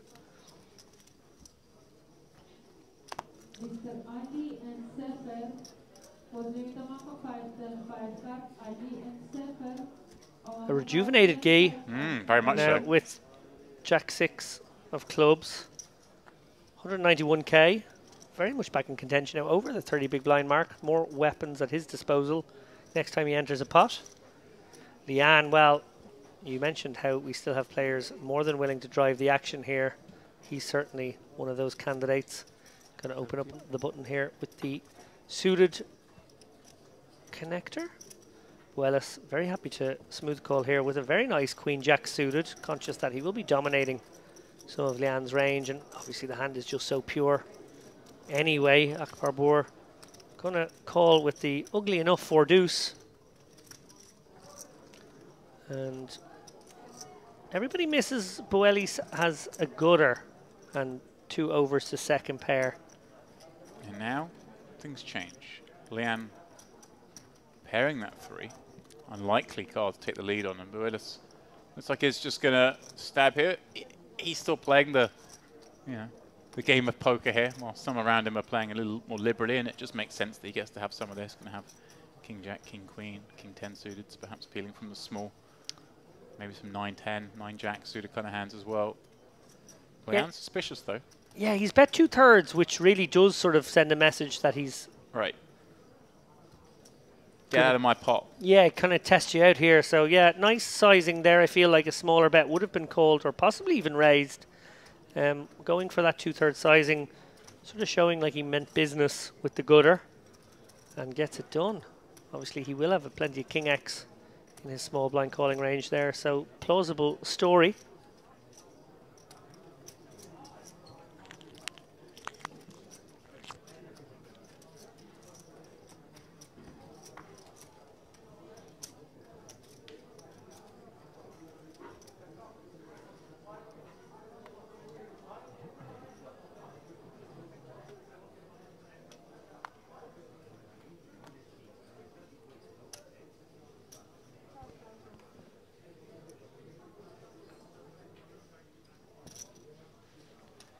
Hands coming thick and fast at us here. Zabarjad already dealt his ace-10 off and already in the pot.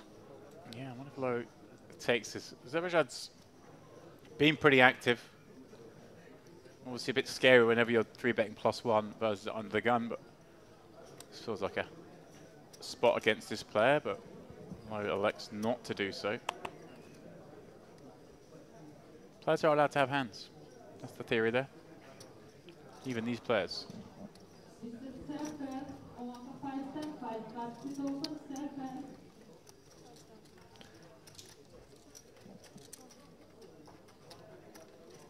Yeah, well, the exciting thing when you have a table with this dynamic is that when you get a couple of real hands, a lot of more chips get into the middle than you would necessarily anticipate by virtue of how it doesn't take real hands to get some chips in.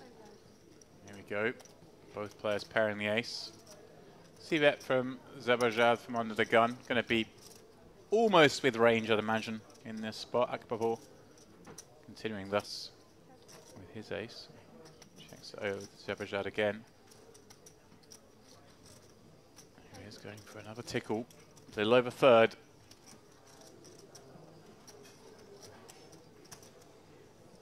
Akbabur calling once again, as you would expect, and finding the 5 on the river, but on a heart completing board. Nice check back from... Yeah, it's very hard to ever bet that again, isn't it? Yeah. But I wonder if there was a spot, perhaps Akbabur would potentially lead, knowing that kind of the ace-kings, ace-queens of the world are probably going to check back now. Yeah. Into third heart. Yeah, I like that. I do prefer that line. And it would have been an interesting one for the ace-10. Not a particularly easy spot. Certainly a block would have been called, but maybe a 35-40%er would have been a test.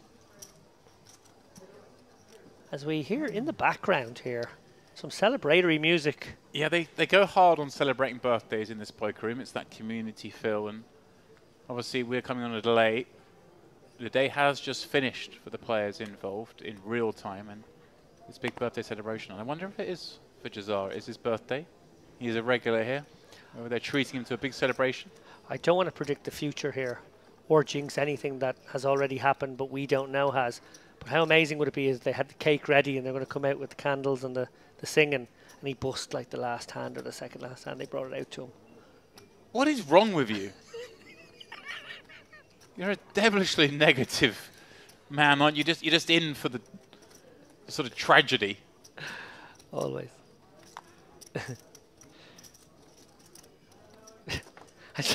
I'm just imagining them all like standing behind the stage with the cake and everyone's ready to go, and then he busts last hand and they're just like, cancel it, just don't go out there. Abort. King 10-7. Verus from the cutoff has the best of it. Shebadad.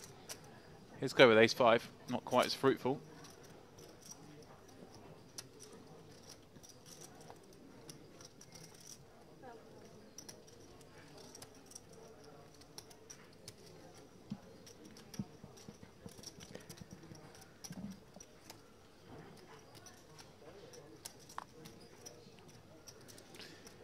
Yeah, in the C-bet for 2 blinds.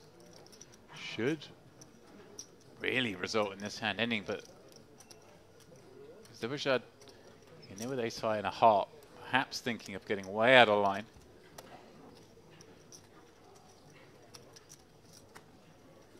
But those thoughts were short-lived. Everyone suddenly looks like it's the last level, don't they? It's a lot calmer, not so much chatting going on now. Yeah, I sometimes feel like when you have a dinner break and you do come back for maybe 3 or 4 hours, there can be that sort of post-digestion lull where everyone just slows down a little and everyone's a bit tired. You see a few yawns, you see a few caffeinated beverages being intook. They didn't actually get a dinner break in this event, obviously, today, only playing the 8 levels. Exactly, so you would think right, sorry, there would be more energy, even though it's last level of the day. But it does, you're right, again, resemble that. Every break's a dinner break here because you can just run through to the poker buffet. So you're just always digesting food I am. when you're here. That is true. It's a big shock to my system when I go home and there just isn't food lying around everywhere all the time. I have to cook it for myself.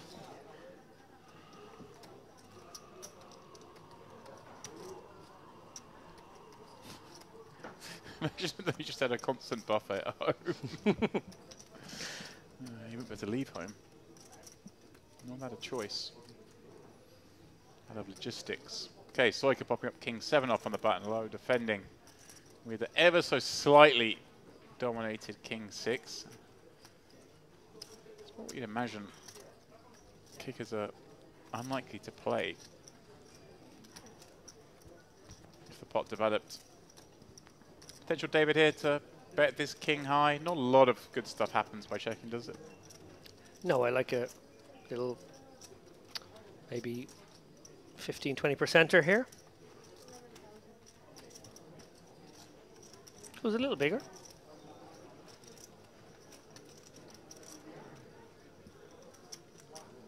Now taking a bit more time over each hand before folding that, it strikes me that he's just perhaps thinking, oh, I'm just done with this day. I want to get off this table, even though it is a good table to be on because there's fast and loose action, but I just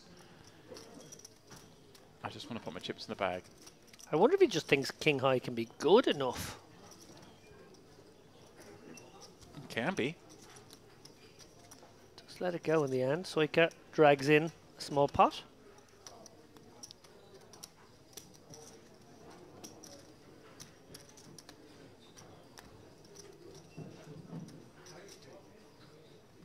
Andrew Headley has crossed the threshold of the chip stack he brought to the day. I congratulated him on his 9,000 chip profit on the day. Nice. Obviously, again, we are on a half-hour delay. And we can spoiler stuff that nobody would know about. Yeah, our boy has made it through to day 3, but started the day with 402 and bags 411. I'm glad I told our production team, don't put him on the stream today. It'd be a waste. We'll definitely have him the next day when he'll definitely make it. How about on the bubble and see if he gets any sweaty scenarios? That'd be nice, wouldn't it? That would be amazing. Watch him cry when he busts out stream. Wow, your sort of dastiness is catching on now. It is infectious. I think it's sort of that thing where, as a poker player, you sort of are a sadist and you are a masochist. You sort of have to enjoy pain inflicted upon yourself and others. I much prefer the pain on others, I won't lie. Soika raising up ace 6 of clubs. And this time low, fighting back with ace 5 of spades in the form of a 3-bet, and a chunky one at that, 4x. But David, that a facet of the depth these two have, obviously. Very, very deep. 4xing seems kind of like the minimum. Yeah, no, that seems like a good sizing for sure, but what's really interesting here is Guy is almost thinking it's a potential spot. Cut off, light open, low, very likely to go for a light 3-bet, particularly picking this sizing at this depth. And he has exactly enough to just about find a fold. Right, and pick up 76k potentially for his 180k jam. Now this is above the rim stuff. Interesting that he's considering it. More curious that he's decided upon a cold call. This is adventurous. Now, he does actually have the equity favored hand, but this is dicey. This is bizarre. Yeah, this looks scary. This geese could just have kings or aces here, right?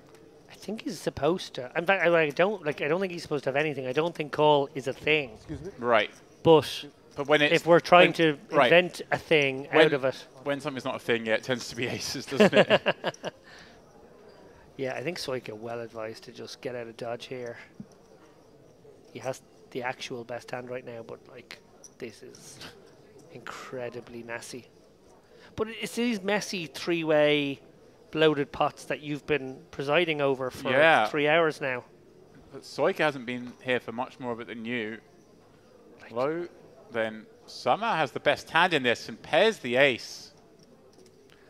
And now thinks maybe I've overtaken kings. Right. Yeah, if your man's got aces, good luck to him. You know, the cold cool hands are never the ace king, ace queen, ace jack, so he's not worried about that.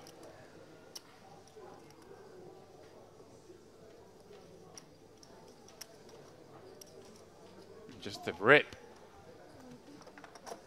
Curious how he might not have just knuckled that one over. Or bet tiny. Bet tiny pretty makes more sense. Yeah, I like a small bet for sure. Not sure what shoving achieves. Unusually played hand overall there. So we zoom out to look at that beautiful sunset now in the desert.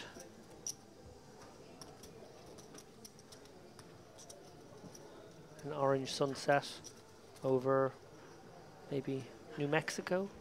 Yeah, you haven't been too concerned about the crows in recent days.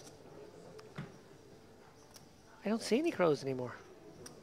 Have we turned off the crows? Say it ain't so. I think there was an audience petition. Can we? RSPB got involved. They just said, "Look, can we lose that graphic?"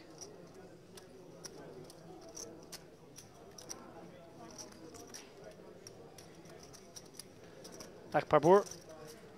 Going to set mine here, hoping that the under the gun open offers a little bit of protection. No one will attempt to squeeze. Of course they won't. Who dare squeeze at this table? Soika with another flattable one, but he might choose to go the aggressive route. Yeah, certainly a contender. You want to knock out some of those dominating hands, perhaps. King Jack, Queen 10 type things that don't fare well against 3 bets, as it is. Just keeping things deeper. Well, Loo can maybe come in here with a suited king. Decides better of it. Well, we saw Guy gamble a little in the last hand. Doesn't like this one quite so much, and Jazar definitely a flat.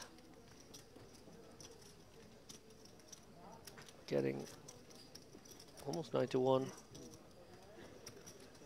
So no premiums in this one, but lots of hands that could interact with one another. Oh yeah. Deuce on the flop. Unfortunately for Aquaport, that is where the interest in the pot ends. Yeah, I wonder if he'll risk checking it over. Obviously, the ace-x hands would probably call a lot because they've got the gutter and the overs. So yeah, that's I think the target. Anytime you flop these baby sets on the wheel boards, I think it's nice to just always bet them, isn't it? Because so many ace-x do want to continue, and we'll see he'll understand from that reaction that there probably weren't many. Yeah. Yeah, a little unlucky not to find at least one customer. You go 4 ways and make your set.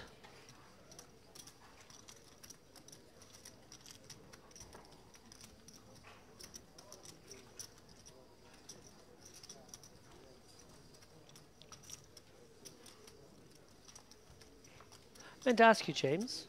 I know you're a football fan, your beloved Brighton. How they doing these days? I couldn't help but notice, and I only take cursory glances at the Premier League table, they were not much above mid-table. Oh, yeah. We played out a thrilling 0-0 draw last night. Okay. Wasn't thrilling. Okay. We're doing good. 8th maybe? 7th? Yeah, up in the top half. It's kind of bunched there, but more importantly, we're down to the last 16 in the Europa League. Oh yeah, very nice. Just them and Liverpool in that competition? We're in there. West Ham. Huh?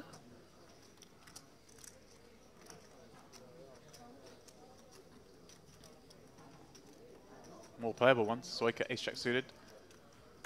Zabajad, jack 9 of hearts. Key thing is we're going to finish above teams like Manchester United and Chelsea again, which is nice.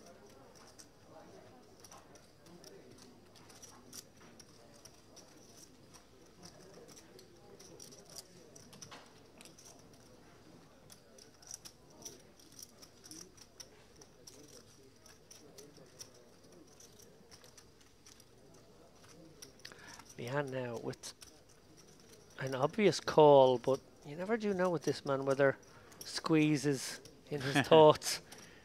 It's funny, there's been so much loose action and so much peeling of 3-bets and stuff. I think players are like, well, 3-bets just aren't going to work. I'm better off just playing fit or fold. Like I say, kind of beaten, like again, that cash game vibe where everyone's just, there's no point trying to make people fold pre-flop. It's not going to happen. Let's just take everything to the streets. Well, Soika has a stranglehold on this one. Probably going to fire out a bet here. I would guess a reasonably small one, but he doesn't want to, you know, give too good a price to the 2 hands in the blinds that could be in there with all manner of low cards. I think something around 30% is kind of nice.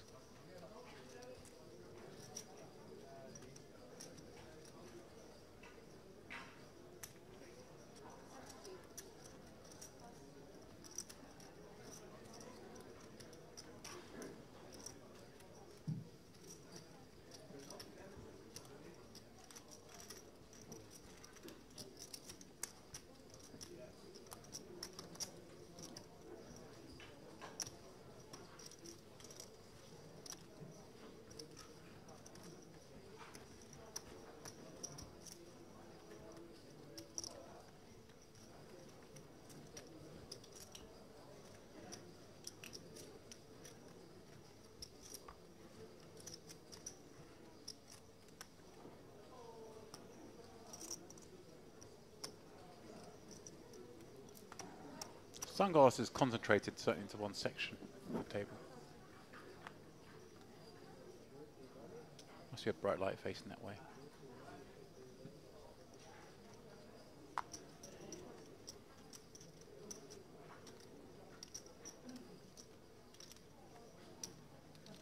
It's so amazing me how deep this is. 3K, 6K low, just casually sitting here with 100 plus blinds towards the end of the second day of the tournament.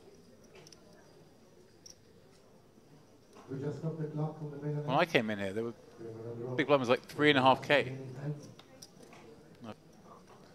my 5th level. We're only at 6k big blind. Last 3 hands. Complete the hand you're on. Oh, you hear there in the background, they've drawn for last 3 hands. Will bring us up to hand 166 for the day. So roughly 20 hands an hour. Yeah. At this feature table, not particularly fast pace of play. No, but then we've seen lots of multi-way action. Multi-way, exactly. So it's not that players are playing slow, it's just the fact they're having a lot of decisions, or a lot of actions, I should say. You have to put all your chips in the bag, writing down name, surname, and check out, and also your ticket goes inside the bag.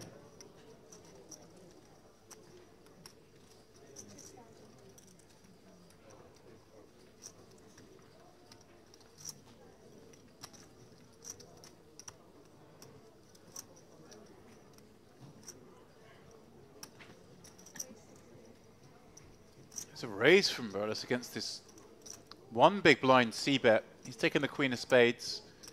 They're starting to maximize pressure on low. It's low with ace-9, no spade. Very hard to see how he ever wants to fight back with this particular holding. There are plenty he can, of course, those with singular spade. On top of course, all the made hands.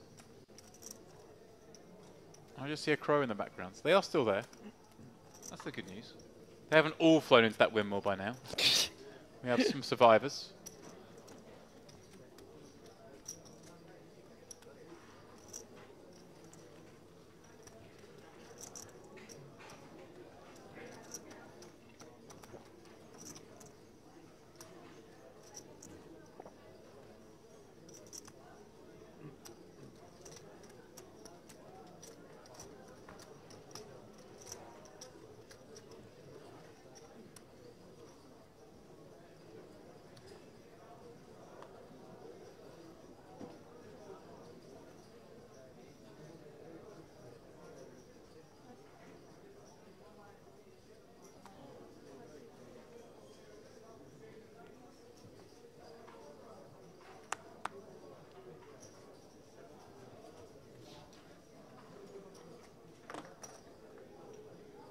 Key in the hijack. He's 322 blinds. He's desperate to perhaps win one of these last 3. Try and bag slightly more before coming back tomorrow.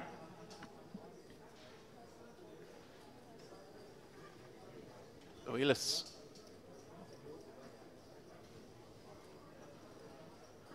The same hand, the suited variety, decides just to call from the small. It's a little difficult to play this against 20 big blind stacks, but he's seen enough action here.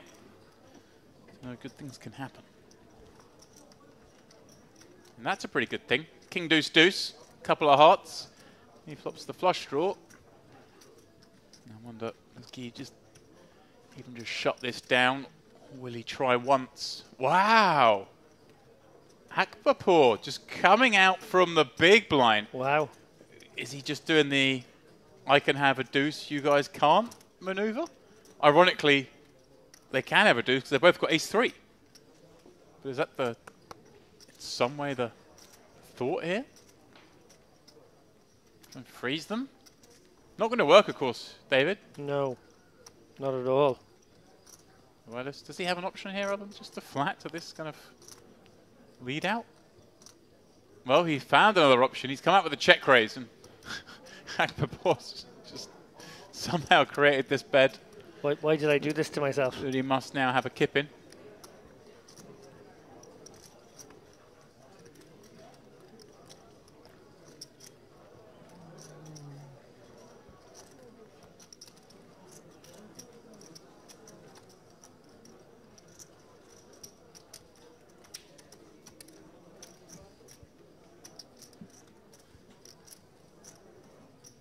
Just realised something, David.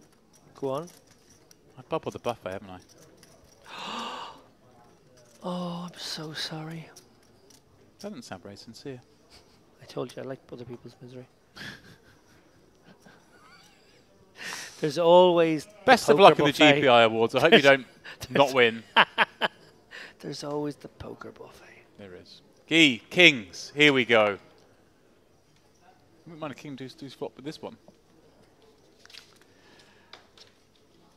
Well, he's been splashy, Guy. Is it the final hand or the penultimate hand? I think it's the final hand. Or it's the penultimate hand. Oh, Leanne just calls with ace queen. Wow, I'm surprised he didn't try and pump that up. Try and get it in for the sub 20 big blind stack. I'm also very surprised. Guy's been very active.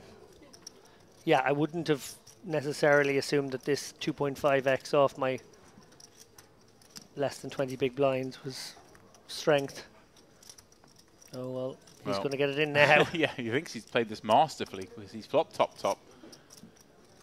It is Guy, though, the one who will be smiling once these cards are revealed.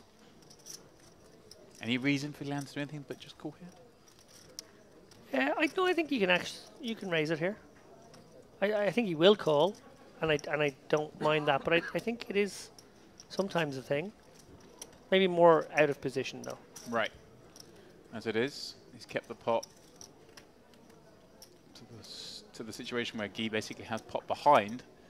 And a scary card for both to see in some respects, isn't it? The Jack kind of freezes action a little bit always. Queen Jacks, the King Tens will get there. Yeah, I think if the stacks were deeper, it would absolutely freeze action. But because they're not, in fact, it incentivizes Guy to just shut down the hand now if he can. Yeah. His opponent will have a pair and a draw a lot of the time now. Yeah, obviously a bit unfortunate for Leanne. He's holding the ace of hearts. Obviously, would like his opponent to have some sort of ace x of hearts turn flush draw, but the ace queen surely going to be enough. Yeah. He does call and sees he ran into a premium for once in Guy's hand. Can he double up right at the end of the day?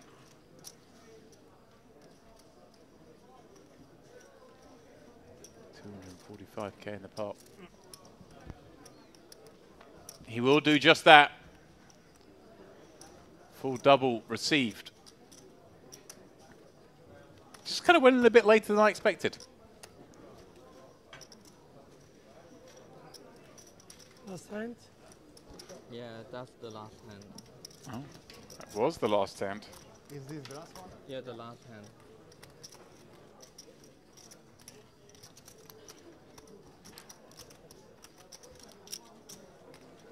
Oh, no, maybe we're shuffling. One Yeah, more. One more hand for Jazar to get lucky on his birthday. He wants to go get his cake. And yeah, exactly. Was it a spoiler that we now know it was his cake going out there? Well, I heard another one afterwards, so there may be a double birthday celebration out there today. What is the number of people you need in the room for the more likely they share a birthday night? It's like 30-something, isn't it? I think it's not even. Maybe like 27 or something. It's one of those things that it sounds kind of crazy, but actually when you think about it, it does make sense. Yeah.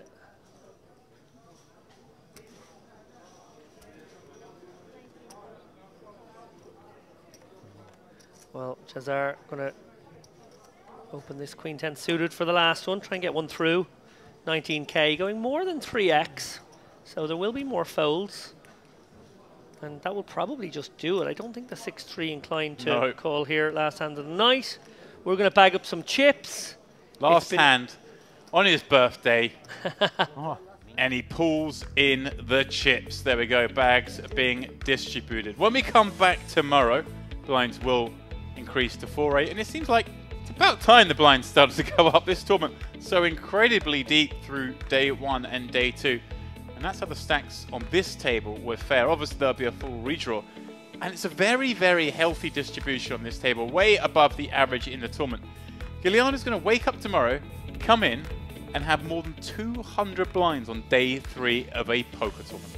Yeah, absolutely incredible. I obviously only got a little taste of the madness of that particular table. I saw the O'Dare hand, pretty much the biggest hand we saw in that frame, the Jacks, Ace King. A wild one. We thought the Jacks maybe should have gone for the 4-bet fold or even just flatted the 3-bet and overcall, but you know, in the end he got himself into a flip. He was actually in better shape than a flip because of course the other Ace King in the hand, and I think there was another King had been folded, so he couldn't maybe consider himself a little bit unlucky not to be up there with 800 or 900k. In the end, Leanne gets the big stack, his loosey-goosey play paying off. I have taken a little bit of a look into our stacks for tomorrow because, you know, presumably we're going to redraw this and have a completely new cast of characters. Roman Hrabec has 1.4 million, Ermanno Di Nicola 1.2 million, Marakur 1 million. They're the really big stacks. More familiar faces around though. Fasto Tantillo 900k, Dimitri Yurosov 800k, and I'm going to give a little bit of love to the UK contingent. Love a bit of UK contingent in this room. Michael Brown, Matt Davenport, Dean Hutchinson, and of course our own Andrew Headley with 800k, 600k, 470k and 400k respectively. Those guys, hopefully we'll see them on the feature table at some point. Well, law of averages, we will surely see some of those guys tomorrow on the stream. Remember, we will be restarting at the same time. That's 12:30 local time. So please, guys, do join us tomorrow. Until then, good night.